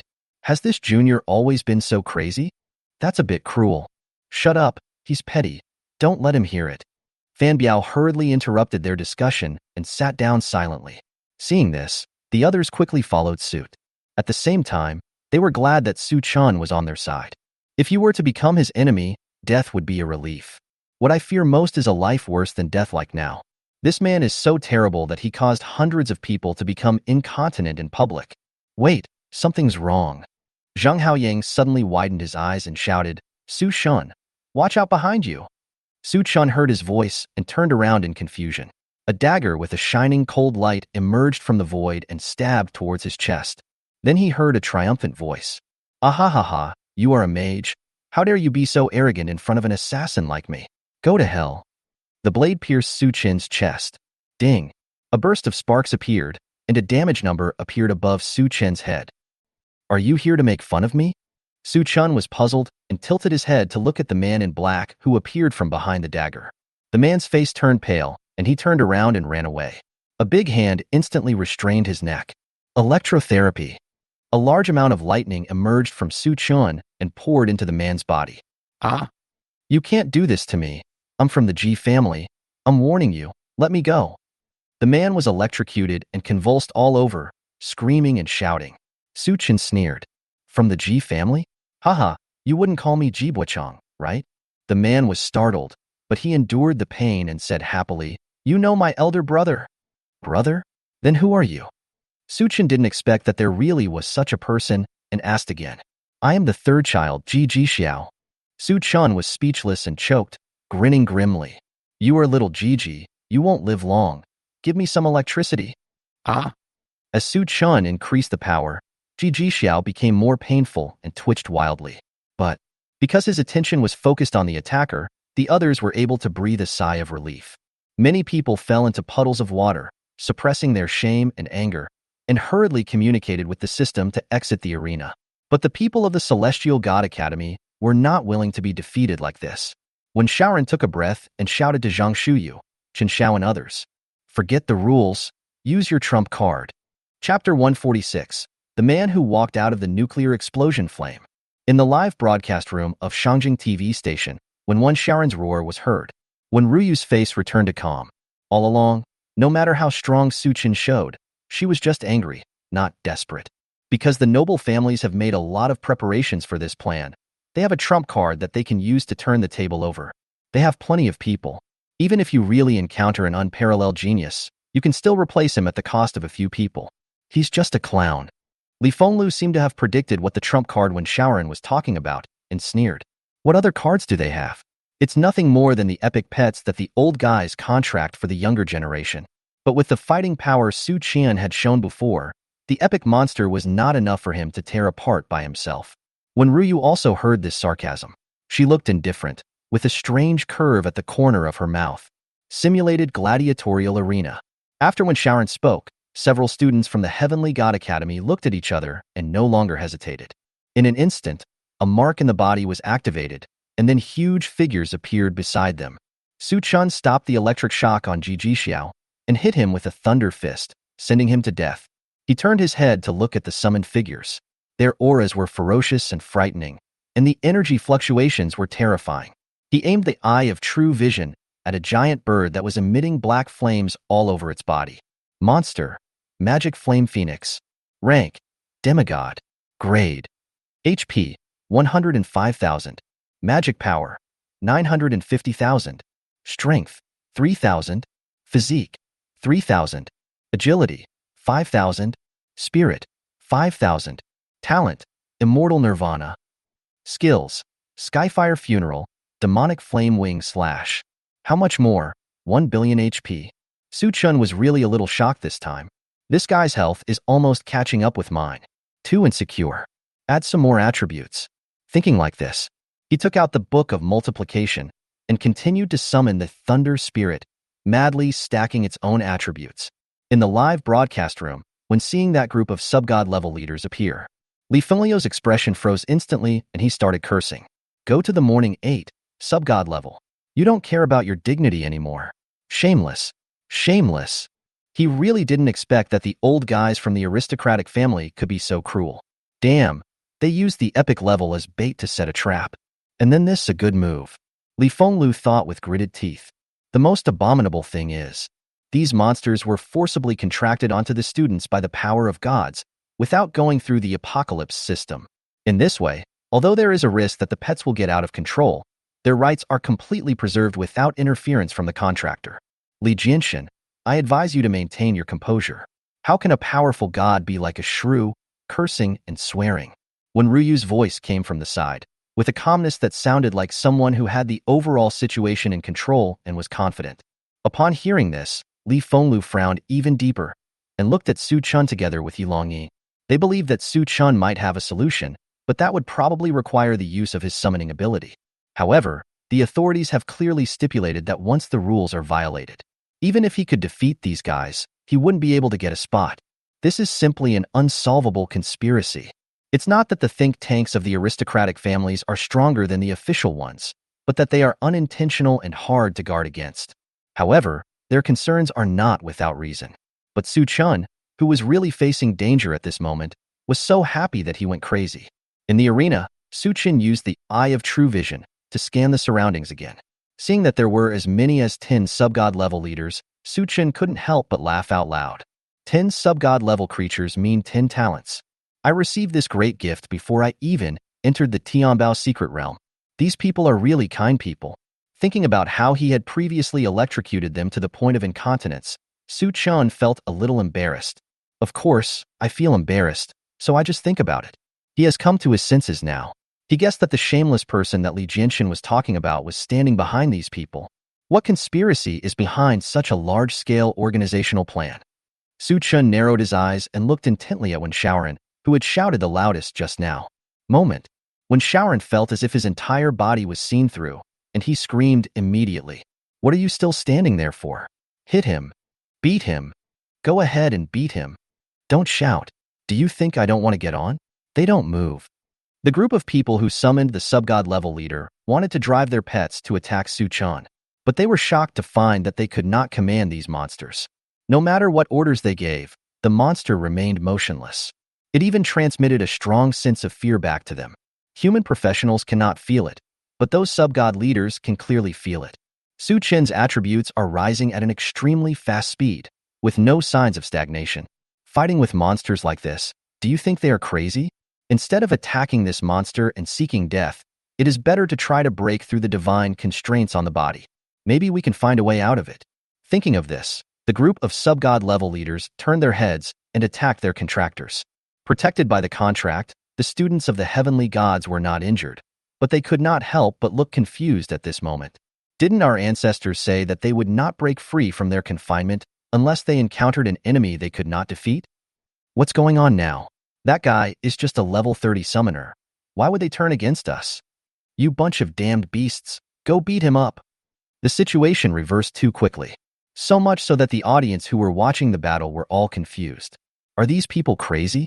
They violated the rules and summoned pets, and then attacked themselves? What's going on? Oh, I get it. They plan to commit suicide so that Sushin can't beat them. I would like to call it the strongest performance art of the contemporary era. I beat myself. In the live broadcast room, the three guests also looked confused. Li Fenglu couldn't help laughing. God will punish you for what you have done. No one can escape punishment from the consequences. You deserve it, ha ha ha. He really didn't expect that things would develop like this. Su Chen didn't even make a move, just the momentum of the attribute growth and change. This actually forced the group of leaders to attack the contractors, even at the cost of enduring the enormous pain of violating the contract. This is really outrageous. When Ruyu was stunned at this moment, she didn't understand what these kids were doing. A good advantage in the game, but it has to be played into a disadvantage. At this time, Su Chen also got a general understanding of their plan from Wen-Shaoran. His eyes were cold, and he glanced at the group of celestial god students unkindly. Damn, I thought you were just stupid in targeting me. I didn't expect there was such a sinister plan behind this. You are using your lifespan to control the gods, but you are not afraid that they will fight to the death and kill you all. A bunch of cancer. After muttering a few words, he decided not to give those guys any chance to stay in this space any longer.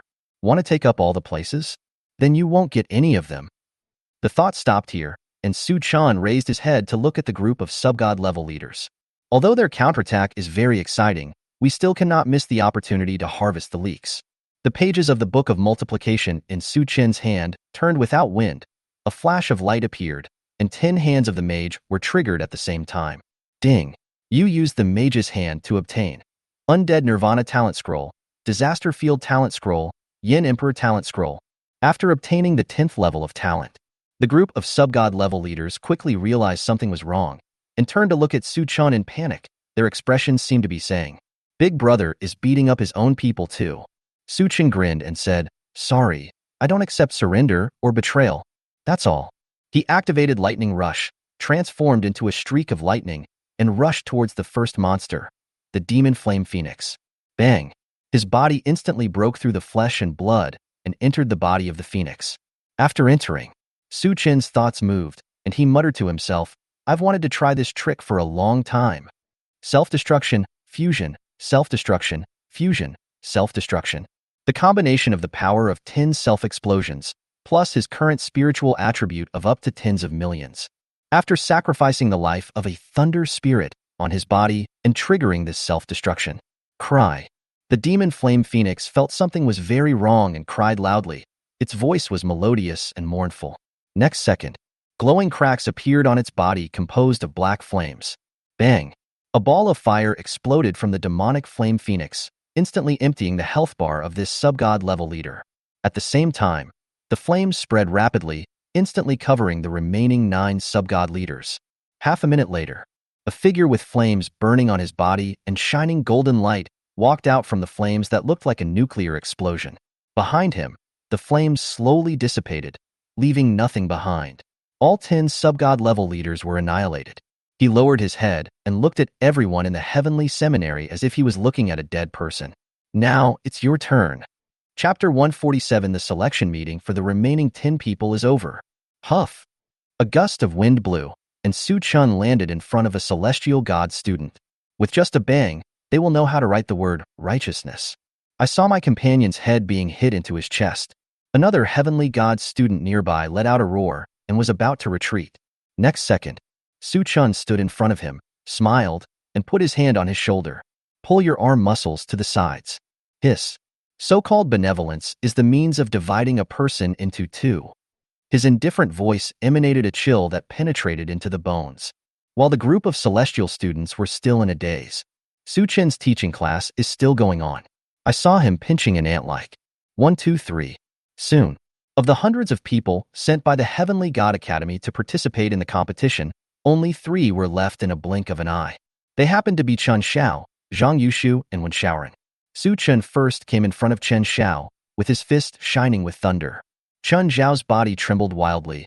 Her face turned pale with fear, and she shouted, "Big boss, I'm a girl. Can you please not be so cruel?" Su Chen actually paused for a moment. Chun Zhao's eyes lit up, thinking that this man was a gentleman who was kind and gentle to women. But I was also very annoyed. Are my feminine characteristics so not obvious? He needs to say it out loud so he can know. However, she did not dare to scold Su Chun, and quickly wanted to beg for mercy. But Su Chun took a few steps back. Chun Zhao's eyes were clear. I was just about to say thank you. Next second, a 10-foot-tall golden god figure emerged from behind Su Chun. Wheezing, the god king said nothing, clenched his fist and hit, his fist carrying strong wind pressure. Boom. After a muffled sound, Chun Xiao fell to the ground and fell asleep. Everyone is equal in front of me, Su Chun said indifferently. He immediately turned and looked at the remaining two. When Zhang Yushu was stared at by his eyes, he was so scared that his legs went weak and he fell to the ground. Hey brother, don't kill me. Su Chen's face changed, and without saying a word, the god slapped him with his palm. Boom. Zhang Yushu instantly turned into a meat patty. Su Chen breathed a sigh of relief. I take back what I said just now. The last one. Su Chen deliberately left when showering for last. He still remembers that it was this guy who insulted him just now. This was the first time someone dared to speak bad words to me. If I don't teach him a lesson, I won't be able to vent the anger in my heart. The thought stops here. Su Chen activated the Hand of the Mage and integrated it with electrotherapy. In an instant, he grabbed Wen Shaoran and gave him electric shock treatment. At the end of the first round of electric shock, Wen Shaoran was almost numb. But now, Su Chen's attributes were enhanced again, and the pain caused by the electrotherapy was super doubled. He, you have a dirty mind. I'll teach you a lesson, Su Chen said with a chuckle. In the corner, a group of people from Daxia Academy were squatting, and someone muttered, it seems that Su Chen greeted him just now. Bang. Without waiting for the man to finish his words, Fan Biao slapped him in the mouth. He gave Su Chen, who was looking at him, a stiff smile and said, Sir Su, the child is ignorant and speaks nonsense. Please forgive me. Su Chen nodded silently and continued to treat Wen Shaoran. The others looked at Fan Biao in surprise. I never thought that he, who was always known for his bloody and brutal behavior, would one day become so servile. All I can say is that Dr. Su's medical skills are so strong that he can even cure hyperandropathy easily. Su Chen was feeling extremely excited when a figure suddenly appeared beside Wen Shaoran. He was an old man with white hair and beard, wearing a black Daxia ancient costume and had a sinister look on his face. Just by patting Wen Shaoran's shoulder, Su Chen's mage's hand shattered directly. Su Chen's heart was filled with alarm bells. This guy is not simple. His current average attribute value is as high as tens of millions, which is equivalent to the strength of an 8th-level professional. The only one who can give him this feeling must be Zhujuan. At least he must be a god. A god would never be so shameless. Take action against this kind, just, ordinary and handsome man. Su Chen looked at his old face that looked like he had lost his parents and felt it was hard to say, just when he was a little worried. A hand patted his shoulder gently. Su Chen's scalp numbed. He turned around and looked. His expression suddenly relaxed. Mr. Zhang. Haha, Su Chen boy, we meet again. Relax, you did a good job this time. Zhang Yin patted Su Chen's shoulder and said with a smile. Su Chen also noticed that Zhang Yin appeared with.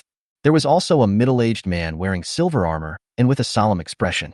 It can be seen that this is an extremely serious man. But when Su Chen looked at him, the man raised the corner of his mouth slightly and nodded at him in approval. After the two people appeared, Su Chen was indeed relieved, and he sensibly retreated behind them. At this time, live broadcast rooms of various TV stations, all combat perspectives, including the Apocalypse system, were blocked. When he discovered this, Wen Shaoran almost collapsed. He said in a trembling voice, Ancestor, the battle perspective has been blocked. The Wen family ancestor glared at him and scolded, Why are you panicking? Do they dare to attack me? This sentence was said not only to Wen Shaoran, but also to Zheng Yan and the others. Fighting 1 against 2, he certainly had no chance of winning, but he not only represented the Wen family, but also many aristocratic families rooted in Daxia. He didn't believe that Zheng Yan and the other man dared to attack him. But the next second, a sun fell and hit him. Ancestor! Wen Shaoran screamed loudly as he looked at his ancestor who was swallowed by the sun. The staff in Zhang Yan's hand glowed, and he sneered. Wenji, do you still think that now is the past? If there is no reason, I really can't do anything to you. But you dare to enter the arena of the selection meeting. I now suspect that you intend to persecute the future flowers of Desya, and I will punish you. Do you have any objection? A ray of sword light split the sun in half, and the ancestor of the one family appeared again. His face was burned black, but even so, it was easy to see his expression. Quite incredible and angry. He actually had an opinion and opened his mouth to speak. But after the middle-aged man next to Zhang Yin took out his weapon, he swallowed his words back. After pausing for half a minute and organizing his words, Wen Ji said in a deep voice, "There are only 10 people left in the arena now. My great-great-grandson should not be harmed again. I rescued him, and I didn't violate your rules. It's reasonable and compliant, right?" Su Chun and his 2 companions swept around, and the 8 people from Daxia, plus Wen. There was also a passerby who came out of hiding and revealed his figure with a look of panic on his face. "There are exactly 10 people." Zhang Yin snorted coldly and said, "Why didn't you tell me earlier? Forget about your breaking into the selection venue this time. Don't do it again." Su Chen heard this and said anxiously, "Mr. Zhang, it would be too easy for him to just let him go. I feel uncomfortable all over now. Could it be that he has used some secret means on me? Why don't you ask him to leave 1 or 2 artifacts for my medical expenses?" Hearing this, the 3 gods couldn't help but twitch their mouths. Looking at Su Chun, who was intact and not even a single thread was missing from his clothes. "You kid." Chapter 148. One person and one dragon team up to buy for free. Su Chen secretly thought it was a pity, because in the end Zhang Yin and the others did not support his proposal to ask the other party to pay for the medical expenses. However, he kept this matter in mind, and when he becomes stronger, he will go to ask for compensation. After a moment, a ball of light condensed above the arena. 10 rays of light shot out from the ball and sank into the chests of the remaining contestants.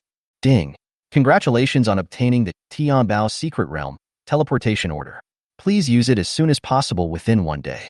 It will automatically disappear after the expiration date. Hearing the system prompt, Su Chan curled his lips, and the mage's hand was ready to move. "I can't help it. I'm ready to start digging." He was about to use the teleportation order.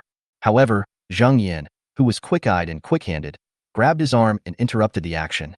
"Mr. Zhang, what does this mean?" Su Chen blinked and asked in confusion. Zhang Yin smiled. "Boy Su Chen, you should know that there is a mysterious businessman in the Tianbao Secret Realm, right? That merchant has a lot of good treasures in his hands. Even old guys like us are jealous. But if you want to buy his stuff, you have to have money." Su Chen heard the hidden meaning in his words and scratched his head in confusion. "Mr. Zhang, if you have anything to say, just tell me directly. Don't beat around the bush. I have a low EQ and I don't understand." Forehead. He was so honest that Zhang Yin was embarrassed. At this time, the middle-aged man who appeared with Zhang Yin walked up to Su Chen and made a deal with him. Directly transfer 1 billion gold coins. Su Chen already understood and got the money. Then I heard the middle-aged man next to me say, "My name is Mu Tsangsheng. On behalf of the Daxia government, I would like to ask you for a favor. If you have the chance, please buy a few more life-extending items from the mysterious merchant." Zhang Yin said from the side. "Su Chen, don't worry, as long as you bring out the longevity item. Write down what you want, and the authorities will be able to exchange it for you. There is also a substantial reward, and you won't suffer any loss." After the 2 finished talking, they looked at Su Chen, only to see that he looked a little hesitant. Their hearts sank, but unexpectedly, Su Chen scratched his head. "So you just want a life-extending item? Is there anything else you want to buy?" Su Chen's mysterious shop, "You are trustworthy." Forehead. The 2 were speechless for a while, but from what Su Chen said, he must have agreed. Zhang Yin chuckled. "No more. Be careful in there. Although these are small tests, they are still dangerous to a certain extent." Su Chen nodded in response. "Well, if everything is fine, I'll go in first and wait for my good news." After saying that, he directly used the teleportation order and disappeared in a flash of light. When Shaoran, who was standing by, saw this, he hurriedly looked at his ancestor and asked, "Ancestor," he went in, "I." When Ji said calmly with a calm expression, "What are you panicking about? Everyone can only stay in the Tianbao Secret Realm for 7 days. The earlier you enter, the earlier you leave. Now you are the only one who has a spot. I guess those old ghosts don't want to die so early. Let's go back first. That's all." He held Wen Xiaoran's arm, and his figure faded and disappeared. Yellow sand filled the sky. Strong winds continued, and the desert beach never saw the sun all year round. A gust of wind blew away the gravel, revealing a piece of metal fragment. Suchin bent down and pulled the piece of metal out of the ground. Blow away the dust and take a look with the eye of true vision. Fuck. It's a fragment of a divine weapon. Suchin's eyes lit up and he quickly wiped off the dust. Then put it in your backpack. Tiana on the side was speechless, with the corners of her mouth twitching. This is an ancient battlefield of gods. If you search carefully, you should be able to get a lot of good things. You don't have to start digging for garbage right here, do you? In her opinion, the artifact fragments are garbage, and the rules within the fragments are all broken. In addition, its texture is so hard that it is difficult to even melt it down and reduce it to basic materials. She really couldn't understand why Suchan picked up this kind of garbage. You don't understand, Suchan retorted. He immediately condensed several magic clones and ordered them to conduct a carpet search. The harvest is pretty good. Every few meters, you can pick up a piece of something. Looking at the gradually increasing number of metal fragments in the backpack, Suchan nodded with satisfaction. These fragments are of great use to him. When I used the Hand of the Mage on the 10 subgod level monster leaders previously, he got a rare growth level talent, King of Metal. This talent can manipulate metal and simulate metal. It can also enhance other innate abilities by devouring metal. That's why he's picking up trash here. After sending out more than a dozen waves of magic clones, Suchin looked at Tiana and said, "Okay, let's go." Tiana raised her chin slightly and said proudly, "We agreed that if I find one treasure, I will be given 5 precious souls." Suchin looked embarrassed. "That's a lot. 3 portions will do." Tiana said angrily, "No, we agreed on 5 portions, so that's 5 portions. Not one less." Suchin sighed. "Okay, 5 is 5. I'm really at a loss." He chuckled in his heart. When it comes to treasure hunting, who can compare to Tiana, who possesses the godhood of greed? You can exchange 5 skeleton warriors for a treasure. He is really at a loss. Looking at the sadness on Suchin's face, Tiana raised her eyebrows and smiled with satisfaction. She transformed into a huge dragon-like body and pointed her tail at her back. "Come up." Suchin's eyes lit up and he said, "Are you willing to let me ride you?" Tiana turned her head away and snorted. "If it weren't for my precious soul, I wouldn't be your mount, just this once." Hey. Suchin chuckled twice, spread his sky wings behind him, and flew onto Tiana's back. The dragon wings shook, sweeping away the surrounding dust and flying towards the sky. A few days later, 1 man and 1 dragon, never stopping for a moment. They move very quickly. Tiana searches for the target and takes Suchin there. Suchin used the blood-flying pupil to find out the exact location. Then the mage's hand reached out and got the treasure. As for the test, what kind of test it was, I didn't see it and I don't know. 1 person and 1 dragon team up to go crazy and buy for free in the Tianbao secret realm. Epic and legendary equipment, measured in tons, are put into backpacks. Although many of the equipment are in damaged condition, but there are also many that are intact. It's just a bit of a pity. There are no living things in this secret place. Those who guard the treasures are the afterimages left behind after the death of the powerful. They possess considerable strength, but no entity. Even if you can take their talents with the Hand of the Mage, you can't bring them out of the secret realm. This made Suchin a little disappointed, and he felt that the profits were greatly reduced. After all, with his personality, earning less means suffering a loss. The 3rd day of entering Tianbao secret realm, a man and a dragon came to a huge palace. Suchin said with a worried look on his face, "Is this the last treasure hiding place? That's too little." Tiana rolled her eyes at him and said, "We have already emptied this secret place. Just be content." Tiana never thought that she, a greedy devil, would one day persuade others to be content. She used to want to lure Suchin into the abyss, but now she suddenly doesn't want to do that anymore. Because if Suchin really becomes a demon god, then her greedy godhood may be lost. It would be fine if we just collected all the equipment that was intact. Even a brick or a tile, as long as it is valuable and can be accepted, it will not be let go. This guy is even greedier than himself, a greedy demon. Suchin sighed and said, Okay, it's really not fun." After saying that, he walked towards the palace in front. Tiana followed closely behind, speechless. Chapter 149, A Huge Treasure Trove of Magical Knowledge. Snap! The dilapidated palace gate opened inward with a shrill scream. A lot of dust was spewing out from the inside. Su-chun was startled and activated lightning speed to dodge to the side. Tiana, who followed behind, was in trouble. She froze in place, paused for 2 seconds, and then cast a spell to get rid of the dust on her body. Then he glared at Su-chun fiercely. "I'm not a human, but you are a real dog." Su-chun coughed twice, feeling embarrassed to communicate with her, and walked quickly into the palace. The hall is very large, and the decoration is very classical and luxurious. The 4 walls and the ceiling are covered with exquisite murals. After walking a few steps inside, you will find yourself at the staircase leading to the 2nd floor. The two came across a figure wearing a gray-blue robe. Su-chun felt a little strange. The afterimages we encountered earlier were all trigger mechanisms. They will only appear after the treasure is discovered. Why is this figure so special, blocking the entrance of the corridor? He looked with the eye of true seeing. Monster, mage's afterimage, rank, demigod, grade. After reading the first 3 lines, Su-chun couldn't continue reading, because the guy had turned around and pointed his staff at them. An intense magical glow shone on the staff. Tiana's hair stood on end, and she clenched her fists. She grabbed Su-chun and tried to escape. Although she is the incarnation of the devil, she is affected by the apocalypse system and her strength is only 1/10 of what it was.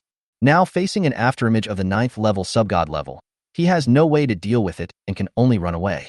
But before she could take a step forward, a strong force clamped her hand. Tiana was shocked. "Su-chun, what are you doing? This is a 9th level subgod level being. We can't handle it. Why don't you run away?" If it were any other 9th level subgod monster, Su-chun would definitely run away on the spot without saying a word. But the one in front of me is a wizard. He may be afraid of any monster, but the mage haha. Just as the spell in the mage's afterimage's hand was about to take shape, Su-chun remained calm in the face of danger. Take out the Book of Multiplication and cast the spell tenfold.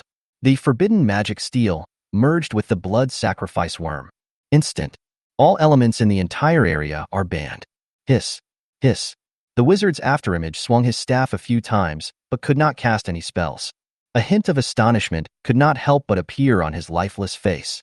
Su-chun walked forward with a chuckle and patted his shoulders twice. "Brother, the person is dead.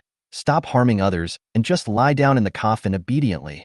Tiana had just breathed a sigh of relief, but when she heard Su-chun's words, she couldn't help but cover her face. If a house collapses, it can be rebuilt, but this guy really built it in a way that can't be rebuilt. Below the divine realm, there are no elements that can be controlled. A wizard is like a human stick with his hands and feet chopped off, completely useless. I could only watch Su-chun walk up to the 2nd floor. After climbing the stairs to the 2nd floor, there is a very long passage. There were still 6 afterimages blocking the passage. They were wearing robes of different colors: dark red, light purple, brown, emerald green, silver, and pitch black. Su-chun used the Eye of True Vision to take a quick look and found that they were all 9th turn subgod level. He grinned and strode forward. I was also looking forward to the open room at the end of the passage. A treasure that can be guarded by 7 9th level, subgod level mages. Could it be a magical artifact? With infinite imagination, Su-chun walked around the 6 and waved his staff in confusion, but no spell could be cast. Go straight to the end of the passage. He pushed open the half-open door and looked inside. The house is safe, with no other afterimages blocking the way. In the middle of the room, there is a long table with several things neatly stacked on the table. He summoned a few goblins to explore the way and bring the things to him. Su-chun then looked at these things carefully. A robe, a pair of boots, a ring, and a necklace. At first glance, these things are all plain white. But if you look closely, you can catch a glimpse of the colorful glare that appears and disappears. Su-chun looked at their information. Equipment, elemental robe, quality, legend, attribute bonus, spirit, all elements control, all elements damage reduction, skill, elemental domination, equipment requirements, 300 points of spiritual attributes. Elemental master, collect the 4-piece elemental set, which can trigger the set skill. When the skill is triggered, the control of all elements can be increased to the king level. King level. Su-chun didn't care about the attribute bonus of the equipment, but this set of skills caught his attention. The last time I encountered king level elemental control was last time. Ahem, it was that legendary thunder spirit. That guy could control the thunder spirit in his body to self-destruct with just a thought, and his method was extremely weird. Su-chun knew very well the power of king level elemental control, not to mention that it was control over all elements. Although this set of equipment is not a magic weapon, it is obviously more suitable for him than a magic weapon. Su-chun was suddenly overjoyed. Although it does not meet the equipment requirements now and cannot be worn, but he has already reached the required level, and as long as he completes the breakthrough mission, he will be able to improve a lot. There is no need to worry too much about this. He looked at the remaining 3 pieces of equipment, namely elemental boots, elemental ring, and elemental necklace. The attribute bonus is similar to that of the elemental robe. Su-chun put them into his backpack with satisfaction. He searched the room again, making sure nothing was missed, then turned back to the corridor. Seeing those afterimages still waving their staffs, he smiled and prepared to leave. But at this time, Tiana walked out of a room on the left and glanced at Su-chun. "I thought you might want to come over here and take a look." And baby. Su-chun was delighted and quickly followed her into the room. The houses are connected, connecting all the rooms on the left side of the corridor. There are rows of bookshelves inside, all filled with books. Su-chun looked around and asked, "Where's the treasure? Where is the treasure?" Tiana picked up a book from the bookshelf and threw it to him. "Look at this." Su-chun took it and took a look at the cover. "Elemental reaction theory? Could this be the treasure you're talking about?" Su-chun asked doubtfully. Tiana took out another book and threw it to him. "Magic applications and theory. How to create a skill book. Pharmacy. Equipment casting." As Tiana threw more and more books, Su-chun's eyes gradually widened.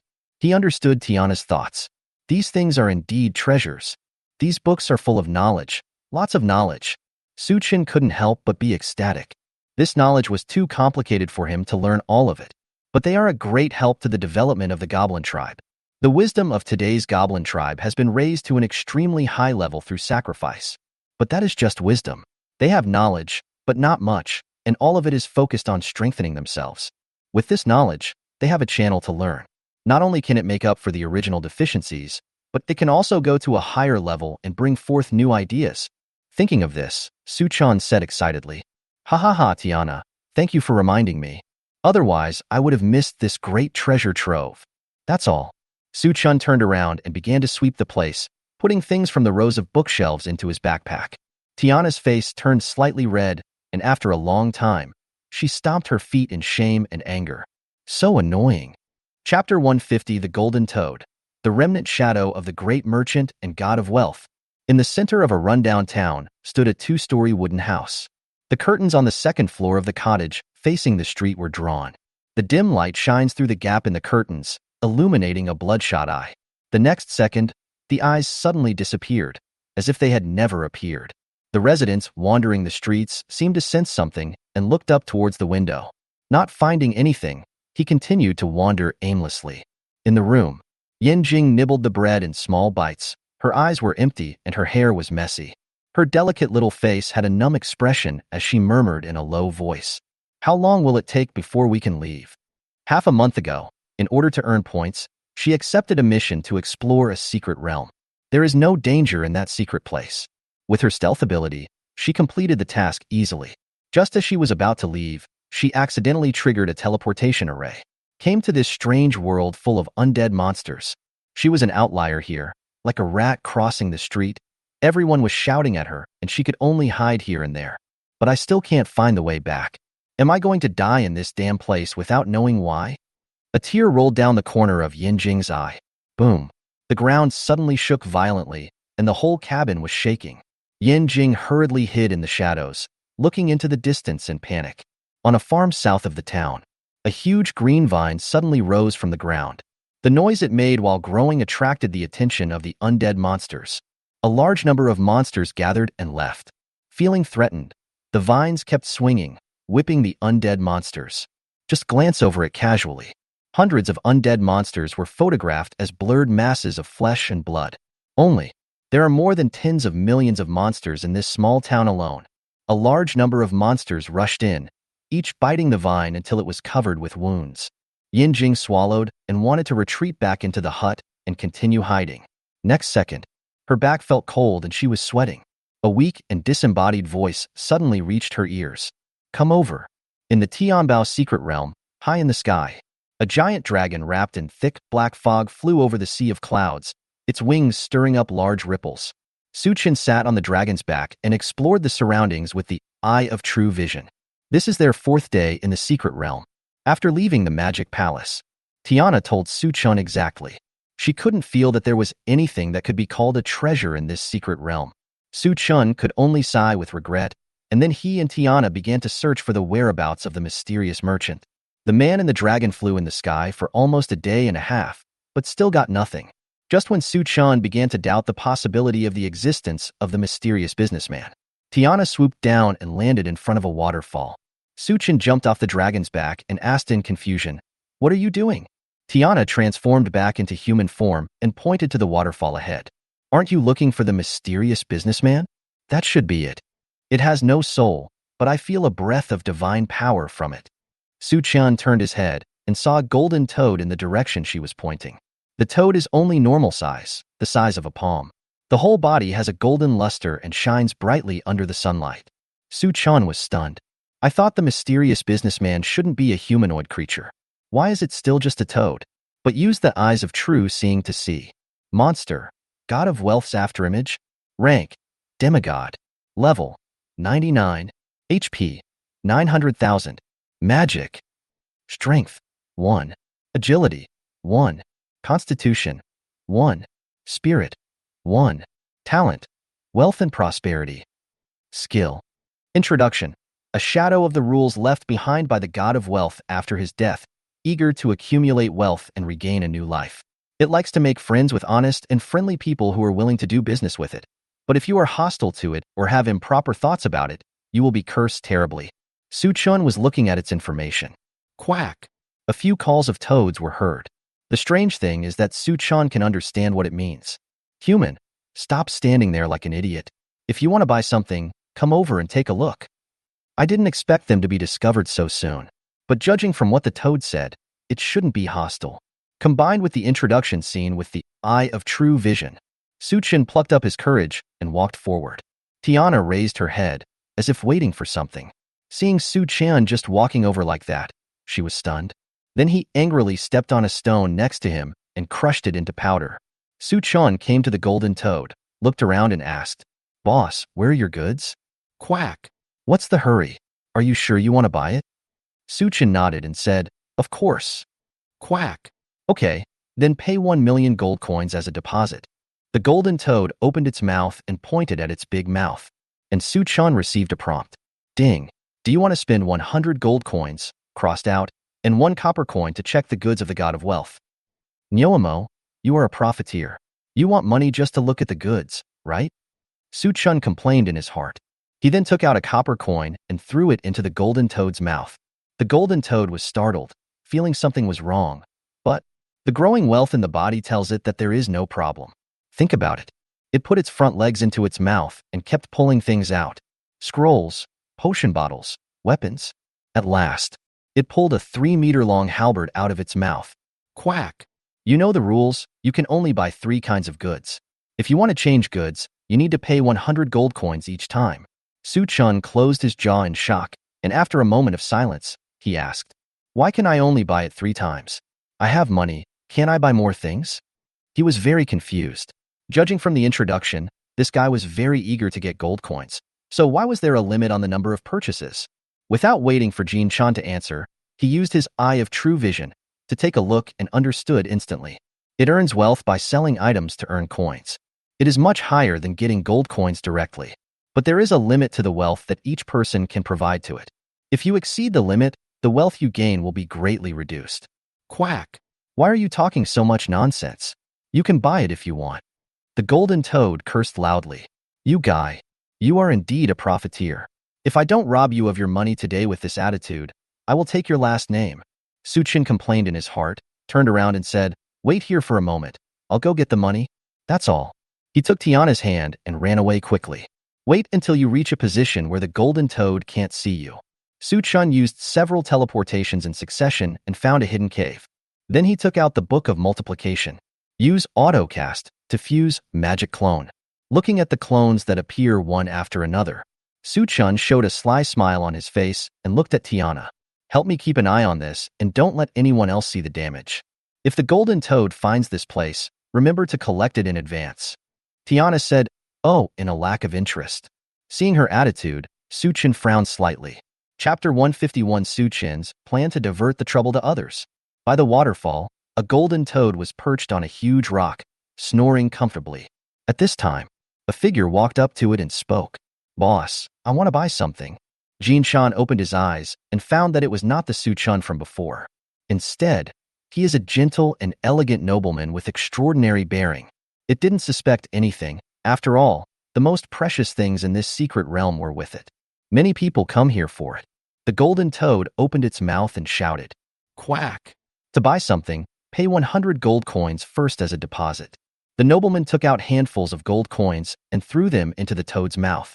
Jin Shan narrowed his eyes in satisfaction. This time, everything was right. The man before was really strange. He actually sent it away with a copper coin. Even more strange is that copper coin actually brought it wealth equivalent to 100 gold coins. It's really strange. After the nobleman in front of him finished feeding, the golden toad closed its mouth and a light flashed on its lips. It opened its mouth again and was about to put its front limbs into its mouth. The noble young man in front of him suddenly reached out and grabbed its forelimbs. Jin Shan was confused and didn't understand what was going on. Next second, strange spatial fluctuations came from all directions. The golden toad stared and saw that it was surrounded by a group of people who looked exactly like the noble young man. Before it could react, it felt someone grabbing its mouth and hundreds of hands reaching into it at the same time. Vomit. In just 10 seconds, all the cargo in its stomach was emptied. Jin Shan finally reacted at this moment. It yelled angrily, "Quack!" Freeing itself from the grip of the nobleman's arms, it leaped forward and transformed into a giant frogman 3 meters tall. Now, the terrifying aura of a 9th-level subgod monster poured out, drowning everyone present. The golden toad grabbed the nobleman in front of him at an extremely fast speed and shouted angrily, "Quack! How dare you steal my things, you bastard!" Before it could speak again, a hint of mockery appeared on the face of the nobleman in front of it. Next, his body was like broken porcelain, with large cracks all over it. Boom! After a loud bang, the young master was shattered into pieces, leaving no trace. Jin Shan was confused and looked around. Bang, bang, bang, bang. Huge sounds of bombing spread in all directions. A thick mushroom-shaped black cloud rose from the ground. When the gusts of wind died down and the black fog dissipated, the once beautiful waterfall was reduced to ruins. There is also a golden toad that is still in a daze. At this time, Su Chin suddenly emerged from the woods, ran forward, and looked around in astonishment. What's going on? What happened here? Jin Shan looked at him steadily, raised his eyebrows, and jumped in front of him. It shouted, "Quack, quack! It was you who stole my things." Su Chun had a confused look on his face. After he understood the shouting, he said angrily, "How can you slander someone's innocence out of thin air? You are a 9th-level subgod leader, and I am a 3rd-level professional? Come on, tell me, what means do I have to steal your things?" Jin Shan saw that Su Chin's face was full of anger and it didn't seem fake, so his gloomy expression remained unchanged. In fact, he didn't believe that Su Chun had stolen his things. After all, this guy is too weak. Those guys just now had at least the 9th level of attributes. Otherwise, how could they have clamped it? Quack! Damn it! You humans are all bad guys, stealing my treasure. The golden toad shouted angrily. Su Chun said angrily, "Personal behavior, please don't elevate it to a racial level." "But I just saw a familiar figure running away. Maybe I know who stole your things." Jin Shan immediately glared at him. "Quack! Who is it?" Su Chun said angrily. "His name is Wen-Shaoran. He is the eldest grandson of the One family and is protected by the gods. When we were conducting the tryouts for the secret realm vacancies, he once summoned his ancestors and forced me to give up my place. Fortunately, I have a strong will and unyielding spirit, so I was lucky enough to enter this secret realm." Jin Shan listened to him and probably understood. That guy named Wen-Shaoran has a very strong background and even the help of gods behind him. This is normal. If there is no help from the gods, who can steal its things? Quack! Where is he now? Su Chun raised his hand and pointed in a direction and said, "I saw him running towards that place just now." Jin Shan grabbed him without saying a word, jumped up, and chased in the direction Su Chun pointed. At the same time, in the lush woods, Wen-Shaoran was blocked by one of Su Chin's clones. Wen-Shaoran was in a disheveled state, his face full of vigilance, holding a scroll in his hand, and he sneered. "Su Chin, don't think that I'm afraid of you just because you're so powerful. I have in my hand the tool given to me by my ancestors. I can deliver a full-strength attack from a god. If you have the ability, come even half a step closer. Not far away. Su Chen's clone stood on a tree branch with a sneer on his lips. Actually, his original plan was to use deception to take away all of Golden Toad's things bit by bit. But before taking action, in order to ensure that others will not discover and interfere with the plan, he ordered his clones to spread out and investigate the surrounding situation. As a result, I met One-Yuan who found this area. In the arena, Su Chen was threatened by his ancestor and failed to kill him, so he held a grudge against him. Now that I have met him, how can I possibly forgive this guy? Without even thinking, Su Chen took action. But One-Yuan had a treasure given by his ancestor, so he couldn't be killed in a short time. However, Su Chen did not give up. He changed his mind and decided to divert the trouble to someone else. Su Chen's clone said with a sinister grin, One-Yuan, do you think you are the only one who possesses divine means? You should know that my true strength lies not in my attack, but in my summoning. Let me show you how powerful a summoner is. The 9-turn demigod frogman summoning technique. As he spoke, he made a seal with his hands, and his figure flashed and disappeared. One-Yuan was startled and looked around, but there was no movement at all. The tense nerves relaxed a little. Next second, a huge shadow descended from the sky. Bang! The giant shadow landed, and One-Yuan heard Su Chen's voice again. There, he is One-Yuan. Quack! A huge frogman figure rushed out from the dust and fog. The frogman's face was filled with anger as he rushed straight towards One-Yuan. Seeing this, One-Yuan tore the scroll into pieces without thinking too much. An extremely dazzling slash was generated from the scroll, flying out with a bang, slashing towards the golden toad. The golden toad's expression changed. Its body began to flash, and a huge gold ingot condensed on its head. Clang! The blow landed on the golden toad, but did not cause much injury. But the gold ingot on its head shrank rapidly from the size of a human head to the size of a fist in the blink of an eye. Quack quack! It is indeed a divine act, you damned thief! The golden toad was furious, but did not dare to act rashly. When One-Yuan saw that his ancestor's full-strength attack failed to kill the monster in front of him, cold sweat broke out on his forehead. He took out another scroll and said in horror, Don't come over here. He still has 2 scrolls like this one. If he uses them all up, he'll be doomed. When Su Chen saw that the 2 of them were about to reach a stalemate, he instantly felt something was wrong. This would not be good if they could calm down and talk. He teleported directly to the golden toad and spoke to it. Golden toad, although I am a human, I am ashamed to be of the same race as such a villain. I decided to help you. Jin Shan lowered his head and asked in surprise, How are you going to help me? Do you have divine means as well? Su Chen shook his head, but he took out a copper coin and said, Come on, initiate a trade with me. You decide the amount. Chapter 152 Jin Shan, you don't want to disappear either. The golden toad was stunned by Su Chen's words and initiated the transaction, allowing it to set the price. At this moment, it only saw 2 words on Su Chen's face, arrogant. I just don't know whether his financial resources can support such arrogance. Since you have a wish, I won't be polite. First, give me 1 billion gold coins to moisten your throat. The golden toad opened its mouth and said, Ding, do you want to consume 100,000 gold coins, crossed out, and 1 copper coin to support the phantom of the god of wealth? Su Chen grinned, took out a copper coin from his pocket, and threw it into the golden toad's mouth. The golden toad was very puzzled by this, but what puzzled it even more was a copper coin. As the copper coins fell into his stomach, the gold ingot on his head, which had shrunk to the size of a fist, immediately recovered to 30% to 40%. Is it enough? If not, come again. Su Chen continued. Jin Shan swallowed and his eyes suddenly lit up. It thought that perhaps with the help of Su Chen, it could accumulate wealth and be reborn.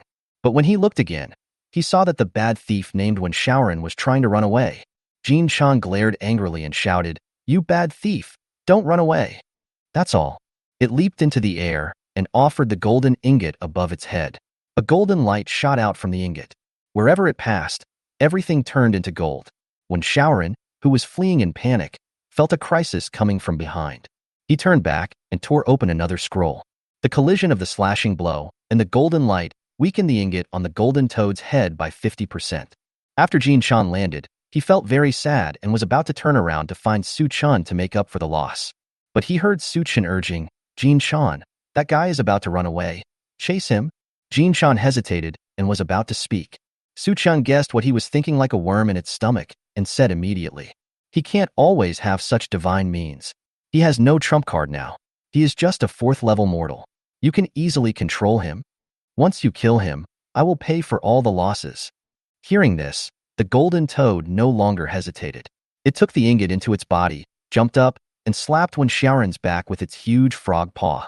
Amid the howling wind, Wen-Shaoren lowered his head and rolled on the ground to avoid a palm strike. After the golden toad flew over his head, Wen-Shaoren looked up at it with his eyes wide open.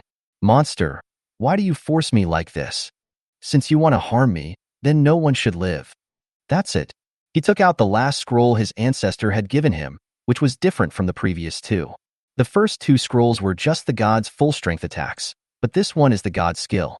Once used, no grass will grow within a radius of 1 kilometer. It is extremely powerful. Wen-Shaoren would never use it unless it was absolutely necessary. But now he has no choice but to use it. Ah! Wen-Shaoren roared and tore the scroll. A bright light suddenly burst out from the scroll and covered an area of 1 kilometer in an instant. When covered by the light, the plants, flowers, and stones turned into ashes in an instant and disappeared. Looking at the light coming towards it, the golden toad was shocked. It caught a glimpse of Wen-Shaoren, who looked pleased, and its head started to heat up. It opened its mouth and the gold ingot turned into a ray of light that shot out and hit Wen-Shaoren, and it itself was also covered by the light. 10 minutes later, Suchun teleported back to the battlefield and looked around. The ground had been dug up more than 10 meters. Wen-Shaoren had disappeared long ago. With his skills, it was impossible for him to die so easily. He must have left the Tianbao secret realm at the most critical moment. The golden toad. It could no longer maintain its frogman form and turned back into a palm-sized toad. Suchun searched for a while before finding it in a mud pit. He picked up a wooden stick, walked forward and poked it twice. The golden toad jumped up and turned over. "Quack, give me money. I need lots of gold coins." Ding. "Do you want to consume 1 million gold coins, crossed out, and 1 copper coin to support the phantom of the god of wealth?" Suchun observed it for a few seconds. After making sure that its weak state was not fake, he stood up and prepared to leave. Seeing this, the golden toad was stunned for a moment, then quickly jumped in front of Suchun. "Quack, where are you going? Give me money." Suchun asked in confusion. "What money? I gave you money for no reason. Why should I give you money?" The toad was so anxious that he shouted, "Quack! Didn't you say before that you would pay for all the losses?" Suchun touched his chin and was silent for a long while before he looked as if he had suddenly realized something. He chuckled. "I remember now, there is such a saying. The gold ingot you used earlier seemed to be worth only 7 or 8 gold coins. How about this? I'll give you 10. As he spoke, Suchun threw out 10 gold coins, which fell into the mud. The golden toad flew out and swallowed the 10 gold coins covered in dirt into its stomach. It looked excited. The copper coins that Suchun had taken out earlier could help increase its wealth significantly. "What I am taking out now is gold coins. What can I do?"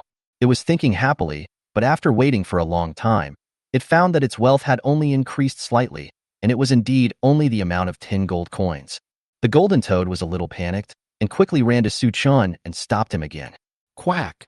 No, this money is wrong." Suchun frowned slightly and said dissatisfiedly, "What's wrong? I have already given you the money I promised to give you. How can you be so greedy?" "Quack! No, this money is not enough to make up for my losses. You must give me more money." The golden toad shouted angrily. "Fuck you." Suchun kicked it away and cursed. "A beggar thinks he is a master. Go find whoever you want to ask for money. I won't serve you." The golden toad flew a parabola in the air and fell to the ground with a plop. Suchun's kick did not cause much damage, but it was extremely insulting. It was very angry and wanted to change back into frogman form and tear Suchun apart. But its current state of wealth does not allow it to maintain its frogman form even for a second. It jumped a few times and quickly returned to Suchun, quacking with a more pleading tone in its voice. "Quack, please, give me some more money. 10 gold coins are really not enough." Suchun hugged his arms and looked at it coldly for a long time.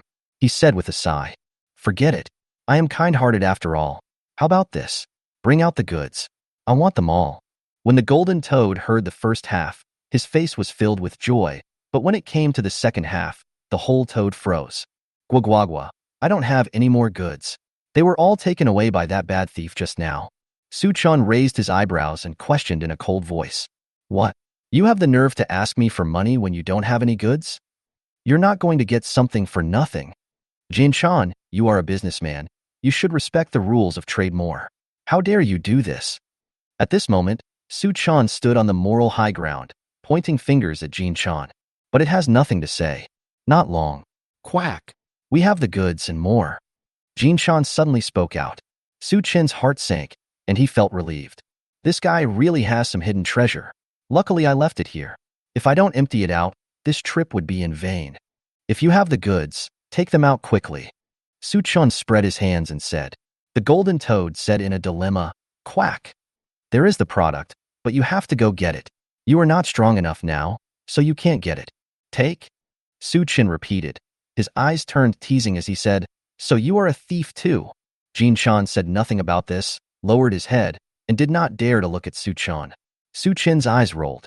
One person can only enter this Tianbao secret realm once, so he can't enter. But if Jin Chan has a supply channel, you can also take the initiative to find him to sell goods. Will he still need items to prolong his life in the future? Think of this. Su Chin squatted down and said kindly, Golden Toad, you don't want to disappear quietly in this secret place, do you? Jin Chan's anus suddenly tightened, and he looked at him in horror. Chapter 153 Su Chan gives away generous gifts. Daxia Academy, dormitory area, villa. Xiaolingyun and the other three all fell in the first round, in front of the first monster. Even Mu Ying, who has a mythical profession, is like this. At this moment, they were sitting on the sofa, watching the forum. Several seniors who had easily won and entered the Tianbao secret realm were complaining in the forum. What kind of secret realm is this? It was said to have treasures. I wandered around in there for a long time but found nothing. In the end, I was forced out by a 7th level monster. You're still lucky. I worked so hard and tried so hard to pass an exam, but the treasure chest is empty. Woo woo woo, who understands? Not only did I get nothing, I also put an epic equipment in it.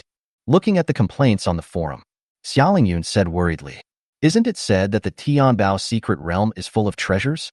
Why do they all look like they've suffered a great loss? Could it be that all the treasures have been picked up by the predecessors? Could it be that Su Chin also suffered a loss in there and is too embarrassed to come out? Mu Ying sighed. The truth is, he is just too competitive. He made big promises before, and if he doesn't do something, he will be embarrassed to come out. When he comes out later, everyone should try not to mention anything about the treasure, so as not to hurt his feelings. When Xian brought a plate of fruit, placed it on the tea table, picked up a piece at random, put it in her mouth, and chewed it. Don't be so pessimistic. Perhaps their miserable situation is caused by Su Chan? Once this was said, the room fell into silence, because when the other three women thought about it carefully, it was indeed possible. At this time, there was a flash of light on an empty seat on the sofa, and Su Chan appeared there. He immediately looked down at his wrist with a smug smile on his face. On his wrist, there was a gold coin tattoo, which was the summoning mark of the Golden Toad. In the end, the Golden Toad couldn't give up the temptation of money and signed a summoning contract with him. In this way, according to Jin Chan, the longevity item was not a particularly precious item at the place where he picked it up. As long as Su Chan has money, he can summon the Golden Toad at any time and buy things from it to directly achieve life freedom. Not only that, if necessary, the Golden Toad can be summoned out to act as a thug. It is a 9th level sub-god monster that can withstand attacks from gods and is quite powerful. This is the biggest gain of this trip to the Tianbao secret realm. Thinking of this, Su Chin couldn't help but laugh wildly. Hee. Halfway through his laugh, Su Chin noticed that the 4 girls were staring at him intently. He calmed down a little, coughed twice and said, You are all here. Luo Xiaoyu was sitting next to him, leaning in and opening her mouth, wanting to ask something. But Mu Ying grabbed her and shook her head at her. When Xian held a piece of fruit and handed it to his mouth, saying with concern, Are you hungry? Are you tired? Are you hurt anywhere? Xiaolingyun also came over, took his hand, and spoke softly. Welcome back. This is exactly the home Su Chin had always dreamed of. After working hard outside, to receive caring greetings from someone you love. It can relax nerves and relieve fatigue. It's late at night and everyone is asleep. 5 people came to the living room. Stop it. I want to go back to sleep. When Xian yawned and wanted to go back to the bedroom, but was stopped by Su Chan. Su Chin chuckled and said, Why are you in such a hurry? I brought you gifts. Don't you want them? Hearing the word gift, the The four girls immediately became more energetic. But after looking at each other, Xiaolingyun spoke. Suchun, we know that there is a problem in the Tianbao secret realm. There are no treasures left. If you can use what you get, don't worry about us. When Xian also nodded and said, yes, after all, it's all earned through your hard work. If you can use it, just keep it for yourself. Suchun looked at them with confusion on his face and asked, who told you that there are no treasures in the Tianbao secret realm? They are everywhere? Luo Xiaoyu pulled out the discussion in the forum and passed it to Suchun. Suchun took a closer look, and his expression suddenly became a little subtle. Seeing his expression, the four girls widened their eyes and looked at him in astonishment. When Xian clapped her hands and said, I knew it was you who did it. Muing covered her mouth and exclaimed, you haven't emptied the entire Tianbao secret realm? Suchun shrugged. How can you blame me? They are ownerless. I have the ability to take them, so why should I let them go? And there are some places where they can't pass the test even if they are given the chance. Okay, forget about them. It's only good for our family if they live well. That's all. He started taking things out of his backpack, distributed to the four women one by one. Each person gets 2 level talent scrolls, a set of legendary equipment, 2 legendary weapons, and various enhancement items. The four women were all numb and stared blankly at the things in their hands. Needless to say, every piece of legendary equipment would cause a huge sensation when it was released. Luo Xiaoyu, the daughter of the richest man in Jiangnan, had only heard of him but had never actually seen him. It is said that 10 years ago, a piece of legendary equipment with a low attribute bonus was auctioned for tens of billions of gold coins. Suchun not only regarded it as a gift, but not just 1 or 2 pieces, but a whole set. 2 more weapons. That's fine. The equipment is still within their understanding. But what the hell is a talent scroll? It's a level 1 talent scroll, 2 for each person. The four girls had seen big scenes before, but they were the only one as domineering as Suchun. Suchun, you didn't rob any official treasure house, did you? We can't do anything illegal or criminal. We don't want to cry at each other through the iron bars. Muing said with a trembling voice, holding the intermediate talent scroll in her hand. She had never even heard of this thing, but now it was placed in front of her like cabbage. A level of talent is enough to change one's destiny and allow a professional to transcend the restrictions of his or her professional grade. And they both have top-level talents, and there are 2 of them, plus their own talents. How could she not be shocked? Suchun wants them to go against the heavens together. Suchun patted her head and said, don't worry, I, Suchun, am an excellent citizen of Xia who abides by the law. I got these gifts through formal channels with my hard work and sweat. And maybe the authorities will give me a huge reward. Looking at Suchun's confident smile, the four girls then stopped suspecting anything and accepted the gifts with peace of mind. While they were happily studying their equipment and talents, Suchun found a quiet room and began his crazy improvement. Chapter 154 Suchun's Astonishing Improvement. Suchun pushed open the bedroom door, walked in, closed the door, and sat down beside the bed. Sitting cross-legged on the bed, he took out the things that he had sorted out earlier that were useful to him from his backpack. His gains from this trip to the Tianbao secret realm were not small, but in fact, many of them were useful to him. The first were the 2 talent scrolls, the Immortal Nirvana and the King of Metal, which he had specially left for himself. He had other uses for the King of Metal and did not intend to use it on himself, so he simply put it back into his backpack. And Immortal Nirvana. Suchun picked it up and checked the information. Immortal Nirvana. After death, the immortal soul will be condensed. The soul will not dissipate within 10 minutes and will be resurrected. After resurrection, all attributes will be increased by 10. In short, after dying once, not only can you be resurrected, but your basic attributes will also increase by 10, making you stronger the more you die. The increase in attribute values is not very useful to Suchun. After all, he can continue to pass hell-level difficulty copies and gain free attribute points. But being able to be resurrected after death is a very crucial guarantee. As I said before, it is something that concerns life, and you can do without it, but you cannot live without it. After decisively using his talent to learn it, Suchun looked at the props he got from the shadow of the God of Wealth. The most critical level talent enhancement scroll. This was the first time he had seen this thing since leaving the super holy temple. Its value is self-evident. If it weren't for it, my magic return would probably still be a useless talent at the level. Suchun picked it up and used it decisively, aiming directly at his 3rd talent, Unity of All. It's not that Immortal Nirvana doesn't have enough potential. It's that All people return to one, has been following me for too long and is of great use. He couldn't let the old employees down. Ding. You use the talent enhancement scroll on Everyone Becomes One. And the rank of Everyone Becomes One was upgraded. Su-chun quickly checked the talent information. Everyone Becomes One. For each additional friendly unit, the health, mana, and all attributes are temporarily increased by 100. When releasing skills that are also mastered by friendly units, the power of the skills can be stacked according to the number of people mastering them. Su-chin's eyes widened, and he exclaimed in surprise. Fuck. Just by upgrading one level, my health and attributes increased tenfold. His face was full of surprise. He took another look, and when he saw the last line of words, his breathing stopped. What this means is that originally a skill can only cause 150 mental damage, but if a friendly party has the same skill, the mental damage will be 300, 2 will be 450, and so on. And if other professions, or even summoners, obtain this talent, they may need to specifically learn the same skills as the summoned creature. But Su-chin doesn't need to do that. He can transform and directly use the skills of the summoned creature. The attributes of the summoned creatures are enhanced, plus the superimposed skill power. I am truly invincible in the divine realm. Ha! Su-chin couldn't help but grin and laugh wildly. After laughing for a few minutes, Su-chin restrained his expression and continued to look at other things. A scroll to improve equipment quality. Under the artifact level, you can upgrade the quality of the equipment by 1 level, but the enhancement value will be reset to 0. Su-chin picked it up and without saying a word, took out the Book of Multiplication.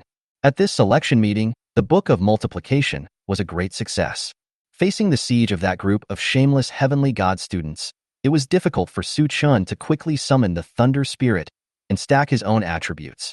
Merit must be rewarded. Su-chun used it directly and upgraded its quality from epic to legendary. Look at the properties again. Equipment, Book of Multiplication, rank, legend, attribute bonus, spirit, magic recovery, skill, double, release 10 skills at a time. Equipment requirements, spirit attribute greater than 10. It looks the same. The attribute bonus has even been reduced, but the equipment cap has been increased. Just stock up on equipment enhancement scrolls to enhance it to level 99. It's hard to say what the attribute bonus is, but the skill double can definitely be strengthened to release 100 skills. Very good. There is a kind of numerical beauty. Su-chin chuckled. Talents and equipment have all been enhanced, and looking again, only a few skill advancement scrolls are left. Different from the skill advancement scrolls that erupted in the abyss. The skill advancement scrolls obtained from the Golden Toad are all of specified grades and are 100% advanced. 1 skill advancement scroll for the 5th turn, 3 for the 4th turn, and 5 for the 3rd turn. Su-chin glanced at his skill bar. He has quite a lot of 4th level skills, such as Summon Thunder Spirit, Summon Holy Light Spirit, Autocast, etc. These all have great effects, and he has no doubt that if they are promoted to the 5th level, they will have an even stronger effect. Just a question. He currently has no channels to obtain a large number of 5th level experience books. High-level skill experience books are rare. It would probably be difficult to upgrade even with the 5th turn experience book stored in several exchanges in Shangjing and the internal exchanges of Daxia Academy. To upgrade his 4th level skill to the 5th level skill, he really had to rely on his own efforts and sweat to continuously gain skill experience. This won't work. Su-chin also plans to take on the breakthrough mission and break through the level in the next 2 days. It would be terrible if a skill that is too critical was weakened. Thinking about it, Su-chin looked towards the summoning forbidden magic stone tablet. This skill played a big role in the magic palace, and to be honest, it didn't seem to be of much use except for restraining magicians. Maybe it would have a miraculous effect if it was promoted to the 5th level? Su-chin thought so, and used the scroll to upgrade to summoning forbidden magic steel. The skill bar blurred for a second, and the next moment, a new skill, Summon Forbidden Magic Stone statue appeared. From a stone tablet to a stone statue? Su-chin was slightly curious and took a look at the skill effect. Summon Forbidden Magic Stone statue. 5th rank summoner skill, consumes 30,000 mana, summons a forbidden magic stone statue. As if he hadn't said anything, he took out his staff and activated his skills. Soon, a white stone statue, 2 meters tall, wearing heavy stone armor and looking slightly bloated, appeared. Su-chin checked its property panel. Monster, Forbidden Magic Stone Statue. Grade, Dark Gold. Level, 30. HP, 100. Magic, 200. Strength, 10,000. Constitution, 50. Agility, 10,000. Spirit, 50. Skills, silence, magic armor. The attributes are okay, but it doesn't do much damage. Suchin pondered secretly and took a look at the skill effect. Magic armor grants a layer of magic resistance armor with a value of 200. Silence prevents the designated target from releasing any skills for 10 seconds. Seeing this, Suchin's eyes lit up. This is much more powerful than the anti-magic steel, which is only aimed at mages. But this silence is for all professions. Although the restrictions on mages and priests are still the greatest and they cannot use skills, which profession dares to say that there is no impact? And this is still a magic forbidden stone statue. Suchin couldn't even imagine how powerful it would become if he upgraded it. After removing the stone statue, Suchin looked at the remaining skill advancement scrolls and quickly came up with a plan. 3 4-turn advanced scrolls, used for King's Unity, Eye of True Vision, and Spiritual Enlightenment. These 3 skills can be automatically maxed out without consuming skill experience books. After reaching the 4th level of King's Oneness, the damage taken by the summoned creature is reduced by 10. The Eye of True Vision has an additional ability to instantly reveal the enemy's weaknesses. Spiritual Enlightenment has an additional memory inheritance, and the sacrificer can designate one of his own kind to pass on his memory. As for the 5 3-turn advanced scrolls, Suchin used them on Lightning Rush, Thunder Chains, Electric Therapy, Thunder Fist, and Blood Sacrifice Worm.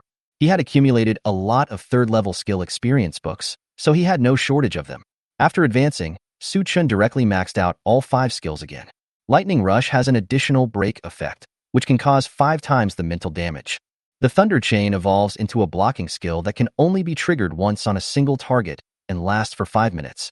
Electrotherapy can cause pain to the attacked soul and weaken the will. The Thunder Fist is really powerful.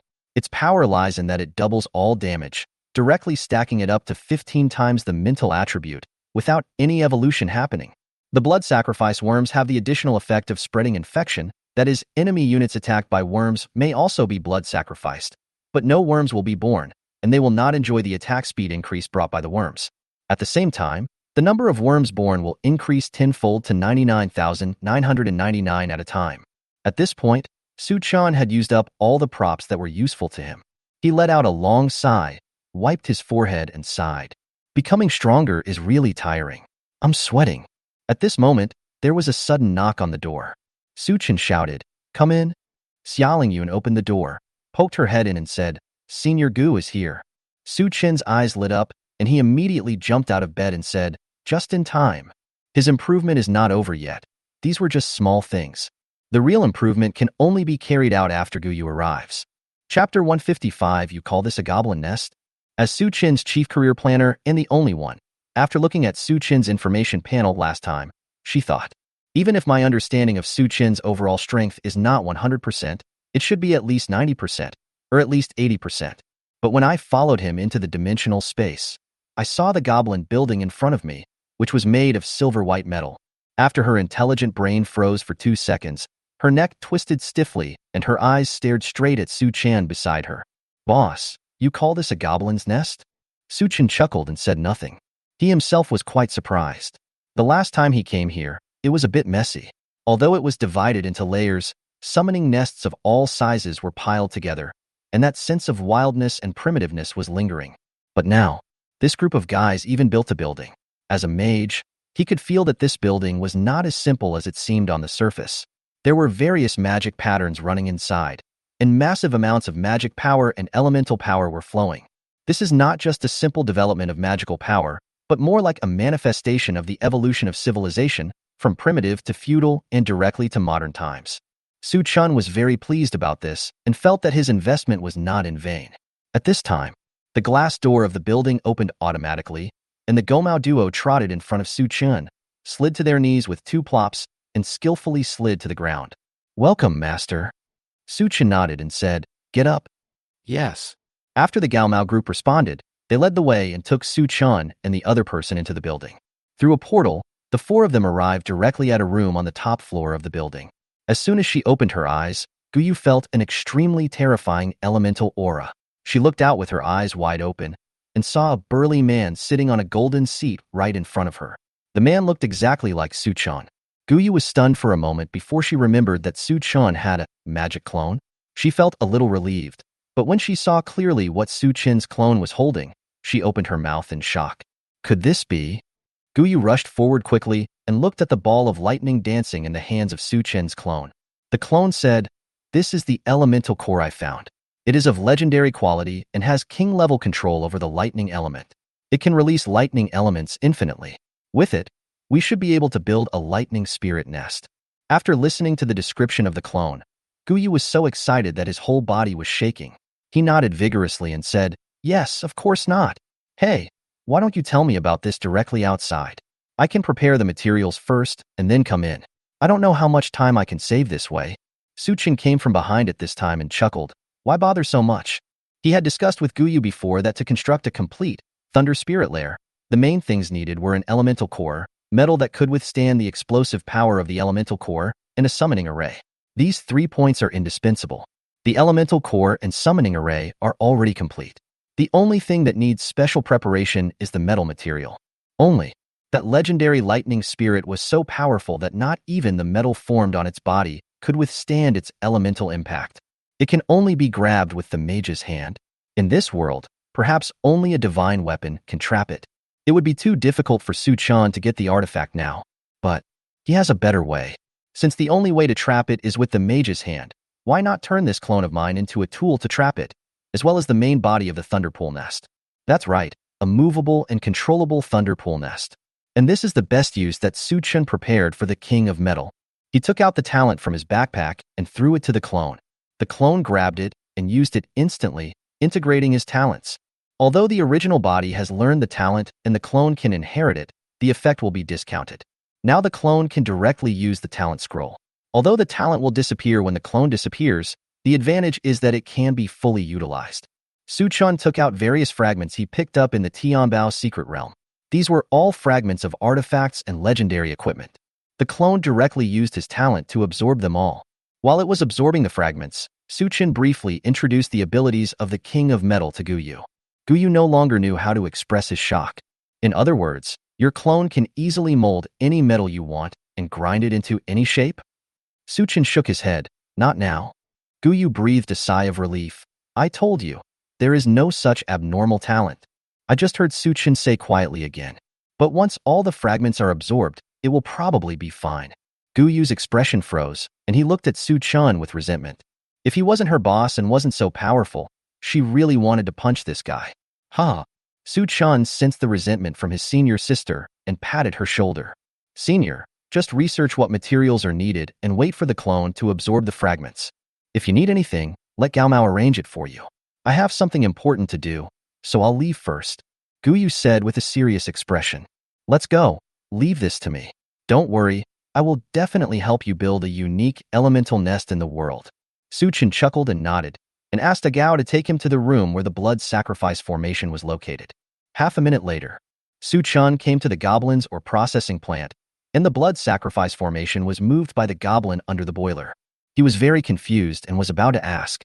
Gao understood what he was thinking and quickly replied. Master, our wisdom has reached its limit. It is difficult to improve by blood sacrifice of our own kind. We were short on fuel, so Mao took it upon himself to strip you of your skills. Let the goblins killed in the blood sacrifice produce worms, and then use the worms as fuel. We failed to report this matter in time. It is our fault. Please punish us. After saying this, it knelt down immediately. After hearing this, Su Chen nodded silently in appreciation. Come on, this is indeed a good and excellent choice. It's not their fault. When Su Chen didn't come at first, these goblins had no way to report. He set up an avatar at this time, and they had to report all matters, big or small, to Su Chen. Su Chen was so annoyed that he told them to make their own decisions regarding the development of the tribe. When you encounter difficulties that you cannot solve, look for yourself. What Su Chen was more concerned about was the fact that his wisdom had reached its upper limit. He thought about it and didn't find it strange. Wisdom is a relatively abstract word. What spiritual enlightenment truly improves is the ability of living beings to use their brains. The goblin's brain is not big to begin with, and it is a miracle that it has been developed to this level, which is enough. Su Chen thought so and nodded slightly. Then he started to replace the blood sacrifice worms under the boilers. After doing this, Su Chen left the dimensional space directly. He really has something urgent to do. He hasn't received the official reward yet. Leave the villa gate. Su Chun took a look at the life-extending potion and other potions in his backpack and couldn't help but get excited. He has made great contributions this time, and I believe that the official reward will not disappoint him. Chapter 156. You really can't treat him as a normal person. In an office at Daxia Academy, Zhang Yin was brewing tea by himself.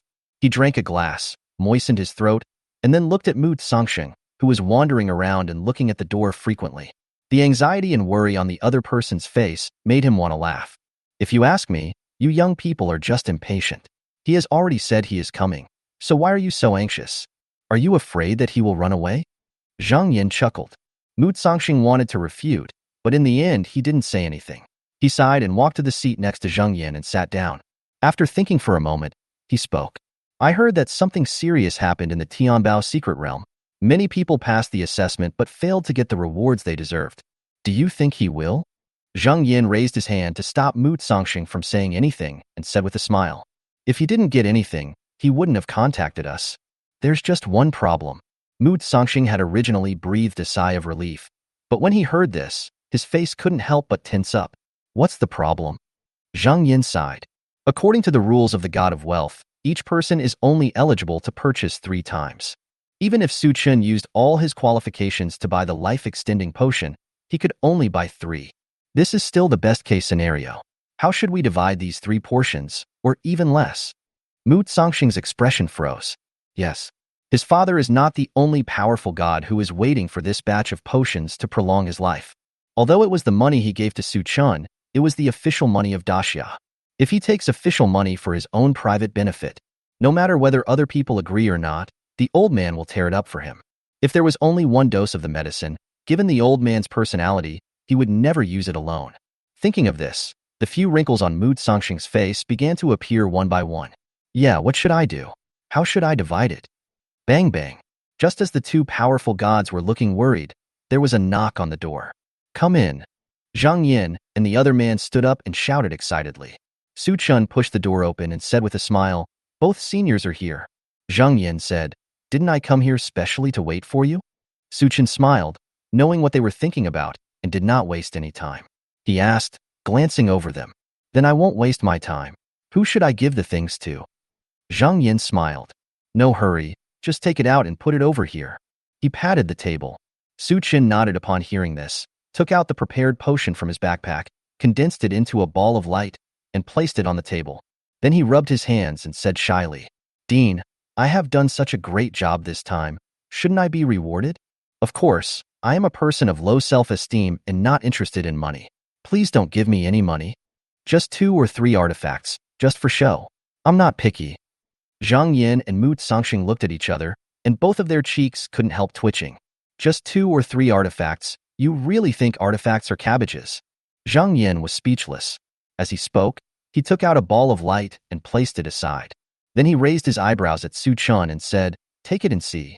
Su Chun immediately touched the ball of light with joy, and a prompt sound came to his ears. Ding. You get red iron metal, nameless ring. Ding. Check that you currently have 9 hematite metals. Congratulations on your metal synthesis. Bright silver metal.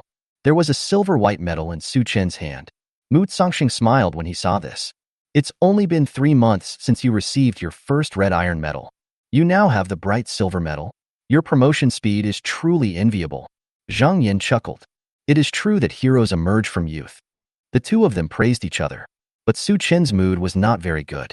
He seemed to want to say something but hesitated, but finally couldn't help it and spoke. Dean, you are so unkind. I have done a great deed for you. You're being too stingy to just give me this medal.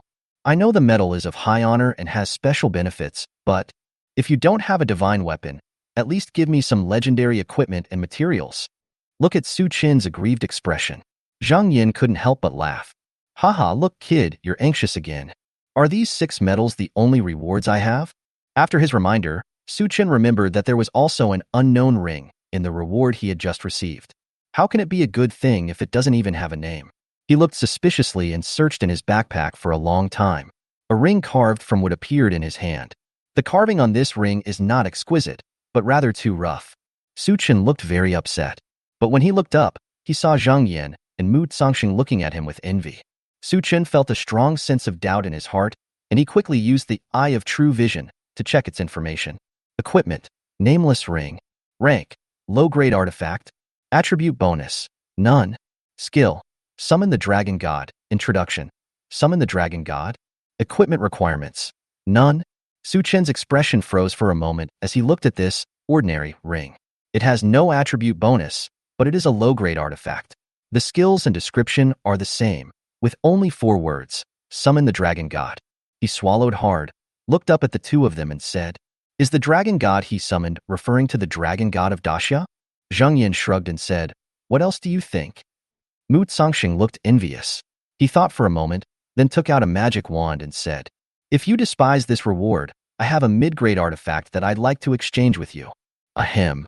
Su Chun quickly put on the ring, waved his hand, and said with a firm look, "Uncle Mu, please stop joking. I'm a 3rd-level professional. How can I use any magic weapon? That's it. This reward is pretty good. I'm very satisfied. I'm leaving now.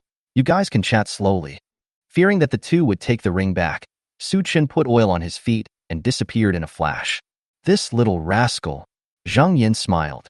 But the next moment, his expression turned serious and he looked at Mu Zongxing and asked, "Why would the old man let you take it as a reward?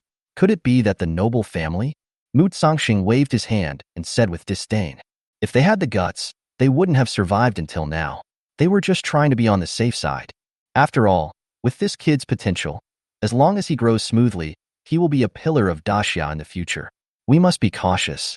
Zhang Yin breathed a sigh of relief and nodded. "That's the truth. Okay, take the things to them quickly. As for how to divide them, let the old man and the others think about it. What you say doesn't count." Mu Zongxing nodded and removed the ball of light that Su Chun had placed on the table. Next second, his pupils dilated, his eyes were dull, his mouth slowly opened, and a vulgar word suddenly uttered. "Fuck." Zhang Yin was stunned and asked with a frown, "What's going on? What happened? Is there only one life-extending potion?" Mu Zongxing shook his head stiffly. Zhang Yin was puzzled. "That's 2 servings?" Mu Zongxing still shook his head, and without waiting for Zhang Yin to ask again, he displayed the inventory. Zhang Yin took a look. Life extension potion, divine product, side effect elimination medicine, magic product, curse removal potion, divine product. Looking at these 3 things, Zhang Yin was confused. Then he reacted and his pupils dilated. After a long time, this weathered vice president of the Daxia Academy has dealt with countless major disasters that endangered the entire blue planet. At this moment, I couldn't keep calm and couldn't help but exclaim, "Fuck, it must be Su Chun who emptied this secret realm." The two looked at each other. They all saw the surprise and disbelief in each other's eyes. Everyone sighed in their hearts, this kid really can't be treated as a normal person. Chapter 157, Epic Professional Evil God Apostle. After leaving the office, Su Chun walked on the road, playing with the nameless ring in his hand. He didn't doubt the authenticity of the ring. He was just curious whether this thing could really summon the dragon god. You should know that the dragon god is almost at the top of the human career pyramid, without a doubt.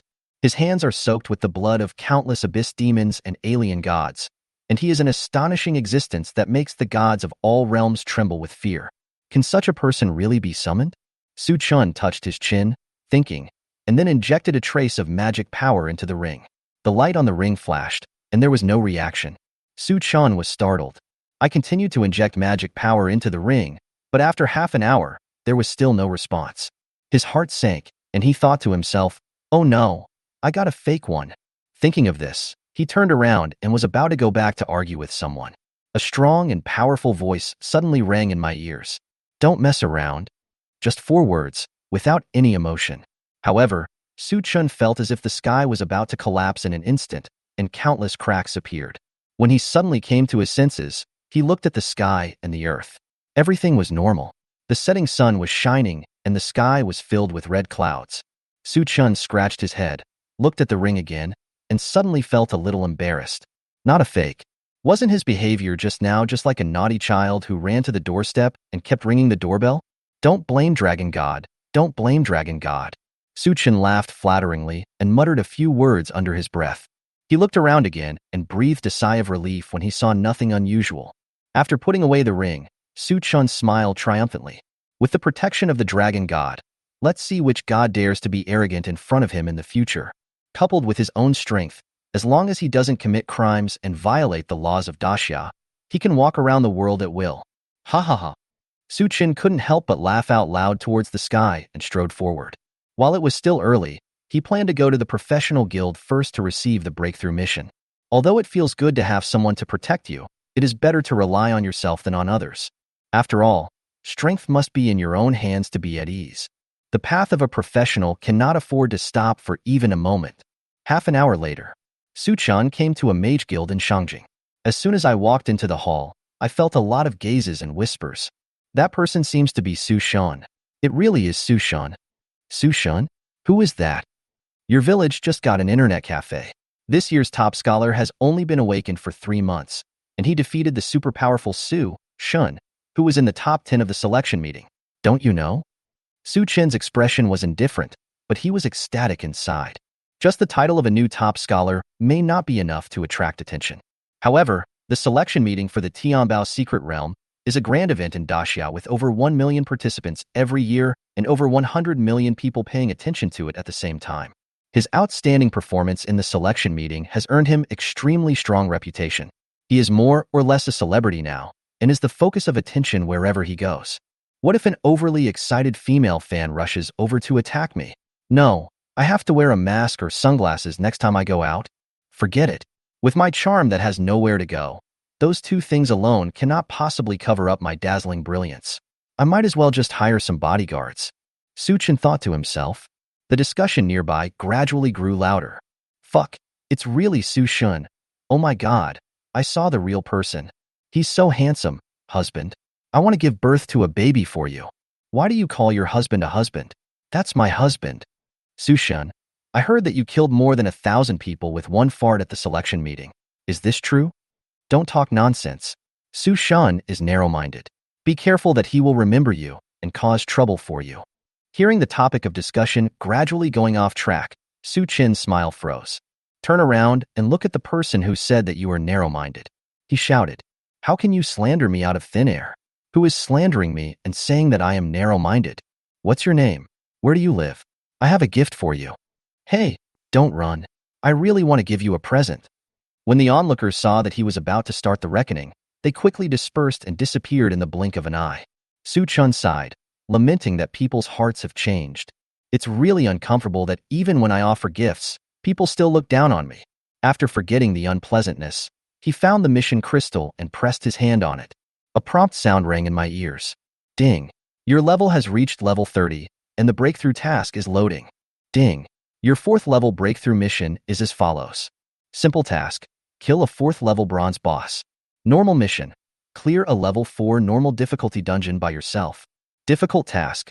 Kill 100 level 4 elite monsters. Hell mission. Clear the 4th level hell level dungeon and obtain a rating of level 1 or above. Su Chen's eyes swept across the first 4 difficulties. There was a hint of disdain in his eyes. With just these task requirements, it's like children playing house. Recall your previous 2 experiences of completing breakthrough missions. Su Chun just felt sad. That is simply not something a human can accomplish. Fortunately, his good deeds were rewarded, and he completed the task successfully in the end. But this time, he was fully prepared and came to take on the mission with unimaginable strength. If you have the ability, arrange divine monsters for yourself. If 1 or 2 are not enough to kill them, get a group. Su Chin sneered and glanced at the special task. Then, he looked confused. Special mission. Please choose your advanced profession first. What do you mean? You know it's not difficult for me, so the apocalypse system is broken, and I don't need to complete the task, and I can just give out the reward? So good and sensible. Su Chan smiled with satisfaction, focused his eyes on the special task, and silently recited, accepted. Next second, similar to the career selection options that appeared after using the career advancement stone before, it appeared before him. Heavenly Servant. You and your summoned creature will receive divine blessings and gain the ability to communicate with the Holy Spirit. Abyss Summoner. You can easily sign a summoning contract with Abyss monsters. Son of the Forest. You are the Son of the Forest. The attributes of the summoned forest elves will be increased 5-fold, and each summoned elf will gain special talents. Su Chan slid his finger upwards and counted down. There were exactly 17 options. This made him suffer from decision-making difficulties. Which one should I choose? They both seem pretty good. Su Chen frowned and thought. Sudden. His eyes lit up and an option appeared in his mind. Apostle of the Evil God. Weibai Bukalmajiaji. The introductions to other options clearly describe the highlights and advantages of the profession. For this option, the introduction is a mess of gibberish, which makes people dizzy. Su Chen only had one feeling, which was crazy. It's better to be a little crazy. What he likes most is to challenge unusual things.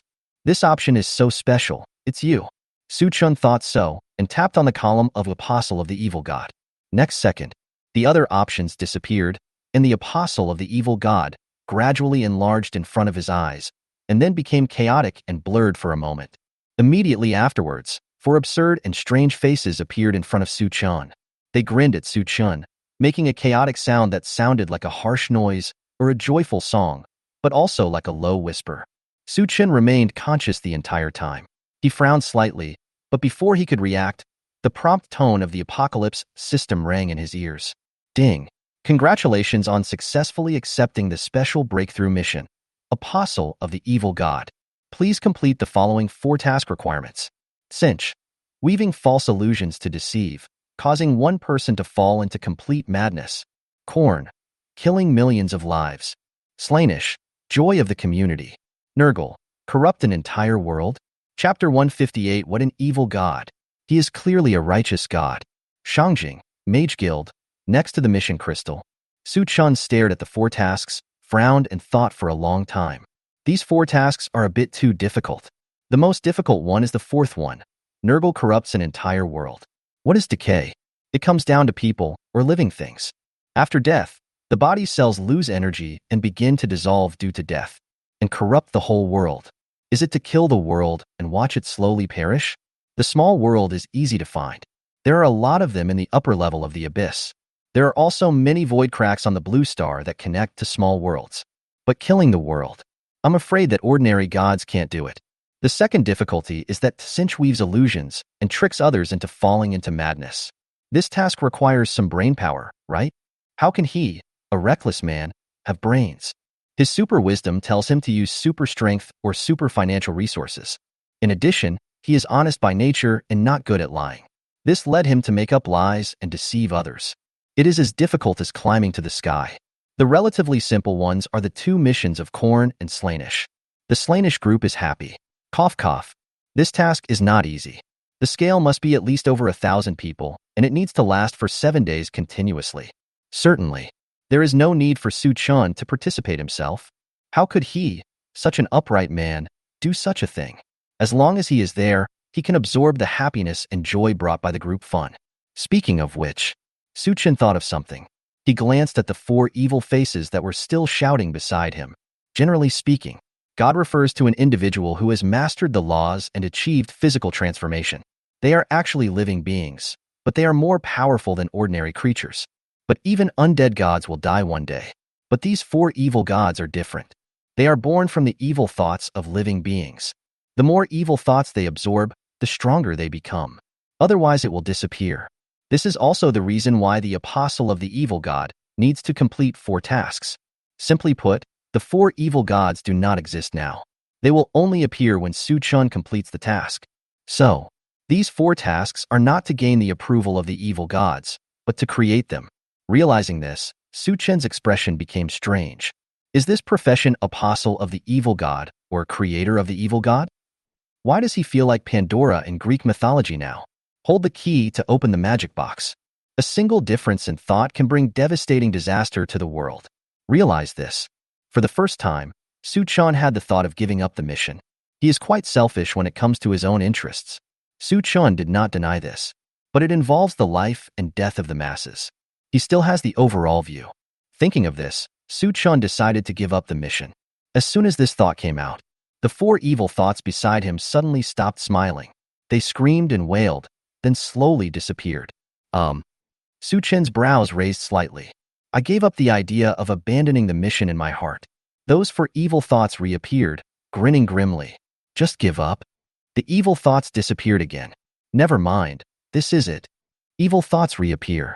After testing it back and forth several times, Su Chen's eyes lit up. He understands.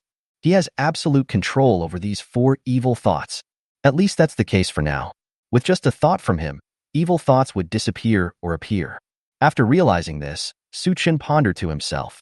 Then again, having a sword but not using it and having no sword to use are two different things. Although this power is a bit evil, if it is controlled by some evil-minded people, it may cause chaos. Only when someone like me, who is upright and righteous, uses it can it be used in the right way. Thinking of this, Su Chen decided not to give up the mission. But he can completely control the 4 evil thoughts. So he is the evil god. Bah, what evil god? I have it in my hands. These are clearly the 4 righteous gods. Back to the point. Although these 4 tasks are ridiculously difficult, but aren't the previous 2 breakthrough tasks also almost impossible to complete? In the end, it was completed successfully. Think of this. Su Chen looked at the seemingly simplest task. Corn killed millions of people. This task seems simple, but it is actually quite difficult. Su Chen's initial thought was, wouldn't it be better if the goblin could sacrifice himself? Every day, hundreds of thousands of goblins are sacrificed to fuel the boilers. Just a million, nothing more. But when he saw the mission requirements clearly, a look of worry also appeared on his face. This task has 2 difficulties. One is killing, the other is living things. Massacre means to kill cruelly. It will only count if the victim dies in pain and fear. The goblins could not satisfy this, because the goblins' loyalty to Su Chen is absolute and unshakable. Su Chen ordered them to die, even if it meant torturing them to death. They also don't feel any pain or fear. They just feel that this is a blessing and gift given to them by their masters. And living beings mean dungeon monsters and skill summons do not count. These must be real monsters. To find and kill a million monsters in reality, even in the abyss. Except when encountering a demonic tide outbreak, finding a million monsters is not an easy task. You can't use large-scale lethal skills to clear the map directly. If you want to complete it, you must spend time and effort. However, the mission of Corn is the only direction that Su Chen has now. It seems that we can only start with this person. I still have to go to the abyss. Thinking so, Su Chen closed the task panel and strode out of the Mage Guild. As night falls, the starry sky shines brightly. Su Chen returned to the villa. This time I might have to stay in the abyss for a long time. He wanted to go home to tell his 4 daughters and get some daily necessities.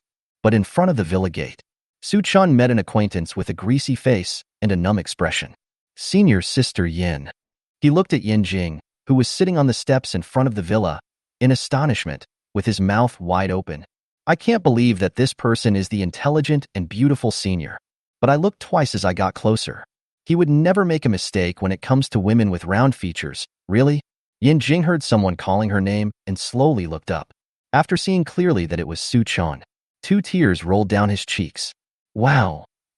Junior brother, you are the only one who can save me. You must help me. Yin Jing rushed over and burst into tears.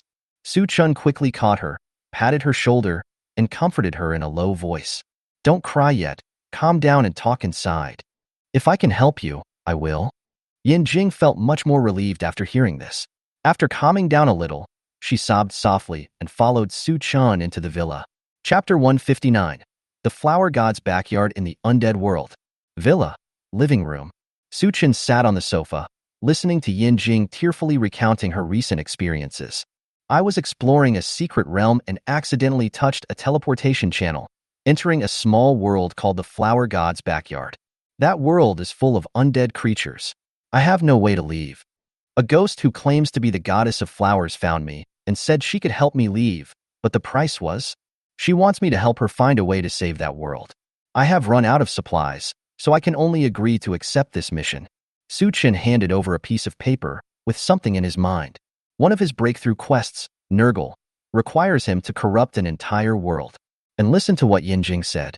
In a world filled with undead creatures, doesn't death foreshadow decay? Come to think of it, the undead creatures are really natural believers of Nurgle, just saving the world. This task requirement is a bit too outrageous. Su Chen smiled bitterly. Senior, it's not that I won't help you, but I'm just a 3rd-level professional. How can I save the world? Besides, aren't you Dean Zhang's registered disciple?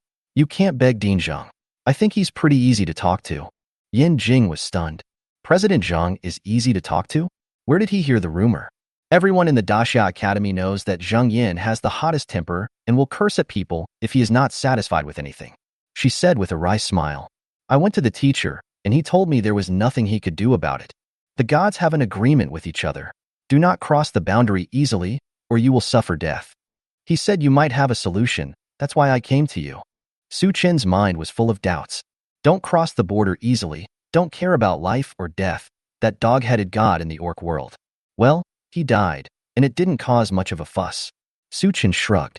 What can I do? Besides, you're out now. The worst that can happen is that the mission will fail. Yin Jing said with tears streaming down her face again. No, if I can't complete the task within a month, I will be cursed and turned into a plant. Speaking of which, Su Chen understood what Zheng Yin meant when he said he had a solution. She probably expected him to give Yin Jing a bottle of divine curse-lifting potion. This is indeed one way. Seeing Yin Jing burst into tears again, Su Chen hurriedly tried to persuade her. Senior, don't cry. I think there is indeed a way. Upon hearing this, Yin Jing quickly wiped away her tears. Really? Su Chen nodded. He wanted to give her the curse removal potion, of which he still had quite a bit in stock. But then I thought about Nurgle's mission. Su Chen stopped and asked, Senior, if I can save that world, what benefits can I get? Yin Jing said. The ghost who calls herself the goddess of flowers said that if only someone could help her, she could save the world. She'd give the world for reward. Su Chen was startled, widened his eyes slightly, and repeated it. The whole world? She has that ability? Yin Jing nodded, convinced. I think there should be. She helped me leave. And the curse she set can't be removed by the teacher. This time, Su Chen was really moved. Not to mention whether it is possible to pass through this dead world and complete the Nurgle mission. If he could obtain a small world, the gains to him would be immeasurable. Not to mention the far. The first benefit that can be seen is that it provides the Goblin tribe with a more spacious place. Now the Goblin tribe has resources, energy, and knowledge. The overly narrow, dimensional space has become a major factor restricting the development of the tribe. If you want more people, you need to build more nests. This requires more land. Only, is it possible for a third-level professional like him to save the world? Su Chen frowned and thought for a while. He stood up and walked back and forth a few times. He settled his steps. There was nothing to hesitate about.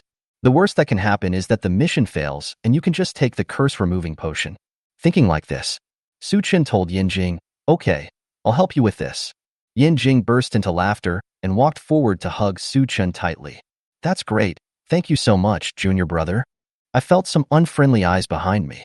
Su Chen tightened his waist, coughed twice, and patted Yin Jing on the shoulder. Senior, it's getting late. Why don't you wash up and take a rest here? We'll set off tomorrow. Yin Jing was slightly startled and said hesitantly, That junior, won't tomorrow be too rushed? The undead creatures in that world are really everywhere. We may not be able to handle it with just the two of us, so why don't we find more people? Su Chen chuckled twice and said, Haha, after all, isn't it still the human wave tactic? Senior sister, have you forgotten what my job is? I am a summoner. After my professional awakening, I have never been afraid of large crowds. I am never afraid of competition in numbers. I'm not afraid of whether there are too many monsters in that world. I'm even afraid that there aren't enough monsters in that world. His last words came from the heart, although Nurgle does not choose its followers. But the emotions of undead creatures are generally very stable as if they were dead. It is really not an easy task to draw evil thoughts from them. Yin Jing knew Su Chen's occupation. I have also been to dungeons with him many times, and experienced the process of being carried away by summoned creatures and winning without any effort. There are only a few monsters in this dungeon, no more than 100 at most. But that world, at first glance, there were only undead souls, and they were all the indigenous people of the world. They were even more terrifying than the undead plague. Can Su Chen alone handle it? She asked a question in her mind, but she didn't rush to refute. After all, she had been hit in the face by Su Chen many times. This guy really can't be viewed with common sense. The next day, early morning, Yin Jing walked out of the room with a slightly red face. There was so much noise upstairs that night that she didn't sleep much. It seems that I should not stay overnight at other people's homes in the future. Otherwise, it is easy to suffer from insomnia.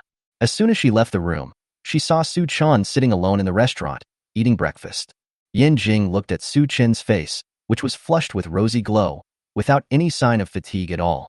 This made Yin Jing a little surprised. Could it be that the upstairs was haunted yesterday?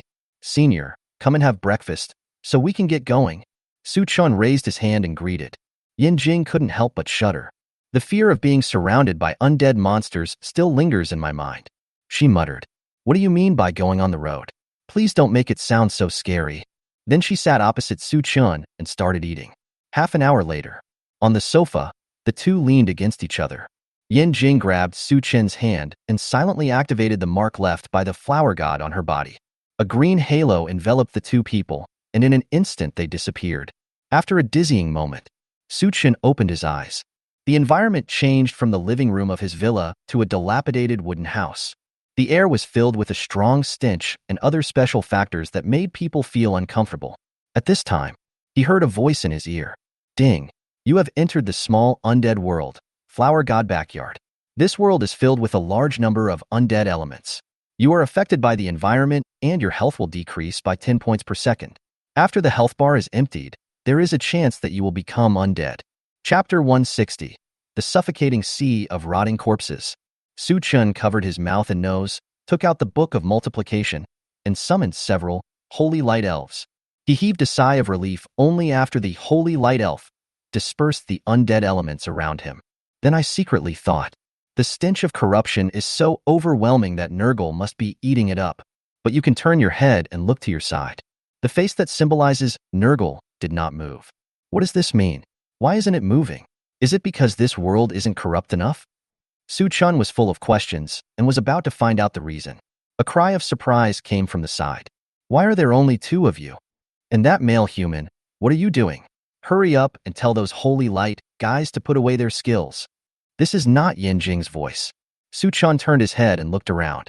The weird thing is, he only heard the voice but didn't see anyone. I remembered Yin Jing said there was a ghost named Flower God in here. He asked Yin Jing, "Does the flower god you mentioned require a special method to be seen?" Forehead. Yin Jing's face was filled with embarrassment. She glanced down and gestured a few times. Su Chen looked down in confusion, only to see a little Lolita, less than 3 feet tall, standing next to him, with her hands on her hips, looking angry. The little girl was wearing a skirt woven with flower petals, a garland on her head, and her body was glowing with emerald green light. She has a very cute appearance, and even though her body is translucent like a ghost, people still don't feel scared of her. "Are you the flower god?" Su Chun poked her cheek with his hand, and his fingers penetrated through. "Take a look with the eye of true seeing. Monster, flower god's afterimage. Rank, demigod. Grade." Introduction. A residual image of rules left behind after the death of the flower god, which urgently needs to replenish the surging life force to maintain its own existence. Humans, don't be disrespectful to the flower god.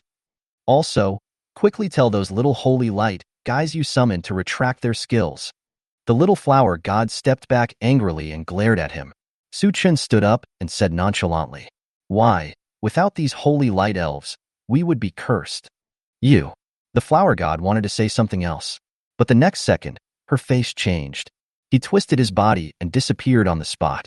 Only the crying voice was left. "It's over, it's over. I've met 2 stupid humans like you. You've really put me in trouble." Su Chen frowned and was about to retort. Bang! The door of the wooden house was smashed open by a violent force, and several figures rolled in like waves.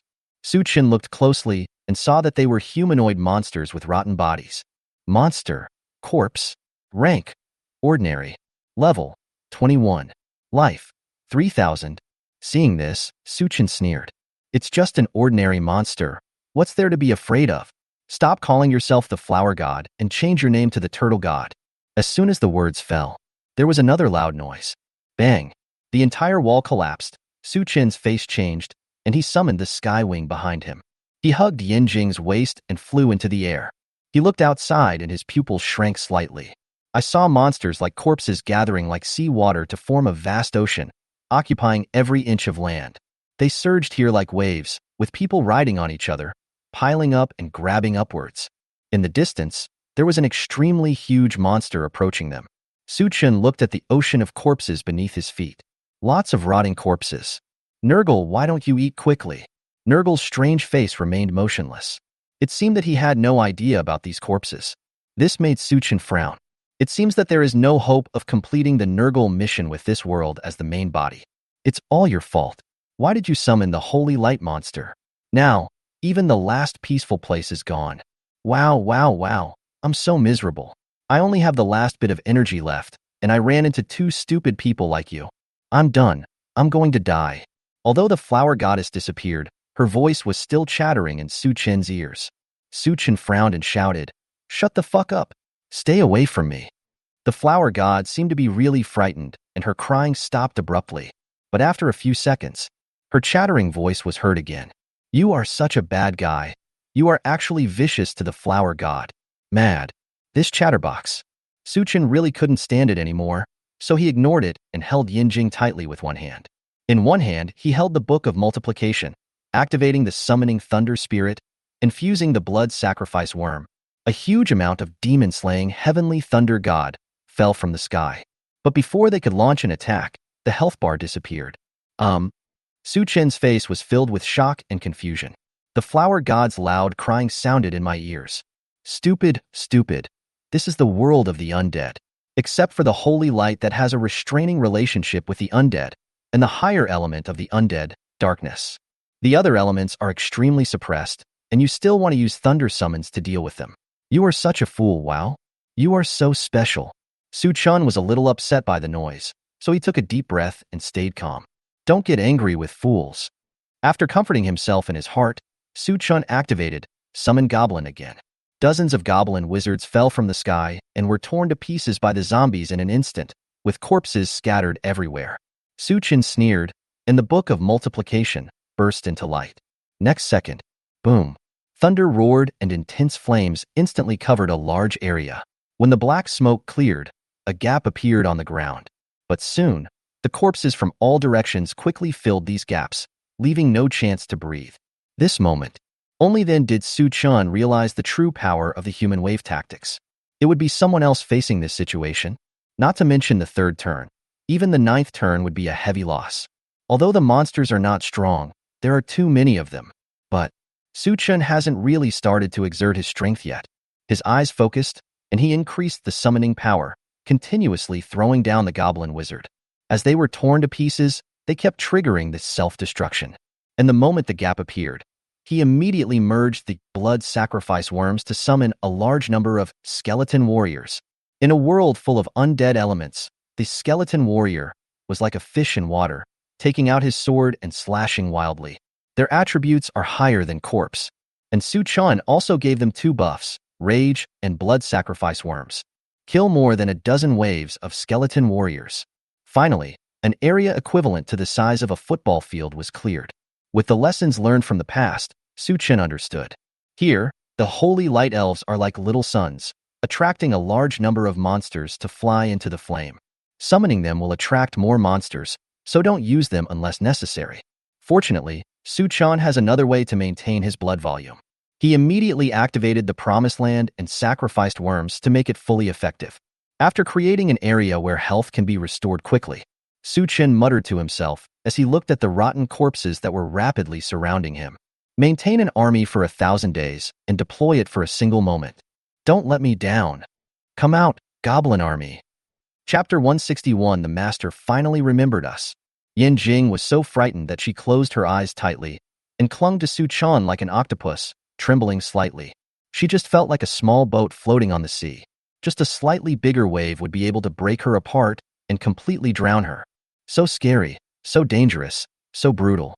Yin Jing was so nervous that tears came out of her eyes, and the crying of the flower goddess could still be heard in her ears. The man and the ghost reached a consensus at this moment, that is, they are doomed. The growling sounds of the rotting corpses coming from all directions intensified their fear. But suddenly, the world seemed to be quiet. A sound of uniform footsteps rang in Yin Jing's ears, drowning out the monster's roar. Even the flower god seemed to be stunned by something and couldn't make a sound. Yin Jing took a deep breath, slowly opened her eyes a little, and looked forward. I saw 4 teleportation arrays arranged on the ground ahead. 2 types of warriors walked out of the formation, as well as a large number of goblins carrying construction materials. One type he is about 3 meters and 5 centimeters tall, wearing thick, solid silver-gray armor that covers his entire body. They held spears in their left hands and hexagonal shields that looked like door panels in their right hands. The moment they set foot on this land, the group of soldiers immediately organized a human wall. The shields were placed against each other edge by edge, with the bottom inserted into the ground, and the back of the shield was supported by the heavy body. The spear in his hand kept stabbing upwards, killing the rotten corpses that tried to crawl over from above. 3 circles of human walls separated them from the endless sea of rotting corpses. At the same time, another type of warrior is also showing his prowess. These warriors are more than 2 meters tall and wear tight-fitting, lightweight black armor. Holding heavy magic machine guns engraved with magic patterns, they climbed up the temporary tower built by the goblin slaves. Then, all you could hear was the loud and violent explosion sounds of bang bang bang bang. A large amount of bullets condensed from basic magic power poured out. The terrifying waterfall of bullets covered the sea of corpses, instantly turning the rotten corpses in the front into balls of bloody mist. Yin Jing looked at the scene in a daze. These people are not goblins, right? How can goblins have such equipment and such fighting power? She looked at Su Chun, who was close at hand, and whispered, "Junior, are these the helpers you summoned?" "What else?" Su Chun breathed a sigh of relief and asked back with a smile. "You come down first. I'll give them some protection." Oh. Yin Jing just realized that she was hanging on Su Chun, and her face turned red with shyness. He quickly freed his hands and feet and stepped aside. Su Chun took out the strange staff and used it as a carrier to activate automatic spellcasting. Arranged 4 skills: Rage, Riding the Wind, Weapon Strengthening, and Equipment Strengthening. Then he summoned the Aldalai Fighting Spirit to command the goblin army to fight. Together with the Promised Land of God that was earlier arranged on the ground, it continuously provided recovery for the heavily armored shield guards at the front. Only then did it gain a firm foothold in the sea of corpses. But it's still too much of a stretch. There are still some corpses that can crawl over the human wall in the front and rush into the interior. Su Chen frowned, somewhat dissatisfied. After spending so much money, raising so many goblins, and the huge increase he bestowed, you can't even withstand a mere corpse? Gao Mao was standing next to Su Chen at this moment and noticed the change in his expression. The 2 goblins knelt down hurriedly and shouted, "Master, please forgive me. It's not that we are incompetent. It's just that the place is too small and we can't do anything." Su Chen exhaled lightly and waved his hand. "Get up, I don't blame you." He knew that Gao Mao was not making excuses and what they said was true. In fact, the goblin tribe has not yet exerted its full strength. After Su Chen led them into the abyss to sweep and occupy resources, the combat structure within the goblin tribe underwent a dramatic change. The top-level giant goblins and goblin wizards all disbanded their combat structures and became researchers or engineers. The 4 categories of professional goblins in the middle layer, namely elders, priests, warriors, and scouts, were also disbanded and incorporated into the factory. Only keep the night goblin and form a heavy armor shield guard corps. There are also archer goblins, forming the Justice Messenger Legion. But these 2 legions cannot represent the true combat effectiveness of the goblin tribe. They are just the lower limit of the goblin tribe's combat power. The real upper limit of combat power is a large number of heavy magic weapons. As long as they can play their role, even if these corpses are given 10,000 years, they will not be able to get close to Su Chen. But right now, the area covered by the Promised Land is too small. Without the protection of the Promised Land, the goblins could not withstand the erosion of the undead elements in the environment. It is unlikely to expand the Promised Land quickly. Besides, there are not only rotten corpse monsters in the sea of corpses. There were also terrifying shadows over 10 meters tall slowly approaching. Large numbers of corpses were also desperately charging at the shields of the heavily armored guards. This temporary protective barrier, not as solid as it looks now. The time is too short, the place is too small, and the environment is too restrictive. Su Chen couldn't help but frown. While he was thinking hard, I saw the flower god appearing again, staring at the surrounding situation in amazement. She opened her mouth wide, her expression full of astonishment. There seemed to be a light flickering in Shui Lingling's eyes. Su Chen's eyes turned, and he shouted to the flower god, "Turtle god, is there any way to keep these monsters away for a while? My men need space and time to build defenses." The flower god was stunned for 2 seconds, then became furious. "Who is the turtle god? Don't be rude to the flower god. There is a way to make these monsters leave temporarily, but..." Su Chen's eyes lit up. There really was a way. He asked quickly, "Just tell me what you need." The flower god looked distressed, scratched his head, and then a prompt box appeared in front of Su Chen. Ding. "Do you want to consume 150 life elements?" Crossed out, 1 life element to expand the domain, flower god's protection. The flower god's energy is already insufficient. If you can help the flower god find some life elements, there will be a way. The flower god said shyly. Su-chin was ecstatic and laughed loudly. I thought it was something serious. You want life elements? They are everywhere here.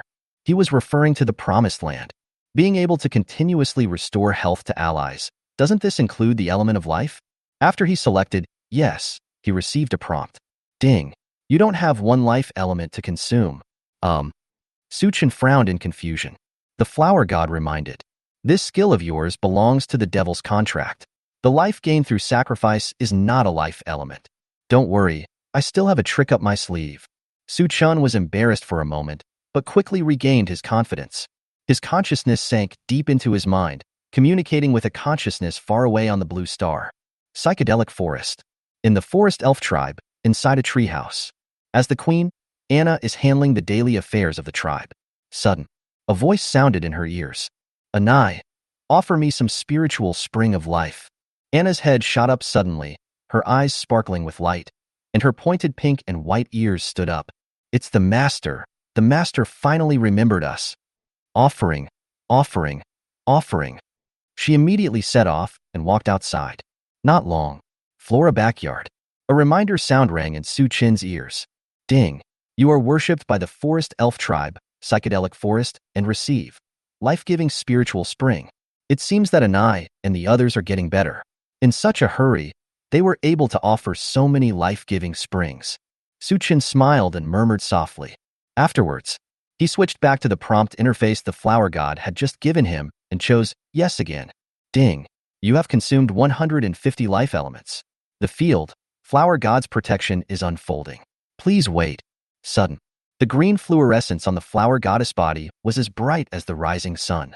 She slowly floated into the air, her light blooming. A large number of green spots of light floated away and fell into the surrounding group of corpses. The raging sea of corpses suddenly calmed down, and then the rotten and withered faces of the corpses actually showed expressions of disgust. Then the sea of corpses quickly retreated and scattered. At this moment, the face of Nurgle, who had been standing beside Su-chin without moving, suddenly laughed grimly. It floated in the air, glowing faintly, as if it was absorbing energy. Seeing this scene, Su-chin seemed to understand something. Could it be? Chapter 162. Build the first camp in another world. The energy required by Nurgle comes from the pain and fear caused by living beings being tortured by germs. That is for living beings. Germs seem to have no effect on the undead. However, on the contrary, the life elements that are loved by living beings may be torture to the undead. Su-chin noticed this keenly. To confirm the answer, he looked at the flower god falling from midair and asked, Turtle god, what you just released was the element of life? The flower god replied, it is a field dominated by life elements. 4 undead monsters. Life elements aren't deadly, but they're disgusting, so they stay away. And stop insulting the flower god by using derogatory names like turtle god. Su-chin ignored her temper. He understood what the flower god meant. In short, for the undead, this area is now like a public toilet for humans. It seems that his guess was correct. No wonder Nurgle reacted.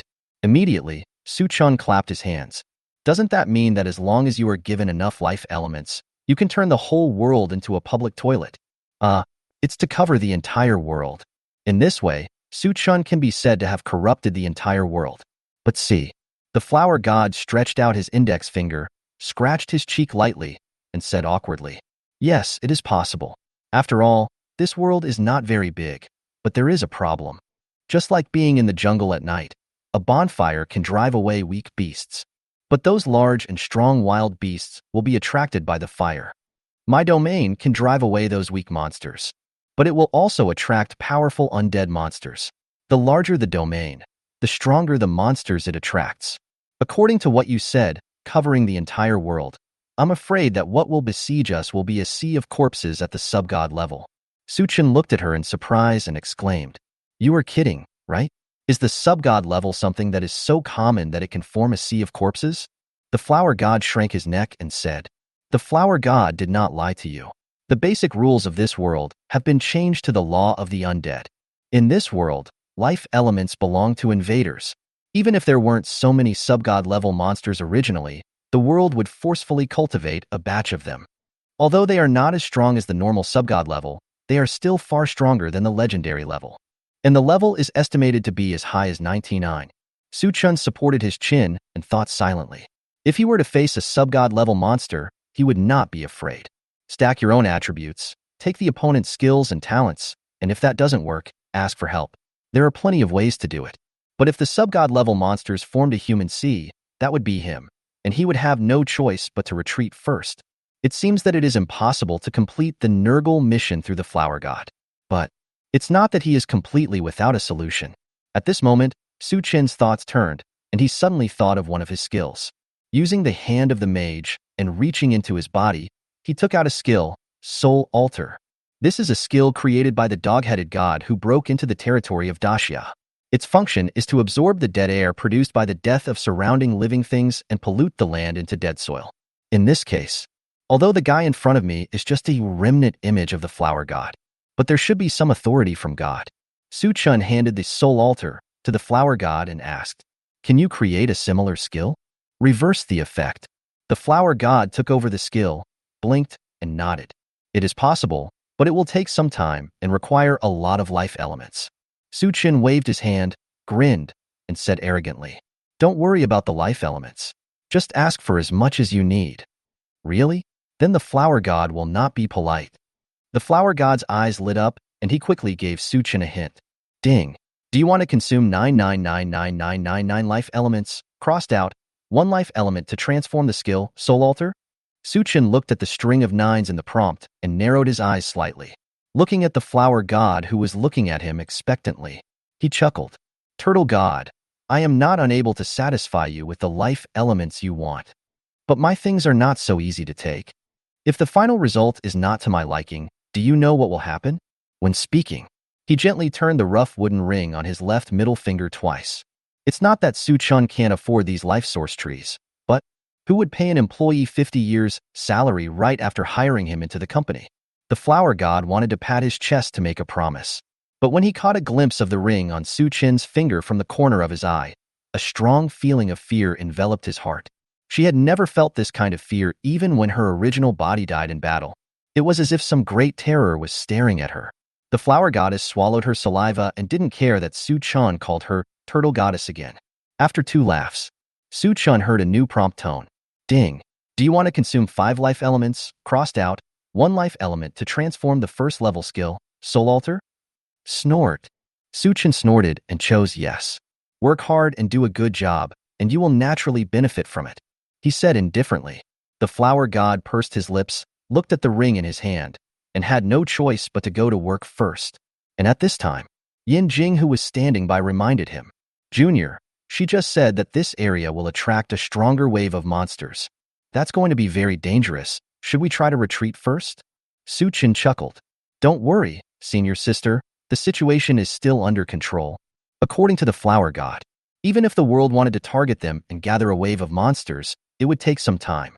During this period of time, the world is gathering strength, so there is no way for them to become stronger? Of course not. Su Chin looked at Gao Mao, and with just one look, the 2 goblins immediately understood. A Mao set up a large number of teleportation arrays in a very short time. A large number of warriors and goblin slaves entered this world. Su Chin thought, in this world, there is a special afterimage of the flower god who can work for him. There are also a large number of undead creatures that can become a source of energy for Nurgle. This place must be developed with emphasis. Therefore, he ordered the goblins to clear out an area and set up a large number of nests. He set up autocast for each nest. Less than 3 hours. The number of the 3 types of nests of the goblin tribe has expanded 100 times. A large number of goblin slaves and professional goblins, under the command of Gomeo, carry out infrastructure construction of the camp and layout of defense facilities. Su Chen did not let the 2 legions of heavy armor shield guards and messengers of justice idle. Let Aldily take them and take the initiative to attack. Clean up the remaining undead creatures around. Cooperate with the infrastructure team to expand the camp area. The goblin tribe once again entered a period of rapid and prosperous development. Just wait for a new wave of monsters to arrive and the flower god transformation skills to be completed. Chapter 163. Complete the first mission. Nurgle. Bang, bang, bang, bang, bang, bang. The heavy footsteps landed on the ground, and the vibrations could be felt even a kilometer away. Tall figures kept emerging from behind the horizon. They formed a human sea and slowly moved towards a 10-foot-high metal city in front of them. Above the city, there is a long silver-white pillar every 5 meters. As those figures appeared, 300 meters closer to the city, streaks of light began to appear under the long pillars. The light came from the bottom to the top, converging at the top, and then shot out a beam of light, cutting through the sky and illuminating the world. Hiss, hiss, hiss. Laser beams formed into countless big hands, blocking the monsters about 200 meters away from the city wall. Su-chan stood on the top of the city wall, looking at the front line with a telescope. After a moment, he nodded and praised. It's blocked, not bad. Gao Mao, who was behind him, breathed a sigh of relief when he heard this. Mao smiled awkwardly. It's all thanks to you, Master. Without your help, our tribe wouldn't have been able to achieve such development. Ha ha ha, you guy. Su-chan chuckled twice, then said with a serious expression. Although you have done a good job, it is only good. There is still a lot of room for improvement. For example, how come there are only 2 members of this legion? That's too few and too weak. Have they worked hard? It's difficult to deal with the corpses. How can we charge into battle, expand our forces, and increase the research and development of individual equipment in the future? And these magic pattern weapons? Su-chan picked out a dozen or so questions here and there, making Gao Mao sweat profusely. These are actually minor issues. But he likes the feeling of being a leader. He is in charge of hand skills. Overall, it's pretty good, but you still need to work harder in the future. The monster's strength will continue to increase. You need to improve faster than them, otherwise all your efforts will be wasted. In the end, you'll end up with nothing. Yes, I will follow your instructions. Gao Mao answered at the same time. Su-chan nodded. At this time, the system received a communication notification from Yanjing. After Su-chan answered the call, then I heard Yanjing say, Junior, the flower god is ready. Su-chan's face lit up with joy, and he responded, Okay, I'll be there right away. That's all. His figure flashed and disappeared on the spot. A few seconds later, city center, Su-chan came before the flower god. The other party immediately handed him a skill scroll. Su-chan took a look with the eye of true vision. Item: Life Spore, Skill Book, Learning Requirements, Mage, 100 Spiritual Attributes. Introduction: A side attack skill for first-level mages. It consumes 500 mana and releases life spores. The spores can parasitize individual undead creatures, absorb the opponent's undead elements, grow, and then automatically release new life spores. After reading the skill information, Su-chan nodded with satisfaction. This was the effect he wanted. Well done, Turtle God, you didn't let me down. After exclaiming in admiration, he learned life spores. Then he took out the first-level skill experience book and continued to improve. After 10 evolutions, let's see the effect. Life spores is a first-level mage skill. It consumes 500 mana and releases life spores. The spores can parasitize undead creatures, absorb the undead elements in their bodies, and grow rapidly. During the growth process, they will continue to evolve according to environmental changes and release new types of spores after evolution. Can it still evolve? Su-chan was amazed. If the previous life spores were just a spell skill, although they could be spread, as long as there was an error in the transmission process, such as the death of all the hosts, they would no longer be able to continue spreading. But now the life spores, with the ability to evolve, are completely living things. They can not only spread, but also adapt to the environment. Even without a host, they can find a way to survive. This is a disaster that can destroy the world. What kind of disaster is this? I am clearly doing good things and bringing new life to this world. Su-chan thought secretly in his heart. The Nurgle next to him grinned in agreement. After a moment, Su-chan released several magic clones, which teleported directly into the tide of monsters blocked outside the city wall and continuously released life spores. Those spores came into contact with the undead monsters and immediately spread, giving their rotten and withered skin a bright green color. The undead monster infected by the spores seemed to have suddenly gained nerve perception ability, constantly roaring in pain towards the sky, spreading panic and anxiety. The emerald green color occupied the entire battlefield at an extremely fast speed and spread rapidly into the distance. In the end, the monsters were even reluctant to attack the town, and quickly retreated to a safe area, looking for places to scratch their green fur. But no matter whether they scratched the skin, hollowed out the flesh, or even broke the bones, they could not completely eliminate the spores. Even because of scratching too hard, the spores may multiply more quickly. Half a day later, in town, Suchun stared at the Nurgle floating in the air, absorbing a large amount of emotional energy. A reminder sound came from my ear. Ding. You have completed the breakthrough mission 1. Nurgle? Is that it? Suchun touched his chin, thinking. His clones are still spreading spores everywhere. Although the spread is indeed very fast, but it has not reached the point of corrupting the entire world. Think about it. After sensing the situation of Nurgle, Suchun guessed. The requirements on the task panel are just hints on how to complete the task. In order to break through, you only need to satisfy the emotional energy required by the evil gods. But it's not easy. Able to complete the Nurgle quest, Suchun's own strength is naturally indispensable. But it is undeniable that more factors are involved, such as luck and coincidence. But so what? Isn't luck also a kind of strength? Think of this. Suchun was no longer entangled. He turned to look at the flower god. Turtle god, I can't complete your mission of saving the world right now. I can only maintain the status quo. The flower god was already used to it. He was not angry but smiled with satisfaction. It's okay. It's okay. This is fine. Before Suchun came, she was chased by undead monsters and had to hide everywhere. Now that he has a place where he can breathe, the flower god feels very happy. But she would be even happier if she could obtain a large amount of life elements. Think about it. The flower goddess said shyly. By the way, I have something good. Would you like to take a look? There was nothing he could do here. Suchun was planning to leave with Yinjing. Hearing the words of the flower god, he was stunned for a moment and asked, "What a good thing." The flower god raised his hand and pointed, and a light screen appeared in front of Suchun. Suchun looked carefully. Flower god's shop.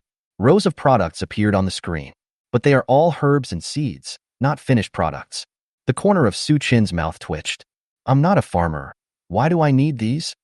But, do you have plant-based summoning skills? The flower god's expression froze, and he pointed his finger at something. Yes, I do, but the energy is not enough. Why don't you borrow some first? Then wait until you have enough energy. Suchun interrupted. Paying salary in advance is not a good habit. That's all. He then took Yinjing away. The flower god was left with a look of loss. Chapter 164. Want to get rich in the face of natural disasters? Villa. Living room. After coming back again, Suchun looked at the back of his hand and saw a black pattern mark. This is the door given to him by the flower god to enter the flower god's backyard. As long as you inject magic power into it, you can enter and exit freely. Junior brother, thank you so much this time. If it weren't for you, I don't know what I would do. Yinjing patted her chest with lingering fear and said timidly. Suchun smiled. It's okay, senior sister.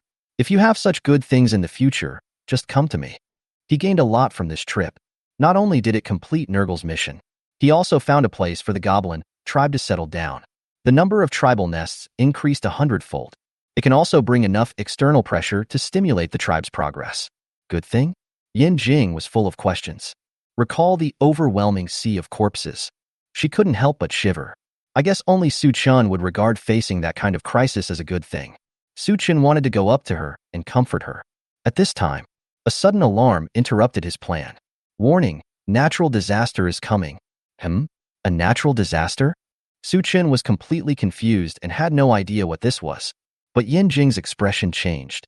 Seeing Suchun's puzzled expression, she quickly explained. The natural disasters that can trigger the apocalypse system are all large-scale earthquakes, tsunamis, and volcanic eruptions. The power of the natural disaster itself is extremely terrifying, let alone before the natural disaster broke out. The monsters in the area will go crazy and flee in all directions, forming a monster tide. Every time a natural disaster occurs, countless people are killed and injured. Speaking of which, she comforted herself again. But it shouldn't be so unlucky to happen in our great Xia. As soon as these words came out, the panel of the apocalypse system popped up directly. This is a holographic map. All the countries on the blue planet are marked on it. A huge red circle fell on the map. Yinjing was right. It really doesn't include Daxia. But the red circle fell on the Pacific Ocean east of Daxia. It almost covered half of the Pacific Ocean. Suchun looked at the map. Even though he had never experienced this before, he sensed something was wrong. It is impossible not to be affected when you are so close to the disaster area. The tide of monsters formed just to escape the natural disaster will make Daxia restless. Don't worry, senior sister. The authorities should have made arrangements. Su Chen comforted. As expected, 5 minutes after the natural disaster alert, the apocalypse system sent another prompt. 3 official notifications from Daxia. One article is a disaster warning for coastal cities. One is to release disaster relief tasks. One is price control. After reading the 3 reports, Su Chen discovered Jiangnan province is also among the provinces that may be severely affected by the monster tide. And Yunhua City is even within the black-marked area on the disaster map. Bang! At this time, the door of the villa was suddenly pushed open and Xiaolingyun ran into the house in panic. She looked at Su Chen with tears in her eyes. Su Chen, my dad is going to the front line to fight the disaster. Can you come back with me and help me stop him? Xiaolingyun trotted to Su Chen, grabbed his arm, and cried. Su Chen was stunned and said seriously, "Don't worry, I'll go back with you." The two didn't say anything else. After hasty preparations, he set out on the journey home. A few hours later, Yunhua City. Xia family. Su Chen and Xiaolingyun just walked in. I saw Xia Jingyi standing in front of the mirror, adjusting his armor. "Dad, what are you doing?" Xiaolingyun shouted anxiously. Xia Jingyi turned around and saw the two of them. His face was startled, and then his expression tensed. "Why don't you just stay in Shangjing? Why did you come back?" "Yunhua City is not safe now, go back quickly," Xiaolingyun said anxiously. "You also know that Yunhua City is not safe, so come with us." Xia Jingyi turned around and said in a firm tone, "I can't leave.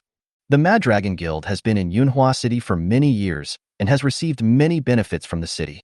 Now is the time for us to fight to the death. If I run away, am I still a human being? You youngsters, your hair hasn't even grown out yet, so stop making trouble and go back." Xiaolingyun cried anxiously. "Dad." She turned around and looked at Su Chen and shouted, "Su Chen, help me take my dad away, please." "Xiaolingyun, stop messing around." Xia Jingyi turned around and roared. His expression was only one of determination and seriousness. "This land beneath my feet gave birth to me and raised me. All the people in this city are my fellow countrymen. I relied on them to build my career and receive their kindness. It is impossible for me to abandon them and flee in times of crisis. If we have to retreat, I, Xia Jingyi, will be the last person to evacuate Yunhua City." Xiaolingyun never expected that her father, who had always doted on her, would show this kind of attitude towards her. Her body shuddered, and she fell back into Su Chen's arms, looking up at Su Chen with anxious eyes. Su Chen thought for a moment and said to her, "I think Uncle is right. This is the hometown where we were born and raised. How can we abandon it so easily?" Xiaolingyun's heart skipped a beat. "Spicy balls. If you don't take one away, you will lose another." Xia Jingyi cast an admiring look at Su Chen. Ability determines the lower limit of a person's life, and morality determines the upper limit. Under the current circumstances, Yunhua City may face a crisis and block the space channel at any time. Su Chen is still willing to follow his daughter back and say such words. This is enough to prove that there is no problem with his character, and he will have a bright future. My daughter won't suffer any loss if she follows him. Xia Jingyi walked forward and patted Su Chen on the shoulder. "Boy, I recognize you. From now on, my daughter will be left to your care. I admire your spirit, but your abilities are limited right now, so you should just take Lingyun and leave first." Su Chen frowned and was about to speak. A figure ran in hurriedly. "President." He paused, took a few deep breaths, and then spoke. "Something bad has happened. All the medicines in the exchange have been cleared out. The pharmacy has increased its prices tenfold. Nowadays, the most common primary life recovery potion costs 100 gold coins per bottle. We can't buy much." Xia Jingyi's face turned furious when he heard this. "Damn, these damn bastards are getting rich at this time. Aren't they afraid of shortening their lives?" Su Chen asked doubtfully. "They do this, and the authorities don't have any measures?" The man who came in cried. "Every time the government releases a batch of medicine, it's sold out in less than a second. We can't get any at all. Damn it. It's all because of those bastards who always hold their own people back. I think we should just cut the Gordian knot and kill them all." Xia Jingyi could no longer maintain his composure at this moment and started to curse. Su Chen asked, "Uncle, what do you mean by bastard? Who else could it be? Those lousy families control the entire market for potions, equipment, and items. Whenever there's a disaster, they do this. Damn it." Xia Jingyi continued to curse. Su Chen understood, then he smiled calmly. "Uncle, please don't worry. I have a solution for the potion problem. You still want to get rich in the face of natural disasters? Then let them take the money into the coffin. Chapter 165, The Pharmaceutical Processing Plant, is officially completed. Flora Backyard. Before leaving, Suchin left behind many magical clones to spread the life spores. Now, a clone returned to the city and came to the little flower god. The little flower god was sitting on a vine swing, humming a little tune with a happy expression. Obviously, compared to the days of hiding from place to place, now we can breathe freely. Now it's very comfortable for her.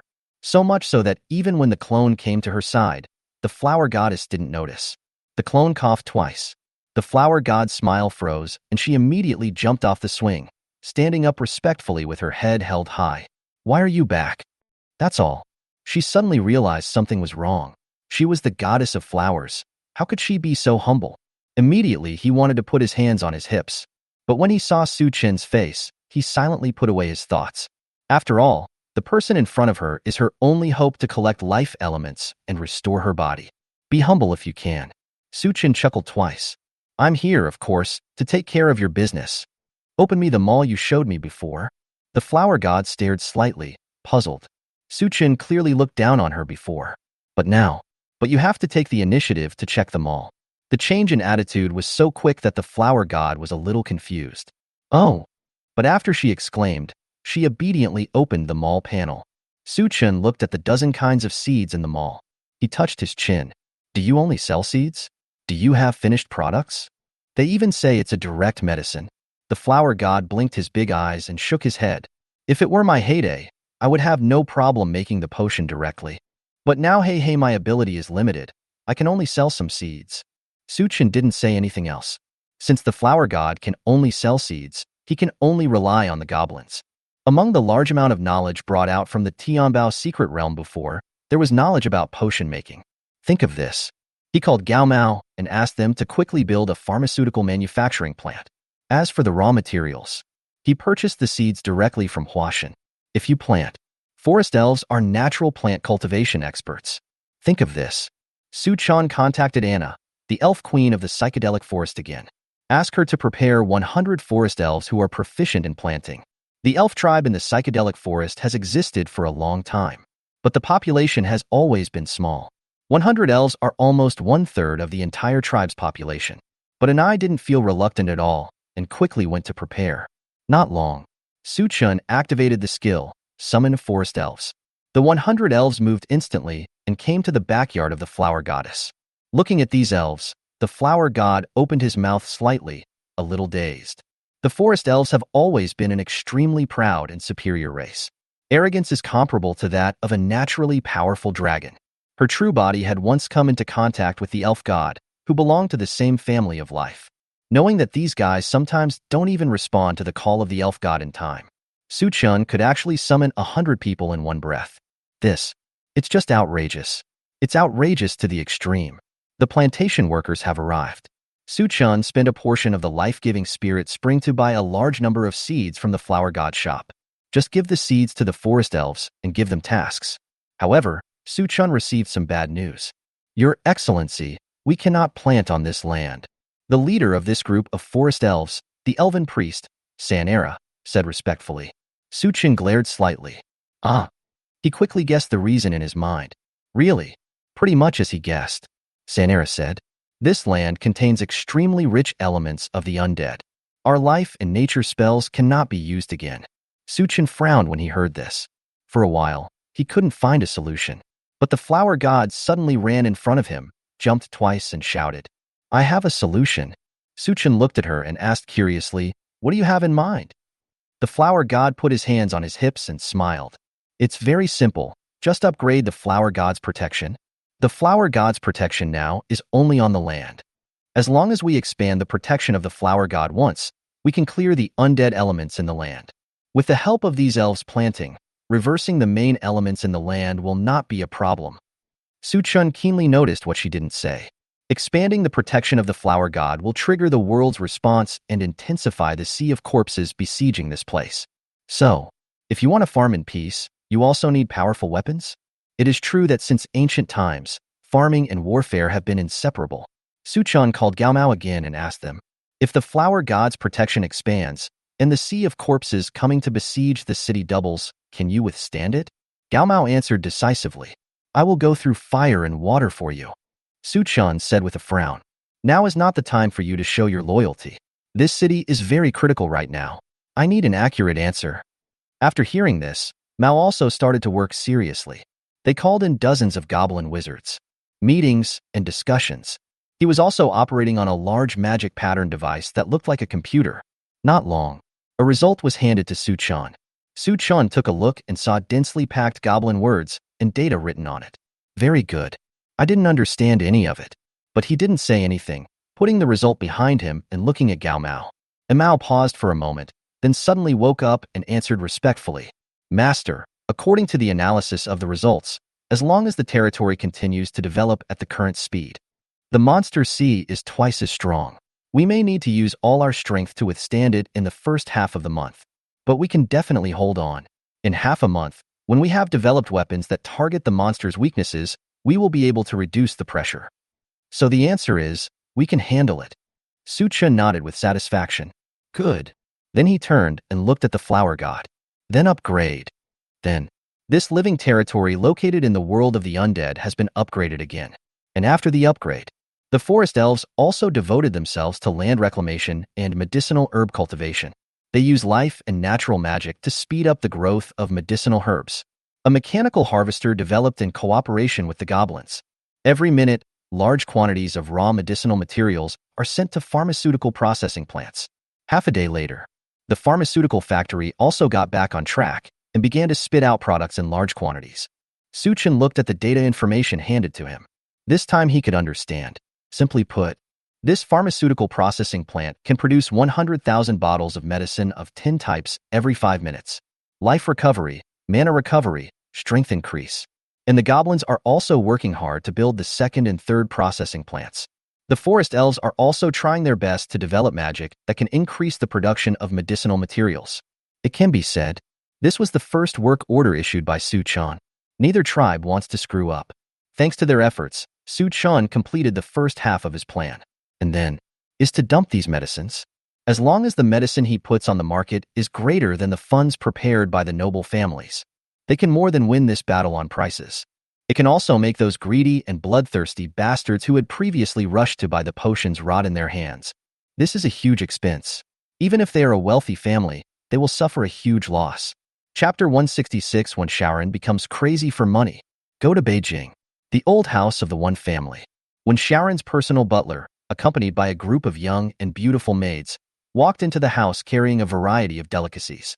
The old butler glanced at the young master who was lying on the pile of money, grinning foolishly and drooling, and sighed helplessly. Ever since returning from the Tianbao secret realm, the young master has become obsessed with money. In his words, if he doesn't see the money, he will die. Fortunately, the One family is a large family, and money is the least commendable thing in a large family. He casually brought in several $1 million and piled them into a small mountain in Wen Shaoran's room for his fun. Not only does he love money, he also loves to make money, and he makes money at all costs. For example, the price increase of medicines this time was ordered and led by Wen Shaoran after he volunteered. Although aristocratic families had used the same method to make money in the past, they were not so ruthless and would at most increase the price by 3 to 5 times. Although this way you make money, you also leave a way out for others and you can save face. But this time, led by Wen Shaoran, the price of the medicine was increased tenfold from the very beginning. The price of potions is already ridiculously high, but facing the threat of the impending monster wave, what else can those people do? If you don't buy medicine, you will die. What does their life and death have to do with the aristocratic family? The housekeeper had been working in the One family for a long time and had raised Wen Shaoran personally. Therefore, he thought to himself, as long as the young master is happy, that's all. The housekeeper said in a gentle voice, Master, it's time to eat. Hear the butler's voice. When Shaoran poked his head out from the pile of money, his eyes were red and his face was greedy. He no longer had the elegant and graceful demeanor he had when he first appeared at the selection meeting. He rushed forward, grabbed the butler's arm and asked, Uncle Li, how much money did you make? The butler had expected this and smiled slightly. Master, yesterday's financial report showed that the net profit of our first batch of medicines was more than 58 million gold coins. Ha ha ha, good, make money. I want to make money. When Shaoran laughed wildly. Suddenly, his expression paused, and greed in his eyes became even stronger. Not enough, not enough. I still need to make money. Raise the price. Raise the price of the second batch of medicine 20 times. I will empty everyone's wallets. Everyone's money should be mine. Ha ha ha. The butler responded in a gentle voice. It's yours, all yours, master. Eat first. You haven't eaten for a whole day. When Sharon's expression relaxed, and he nodded silently, follow the butler out of the pile of money and go to the front hall. At this time, a gold coin fell from him and rolled to the butler's feet. Suddenly, the two men froze. The housekeeper looked a little flustered and said in fear, Master, I? Without waiting for him to explain, when Sharon rushed over with red eyes, he punched him hard in the abdomen, and when he bent over in pain, he grabbed his head and hit him with a fierce knee. After knocking the butler to the ground, when Sharon didn't care and kicked the butler's head brutally with a football, he cursed under his breath, You thief! Why did you steal my money? Why did you steal my gold coins? Die, die, die. The people around were so frightened at the sight of this brutal scene that they were silent and dared not move. At the same time, Yunhua City, inside the exchange, Xiong Dailin, deputy director of the exchange, was sitting in her office, busy as a whim. She leaned her hands on the table, rubbing her swollen and aching temples, feeling bitter. With the war approaching, the exchange needs to be responsible for material supply and price regulation. She's done well. The prices of equipment and items have been stabilized, preventing them from increasing too much. In this way, even professionals who are not wealthy can replace broken equipment at any time and increase their means of saving their lives. Unfortunately, the price of the medicine is out of control. Those people in the pharmacy association are like crazy, controlling the price of medicine to soar. Right now, a bottle of the most common life-restoring potion costs 200 gold coins. No matter how wealthy the family is, they cannot afford such expensive medicine. Xiong Dailin showed a bitter smile on her face. I just feel powerless. Yunhua City is not a big city. Even the exchange headquarters has taken action to maintain price stability.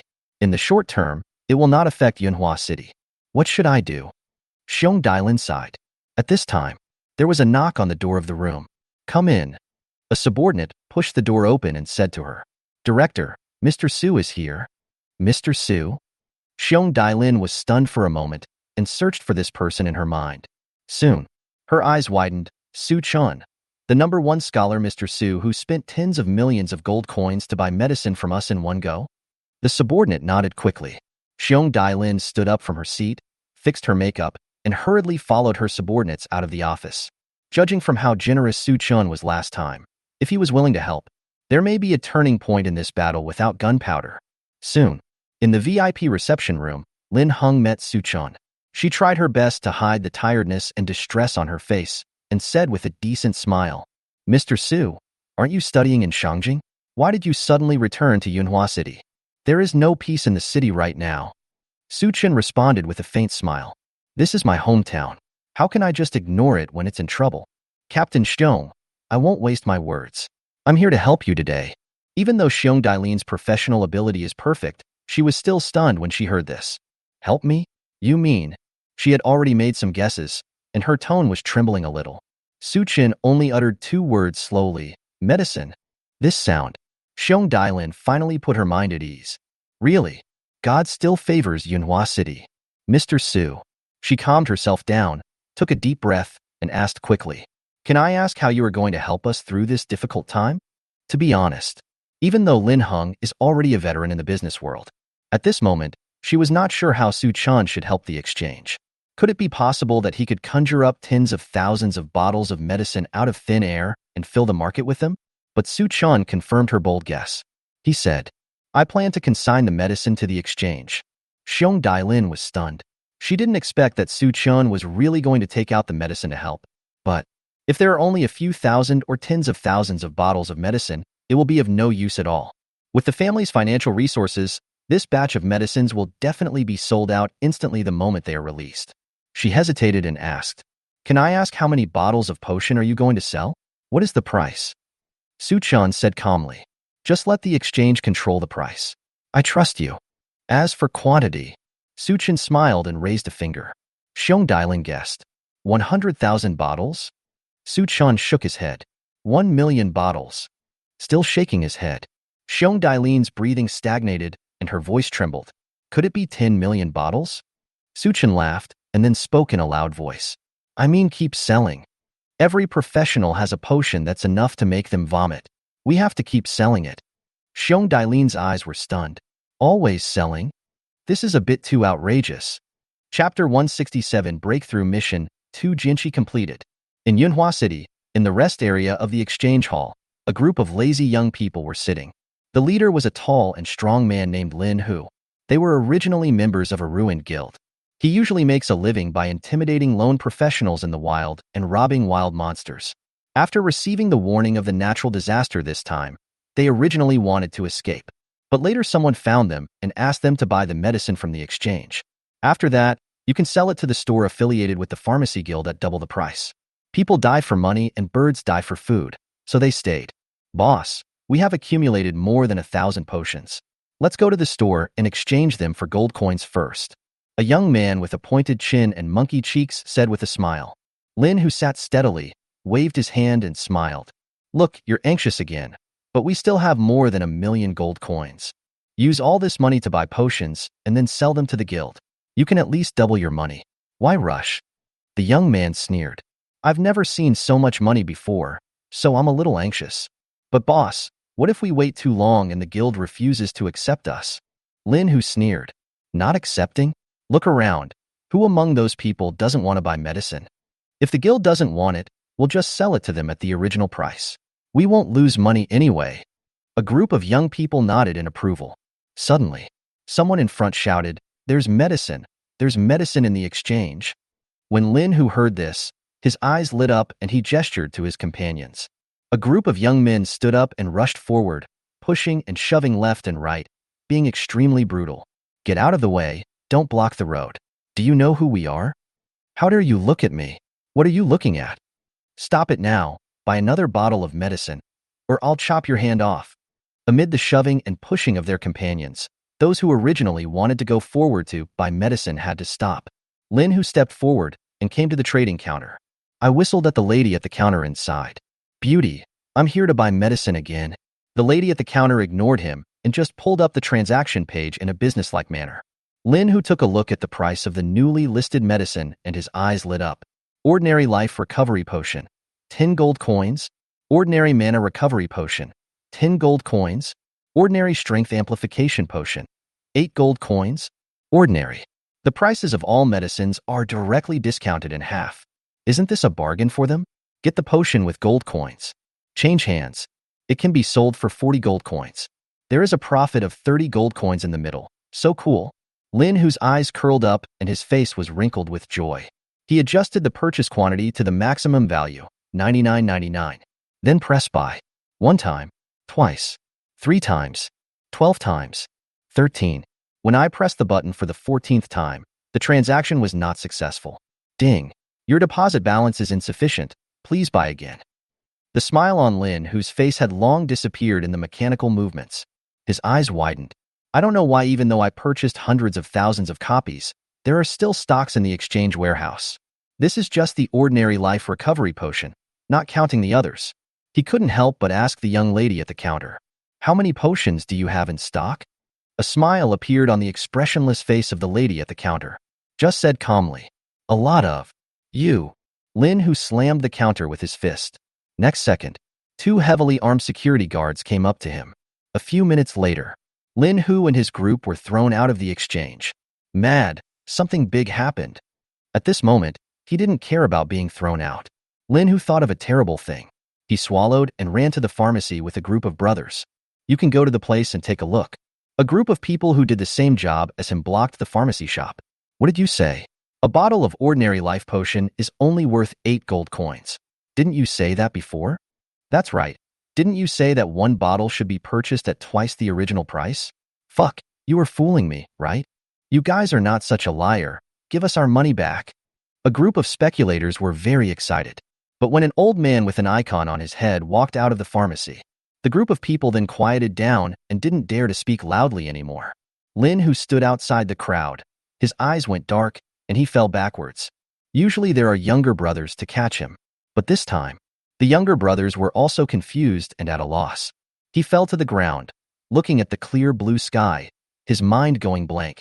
Only two words kept echoing in my ears. Maru spicy. It's really spicy. Go to Beijing. Inside the one family's old house. Ah! A sharp scream came from Wen-Sharon's room.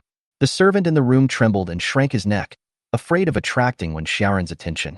But they were obviously worrying too much. At this time, Wen-Sharon's face was covered with scratched sores and his whole body was itchy. His hands were covered in blood from scratching. And all this was due to the news brought by a new butler a few seconds ago. What did you say? Why did the second batch of potions make so little money? Only over 10 million gold coins. Tell me why. Wen-Sharon roared madly like a hungry beast. At the same time, don't forget to scratch the itchy areas on your body. Looking at the young master who was almost scratching himself to pieces, the butler who had just taken office for less than 2 days wanted to step forward to stop him. But when he thought of the miserable plight of his predecessor, he hurriedly stopped what he was doing and bowed his head respectfully. There was suddenly a large amount of medicine in the exchange, and they pushed the price very low. Not only can we not monopolize the market, but we can't sell the drugs we previously stockpiled. Wen-Sharon's eyes were red and his mind was confused at the moment. But they are very sensitive about money. I suddenly thought of, if he cannot sell the stockpiled drugs at a high price, he will definitely suffer a huge loss in the end. After all, it cost them a lot to organize this storm. Thinking about the fact that he was going to lose money, Wen-Sharon became even more irritable and the itching on his body became more intense. Then what are you waiting for? Buy out all the medicines on the exchange. Raise the price of the medicine for me. Wen-Sharon roared. The butler wanted to say something, but seeing how crazy he was, he finally opened his mouth. After saying yes, he walked out. 2 days later, the new housekeeper came to Wen-Sharon's room again. At this time, Wen-Sharon was still like a normal person, smiling and eating. He was also chatting and laughing with the maid next to him, looking very happy. Seeing the new butler, he smiled happily and asked, "Hey, you're finally here. If you hadn't come, I would have gone to look for you. How is the situation? Is it getting better?" The butler's voice trembled. "Master, we are at a loss. The supply of medicines in the exchange is endless. We've already lost money.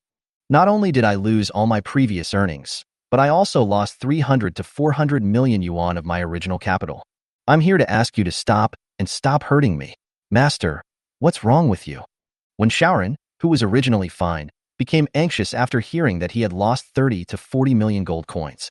There was a reflection of a gold ingot in his eyes.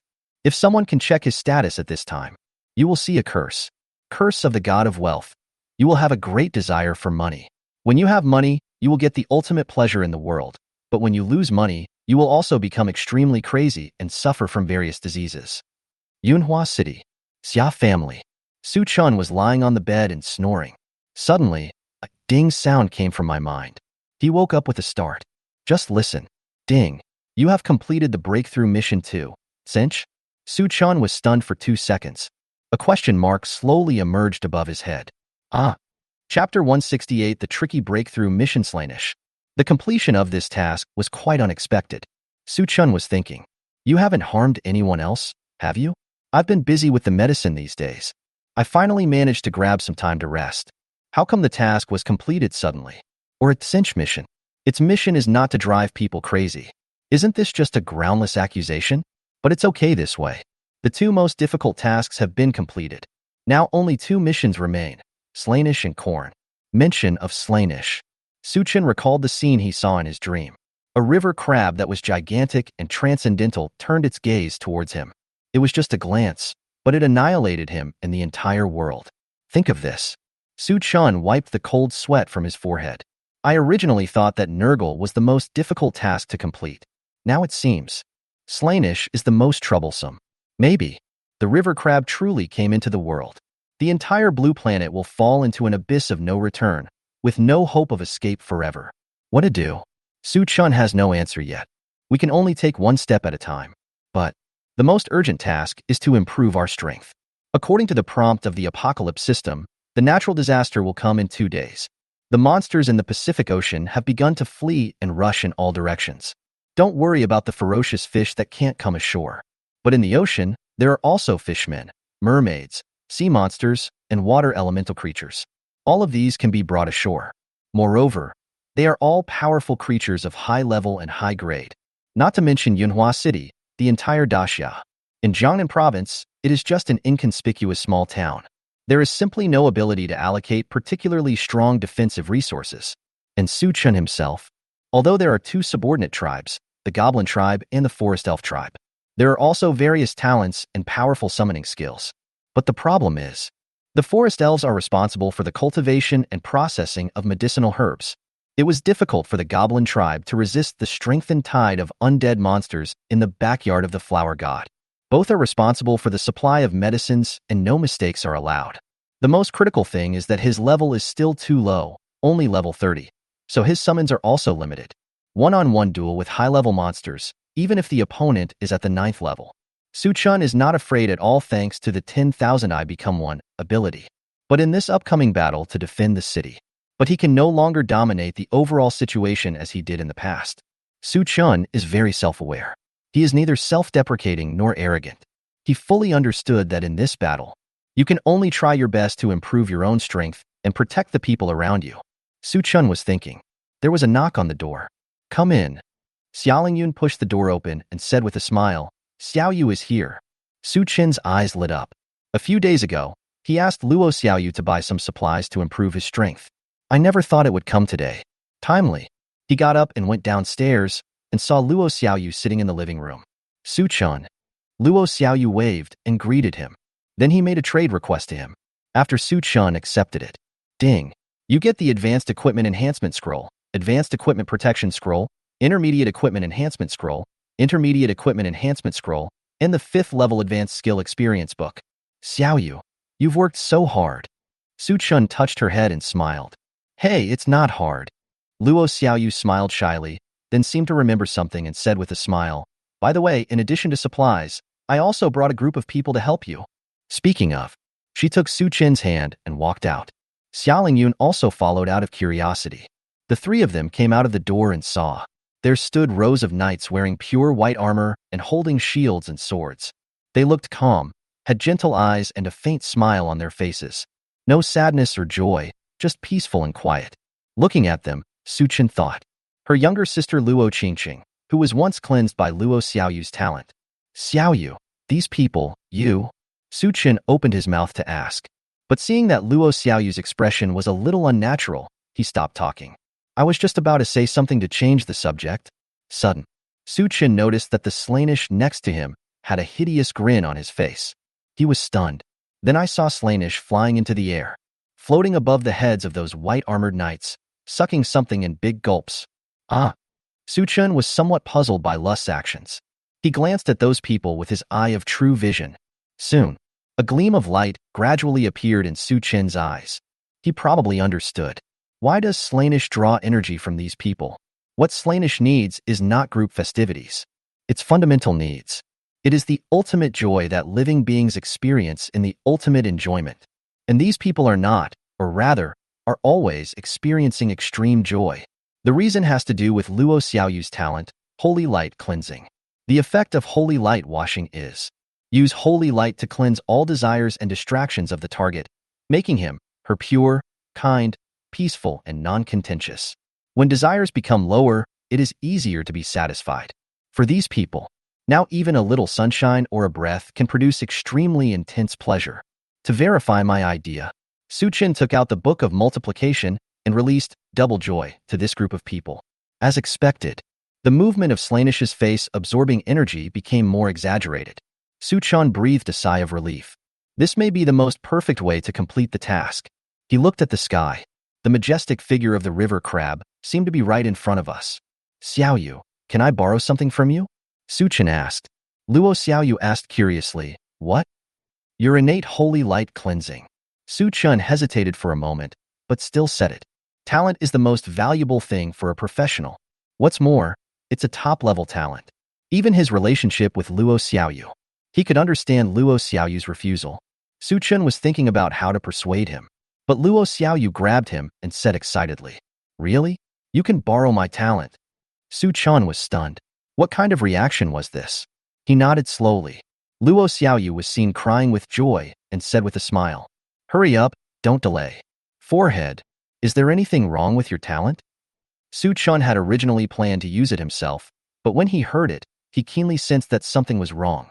Luo Xiaoyu said with a painful look on her face. Holy light cleansing can cleanse the filth and sins in other people's hearts. But those sins will not disappear, but will be integrated into the holy light. As long as you don't pay attention, they will whisper in your ears and seduce you to fall. I've had enough of them. Su Qin instantly understood Luo Xiaoyu's impatience. She is afraid of even ghosts. How could she bear such evil power? I gave her 2 talents before. It is normal that she does not want the cleansing of holy light. The thought stopped here. Su Qin acted decisively, grabbed with the mage's hand, and took out the holy light cleansing. The next step is to find enough people, cleanse their souls and desires, and grant them supreme joy. As for the whispers of sin, it's very simple to let the clone take charge of it. Chapter 169. Emperor's Armor and Emperor's Guards. In the evening, the sunset glows high in the sky. Xia Family Manor. After dinner, Su Chan returned to his room. He placed the things Luo Xiaoyu brought on the bed and began to use them one by one. Needless to say, equipment enhancement and protection scrolls are all prepared for the Book of Multiplication. Burned almost 70% of the stock and filled it up again. Su Chan checked the equipment attributes. Equipment, Book of Multiplication, Rank, Legend, Attribute Bonus, Spirit, Magic Recovery, Skill, Double, release 100 skills at a time. Equipment requirements, Spirit attribute greater than 10. Its attribute bonus is not important to Su Chan, but skills are important. Unleashing 100 skills at once could save him a lot of time. After consuming the equipment enhancement scroll, next is the 5th job skill experience book. This batch of experience books was naturally prepared for his only summoning skill, Summon Forbidden Magic Stone Statue. Ding. You use the primary 5th job skill experience book. Summon Forbidden Magic Statue Experience. Ding. You use. I put all the experience books into it and just got to the last one and reached the maximum level. Su Qin looked at the skill information again. Summon Forbidden Magic Statue. 5th turn summoner skill. Consumes 30,000 mana. Summons 9 fearless knights. He was curious about the properties of this 5th turn, maximum level summon creature. With a teleportation, he arrived at an open space in the manor. Then he activated his skills. Soon, gray-white statues of knights appeared before him. They are more than 10 meters tall, with a pair of wings spread out on their backs that are wider than their height. He was wearing heavy stone armor, holding a heavy stone shield and a sharp stone sword in his hands. Their expressions are solemn and their demeanor is steady and restrained, making people dare not act rashly in front of them. Su Qin used the Eye of True Vision to scan their properties. Monster, Fearless Knight, Grade, Dark Gold, Level, 30, HP, 1000, Magic, 800, Strength, 10, Constitution, 300, Agility, 10, Spirit, 300, Skills, Silence, Magic Armor, Forbidden Magic Field, Knight's Oath, Forbidden Magic Field. The stone statue spreads its wings, and a circular field with a diameter of 1 kilometer spreads out from its feet. Everyone within the field will be unable to use magic power, and foreign spells will be isolated outside the field. Knight's Oath. After swearing to protect a single target, you will bear 99% of the damage received by the protected target. Su Qin nodded with satisfaction. This improvement is indeed huge. Not only have both the physical and mental attributes reached the million level, but they are also the 6th level. The 2 extra skills are also abnormally powerful. Prohibiting the use of magic power means blocking all skills. The only problem is, this skill does not distinguish between friend and foe, so if you want to use it, you have to choose the right time. There is nothing much to say about the Knight's Oath. Take 99 damage for the protected target. It is equivalent to a unity of ruler and people that can be used by anyone. 100 fearless knights guard one person at the same time. That is equivalent to nearly 1 billion health points. Just ask you how to fight. Su Chan curled his lips and smiled. He immediately began to think. Weapons and skills are already maxed out.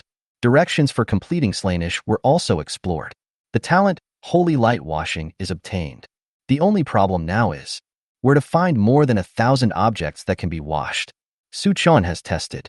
The higher the spiritual attribute, the stronger the joyful emotion generated after cleansing. So goblins can't do that. Their spiritual attributes are too low. Even wizards are only worth tens of thousands. Just when he was feeling anxious about this, suddenly, a piece of information entered his mind. The information comes from the dimensional spaceball. Gu Yu and his clone codenamed Metal King have produced results. Su Chen flashed and entered the dimensional spaceball. Because the goblin tribe moved as a whole to the backyard of the flower goddess. Only a few goblins were left to transport energy and minerals. The dimensional spaceball seemed much more spacious. The original building was also demolished, leaving a wide sight. Therefore, as soon as Su Chen came in, he looked. Then I saw a group of humanoid creatures wearing black metal armor. Lightning flashed continuously in the gaps of the armor of these humanoid creatures. Junior, it's done. We did it. Guyu looked at Su Chen, who had entered the dimensional space, and cheered loudly. She quickly stepped forward, grabbed Su Chen's arm, and pulled her in front of the Metal King. The humanoid nest is powered by endless thunder energy and not only possesses extremely strong combat power, it can also continuously produce powerful thunder warriors made of high-strength metal and thunder spirits. And the most important thing is that it can also fuse all the thunder warriors into one. It's not only a nest but also a piece of equipment. You can even wear it on your body. Su Chen looked at her bloodshot eyes and nodded with some emotion. Senior, I know all this. This is my magic clone. You must be exhausted. Why don't you take a rest first? Gu Yu shook his head. Don't be in a hurry to rest. Try it first and put it on your body. Upon hearing this, Su Chen looked at the Metal King. At this moment, he seemed to be just a suit of black armor. There is a bulge on both sides of the head, and the face is a huge light blue crystal screen. The base color is black, but there are some complex golden lines. This gives it a sense of solemnity and majesty. Those golden lines would glow, as if they could breathe, flickering on and off. What is most concerning is the circular device on its chest. It seemed like a piece of natural crystal, emitting brilliant golden light without any other colors. But as long as you get closer, you can see a clear human-shaped lightning, with its limbs spread out and continuously releasing energy. Su Chen stretched out his finger towards him and lightly touched the golden crystal in the center. Next second, the entire armor dissolved into liquid and covered Su Chen's fingers. The moment the armor is put on, only then did Su Chen understand why Guyu insisted that he try it on. Because this armor can actually be enhanced by his spiritual attributes. This means, once he uses, everyone becomes one. His spiritual attributes will be multiplied to billions, or even tens of billions. At that time, he can actively increase the energy release of the legendary Thunder Spirit. Even the innate abilities of the King of Metal can be enhanced and utilized accordingly. Even more outrageous is, the Thunder Warriors produced by this armor nest can also be sucked back into the body and integrated into itself. With the nest body as the core, a giant mecha is formed. The mecha can still be enhanced by Su Chen's spiritual attributes. With the same spiritual attributes, the mecha's ability to manipulate metal and release energy after being amplified is more than 10 times stronger than armor. Moreover, this amplification multiple will become larger and larger as the number of Thunder Warriors integrated into the mecha increases. The only problem is, to produce a Thunder Warrior, not only the Thunder element is needed, but also a large amount of metal. However, the combat power of a single Thunder Warrior is terrifyingly strong. Although on the surface they only have 4th level Dark Gold level Thunder Spirit attributes, but with a hard shell, it's not as simple as 1+1. Can easily cross levels and fight against the 5th turned Dark Gold boss. They even use the amplifications of Rage, Thunderbolt Inspiration, Military Soul, and other powers left in their bodies by the Metal King.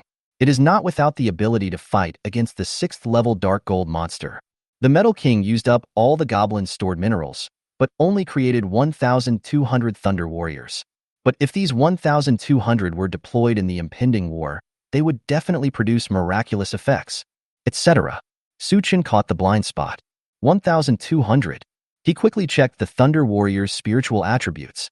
The other 3 attributes of the Thunder Spirit in their bodies are very poor, only 3,000. But the spiritual attribute is as high as 150. This time, Su Chen now has a goal of being cleansed by the holy light. Brother, how is it? Strong enough? Guyu rarely showed a proud smile. This set of armor, along with the Thunder Warrior, can be said to be her most outstanding works to date. The dozen or so metals that make up the armor and the Thunder Warrior. It is the best product she found from the tens of thousands of metals in her knowledge base. It is no exaggeration to say that it is a great effort. Su Chen knew this and said to her, "It's strong enough. I'm very satisfied. I won't say much more about my thanks. Take these 300 million gold coins. Have a good rest when you go back. Don't tire yourself out." Guyu accepted the transaction request sent by Su Chan. Looking at the 300 million bonus in her backpack, she was a little confused. What else can I say? All I can say is, the boss is very generous. I am willing to go through fire and water for him without hesitation. Sudden. Guyu thought of a key thing and said, Junior, this set of armor and the Legion of Thunder Warriors have not yet been named. In order to facilitate the establishment of a transformation plan in the future, why don't you give them a name first? When Su Chen heard this, he thought about it, accidentally glanced at the four faces around him, and said subconsciously, let's call this Armor Emperor. These warriors are called the Emperor's Guards. Guyu was stunned for a moment, then his eyes lit up and he raised his finger. The Emperor is so domineering. Su Chen smiled slightly. He turned around and began to perform holy light cleansing on every member of the Emperor's Guards. Chapter 170. Ren Yunhua City War Commander-in-Chief. Yunhua City, in the meeting hall of the City Lord's mansion. Ever since the apocalypse system issued a natural disaster warning, the meeting room was never empty. A small meeting for half a day, a big meeting for 2 days. All kinds of affairs are carried out quickly in this intense atmosphere. Today, a most important meeting was held in the conference hall. This meeting will discuss the candidate for the Commander-in-Chief of the Yunhua City War. The Commander-in-Chief of a war has great power and great responsibility. He needs to be there when the monster tide comes, responsible for deploying troops on the front line and arranging material supplies in the rear. To sit in this position, not only do you need to have outstanding tactical qualities, but you also need the ability to coordinate everything. Therefore, almost all the most capable people in the entire Yunhua City gathered in the meeting hall today. Sitting at the first seat at the long table was the current lord of Yunhua City, Sheng Qingsong. It was an old man wearing a plain white wizard robe. Generally speaking, the position of commander-in-chief of the war belongs to the city lord only. But the problem is that he is not only the city lord, but also the only 8th-level magician in Yunhua City. He is responsible for maintaining the stability of all magical equipment in Yunhua City, especially the city barrier. The responsibility is equally heavy and I cannot get away from it. On his right is Xia Zhengyi, who represents the civilian professional forces. On the left is the commander-in-chief of the Yunhua City Defense Corps, a beautiful and heroic woman in her 40s, Lu Wan. Both of them are the best candidates to be the commander-in-chief of the war. Only, both of them seem to be somewhat resistant to that position. President Xia, you have participated in the Abyss battle and have extensive combat experience. You should be the commander-in-chief of this war. Please don't refuse. Sheng Qingsong looked at Xia Zhengyi and chuckled. Xia Zhengyi waved his hand. Lord City Lord, please don't flatter me. I have been retired for more than 10 years. What I learned before has long been abandoned. You want me to be the commander-in-chief. Isn't that harmful to others? No way. Sheng Qingsong looked at Lu Wan again. Xiao Wan, we know your abilities best. Under your leadership over the years, the overall strength of the city defense army has increased several times. You are the commander-in-chief. You will definitely not let us down. Lu Wan had a cold expression and shook her head when she heard that. Uncle Shang, I'm not trying to offend you, but I'm afraid I can't be the commander-in-chief. It would be fine if I could just command my subordinates. But this time, the city defense still requires the participation of civilian professionals headed by President Xia. My abilities are limited. I can't train them to be as skilled as my own arms in such a short period of time. Sheng Qingsong sighed. At this point, there is nothing to hide. If it works, it works. If it doesn't, it doesn't. I won't try to push things around. They were all considering the professionals involved in the city's defense. They all had their own reasons, which were irrefutable. Even if they were forced to sit in that position, they would not refuse. But one incompetent general brought death to the entire army. When the crisis really came, if there was any mistake, the entire Yunhua city would be buried with it. So what do you think we should do? Shang Qingsong's old face also showed a bit of anger, and he slammed the table and said. The other people at the table looked at each other and dared not say a word. At this time, a hand was silently raised in the corner. Shang Qingsong's eyes lit up. He looked over and shouted. Whoever raised his hand, stand up and speak. Xiong Dailin stood up from her seat and said calmly, City Lord, it's me. Who are you? Shang Qingsong recalled and just remembered Xiong Dailin's identity. He was a little stunned. To be honest, if the exchange had not made a great comeback in the pharmaceutical battle the past 2 days, he might not even be able to recognize the deputy director of the exchange. But now it's enough if someone is willing to take on this important task. Okay, Xiaoxiong, I'm glad you can step up and take on this important responsibility. For the position of commander-in-chief, the most important thing is not personal combat power or status. The most important thing is decision-making and responsibility. Little Bear fought well in the previous battle. I recognize your ability.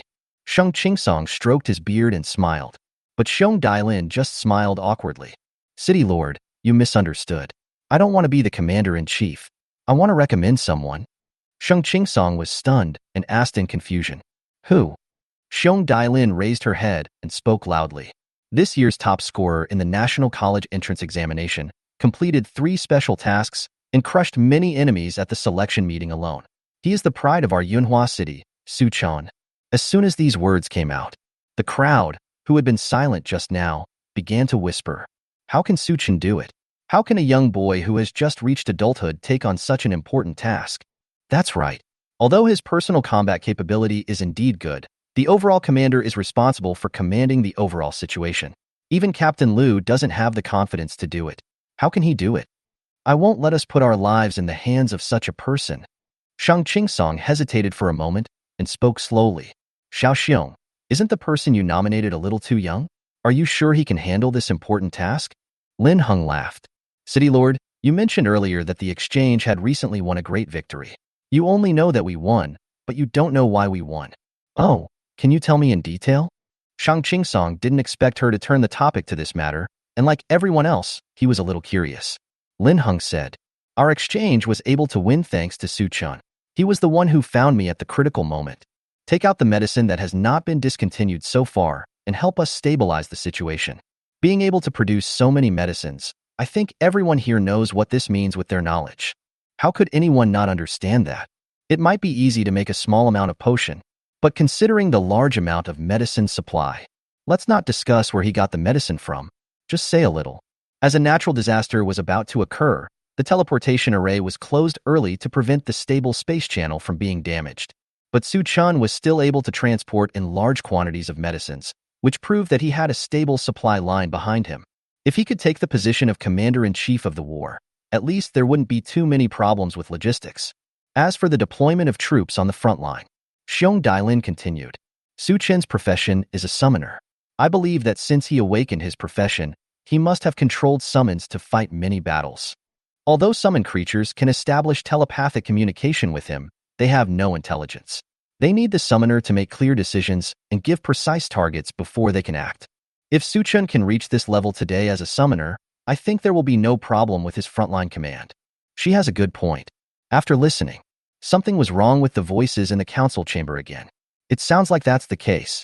Maybe he can really do it? I have seen this young man Su Chen. He is an outstanding talent.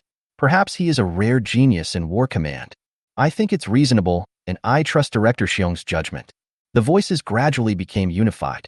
Everyone turned their eyes to the 3 people in the front. Surprisingly, Lu Wan was the first to speak. She said calmly, I agree. Xia Jingyi was stunned. He didn't expect her to be so straightforward. He actually didn't want Su Chan to bear such a heavy responsibility.